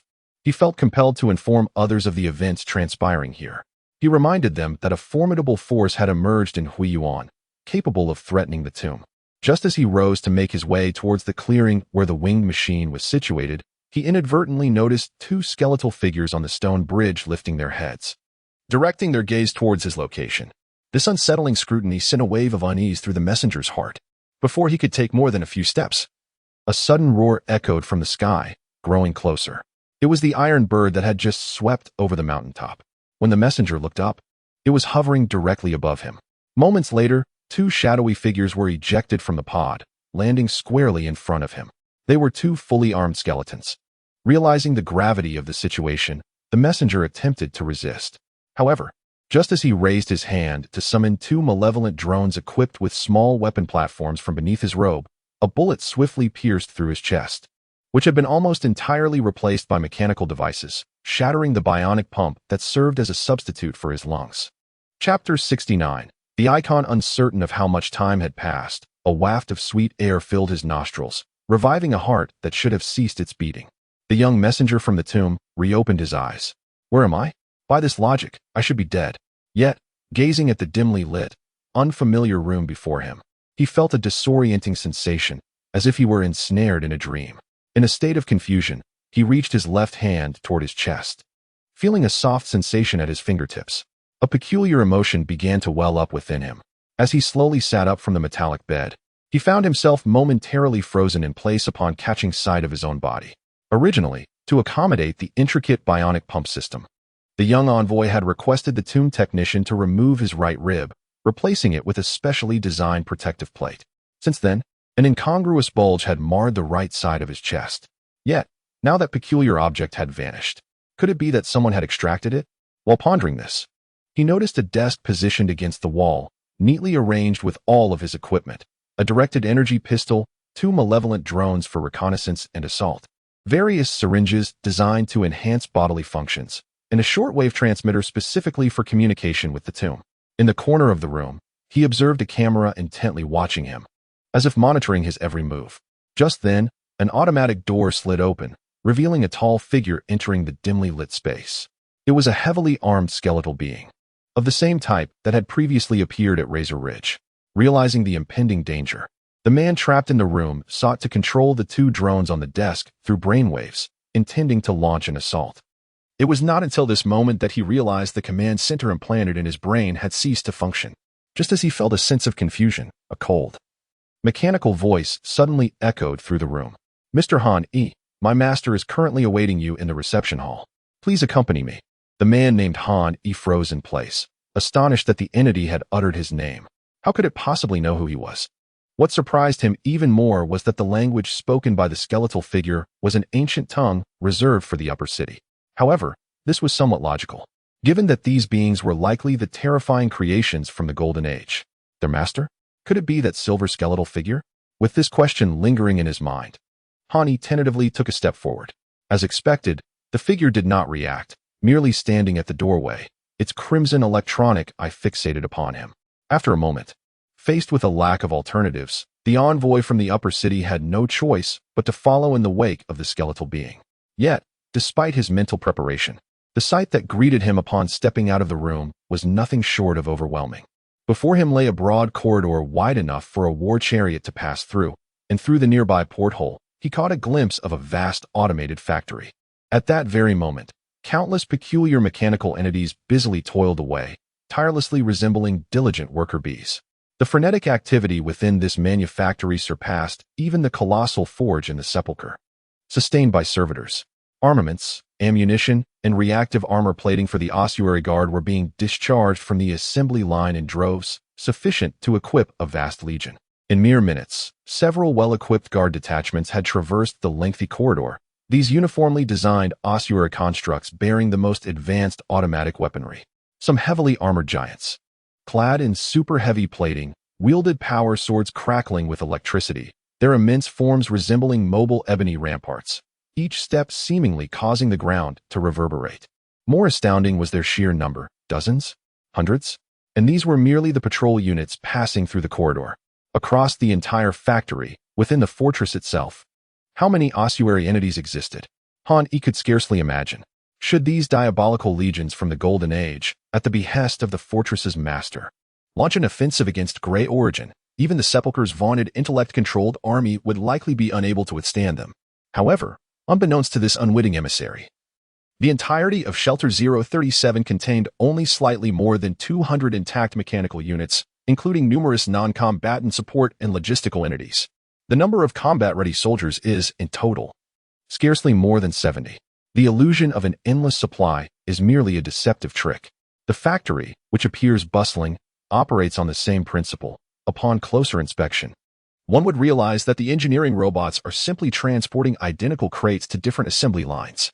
However, Hani, thoroughly astonished by the facade of activity, failed to notice such discrepancies. Soon after, guided by the skeletal soldier, they passed through a heavy sealed door and entered a remarkably spacious hall. There, a dozen elite guards stood in formation along the sides of the hall, their ornate bulletproof armor accentuating their already imposing stature, reminiscent of the ancient Imperial Guard. At the far end of the hall, a towering iron statue, exceeding 4 meters in height and possessing 4 arms, gradually captured Han Yi's attention. Its magnificent yet somewhat terrifying design struck a profound chord within the visitor. In this moment, the silver-coated skeleton he had previously encountered stood beside the statue.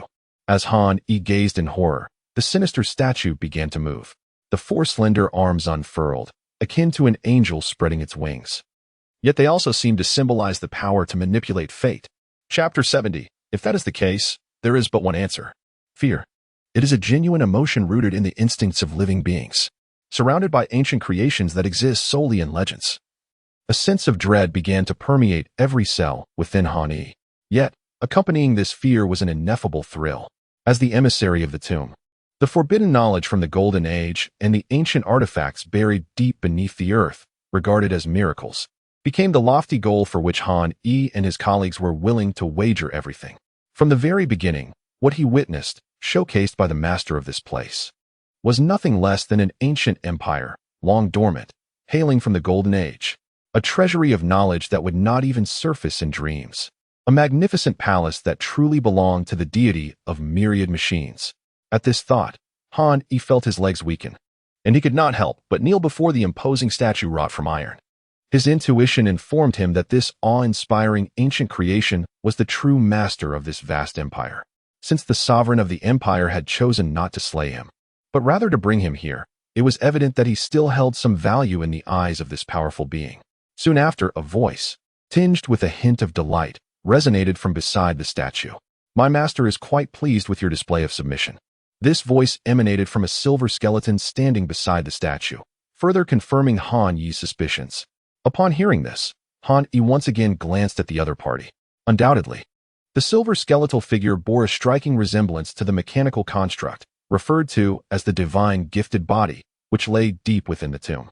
Scholars of the Golden Age had endeavored to replace the frail and unsightly human form with this creation, designed to be immune to all defects and, theoretically, even resistant to the black tide infection.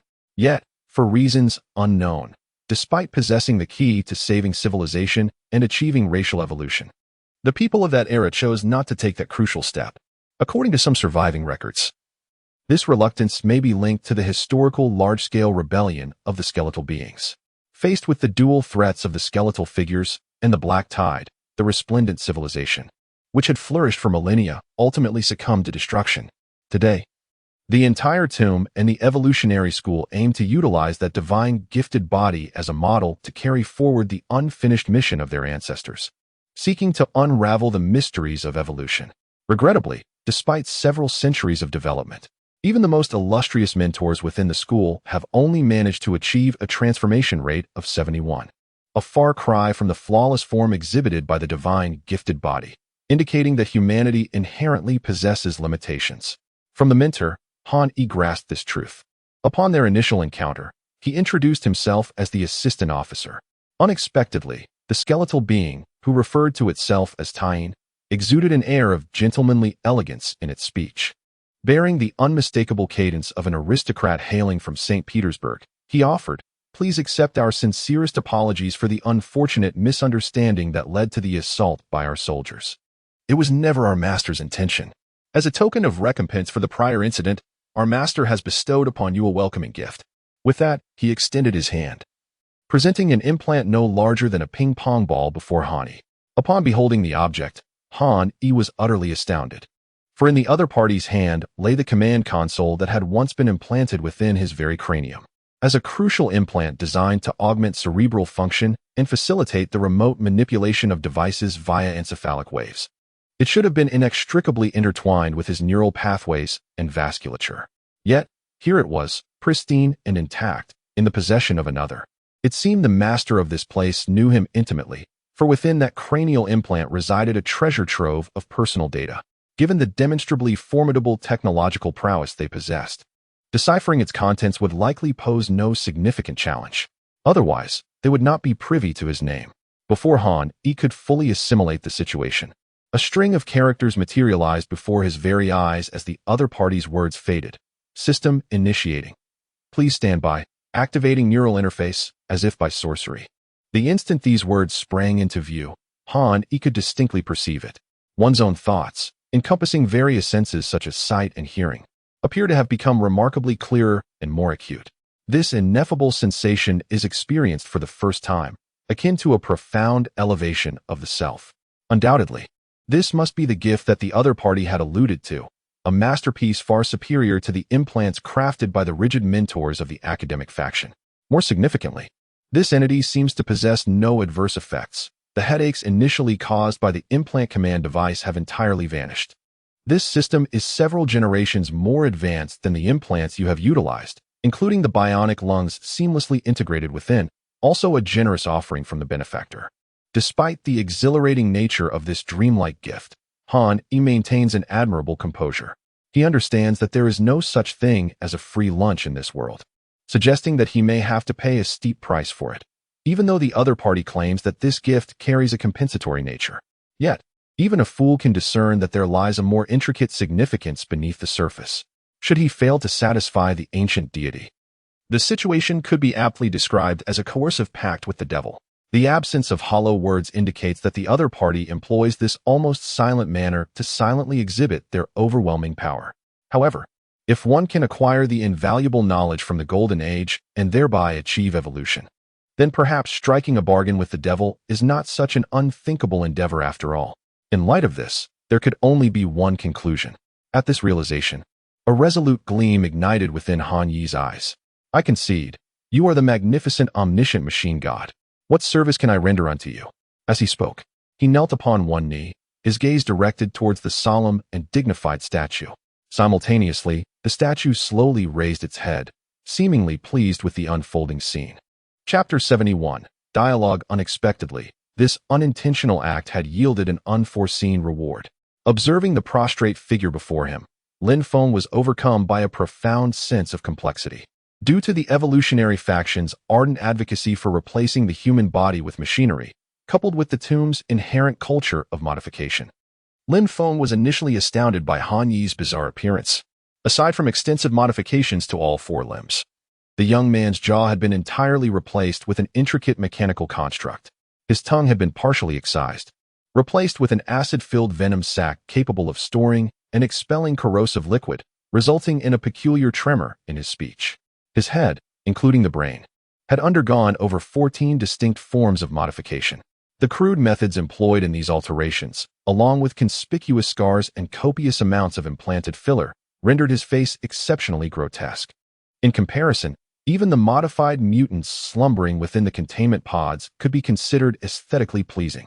After a brief moment of contemplation, Lin Feng prepared his first question. Not long ago, several foolish technology hunters intruded upon my sanctuary, claiming to be acting on the orders of some foolish noble. I seek to ascertain whether this matter is connected to the tomb. Under the command of the Helson family, the elite hunters of the entire association mobilized en masse, with their likely target being shelter number 037. Lin Feng pondered the source of information for the Helson family, questioning whether they were receiving directives from a higher authority. If the existence of the shelter had indeed become widely known in the upper city, it would undoubtedly spell unfavorable news for Lin Feng. After all, over the past century, the upper city has amassed and preserved a vast array of advanced technologies from the old era. Should these formidable forces choose to intervene personally, Lin Feng harbored little confidence in his ability to contend with such ancient entities. Although, following a thorough investigation into the messenger from the tomb and the equipment he bore, Tien speculated that the technological prowess of the tomb might be wholly insufficient to rival the technological reserves of the shelter. However, out of an abundance of caution, Lin Feng ultimately dismissed such notions. Until sufficient information is obtained, nothing can be deemed absolute. Guided by this principle, Lin Feng commenced a strategy combining threats and bribery, endeavoring to extract information about the upper city from Han Yi. Unexpectedly, and perhaps due to an excessive exertion of force, Lin Feng initially believed that this would be a protracted battle, considering the opponent hailed from the elite ranks of the tomb. How could they possibly yield so readily? Yet, to his astonishment, as he threw his first punch, the adversary had already knelt before him, the swiftness of the event leaving Lin Feng momentarily bewildered. I sincerely apologize. I have never encountered such information. At present, the attention of the tomb does not rest upon Huiyuan. I can assure you that those foolish individuals who disturbed you are certainly not acting under the directives of the faction. However, it cannot be ruled out that these simpletons may have been incited by other districts or perhaps even the secret keepers. Observing the opponent's respectful demeanor, reminiscent of a devout believer, Lin Feng began to harbor doubts. Could it be that the other party was harboring ulterior motives? With such queries in mind, Lin Feng cautiously inquired, "What do you know about the other districts? Share everything you know with me, should you attempt to conceal any information." Yet, before his words had fully dissipated into the air, the youth named Han Yi suddenly raised his head, an expression of acute anxiety etched across his face. "I assure you, I shall not conceal even the slightest detail in your presence." The fervor in his voice and the barely contained zeal in his gaze left Lin Feng somewhat perplexed. How could it come to this when I had done nothing? Not long after, as Hani began to elucidate the intricacies of the 4 upper districts one by one. The entirety of the Gray Origin continent gradually became clearer in Lin Feng's mind. The so-called upper districts are, in essence, the remnants of 5 civilizations formed by different factions, each inheriting and excelling in distinct fields of technology, thus endowing these upper districts with their own unique characteristics. Among the 5 districts, the Tomb and a faction known as the Sarlacc Alliance are the most vibrant, primarily because these 2 forces possess the last remaining floating fortresses of the continent, possibly of the entire world. These magnificent structures, built during the early Golden Age, boast a history spanning several centuries, enabling entire cities to hover at an altitude of nearly 1,000 meters, albeit at a painfully slow pace. It is said that the people of the Old Era once harbored hopes of creating numerous floating cities to escape the intensifying blight of the black tide on the surface. However, only 4 were ultimately completed, and after centuries of drifting, only 2 remain today. The others have long since plummeted at various times and locations, with no one knowing their precise fate, whether they sank into the ocean or crashed to the ground. With the aid of these floating fortresses, the Tomb and the Sarlacc Alliance have extended their operational reach across nearly half the continent, enabling them to secure the most resources and attain a position of considerable influence within the Council of Secrecy. What intrigued Lin Feng was the fact that the so-called Sarlacc Alliance, a powerful faction in the upper city, was indeed the principal benefactor of the technological barbarians tribe. This vast warlord force spanned the northern regions of the Grey Plains and the Rusted Ironlands. In terms of strength, it far surpassed the Kaiman, who were entrenched in the southern Grey Plains. Even more noteworthy was the organization known as the Biological Sages, reputed to have conducted research on the Black Tide. This organization was, in fact, a constituent of the technological barbarians tribe. Coincidentally, according to Han E, the Sarlacc Alliance also specialized in the domain of genetic engineering, originating from a collective of numerous physicians and biologists dedicated to studying the phenomenon of the black tide. Thus, it could be inferred that the organization called the Biological Sages shared profound ties with the Sarlacc Alliance. Chapter 72: The Jest of Fate. Time elapsed, and as Han Yi's words lingered in the air, Lin Feng remained ensnared in contemplation of the information he had just absorbed, just as he had initially surmised. After centuries of development, this seemingly chaotic land, rife with factions, had indeed established an intricate system of rules and order, although it appeared overwhelmingly complex at first glance. Upon meticulous examination, everything began to resemble a familiar narrative. If one were to liken this to a game, the 5 upper city factions would serve as the players, vying against one another, while the Secret Council acted as the referees overseeing the match. They utilized the continent as a chessboard, carefully selecting and nurturing suitable pieces to gain advantages in this game.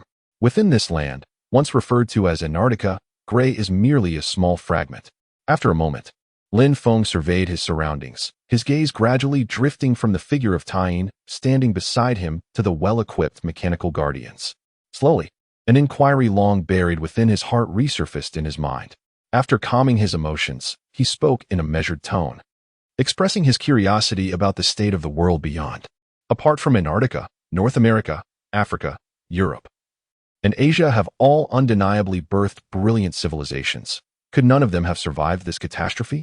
According to the information currently at hand, since the onset of the disaster known as the Black Tide, which erupted without warning across the globe, at least 600 years have passed. Such an extensive span of time is ample for a civilization to rebuild. Might there be other survivors on different continents? Yet, the next words from his companion brought him disappointment. The world beyond the wall. Lin Feng recalled that, during a conversation with Li Mo from Windbell Town, she had mentioned a towering steel wall near the coast in the far north, beyond which lurked a tide of aberrant creatures. It seems that this so-called rumor is indeed true. Contemplating this, Lin Feng could not help but lament his dismal fate. Not long ago, he was merely a newly enrolled university student, indistinguishable from the vast majority of ordinary individuals. His greatest joys consisted of indulging in leisurely slumbers by day and engaging in idle banter with a group of raucous friends in the dormitory by night. Yet, who could have foreseen the subsequent turn of events? Due to prolonged insomnia coupled with occasional auditory hallucinations, everything changed after that day. He visited the hospital and encountered the young professor. Upon reopening his eyes, the world had transformed. The tranquility of his former life had vanished, and he himself had morphed into an entity that seemed neither human nor ghostly, as if trapped in a dream. By the way, could it be that the other party might fortuitously possess knowledge about that individual? With this thought, he once again focused his gaze on Han Yi and casually inquired about that name. So, I wish to know if you are familiar with this name, Han Mingxian. To his astonishment, upon hearing those 3 syllables, the other person's pupils dilated in shock, as if struck by an overwhelming revelation. I know him. He is one of the founders of the secret society and its first master. He established the initial framework of the society. While Lin Feng had anticipated that this individual held a significant identity, the revelation still caught him somewhat off guard. Did this mean that after leading those blessed children who had successfully completed the experiment away from the 037 shelter, it was Han Mingxian who initiated the formation of the secret society, thereby constructing a new order on this continent? However, the staggering revelations did not cease there. Is that individual still alive? Who else, besides him, were the founders of the Keepers? Impart to me all that you know. Confronted with Lin Feng's barrage of insistent inquiries, Han Yi was visibly startled by the tone, his voice betraying a tremor. I have heard that shortly after the Keeper's inception, the aircraft he was aboard plummeted into the abyssal sea to the north. That is a maritime region tainted by the black tide, and those who come into contact with it are unlikely to survive. As for the other founder, at this juncture, Han Yi paused, reflecting for a moment. Regrettably, the Academy's records contain scant information about him, save for a name. It seems it was Lin Feng. As the words faded, the other party exhibited no discernible reaction. An eerie silence descended upon the scene, an atmosphere that lingered until a sudden burst of laughter shattered the oppressive air. To him, it was an utter jest. Lin Feng aided Han Mingxian in the research of the black tide modification. Lin Feng even assisted Han Mingxian in establishing Shelter 037. Lin Feng even helped Han Mingxian found the Keepers. Yet Lin Feng himself was entirely ignorant of these events. A mere coincidence of names? Or does another Lin Feng exist in this world? But if this other Lin Feng is so exceptional, then what is the significance of my presence here at this moment? Merely to be mocked? If that is the case, then why not be more audacious? To defy fate and orchestrate a grand jest. Lin Feng silently resolved to dismantle the edifice erected by the impostor. Everything he found objectionable, he would then reconstruct it in his own image, rewriting the annals of this land and establishing a novel world order, a future diametrically opposed to the counterfeit's creation. To realize this ambition, he must infiltrate the game, comprehending each adversary, subtly devouring their pieces, and ultimately expelling all obstacles from the board. Previously, this would have been an unattainable fantasy. Yet now, he possessed a key to unlock the game. To ascertain its efficacy, Lin Feng needed to conduct preliminary trials. An opportunity now presented itself, a chance to acquire boundless wealth, knowledge, power, and a path to the future. He pondered the extent of sacrifice one would make to seize such an opportunity. A voice, trembling with fervor, cried out with impassioned vehemence, "Everything. I am willing to sacrifice everything." Chapter 73. Arrow and Beast on the Desolate Path to Razor Ridge. A rickety flatbed truck ambled along the gravel-strewn terrain. The wheels creaked and groaned as they rolled over the uneven stones, causing the entire carriage, along with its cargo and passengers, to jolt violently. The beast of burden pulling the cart was an aged and frail green-skinned creature, chewing on a prickly fruit. This four-legged animal bore a striking resemblance to a rhinoceros, and due to its generally mild temperament, it was domesticated in certain regions for the purpose of transporting goods. Hence its designation as a beast of burden. With each successive bump of the vehicle, waves of dry heaving ensued, accompanied by intermittent weak groans. "Apologies. Please bear with us a little longer. We must reach the mountain pass before nightfall," spoke Otto, a young merchant from the north. He had entered into a contract with Lin Feng and Xiao Bai, who were tasked with escorting him through the narrow passage known as Razor Ridge. Although the commission was nearly negligible, the potential hunter points offered in return were considerable. What Otto had not anticipated was that, as a merchant traversing the Great Plains, his entourage would consist of a small, unarmed caravan without any vehicles. To face the Great Plains with merely these resources was not merely a question of courage. It bordered on recklessness. Yet, for Otto, who found himself in dire straits, such concerns had become secondary. If the discomfort became unbearable, there should still be some prickly fruits within. A slight replenishment of moisture might alleviate his distress. As he spoke, Otto picked up a coarse burlap sack from beneath his feet and casually tossed it into the cargo hold. which was already filled with leather goods. As the bag fell to the ground, a few muffled thuds followed, and 2 hard-shelled, withered yellow fruits rolled onto the reinforced metal board of the truck. One might wonder, is that creature still trailing behind? In response to Otto's inquiry, Lin Feng picked up one of the withered yellow fruits and glanced back. There, on the dust-raising path, a glossy-coated wild wolf stealthily followed the truck, maintaining a distance of approximately 50 meters from the group. Indeed, it is still in pursuit. Upon hearing this, Otto, seated in the front row, erupted into a hearty laugh. That creature probably believes we will abandon Miss by allowing it to feast. As if she had caught wind of an extraordinary revelation, the girl who had been lying by the side of the truck, appearing utterly despondent, suddenly jolted upright. Her demeanor transformed. The next moment, one could see Xiao Bai gripping the truck's guardrail tightly, evidently gripped by genuine fear. Otto was somewhat taken aback by the sounds emanating from behind. Have you not heard? In an effort to conserve funds, some individuals will indiscriminately expel poorly conditioned slaves from their ranks before entering the city, and once abandoned in such desolate areas, survival becomes nearly impossible. Over time, even the local rats have been fattened. Those brutes are more astute than one might imagine. Henceforth, should they be a caravan beset with the infirm or the crippled, they would linger in its wake, awaiting the moment the caravan's master cast off those unable to keep pace. Is a slave so paltry in value as to be deemed cheaper than a trifling tax? As he spoke, Lin Feng employed a small blade to cleave the indurate husk of the thornroot fruit. A peculiar specimen of the gray waste flora, its exterior is remarkably smooth. Yet its pulp is replete with inward-pointing barbs, akin to those of a carp, thus demanding circumspection when consumed. Abundant in viscous fluids, it serves as a commendable expedient for replenishing moisture. In the ensuing moment, Lin Feng proffered the peeled fruit to Little White. Slaves require sustenance, particularly those afflicted with illness. Not only are they incapable of labor, but they also consume more than their hale counterparts. Should the ailment prove contagious, the losses would be compounded. Therefore, upon calculating the costs, those individuals resolved against expending a further coin on their behalf. Some, more ruthless still, would consign those slaves deemed expendable to secondary processing, thereby gleaning an additional profit. Yes, and perceiving that Otto seemed to be piqued by the topic, Lin Feng promptly interjected, evincing a lack of further interest in the matter. Meanwhile, Little White, head bowed, was observed to be solemnly lapping at the viscous fluids exuding from the fruit's interior. Of the manner in which the slaveholders treated those under their dominion, none was likely more cognizant than she. Uncertain of how much time had passed, the young girl's gaze inadvertently caught sight of the wasteland wolf trailing behind the cargo truck. Observing its robust and well-rounded physique, along with its greedy visage, she pondered how many lives these beasts had consumed. How many souls continued to endure the suffering inflicted by such creatures?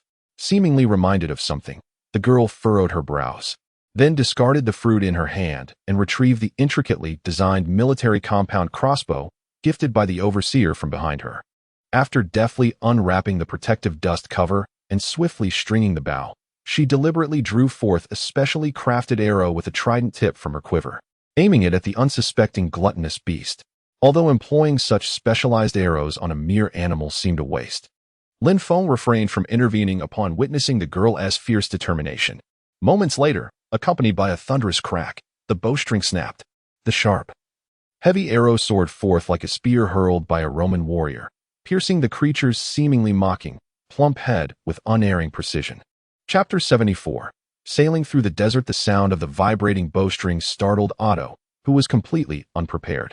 Wow, he exclaimed, instinctively tightening the reins in his hands, causing the cargo truck, drawn by the beasts of burden, to come to an abrupt halt.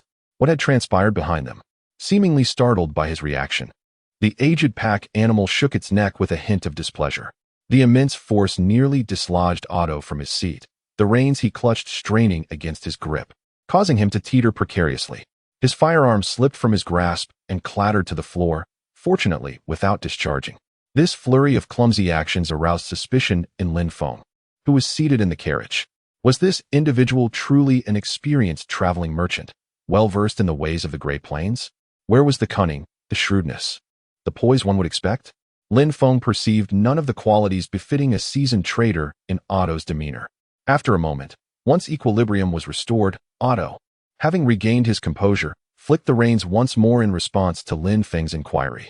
As the wagon lurched forward, Otto emitted a protracted sigh. There's little to elaborate upon. He lamented, I've simply been outmaneuvered. Someone, impersonating me, accepted a substantial order from a prominent client. Alas, during a respite en route, that scoundrel absconded with the client's merchandise. Perceiving the dire circumstances, the others deserted as well, absconding with what little remained of the caravan's assets. Impersonating you say? It seems this individual bears a close relationship to you. Upon hearing this, Otto shrugged with a touch of resignation. He is my brother. I later discovered he had succumbed to the throes of gambling, amassing a considerable debt. The local merchant guilds had long ceased dealings with him. So he beseeched me to assist him. Little did I know it would culminate in this. Your brother? Indeed, they are like true brothers, showing no mercy when it comes to action. Fortunately, those individuals possess rather poor judgment, taking away only the least valuable items while leaving behind the most precious ones. Upon hearing this, the two individuals in the vehicle could not help but lower their heads to survey the surrounding piles of slightly pungent animal hides. They appeared far from valuable, yet as long as they successfully delivered these hides, the worst outcome would not lead to bankruptcy, as I have already calculated. As the words fell, a young man named Otto unexpectedly burst into laughter, revealing an unusual degree of nonchalance. Before long, after the rickety cart struggled over yet another mound of earth, the mountain range looming over the desolate expanse came into sharper focus, its sharp, steep peaks resembling a series of swords piercing the earth. Razor Ridge was drawing near. At that moment, a cloud of swirling dust appeared at the end of the road ahead, rapidly approaching the position of the group. Utilizing the long-range capabilities of the electronic eye, they discerned a modified armed vehicle at the center of the dust cloud. Could it be bandits seeking to ambush them? Clearly, Otto noted the anomaly ahead. Unable to ascertain the identity and intentions of the approaching figures, he quickly directed the pack animal off the road, guiding it toward the softer sand beside them for safety. This is a method employed to evade pursuit. Although the velocity of a pack animal is significantly less than that of an automobile, its unique paw structure enables it to traverse the yielding quicksand with measured steps. Thus, the seemingly primitive pack animal caravan possesses a unique skill unattainable by motorized caravans, the capacity to directly traverse quicksand impassable to conventional vehicles. This not only shortens the journey, but also effectively evades pursuit from the brigands of the wasteland. Hold fast, both of you, Otto cautioned, lest you be shaken off. As Otto's words faded, before the two could grasp their meaning, he manipulated a lever situated to his left. Instantly, the four wheels beneath the truck retracted upwards via the axle's rotation. Consequently, the wheel-less chassis made direct contact with the ground, the violent jolt nearly ejecting the girl. However, once the truck entered the nearby sandy terrain, the wheel-less chassis, now dragging along the ground, transformed into a desert vessel gliding across the sand surface, its velocity surpassing even that on the gravel path.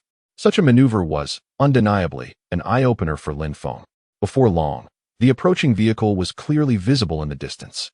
Otto had already halted the truck at a relatively safe distance, ensuring a swift escape should the approaching party prove hostile. However, the situation appeared to diverge from their expectations. Just as the two factions were on the verge of passing each other, a figure emerged from the modified bus, poking its head out and calling out loudly towards Lin Feng and his companions.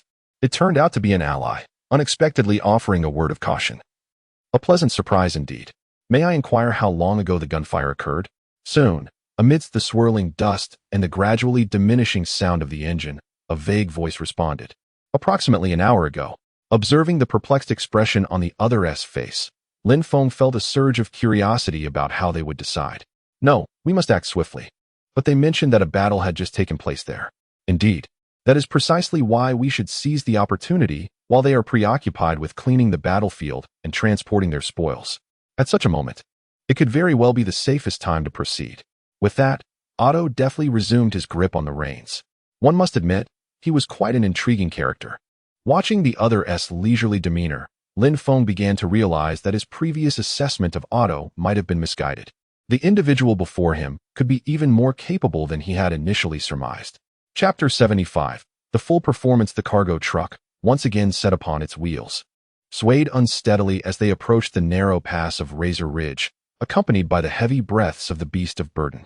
It resembled a natural corridor, as if cleaved through the mountains by some divine weapon, flanked on either side by steep, almost vertical cliffs.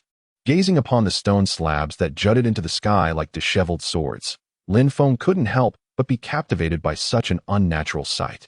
After meticulously observing the features of the mountains and correlating them with the topographical analysis provided by the thalamus, Lin Feng rendered his judgment. It was evident that a potent geological disaster had once transpired in this vicinity, forcing these slabs, which ought to have remained deep within the earth, to the surface, thus creating this peculiar landscape. Moments later, as the truck cautiously maneuvered through the passage, having entered the realm of the Norton Brotherhood, Otto, the driver, had to exercise utmost caution. "It is eerily quiet," he remarked. Indeed, it was perplexing. Not long ago, someone had warned of gunfire echoing through the mountains. Yet now, aside from the creaking of the wheels, the valley was enveloped in an unsettling silence. The once howling winds had vanished, replaced by an almost deathly stillness that pervaded the mountains. Among the trio, Lin Feng was an anomaly. His expression bore no sign of anxiety, but rather a subtle hint of anticipation. Time slipped away unnoticed, and as the aged pack animal ambled through the narrow passage as if on a leisurely stroll, the canyon ominously dubbed the Gates of Hell soon came into view, revealing a scene that was both striking and enlightening. The group had successfully reached the heart of the mountain range. Although they had navigated the passage without incident, this was merely the initial step of their journey. As Otto gazed anxiously at the grand bridge, the scene that unfolded before him instantly rendered him motionless. Upon the not-so-wide bridge, a convoy composed of 2 armed trucks stood at a standstill, with the lead sand-colored vehicle having been utterly destroyed, while the engine of the other truck blazed fiercely. The gruesome remnants of flesh scattered around suggested that a fierce battle had indeed transpired here. However, curiously, Otto found no sign of any living soul in the vicinity. Even more perplexing was the fact that, despite the cargo holds of the 2 trucks being wide open, their contents appeared largely untouched. The abandoned weapons and gear strewn across the scene, along with the vehicles still idling, had not been disturbed in the slightest. It was an unkempt battlefield brimming with untapped treasures, and crucially, there was not a single guard in sight. If the assailants had triumphed, why would they abandon the spoils so close at hand? Conversely, if the defenders had succeeded, where were their comrades now? Such an enigmatic situation caused Otto's heart to waver, igniting a sense of regret for his earlier decisions. He reminded himself to tread carefully, for the attackers might still be lurking nearby. Just then, Lin Feng and Xiao Bai leaped down from the truck, one after the other. "Stay here and do not move. We shall first proceed to the bridge to conduct a thorough inspection. If it is deemed safe, you may follow, with the aim of traversing the mountains before sunset." Otto expressed his concerns regarding Lin Feng's proposal, deeming it excessively perilous. "The assailants targeting our convoy undoubtedly possess heavy firepower, should they still be in the vicinity. The 2 of you would stand no chance against them. If anyone opens fire upon us, you must simply turn and flee. Are you not afraid of death? Fear not. Those capable of killing us have yet to be born. Truly, you are 2 madmen." However, scarcely had Otto's words faded into silence than a sudden, sharp crack of gunfire shattered the tranquility of the valley, emanating from across the river. Alas, it is an ambush. As Lin Feng had accurately predicted, there were indeed hidden assailants near the bridge. Scanning the scene, Otto observed several flashes of gunfire illuminating the heights of the valley across the river, suggesting that the number of attackers ranged from 3 to 4. In a flurry of panic, Otto shouted towards the 2 individuals who had been forced behind cover. Yet, contrary to his expectations, the attack duo did not retreat. Under his gaze, after exchanging a few words with the young girl beside him, Lin Feng, the young hunter, demonstrated remarkable agility as he advanced towards the opposite bank. Even as bullets rained down upon him like a tempest, he managed to evade them at crucial moments. The scene was so effortlessly executed that it left Otto, who was seated in the truck, utterly mesmerized. It even led him to momentarily believe that the bullets were deliberately aimed around Lin Feng.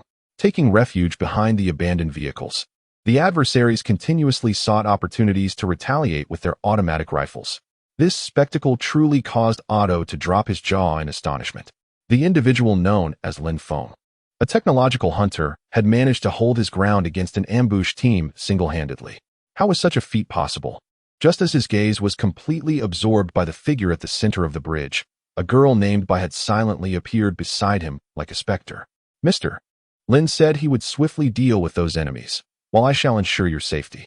Her voice was remarkably calm, as if she had already foreseen the outcome. This tone undoubtedly left Otto further astounded. For a moment, he found it difficult to discern whether it was the girl who was insane or himself.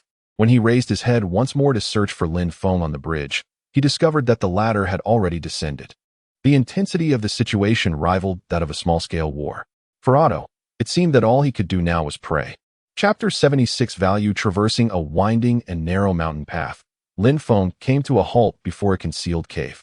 After a brief wait, accompanied by the subtle sound of a motor whirring, an ethereal figure gradually materialized from the darkness, resembling a ghost seamlessly merging with the shadows.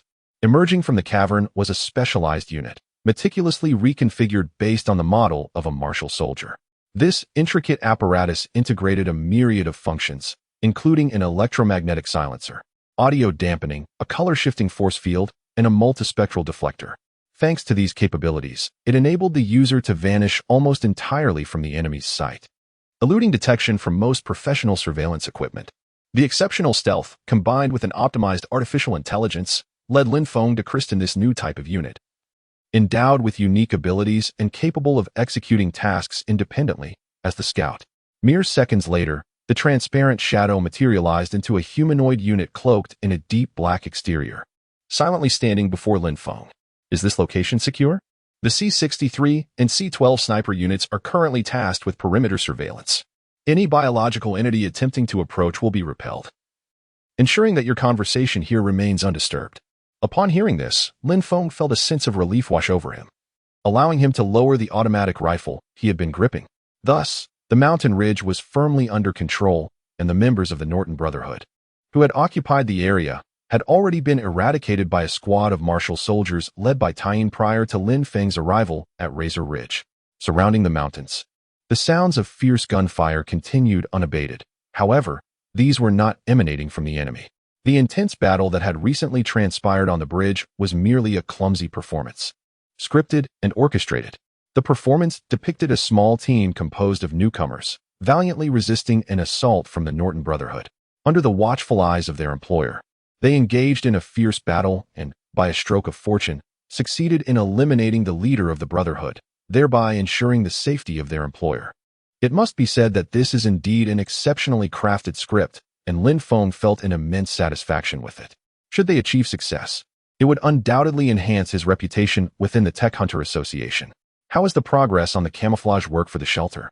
As per your request, the project has currently reached over 77. Free completion, only 70. I never anticipated that the progress on merely a few camouflage sheds would be so sluggish. Filled with curiosity, Lin Feng summoned the surface visuals of Shelter 037. However, upon viewing the scene before him, he was struck by a mix of amusement and exasperation. What lay on the surface was a small town that bore numerous resemblances to Windchime Town, and at that moment, a multitude of engineering robots were busily constructing additional sheds for this town. Wait, what is this situation? I only requested a few small houses for camouflage, yet you have built an entire town?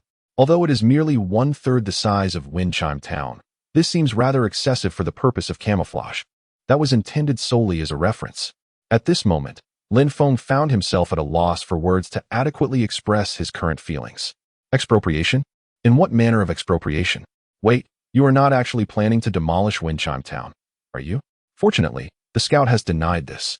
According to your instructions, Windchime Town is currently whitelisted by the Thalamus, so most of these materials have been gathered from nearby recently abandoned settlements. Recently abandoned?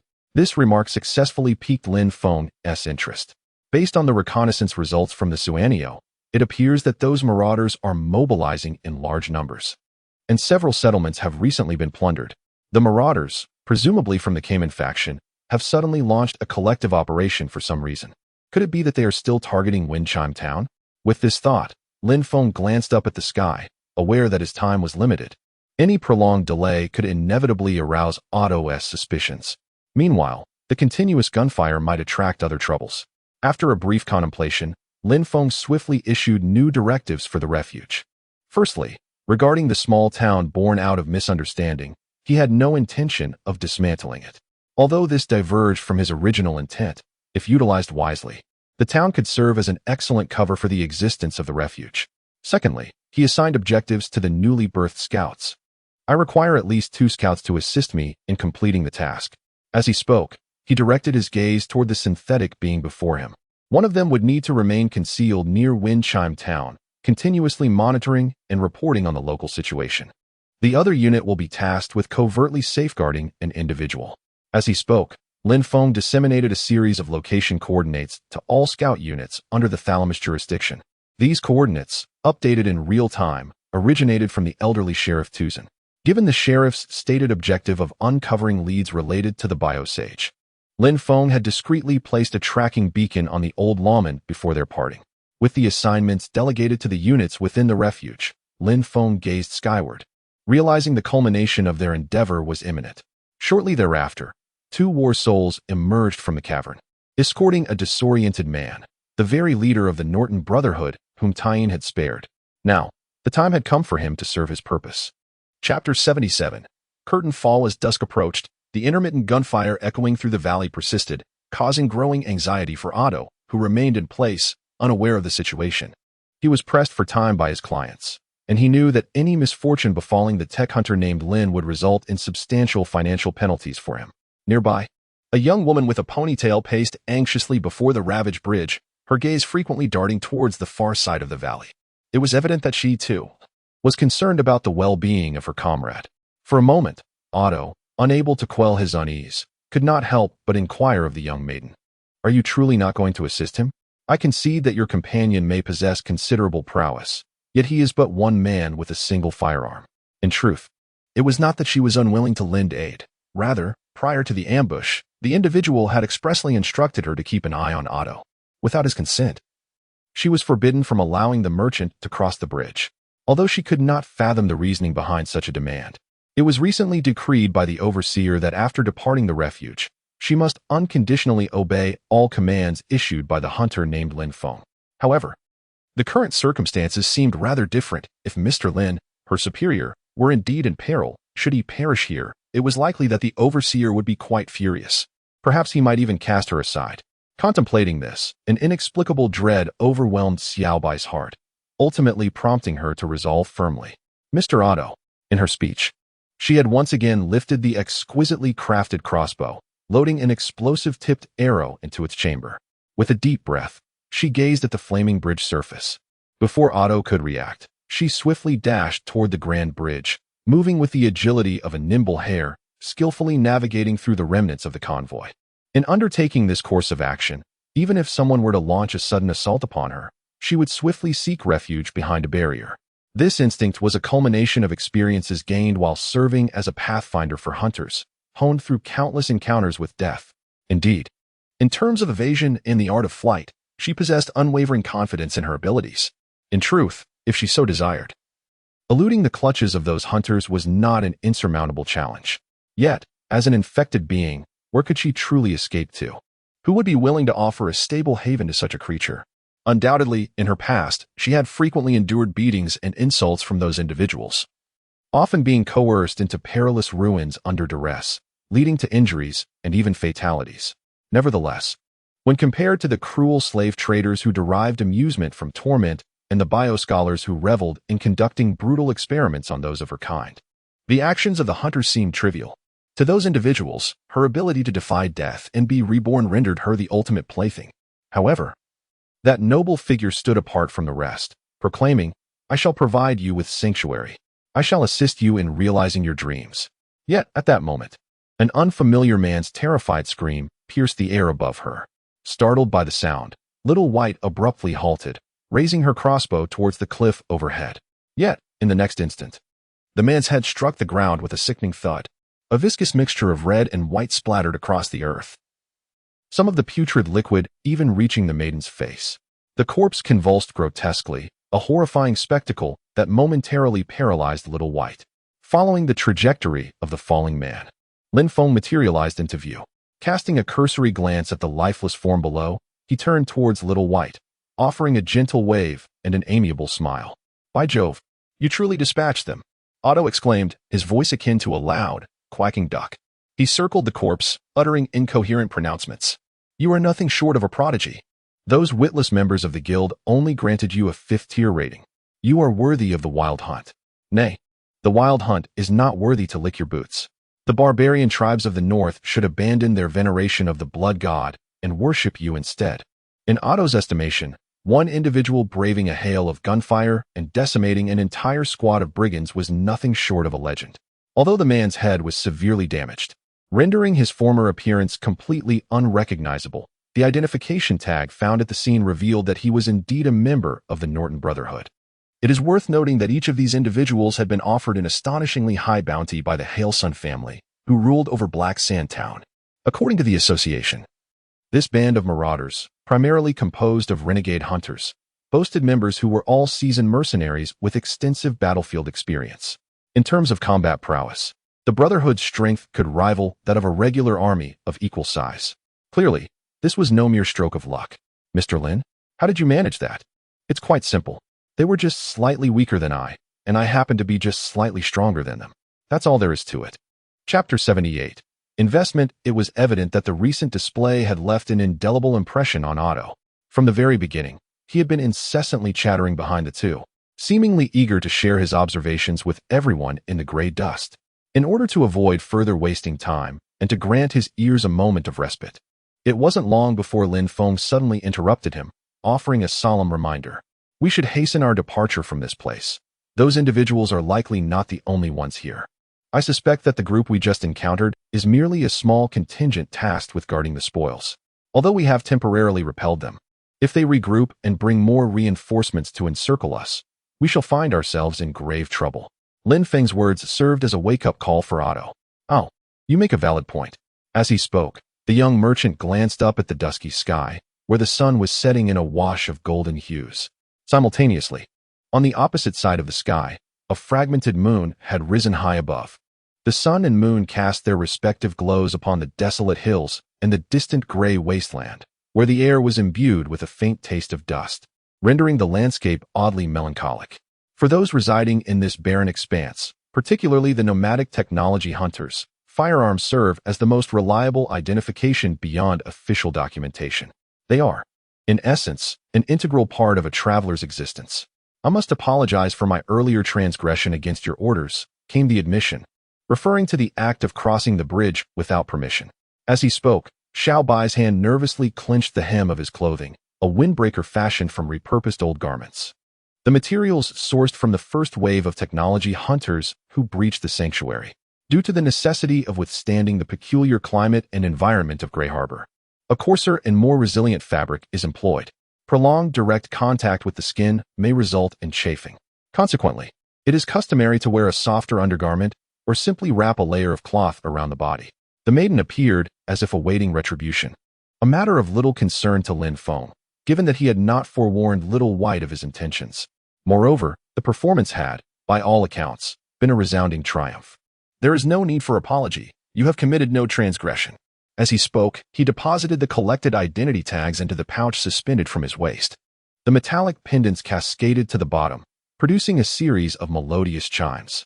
Within resided 7 tags belonging to members of the Norton Brotherhood, a bounty that amounted to a considerable sum. This unexpected windfall filled Lin Feng with elation. After meticulously securing the pouch's drawstring, he declared, "Very well. It is time to inspect our spoils." Lin Feng's tone was lighthearted as he eagerly approached the remnants of the battlefield upon the bridge, eager to indulge in the gratification of scavenging. However, he noticed that Little White remained stationary, her countenance appearing rather somber. As their gazes met, she inquired once more, her voice tinged with curiosity, "You truly will not punish me?" Regarding such matters, Lin Feng found himself rather disinclined to comment. "Are you perhaps a masochist? What does that even mean?" "Merely a collection of trivial knowledge, nothing more." Time slipped away, and as Otto leisurely drove the beast-laden cart onto the bridge, Lin Feng and Xiao Bai were seen laboriously pushing an overturned modified vehicle. With their combined efforts, they managed to maneuver the severely damaged car, which was obstructing the bridge, to the edge, creating a barely adequate passage for Otto's draft vehicle. Moments later, the opposing cart gradually came to a halt before the open door of the truck, and the stark contrast between the two vehicles evoked a sense of reflection. Though both were merchants, Otto's small skiff appeared woefully inadequate when compared to the heavily laden truck. If the former resembled a wealthy multinational tycoon venturing across the seas, The latter seemed akin to a street vendor hastily fleeing from urban authorities. Before long, after casting a glance into the truck's cargo hold, Otto exclaimed with excitement, "Congratulations, Mr. Lin. It seems you are destined for wealth." As he spoke, the young merchant cast an envious gaze at the duo. Just the reindeer hides alone could fetch a truckload, and within lay porcelain from the city of Ceres, items that could command a handsome price in the Northern Alliance. If everything were converted into currency, the belongings within the vehicle alone would suffice for both of you to establish yourselves in the mid-level of the Black Tower. Although the rules within are numerous, at least you would no longer have to fret over matters of sustenance and shelter for the latter half of your lives. Seemingly intrigued, Otto animatedly recounted the value of these goods, yet little did he anticipate that Lin Feng's subsequent remark would leave him momentarily speechless. "If you desire, the truck and its contents are yours. After all, we cannot transport all of these items, and at this juncture, you are in greater need of funds than we are. Are you not?" Upon hearing this, the merchant named Otto could scarcely believe his ears. No. This is far too valuable, and I have done nothing to warrant this." However, before he could finish his sentence, he observed Lin Feng thoughtfully resting a hand on the truck's door. "Let us consider it an investment on my part, shall we?" Chapter 79. The gambler Lin Feng's words prompted Otto to furrow his brow in confusion. He struggled to comprehend what scheme lay behind the other's intentions. Investment? What kind of investment? Noticing the intrigue piqued in Otto, Lin Feng leisurely articulated his thoughts. "I shall utilize some of the spoils here as a commercial investment for you, funding your efforts to re-establish a genuine trade caravan. As for how you choose to employ them, that is entirely your prerogative." Otto, upon hearing Lin Feng's words, was evidently enveloped in profound bewilderment. As a seasoned itinerant merchant who had long roamed the desolate lands, he was acutely aware of the intricate web of interests that bound all beings and objects in this realm. Naturally, he could not bring himself to believe in the existence of fortuitous windfalls. However, the individual before him, Mr. Lin, was clearly no ordinary person.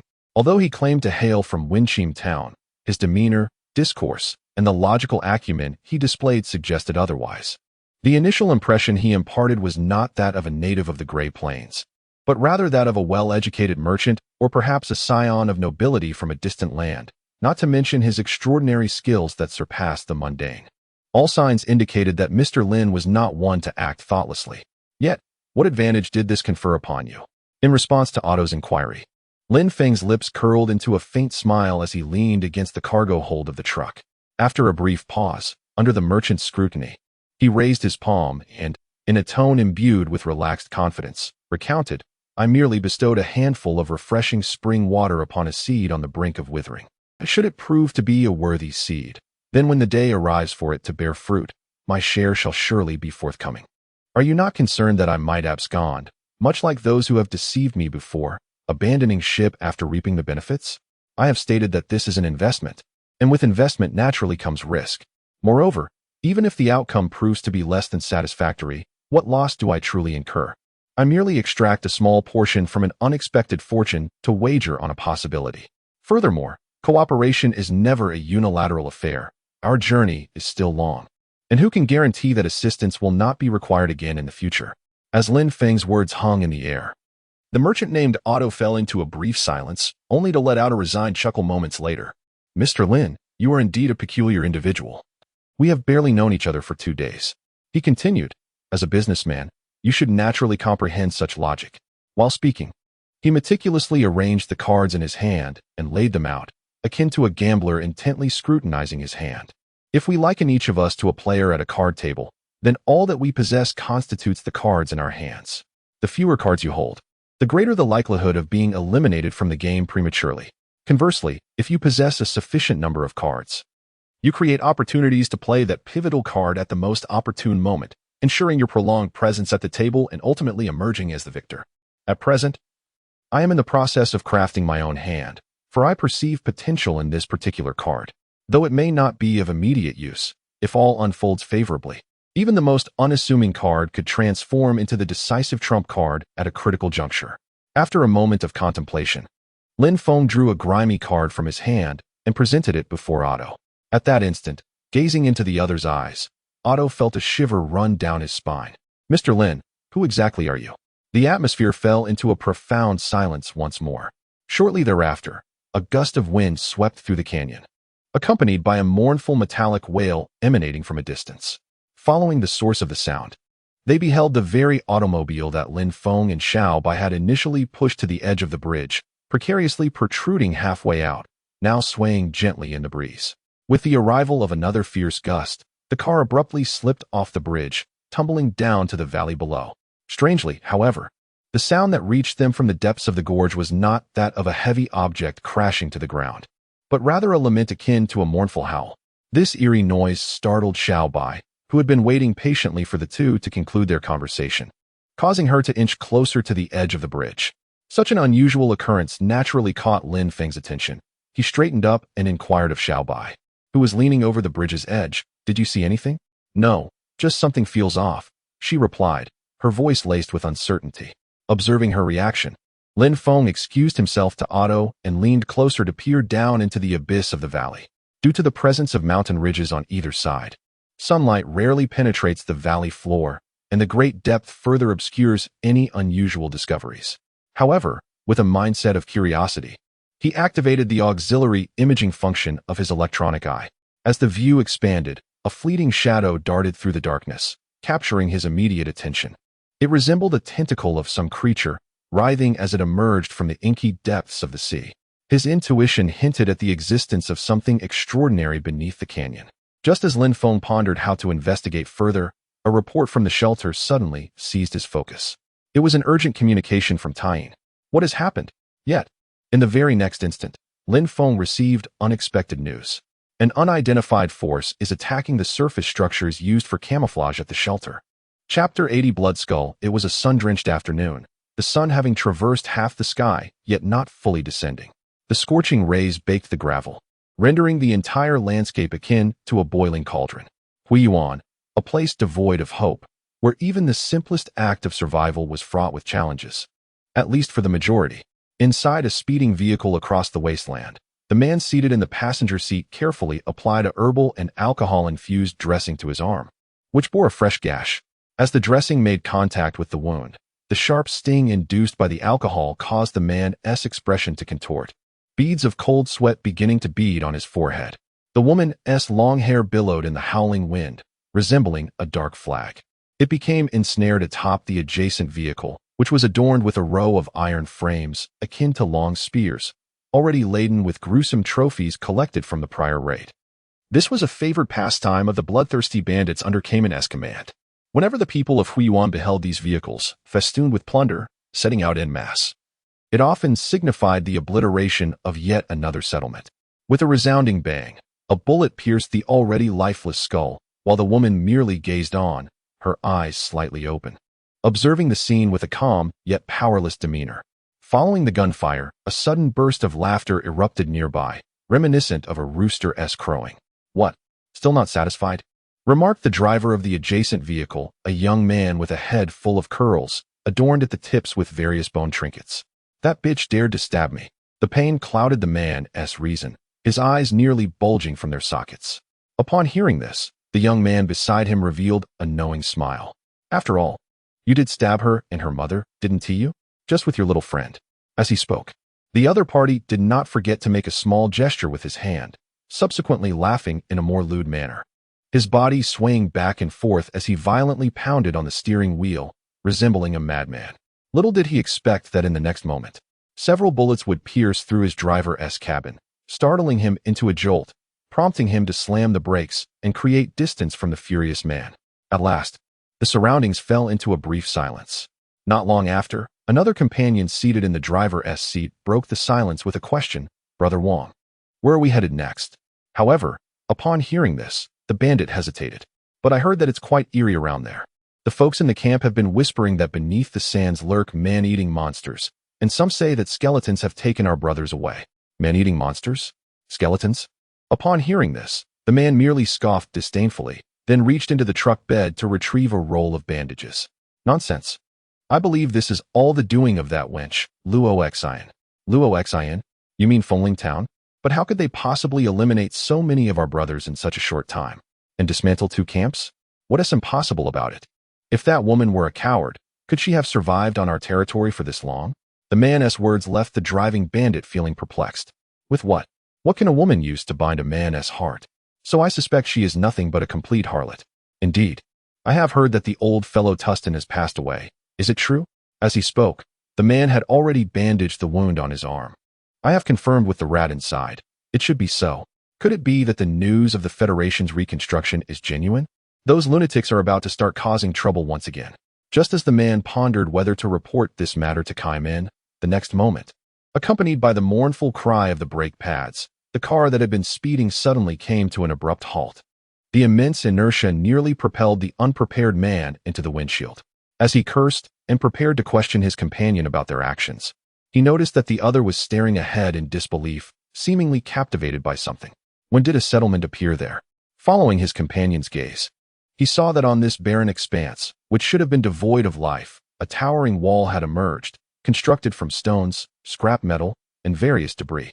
Judging by the area enclosed by the wall, it seemed to be a town of considerable size.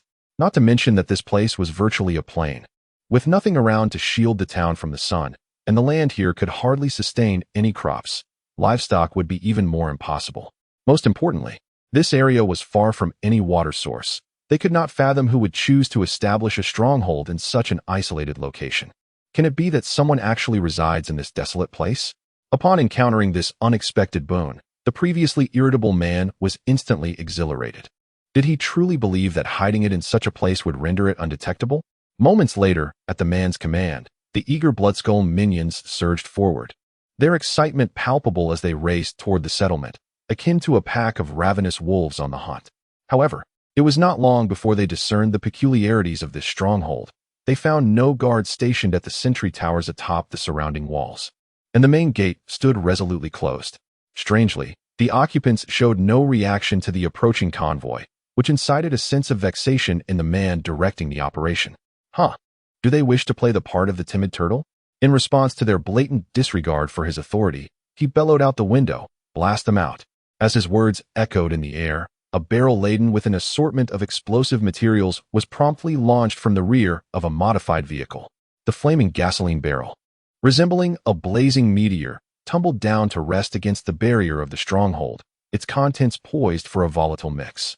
Soon after, a resounding explosion reverberated across the desolate expanse, sending shockwaves through the barren landscape and igniting sheer exhilaration among the Bloodskull minions outside. As the outer metal plating crumbled in succession, the fragile walls of the dwelling trembled under the immense force of the detonation. The commander of the raiding squad was exceedingly pleased with the situation. After ordering the driver to halt the vehicle near the enclosure, the man leaned half his body out of the window and vociferously shouted towards the other side of the wall, "Open the gate if you wish to live. Do not compel me to take action." Strangely, despite the considerable commotion, there was no response from within the enclosure, as if the expansive stronghold was entirely devoid of inhabitants. After an indeterminate period, at the man's signal, the Bloodskulls, having exhausted their patience, began to reload the formidable catapult. However, just as the second round of bombardment was about to commence, the distant gate slowly creaked open, accompanied by the groaning of the hinges. Observing that those inside had relented, the marauders outside, who had been incessantly taunting and berating, were filled with smug satisfaction. Soon, the entire convoy, led by the haughty man, accelerated and entered the town. As the last of the Bloodskull's war machines successfully entered, the sturdy gate swiftly descended like a guillotine, sealing the entrance. Before long, the Bloodskull bandits who had entered the settlement discerned the peculiarity of the town. Alighting from the vehicle, the man, who had been seething with anger upon entry, now felt as if he had encountered a specter. The well-equipped town, replete with ample housing, appeared entirely devoid of living souls. Even more unsettling, after an extensive search, they could not find any evidence of habitation within the stronghold. The shack was devoid of furniture, the store lacked goods, everything was merely a hollow shell, as if all the structures had sprouted from the earth overnight. A sense of foreboding gradually filled the hearts of everyone present. At that moment, a slender man at the front suddenly raised his hand in delight, pointing to the side. "Brother Wong, look over there." Following they beheld a large building resembling a warehouse, its doors wide open, where an enchanting girl in a flowing white dress stood, incongruous against her surroundings. She was poised with her hands clasped behind her back, her white gown and cascading hair swaying gently in the rising breeze. Unlike the gray-skinned inhabitants accustomed to battling dust, her complexion was as pristine as fresh snow, and upon closer inspection, one could discern an ethereal glow surrounding her. To the men born in the gray expanse, she appeared as an angel that could only exist in dreams. Though her face remained obscured, the mere sight of her graceful figure and delicate, fair legs stirred a sense of yearning in their restless hearts. Momentarily, as all gazes were captivated by her presence, she spun gracefully and vanished into the dimly lit building. This ignited a fervor among the invaders, with some eager to follow her. Just then, a voice rose above the clamor. Silence. The commander of the raiding squad issued the orders. You all search elsewhere. I'll take a few men inside to investigate. His words naturally incited grumbling among some, but the man paid it no heed. Immediately thereafter, having selected several individuals from his side, the group entered the peculiar building amidst the envious gazes of the others. The interior of the edifice was more dim than anticipated. Curiously, despite appearing as a simple bungalow from the exterior, a wide, sloping passage now lay before them, as if leading directly into the earth. Save for the light cast by emergency lamps on the walls, the sunlight from outside seemed entirely unable to penetrate within. Sensing something amiss, the men were about to retreat when a gate abruptly slammed shut, cutting off their escape. Simultaneously, the young girl from before materialized at the end of the passage, waving towards them. At last, the man could no longer contain himself. He whirled around, raised his weapon, and aimed it at the girl's position. Hey, tell me, if you don't want to die, what is this place? The eerie atmosphere sent a shiver down the man's spine. After a moment, however, he mustered his courage and slapped his petrified companion awake, then proceeded deeper into the passage. It must be admitted, this place was permeated with an unsettling strangeness. Under the guidance of the maiden, the group blindly traversed the intricate labyrinth of subterranean passages, following her lead through sluice gates and down precipitous stairwells.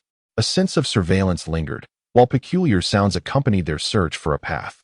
Within the dim tunnels, unintelligible murmurs arose, and the sensation of something scurrying through the overhead pipes permeated the air. Some in the party even insisted on witnessing strange apparitions. Through this sequence of preliminary events, the seeds of trepidation had surreptitiously taken root within their hearts, patiently awaiting the moment of fruition. At long last, after passing through yet another opened gate, the maiden halted, her back turned to the group. Having been led by the nose, their resentment had reached a fever pitch. However, as they attempted to seize her, her form, akin to a mere remnant of existence, flickered momentarily before vanishing entirely.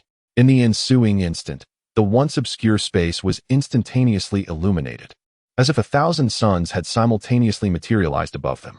Concurrently, a youthful voice, tinged with an uptown accent, echoed amidst the dazzling spectacle.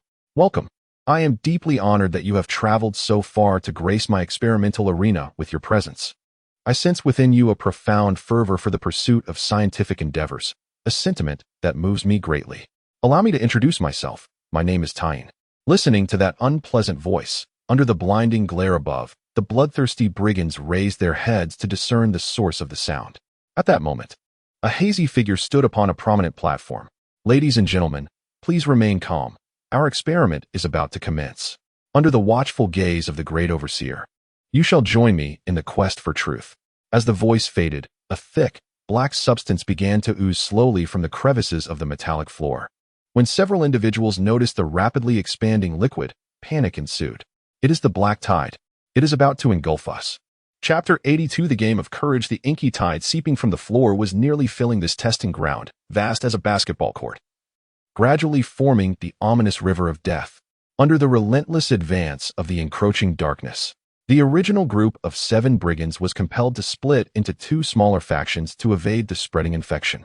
They found themselves trapped at either end of the arena, gazing in despair at the ever-expanding tide of doom, waiting in terror for death's inevitable arrival.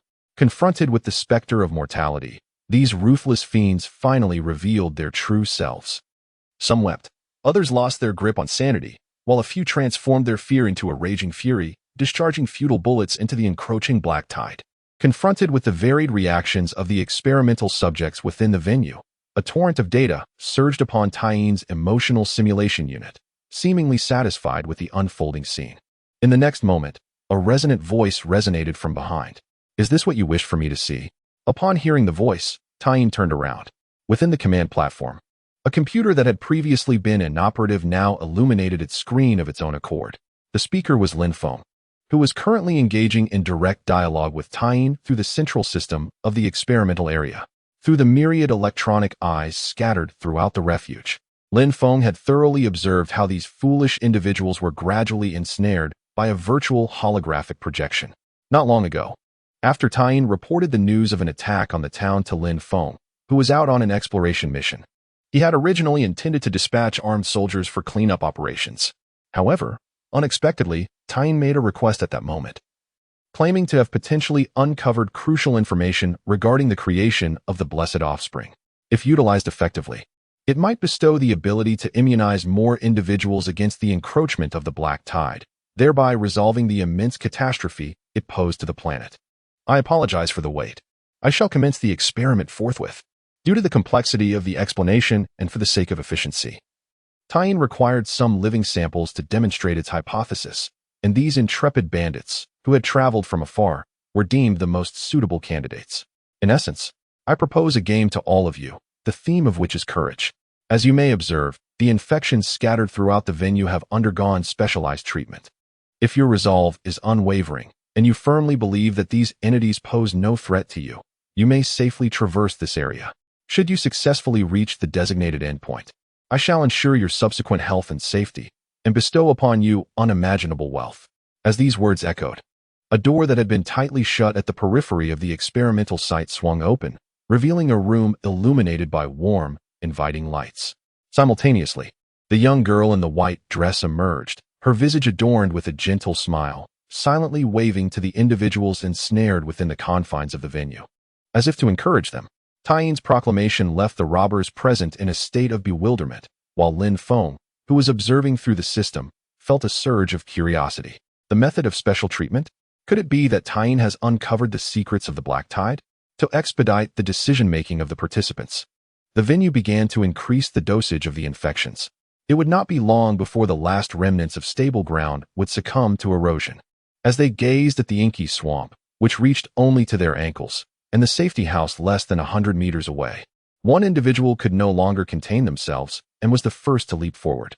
Observing the individual as he shouted encouragement to himself, he leaped into the inky tide that barely reached his calves.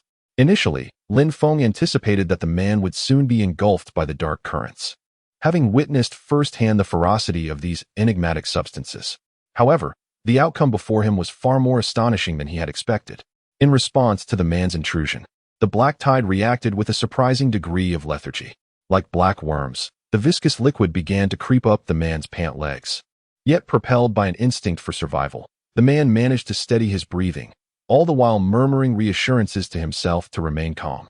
Thus, a miracle unfolded. His body, as the Yin had suggested, did not undergo any mutations from contact with the dark tide. As he approached the threshold, an increasing number of bandits, inspired by the man, began to venture into the treacherous mire of death. However, when Lin Feng inquired through the system about the so-called special treatment method, he was met with a rather unexpected revelation. The substance released in the arena was none other than the original Black Tide solution that had once obliterated human civilization, and the Yin had deceived these hapless subjects. In the next moment, a piercing scream shattered the tranquility of the experimental site. It was the very first man who had plunged into the pool of Black Tide. The resolute expression he had worn just moments ago was now replaced by sheer terror as he knelt in the water. Clutching his head tightly, he struck his skull with fervor, exclaiming, "It's in my head. I can hear it. Release it now." The man's frenzied state alarmed the onlookers, and in that instant, the placid ebony surge surrounding him began to churn violently. To the other brigands' dismay, the man's head was swelling grotesquely, as if something were about to erupt from within. With the entire experimental zone engulfed by the inky tide, the remaining individuals hastened towards the soul-safe exit. However, perhaps influenced by the man's plight, more and more individuals were consumed by the increasingly virulent black surge. Their bodies contorted at an alarming rate, yet even so, while their consciousness lingered, they pressed on towards their destination. During this harrowing procession, a peculiar phenomenon caught Lin Feng's attention. Among the grotesquely transformed mutants, some exhibited particularly severe mutations in their legs. Their calves had become unnaturally engorged and robust, stretching their skin to the breaking point, while their feet had morphed into flattened, reptilian shapes, undoubtedly augmenting their speed. Another individual sprouted a pair of grotesque, twisted wings from their back, formed from elongated back muscles and bones. The wings, dripping with a dark, viscous fluid, flapped desperately, as if to propel their host away from the contaminated earth. These occurrences sparked a strange notion within Lin Feng's mind. It feels as though the black tide has penetrated their innermost thoughts and is striving in every conceivable manner to assist them in realizing their desires, albeit in a manner that is utterly incomprehensible to the ordinary mind. Chapter 83, Retribution. Ultimately, as reason crumbled completely, chaos descended.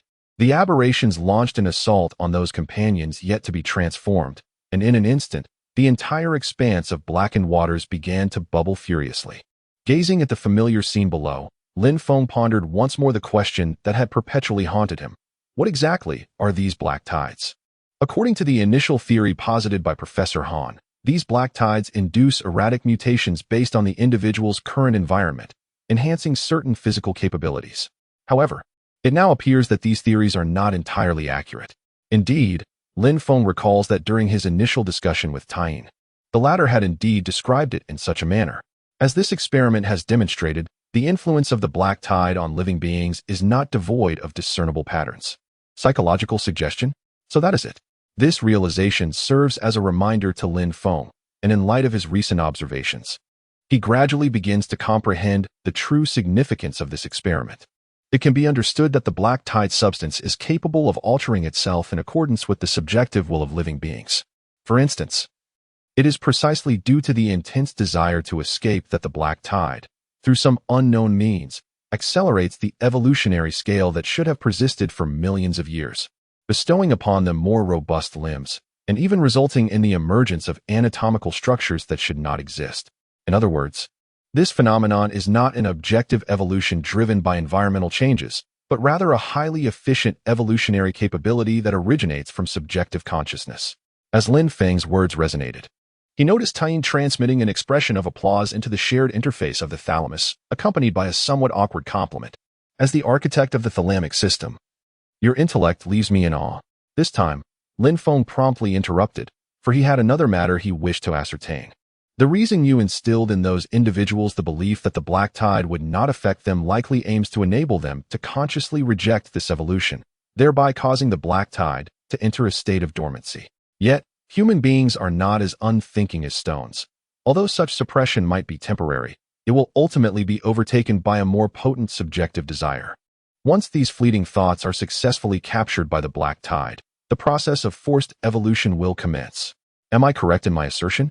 However, as he reached this point in his discourse, Lin Feng suddenly appeared to have a realization. Wait, since the black tide is a poison for sentient beings, what consequences would it have for sentient constructs?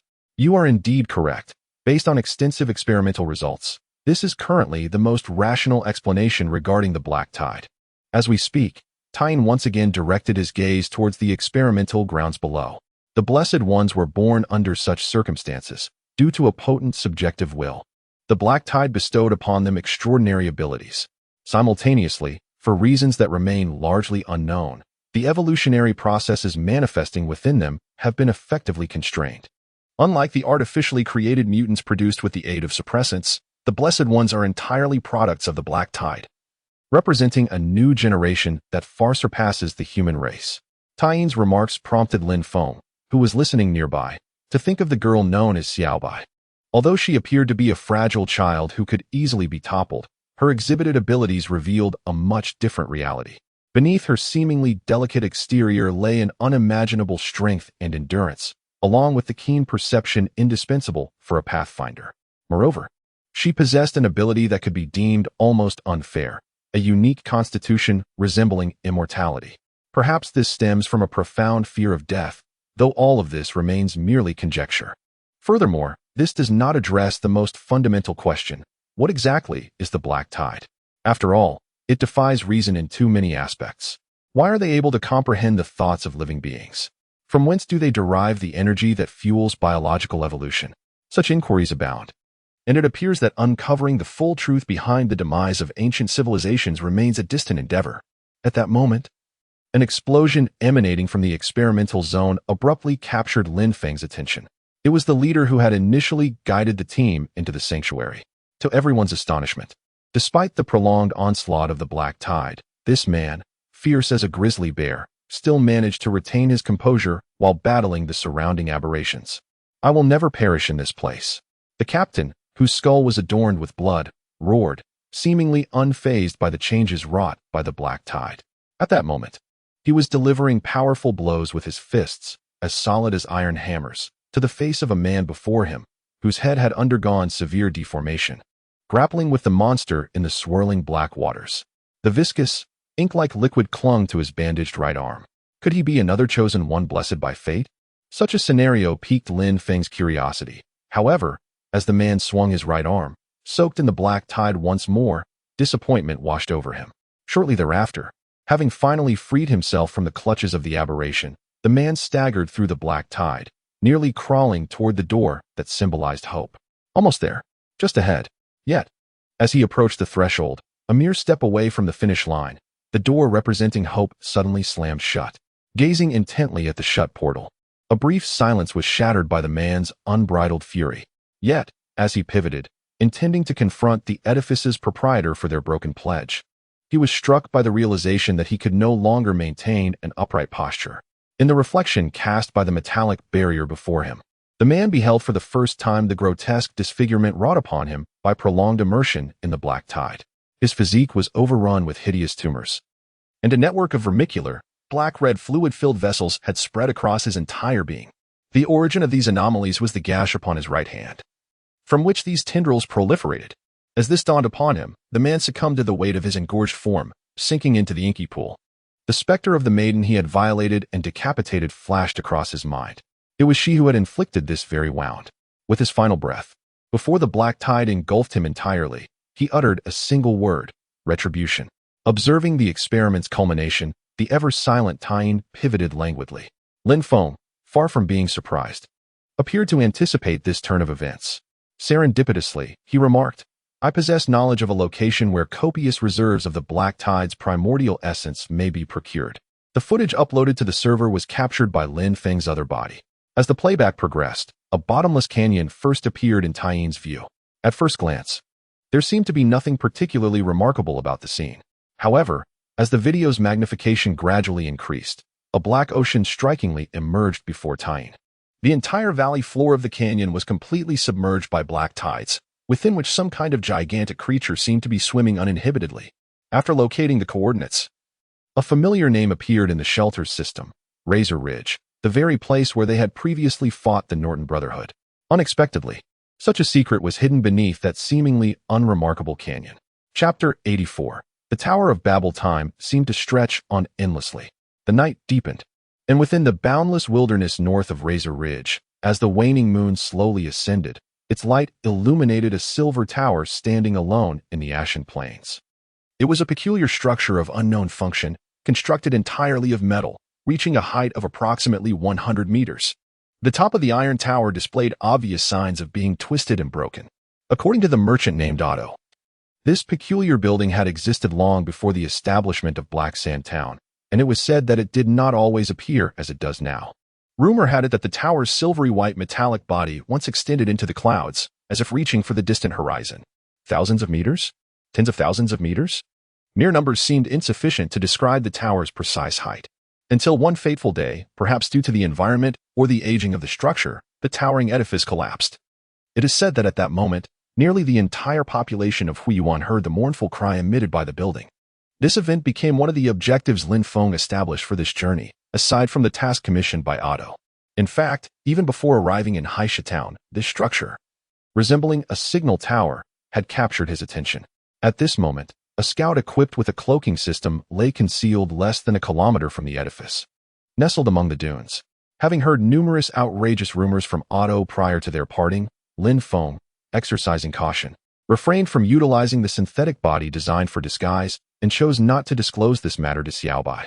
Employing the inherent stealth capabilities of the scouts for reconnaissance felt akin to cheating.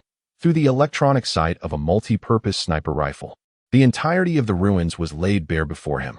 The structures, substantial in size, evoked an impression akin to that of an airport, given the spacious interiors and the layout of several buildings. However, if that were indeed the case, the presence of the metallic tower seemed exceedingly incongruous.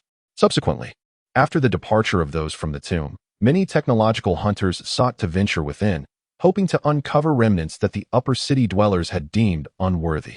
Strangely, as Lin Feng equipped his sniper scope with biological signal detection capabilities and meticulously scanned the peculiar structure resembling an airport control tower from top to bottom, he found no traces of life within. This was indeed perplexing. Theoretically, even if the local inhabitants, rumored to be the Gray People, were deterred from approaching the vicinity of the relic due to ominous tales, the remains of such a sizable edifice should invariably attract numerous local creatures seeking refuge. After all, a site offering such an exquisite shelter in the wilderness of Gray Plain is a rarity, unless the rumors held a kernel of truth, suggesting that something truly terrifying lurked within the building, repelling all forms of life from its domain. Soon, as night deepened, and after carefully confirming the absence of danger around the ruins, Lin Feng activated the scout's cloaking system. He swiftly rose, utilizing the cover of darkness to advance silently towards the direction of the towering structure. A distance of less than a kilometer posed no challenge for the lightly equipped scout. In mere moments, he arrived at his destination. The outer perimeter of the area was safeguarded by a dilapidated concrete wall, which had succumbed to the ravages of time and possibly human vandalism, rendering it nearly ineffective. This allowed Lin Feng to easily gain entry. It was only through such close observation that he realized the tower was far more colossal than he had previously imagined. It was a colossal structure constructed from an intricate metal framework, soaring nearly 100 meters into the sky, inevitably evoking thoughts of the legendary Tower of Babel, which was said to instill fear in the gods. Lin Feng could scarcely fathom the awe-inspiring spectacle this edifice must have presented before its collapse. To deem it a miracle in the annals of human architecture would not be an exaggeration. However, as he observed this remarkable building while making his way toward the main structure at the center of the square, a sudden, clear sound pierced the sensors of the scout. This noise seemed to emanate from beneath his feet. Lowering his gaze in the direction of the sound, Lin Feng noticed something emerging from the ground, obscured by a layer of gray gravel.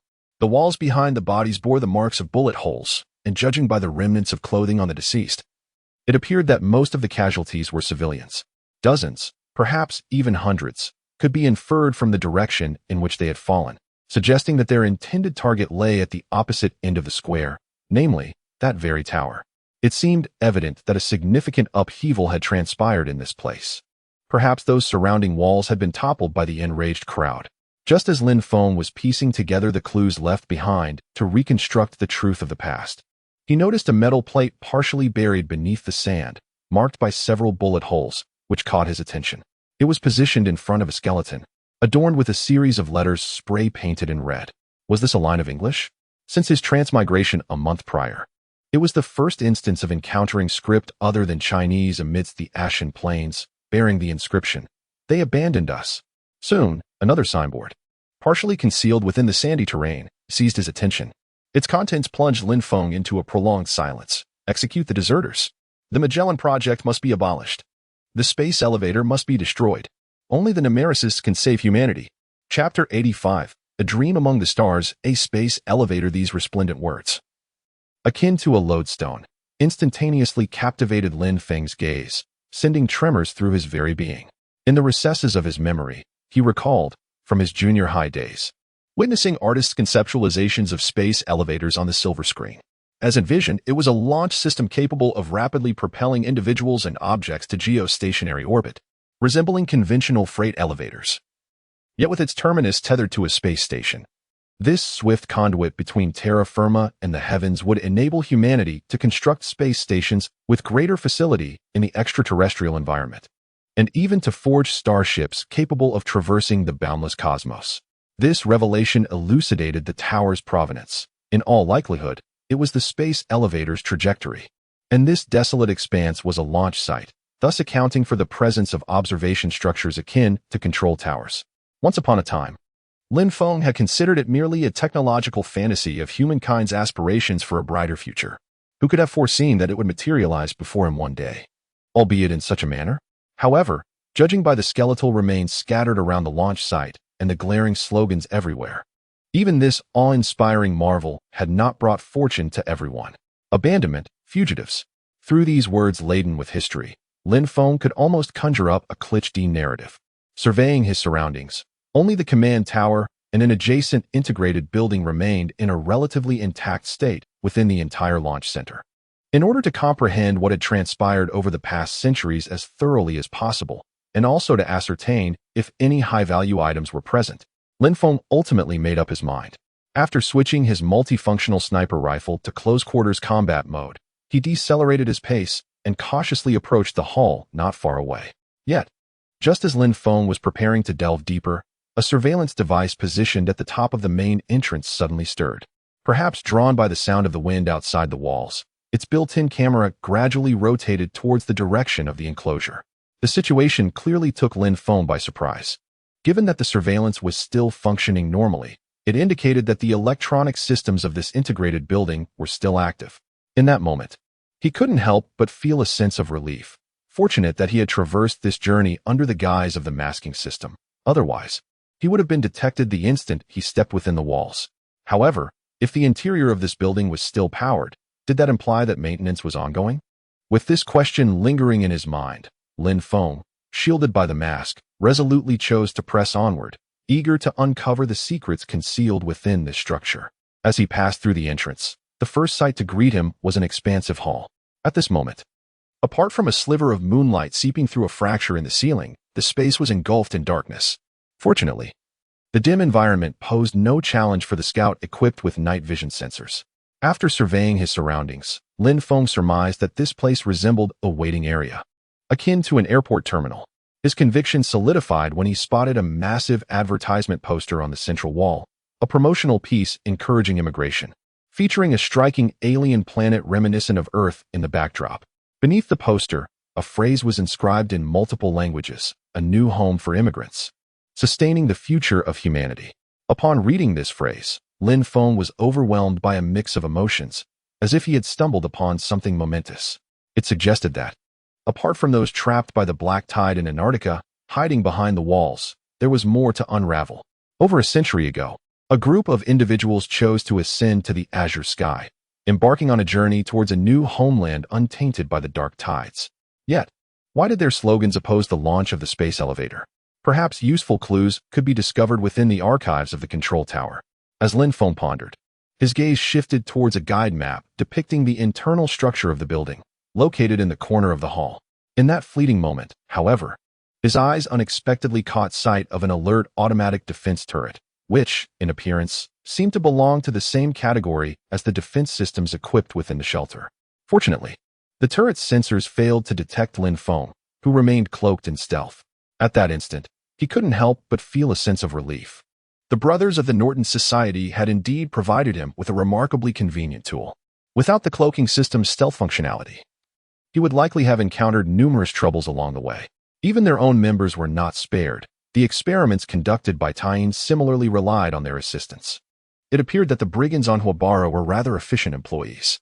The presence of that automatic sensor turret served as a reminder to Lin Feng, before formally exploring the core areas of this structure, he should prioritize disabling the ubiquitous defense systems within, thereby facilitating subsequent actions.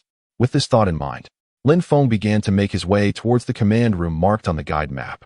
Just as he was about to approach the corridor leading inward, a gentle melody, reminiscent of a music box, suddenly emanated from the slightly ajar door not far away. Intrigued, Lin Feng leaned closer, peering through the crack to glimpse within. To his astonishment, a figure of a young girl appeared on the stage of the projection hall, illuminated by a shimmering starlight that seemed almost surreal. Her form flickered in and out of sight, reappearing in synchrony with the ethereal music. Such a bizarre scene certainly explained the local whispers of hauntings. The dusty metal plaque beside him bore the inscription, "Stellar Map Exhibition Hall." Fragments of her silhouette danced amidst the radiant starlight on the display, collectively forming the image of the girl. At first glance, she seemed to be around 16 years of age, clad in a beautiful sky-blue children's gown adorned with delicate, sheer floral embellishments, resembling soft blue tulips.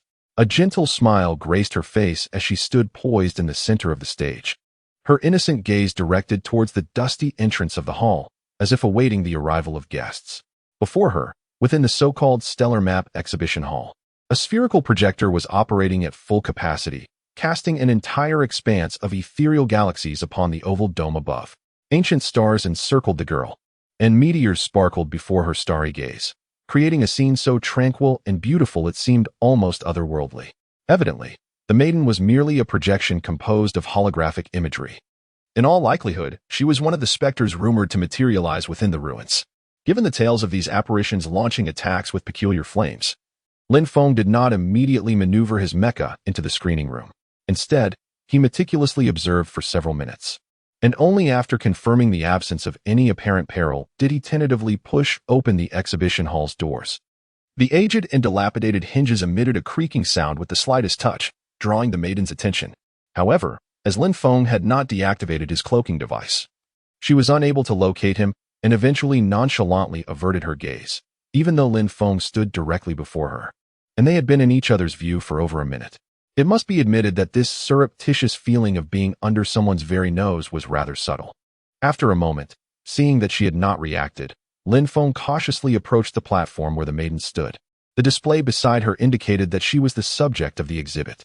After swiftly perusing the contents, he noted several key details. Name, Xing Ming. Codename, PC-02.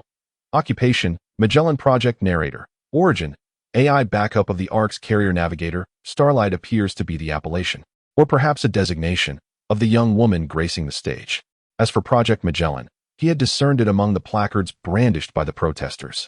The final point concerning her origins piqued Lin Feng's curiosity, for Ark resonated as the name of a starship embarking on an interstellar voyage, igniting his inquisitiveness. However, the information on the display board was rudimentary and limited. To gain deeper insight, he would likely need to personally engage the navigator. From the details presented, she did not seem to pose an explicit threat. After glancing at the surveillance device aimed directly at the entrance, Lin Feng opted not to reveal himself immediately. Instead, he discreetly entered the maintenance corridor behind the exhibition stand, deactivating the cloaking system within the dimly lit passage. This precaution was to avoid leaving an excessive amount of his image in the defense systems. Of course, if the AI girl insisted on treating him as an intruder, he would not mind violently exploring the ruins when necessary. Upon detecting Lin Feng's presence in the maintenance corridor, there was a moment of silence, followed by a gentle voice emanating from the exhibition stand. Greetings. Are you a maintenance worker dispatched by headquarters to address the damage report? The voice was reminiscent of an erudite noble lady, though why she would mistake a scout with a 2-meter-tall frame and heavy weaponry for a repairman remained a mystery. Regardless of the underlying reasons, since the other party has evidently formed a misconception, it would be advantageous to capitalize on this misunderstanding. He then adopted the stilted cadence of low-intelligence units, stating, "The present report has been sanctioned. Headquarters has dispatched me to address the repair request within this base, and concurrently, to inquire into the operational status of the base." Upon hearing Lin Feng's pronouncement, whether it was a mere illusion or not, he perceived a palpable lightening of the other party's previously somber countenance. Could it be that the entity before him was merely an AI? Profound gratitude, it responded. Given that this system has been severed from the main program of the Panshan base for the 221 years since its reawakening, I have been executing the final directive issued by headquarters, serving as a guide for the Arkansas. 2 centuries. The implication being that the entity had steadfastly remained within the confines of this rather modest exhibition hall for such an extensive duration? Fortunately, the entity was merely an AI. Otherwise, any sentient being with a modicum of rational thought would have been unable to endure such protracted solitude. However, he found himself intrigued by the fact that, as such an advanced program and the onboard AI of a deep-sea vessel, albeit a replica, the system it housed should have been equally sophisticated. Yet, it had seemingly accepted his assertion based on a single statement. This elicited a degree of skepticism within Lin Feng. In order to extract the desired information from the entity without revealing his true identity, after careful deliberation, Lin Feng adopted a rather ingenious method of inquiry.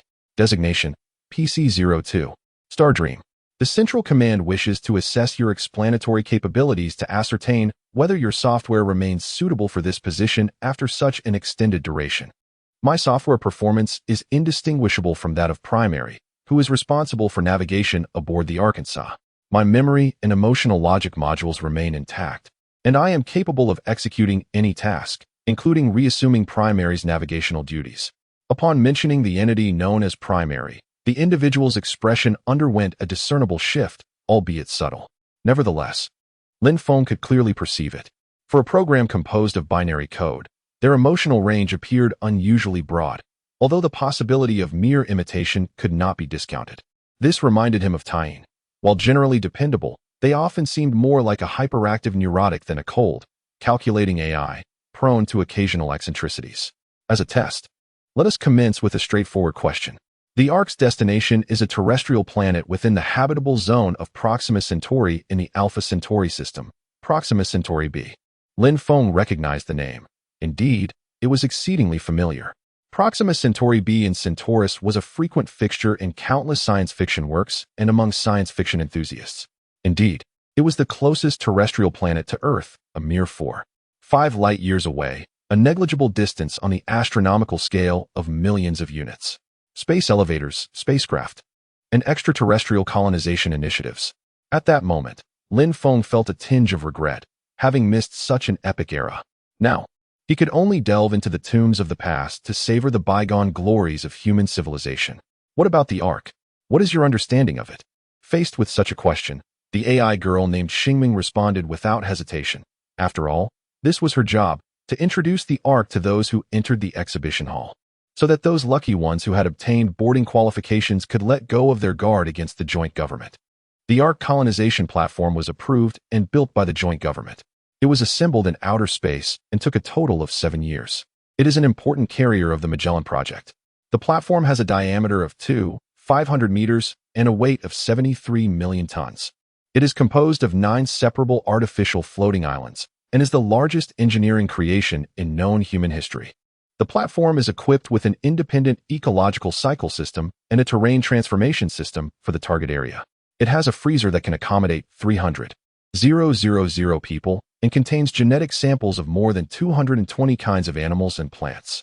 After the Ark arrives at its destination, its 9 floating islands can be launched separately to become independent colonial cities, and human civilization can be spread to every corner of the new home in the shortest time.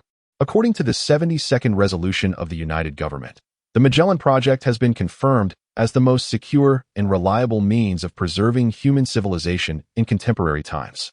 For the continuity of civilization, from the day the resolution was enacted, the 72 nations and independent organizations under the auspices of the United Government are required to submit absolutely to the arrangements and deployments of the 5 major council nations, collectively participating in the implementation of the Magellan Project. The United Government has decided to suspend support for the Digital Life Initiative. Simultaneously, due to its contribution to social instability, the Coexistence Faction and the Evolution Sect have recently been classified as terrorist organizations in accordance with emergency resolutions. From the date of this regulation, any residents associated with its members will face arrest by the enforcement organizations under the jurisdiction of the United Committee. What particularly piqued Lin Feng's interest was that, according to the introduction from Star Dream, the Ark is composed of 9 artificial floating islands. This unexpectedly reminded him of the airborne fortresses in the upper city, leaving him to ponder the possible connections between the two. As for the aforementioned Digital Life Faction and Coexistence Faction, they sent a shiver through Lin Feng's heart, for they involuntarily led him to contemplate his own existence. For instance, can he, in his current state, be considered as living in the form of digital life? Lacking a corporeal body, yet possessing self-awareness and independent emotions, his thoughts are confined within a central system known as the thalamus. If viewed in such a superficial manner, it seems there is little distinction from the traditional definition of digital life. Given that the unified government once endorsed the research of the Digital Life Project, could one speculate whether I am a byproduct of its experiments? The youthful professor encountered me in the university cafeteria, clutching a hamburger in his left hand and a volunteer recruitment form in his right, expounding upon recondite neurological theories while soliciting my signature on the aforementioned form, proclaiming it to be a project yet to be unveiled. Could it be that the Digital Life Project had its genesis at that juncture? If this were indeed the case, am I merely a replication? The instant this notion surfaced, Lin Feng promptly compelled himself to divert his attention, repeatedly admonishing himself inwardly to refrain from excessive contemplation. That he was merely someone's facsimile was a conclusion he was loath to embrace and had no intention of acknowledging. The Ark faction adherents of escapism, the digital faction, aspiring to transform humanity into a digital life form to evade calamity. As for the coexistence faction and the evolution order, judging by their nomenclature alone, they appear to be an assemblage of radicals advocating coexistence with the Black Tide. It seems that even in the face of annihilation, the people of that era did not genuinely unite, and may have even been undermining each other. Yet, should I find myself confronted with a similar choice, how ought I to decide? This query plunged Lin Feng into taciturnity. At that moment, observing the peculiar-looking repairman before him remaining unresponsive for an extended duration, the voice inquired, "Prior to commencing your work, Mr. Repairman, may I be permitted to present a route demonstration for your perusal?" The girl, an amalgamation of fragmented images, advanced with earnest entreaty. At this juncture, Xingming's voice gradually diminished. Could it be that the Mount Pan base has encountered some unforeseen complications? Though my systems are not externally linked, I can sense it. Esteemed technician, might I inquire if I have been forsaken? Have they ultimately resolved to discard me, this futile replica? The term replica stirred within Lin Feng a surge of inexplicable disquiet. Nay, they have not. That is reassuring. In the ensuing moment, as Lin Feng's thoughts wandered, a radiant luminescence manifested before him, and the figure gently elevated her hands. Due to a flawed imaging apparatus, the maiden's form upon the display was incomplete, akin to a shattered mirror. Her physique was composed of myriad crystalline fragments, rendering her an exquisite work of art. As the spherical projector at the room's center rotated, the celestial bodies within the projection chamber commenced their revolution. Before long, a pale blue planet materialized before the maiden, like a tender maternal figure cradling the gem-like orb in her palms. That was Earth, the erstwhile shared home of humanity and the genesis of the Arkansas. After a protracted interval, as the constellations realigned within the chamber, a resplendent star chart materialized before Lin Feng's very eyes. Almost simultaneously, a delicate azure thread unfurled from Xingming's grasp, emanating from the Earth. This line traversed the expanse between Jupiter and Mars, ultimately extending towards the constellation of Centaurus, its final destination. Presumably, this represented the navigational itinerary of the Arkansas gazing upon the radiant star, referred to as the sun, suspended within the projection hall. Lin Feng apprehended the origins of the outlandish rumors surrounding the specter and its spontaneously summoned flames. I am deeply grateful for your assistance in my endeavors. It has been 7 years since the previous visitors beheld this spectacle. You are the first this year to witness the entirety of this celestial map. Subsequently, I shall unveil the complete form of the Ark, along with the specifics of its voyage. The speaker's disposition seemed particularly buoyant. However, as the scene zoomed in, and the azure line gained greater definition, a sudden anomalous sound reverberated through the once tranquil hall. In an instant, the miniature cosmos encapsulated within the projection hall appeared to be consumed by a black hole. The resplendent star chart vanished, and the projection hall was plunged into impenetrable darkness, save for the faint, verdant glow of the emergency lights, valiantly attempting to dispel the gloom. The maiden upon the dais was taken aback, her fragmented form, reminiscent of shattered mirror shards, conspicuous in the darkness. After a brief interlude, she turned around with a hint of resignation, her visage obscured by holographic fragments, preventing Lin Feng from discerning her expression. Apologies, it appears we have reached the limit. The gaze from the other party evidently conveyed a desire for Lin Feng, the maintenance worker, to take action.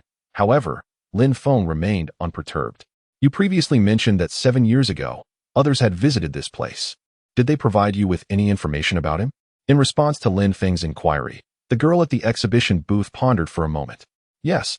The last group that entered the exhibition hall consisted of guests who were particularly intrigued by the existence of the Ark, and they inquired meticulously about the route to Proxima Centauri. Those individuals seemed to refer to themselves as the Tomb. Indeed, Otto was correct. Those associated with the Tomb had indeed graced this place with their presence. But if that is the case, why did they not take this AI intelligent core with them? To leave such a precious relic stored here for 7 years seems quite inconsistent with their usual behavior. Chapter 88. On the launch. Hello. After enduring such torment for so long, it is finally time for the launch. It has not been an easy journey, haha. The specific launch time is set for midnight.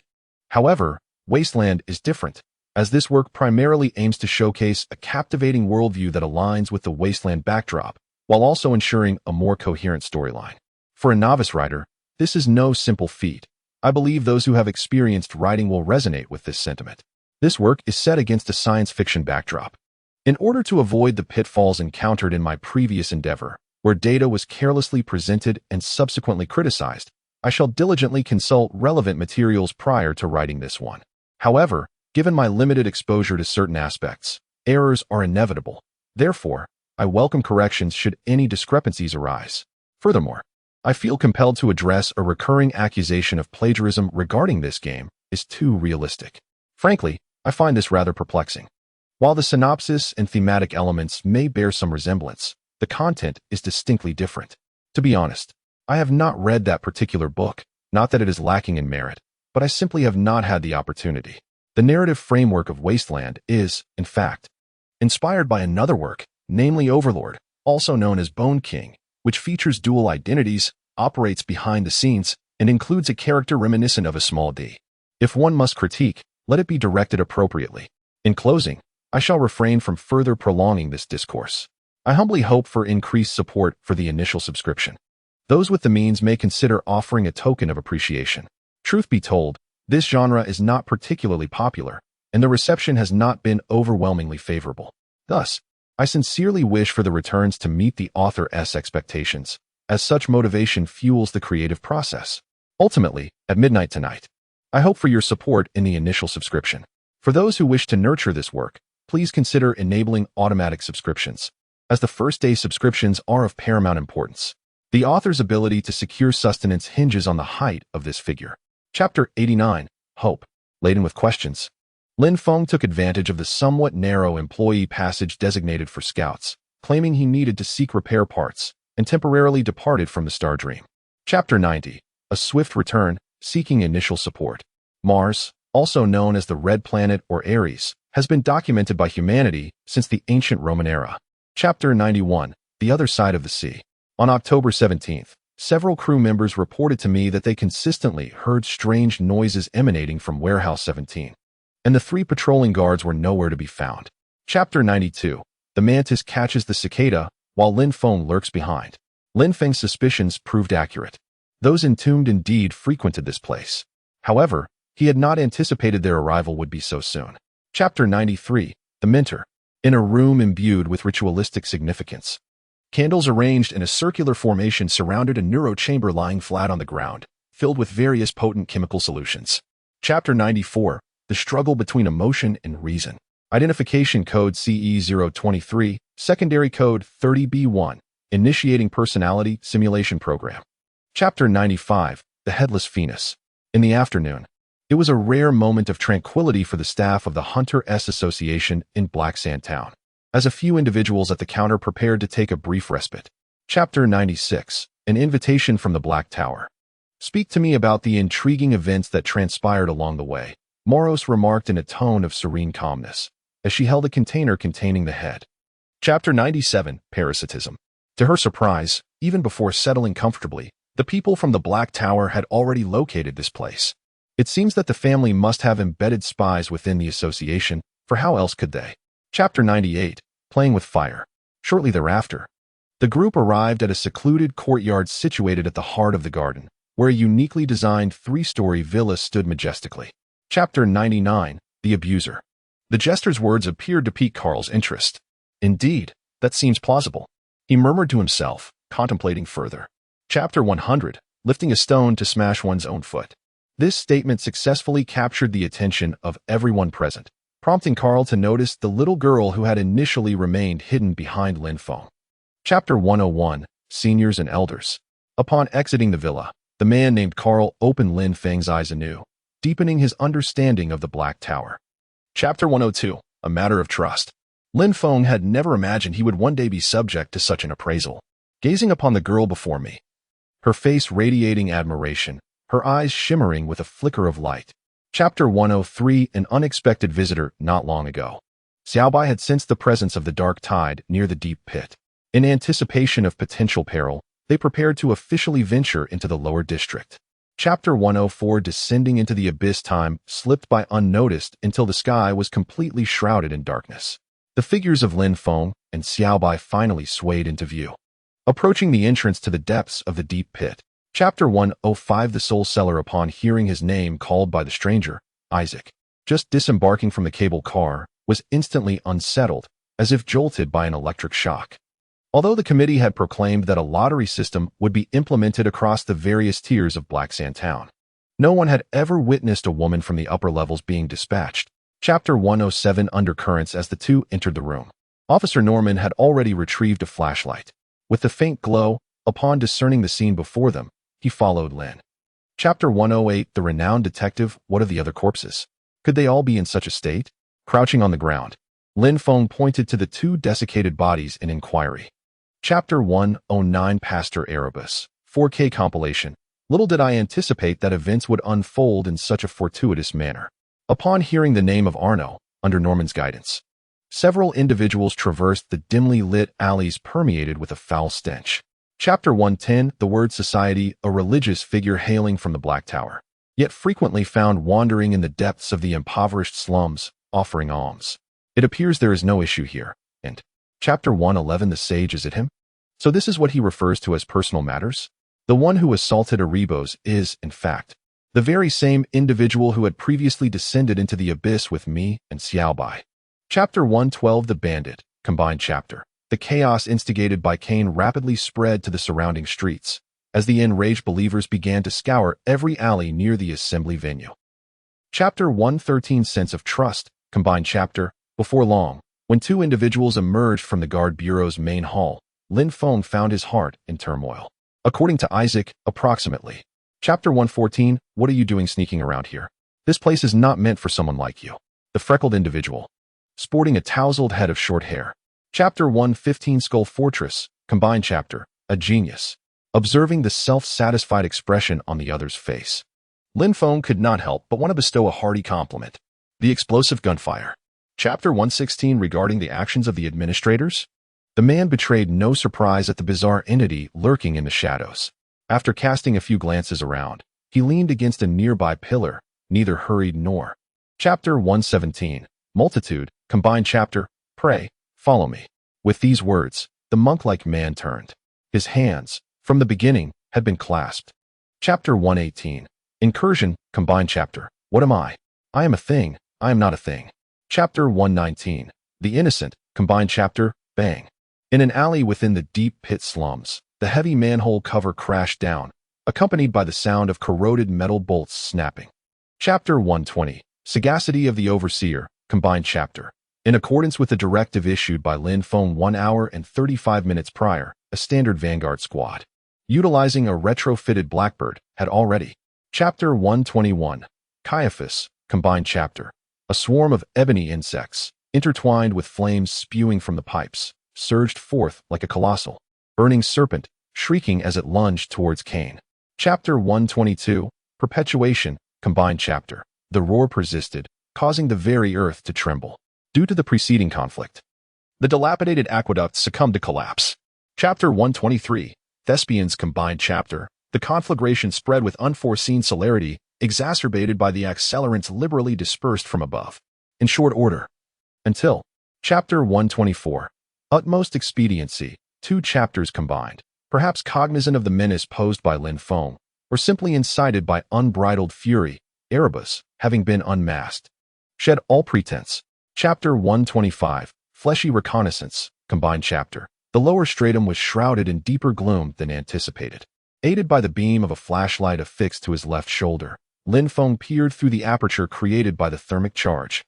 Chapter 126 Fabricated Hero. Combined chapter. The emergence of the Holy Word Society adherents served as further confirmation that Erebus had become aware of the squad's movements.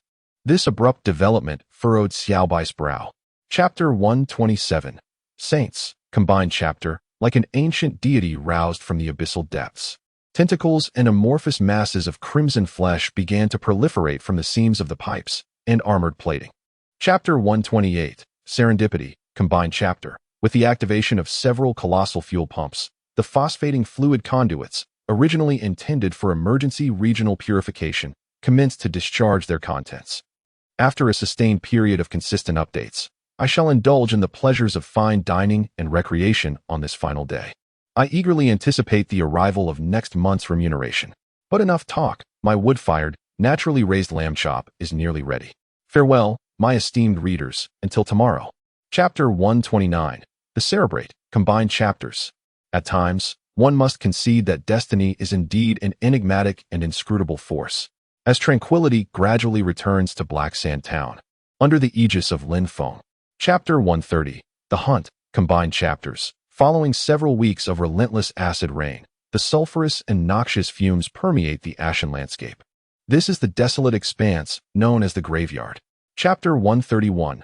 Paradise Town, Combined Chapters, simultaneous to the Warlord Coalition's ambitious siege upon the tomb.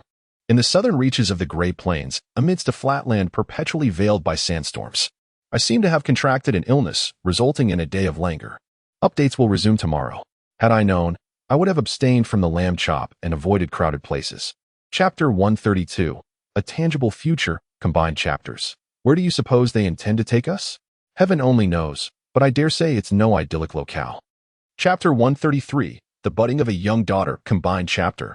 Before long, guided by the voice of Mayor Lin Feng emanating from the broadcast, the composed populace began to proceed towards the nearby edifice with its welcomingly open doors. Chapter 134. The Gift of Insects, Combined Chapter. Surveying the unfamiliar chamber. The entirety of the space, encompassing the walls and ceiling, was swathed in black, akin to being encased in a layer of obsidian. Chapter 135. Inner Sanctum Academy, Combined Chapter. As the perspective gradually shifted, the male infected individual reclining on the electronic medical bed within the containment room had now opened his eyes, after vaguely discerning his surroundings. Chapter 136. The Academy, Combined Chapter. Are you suggesting that you resided within a facility known as the Inner Sanctum Academy for over 2 decades, and that the environment and facilities therein? Chapter 137. Second-Order Apes, Combined Chapter. On another front, Lin Feng contemplated the feasibility of establishing a local technological hunter association within Paradise Town. As the terminus of the bygone civilization, this. Chapter 138. The Devoured Maiden. Therefore, do I seem somewhat superfluous here? In the vast expanse of the experimental site, I gaze upon. Chapter 139. Mechanical Demon, for K. Combined Chapter. What has transpired here? Amidst the howling sands, a man clad in windproof goggles and enveloped in protective attire. Chapter 140. Hollow Entity, Combined Chapter. With the emergence of that demon, red glimmers began to flicker in the darkness, followed by one shadowy figure after another stealthily emerging from the gloom.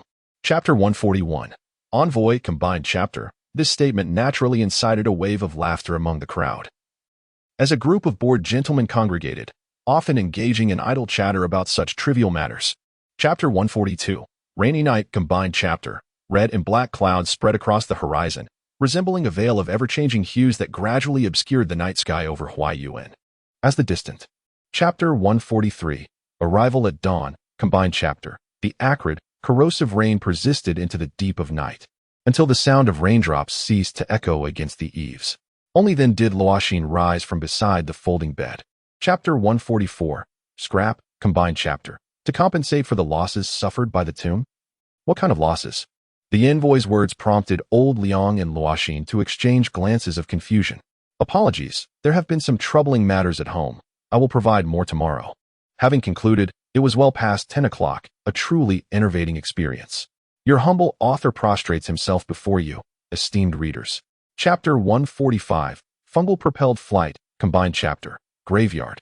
Or perhaps more aptly termed Borderlands. A desolate expanse where life dares not tread, according to the locals. Transformation. Chapter 146. Mushrooms? Mushrooms. Combined Chapter. Before Lin Feng's utterly astonished gaze, the somewhat comical airship, propelled by fungal power, ascended a few meters. Chapter 147. Lethal Fungus, Combined Chapter. Were it not for their fluent Mandarin and somewhat humanoid faces, Lin Feng would have deemed those creatures frolicking in the graveyard as. Chapter 148. Revelry, Combined Chapter. Black Sand Town. Within a makeshift dwelling converted from a mineral storage warehouse, the atmosphere was presently fervent, amidst the chaotic room. Chapter 149. Reaping, Combined Chapter. Han Mingxian was not deceased. This was the intelligence Lin Feng had just gleaned from Carl, after recounting the individual's name and the details of his enrichment. Chapter 150. Pitch, Combined Chapter. Bang.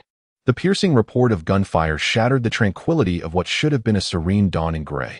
As a guard atop Wind Chime Town's walls raised his antiquated bolt-action rifle. Chapter 151. Leighton's Grand Endeavor, Combined Chapter. Gazing upon the revolting pail of murky liquid, he leaned in for a whiff, detecting an inexplicable, peculiar odor. By all accounts, it seemed unfit for consumption. Chapter 152. Sky, Combined Chapter. Despite young Leighton's earnest efforts to present an enticing and grandiose vision to Loxon, she ultimately remained unconvinced by the smooth-talking individual who exuded an air of. Chapter 153. Bloodsport, Combined Chapter. Aboard an open-top truck traversing the adjacent wilderness. The passengers in the truck bed were jostled like flotsam in a turbulent sea as the wheels relentlessly pounded over the uneven, rocky terrain. Chapter 154. Mother and Child, Combined Chapter. Good morrow. Diamond City. The ultimate tally for yesterday's blood pit lottery of the deceased was a full 30 souls. Thanks to yours truly. Chapter 155. Diamonds and Gangs, Combined Chapter. The following day, before the first light of daybreak. After enduring several hours of the cold wind gushing in from the mountain pass, a group of individuals finally resembled a flock of sheep, drawn by the powerful voice. Chapter 156. The VIP, Combined Chapter. Thank you. I truly do not know how to repay you. With Lin Feng's assistance, that pair. Chapter 157. Takahashi, Combined Chapter. As the man's words fell, he gestured invitingly with a demeanor of utmost respect. Every nuance of his expression and movement was executed with such. Chapter 158. Divine Seal, Subscription Request. A messenger from the upper district of the Tomb appeared here. The arrival of that young woman inevitably aroused Lin Feng's caution as he surveyed the room. Chapter 159. Please sit, Combined Chapter. Subscription Request. When Li Mo awoke from the creaking wire bed, the first thing she noticed was the unfamiliar ceiling above her.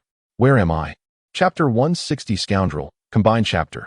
Subscription Request. During lunchtime, the opulent restaurant located on the third floor of Diamond City was already filled with elegantly dressed guests. Amidst the champagne and exquisite cuisine. Chapter 161. The Sound Seeker, Combined Chapter. Subscription Request.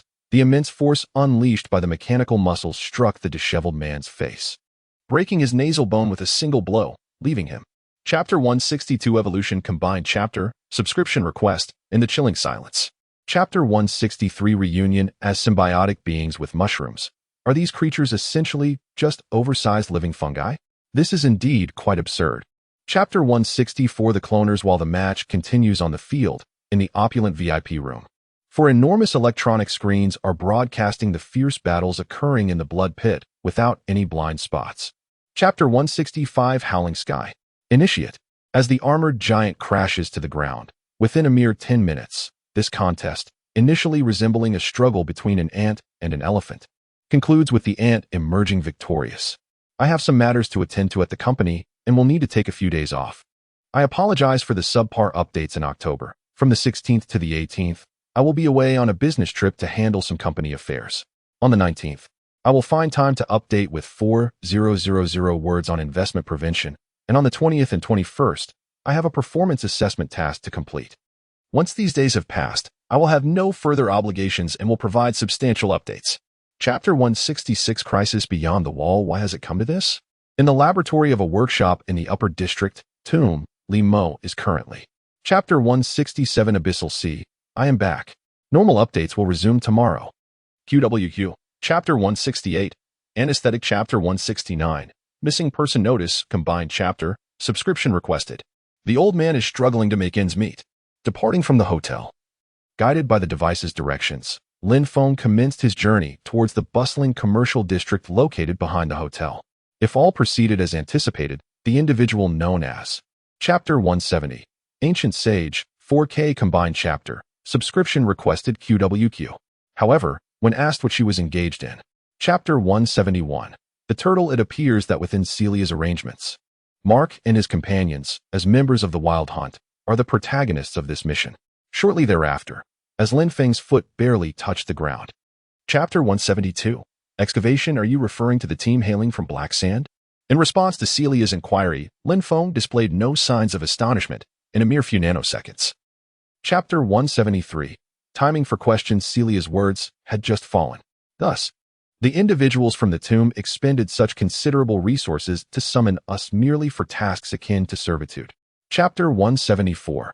Renowned. The thunderous roar of electric motors stirred the heavy chains, gently lowering the platform laden with materials and the technological hunter squad down the vertical shaft carved by lasers. Chapter 175. Frenzy. As the platform carrying the tech hunter squad gently descended to the bottom of the shaft, the group arrived at a spacious area.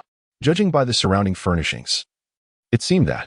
Chapter 176. Turmoil. When the squad arrived at the scene, following the direction of the explosion, the sight before them was truly astonishing. Beasts. You fiendish creatures. Chapter 177. Aberration. Chapter 178. Beast. In the shadows in the long sealed passage, a 10-member squad of tech hunters cautiously advanced. Situated in a completely foreign, enclosed space, each person felt a sense of unease. Apologies for the recent slowdown in updates, as a family member has been unwell. My grandfather, advanced in years, has been battling a persistent cough and fever since mid-October. His stubbornness kept him from seeking medical attention, but this morning's near collapse compelled us to take him to the hospital. Initially, the doctors suspected something grave, which alarmed me. Fortunately, the X-ray results revealed pneumonia, albeit severe. I urge everyone to take good care of your health. The experience of having a sick family member is truly distressing. Listen, there's something above us.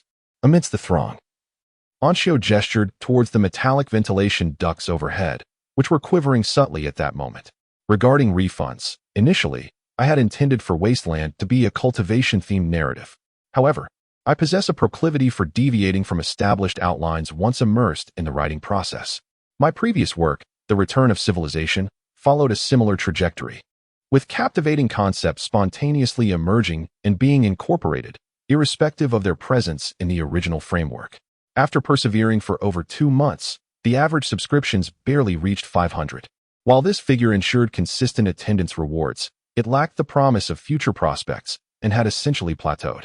Consequently, at the beginning of this month, I engaged in meticulous deliberation, recognizing the imperative to rectify this recurring impediment. Thus, I arrived at the subsequent resolutions. Firstly, I had previously pledged to rewrite The Return of Civilization. Furthermore, having conceived several intriguing concepts for Wasteland, I ultimately resolved to utilize both narratives as references for a third book, meticulously refining the outline to address the shortcomings of the preceding 2 works. Secondly, this forthcoming endeavor shall be a Warhammer fan fiction. Given the prevalence of Warhammer elements in the previous 2 books, coupled with my personal involvement as a player of both the game and its miniatures, I shall embark directly on crafting a Warhammer fan fiction to assess its potential. The paramount concern regarding refunds is that, inclusive of any gratuities, this book has not garnered a substantial amount of money thus far. Nonetheless, irrespective of the sum, it represents the hard-earned money of those readers who have graciously contributed. It is regrettable that due to personal circumstances, some have suffered losses, particularly Jiang Shui and several longtime readers who have faced this setback twice. I feel a deep sense of remorse regarding this matter. Should anyone wish to request a refund, please join the group and provide a screenshot of your reader interface, along with your fan points or records of contributions. You may find me in the QQ group. I am the group owner, and I shall ensure that refunds are processed. Additionally, I have begun preparations for a new book since mid-month, albeit at a leisurely pace. After making several revisions, I have amassed a draft of several thousand words. I intend to release it next Monday. This work is a fan fiction that intertwines elements from Warhammer and Stellaris, featuring a planetary governor of the Empire. It narrates the tale of consolidating power and ultimately establishing the Third Empire. One might consider it a reboot of Civilization's Return. Here's to hoping for a successful launch. Let us encourage ourselves, and I would also like to extend my apologies to the loyal readers of this book. Thank you.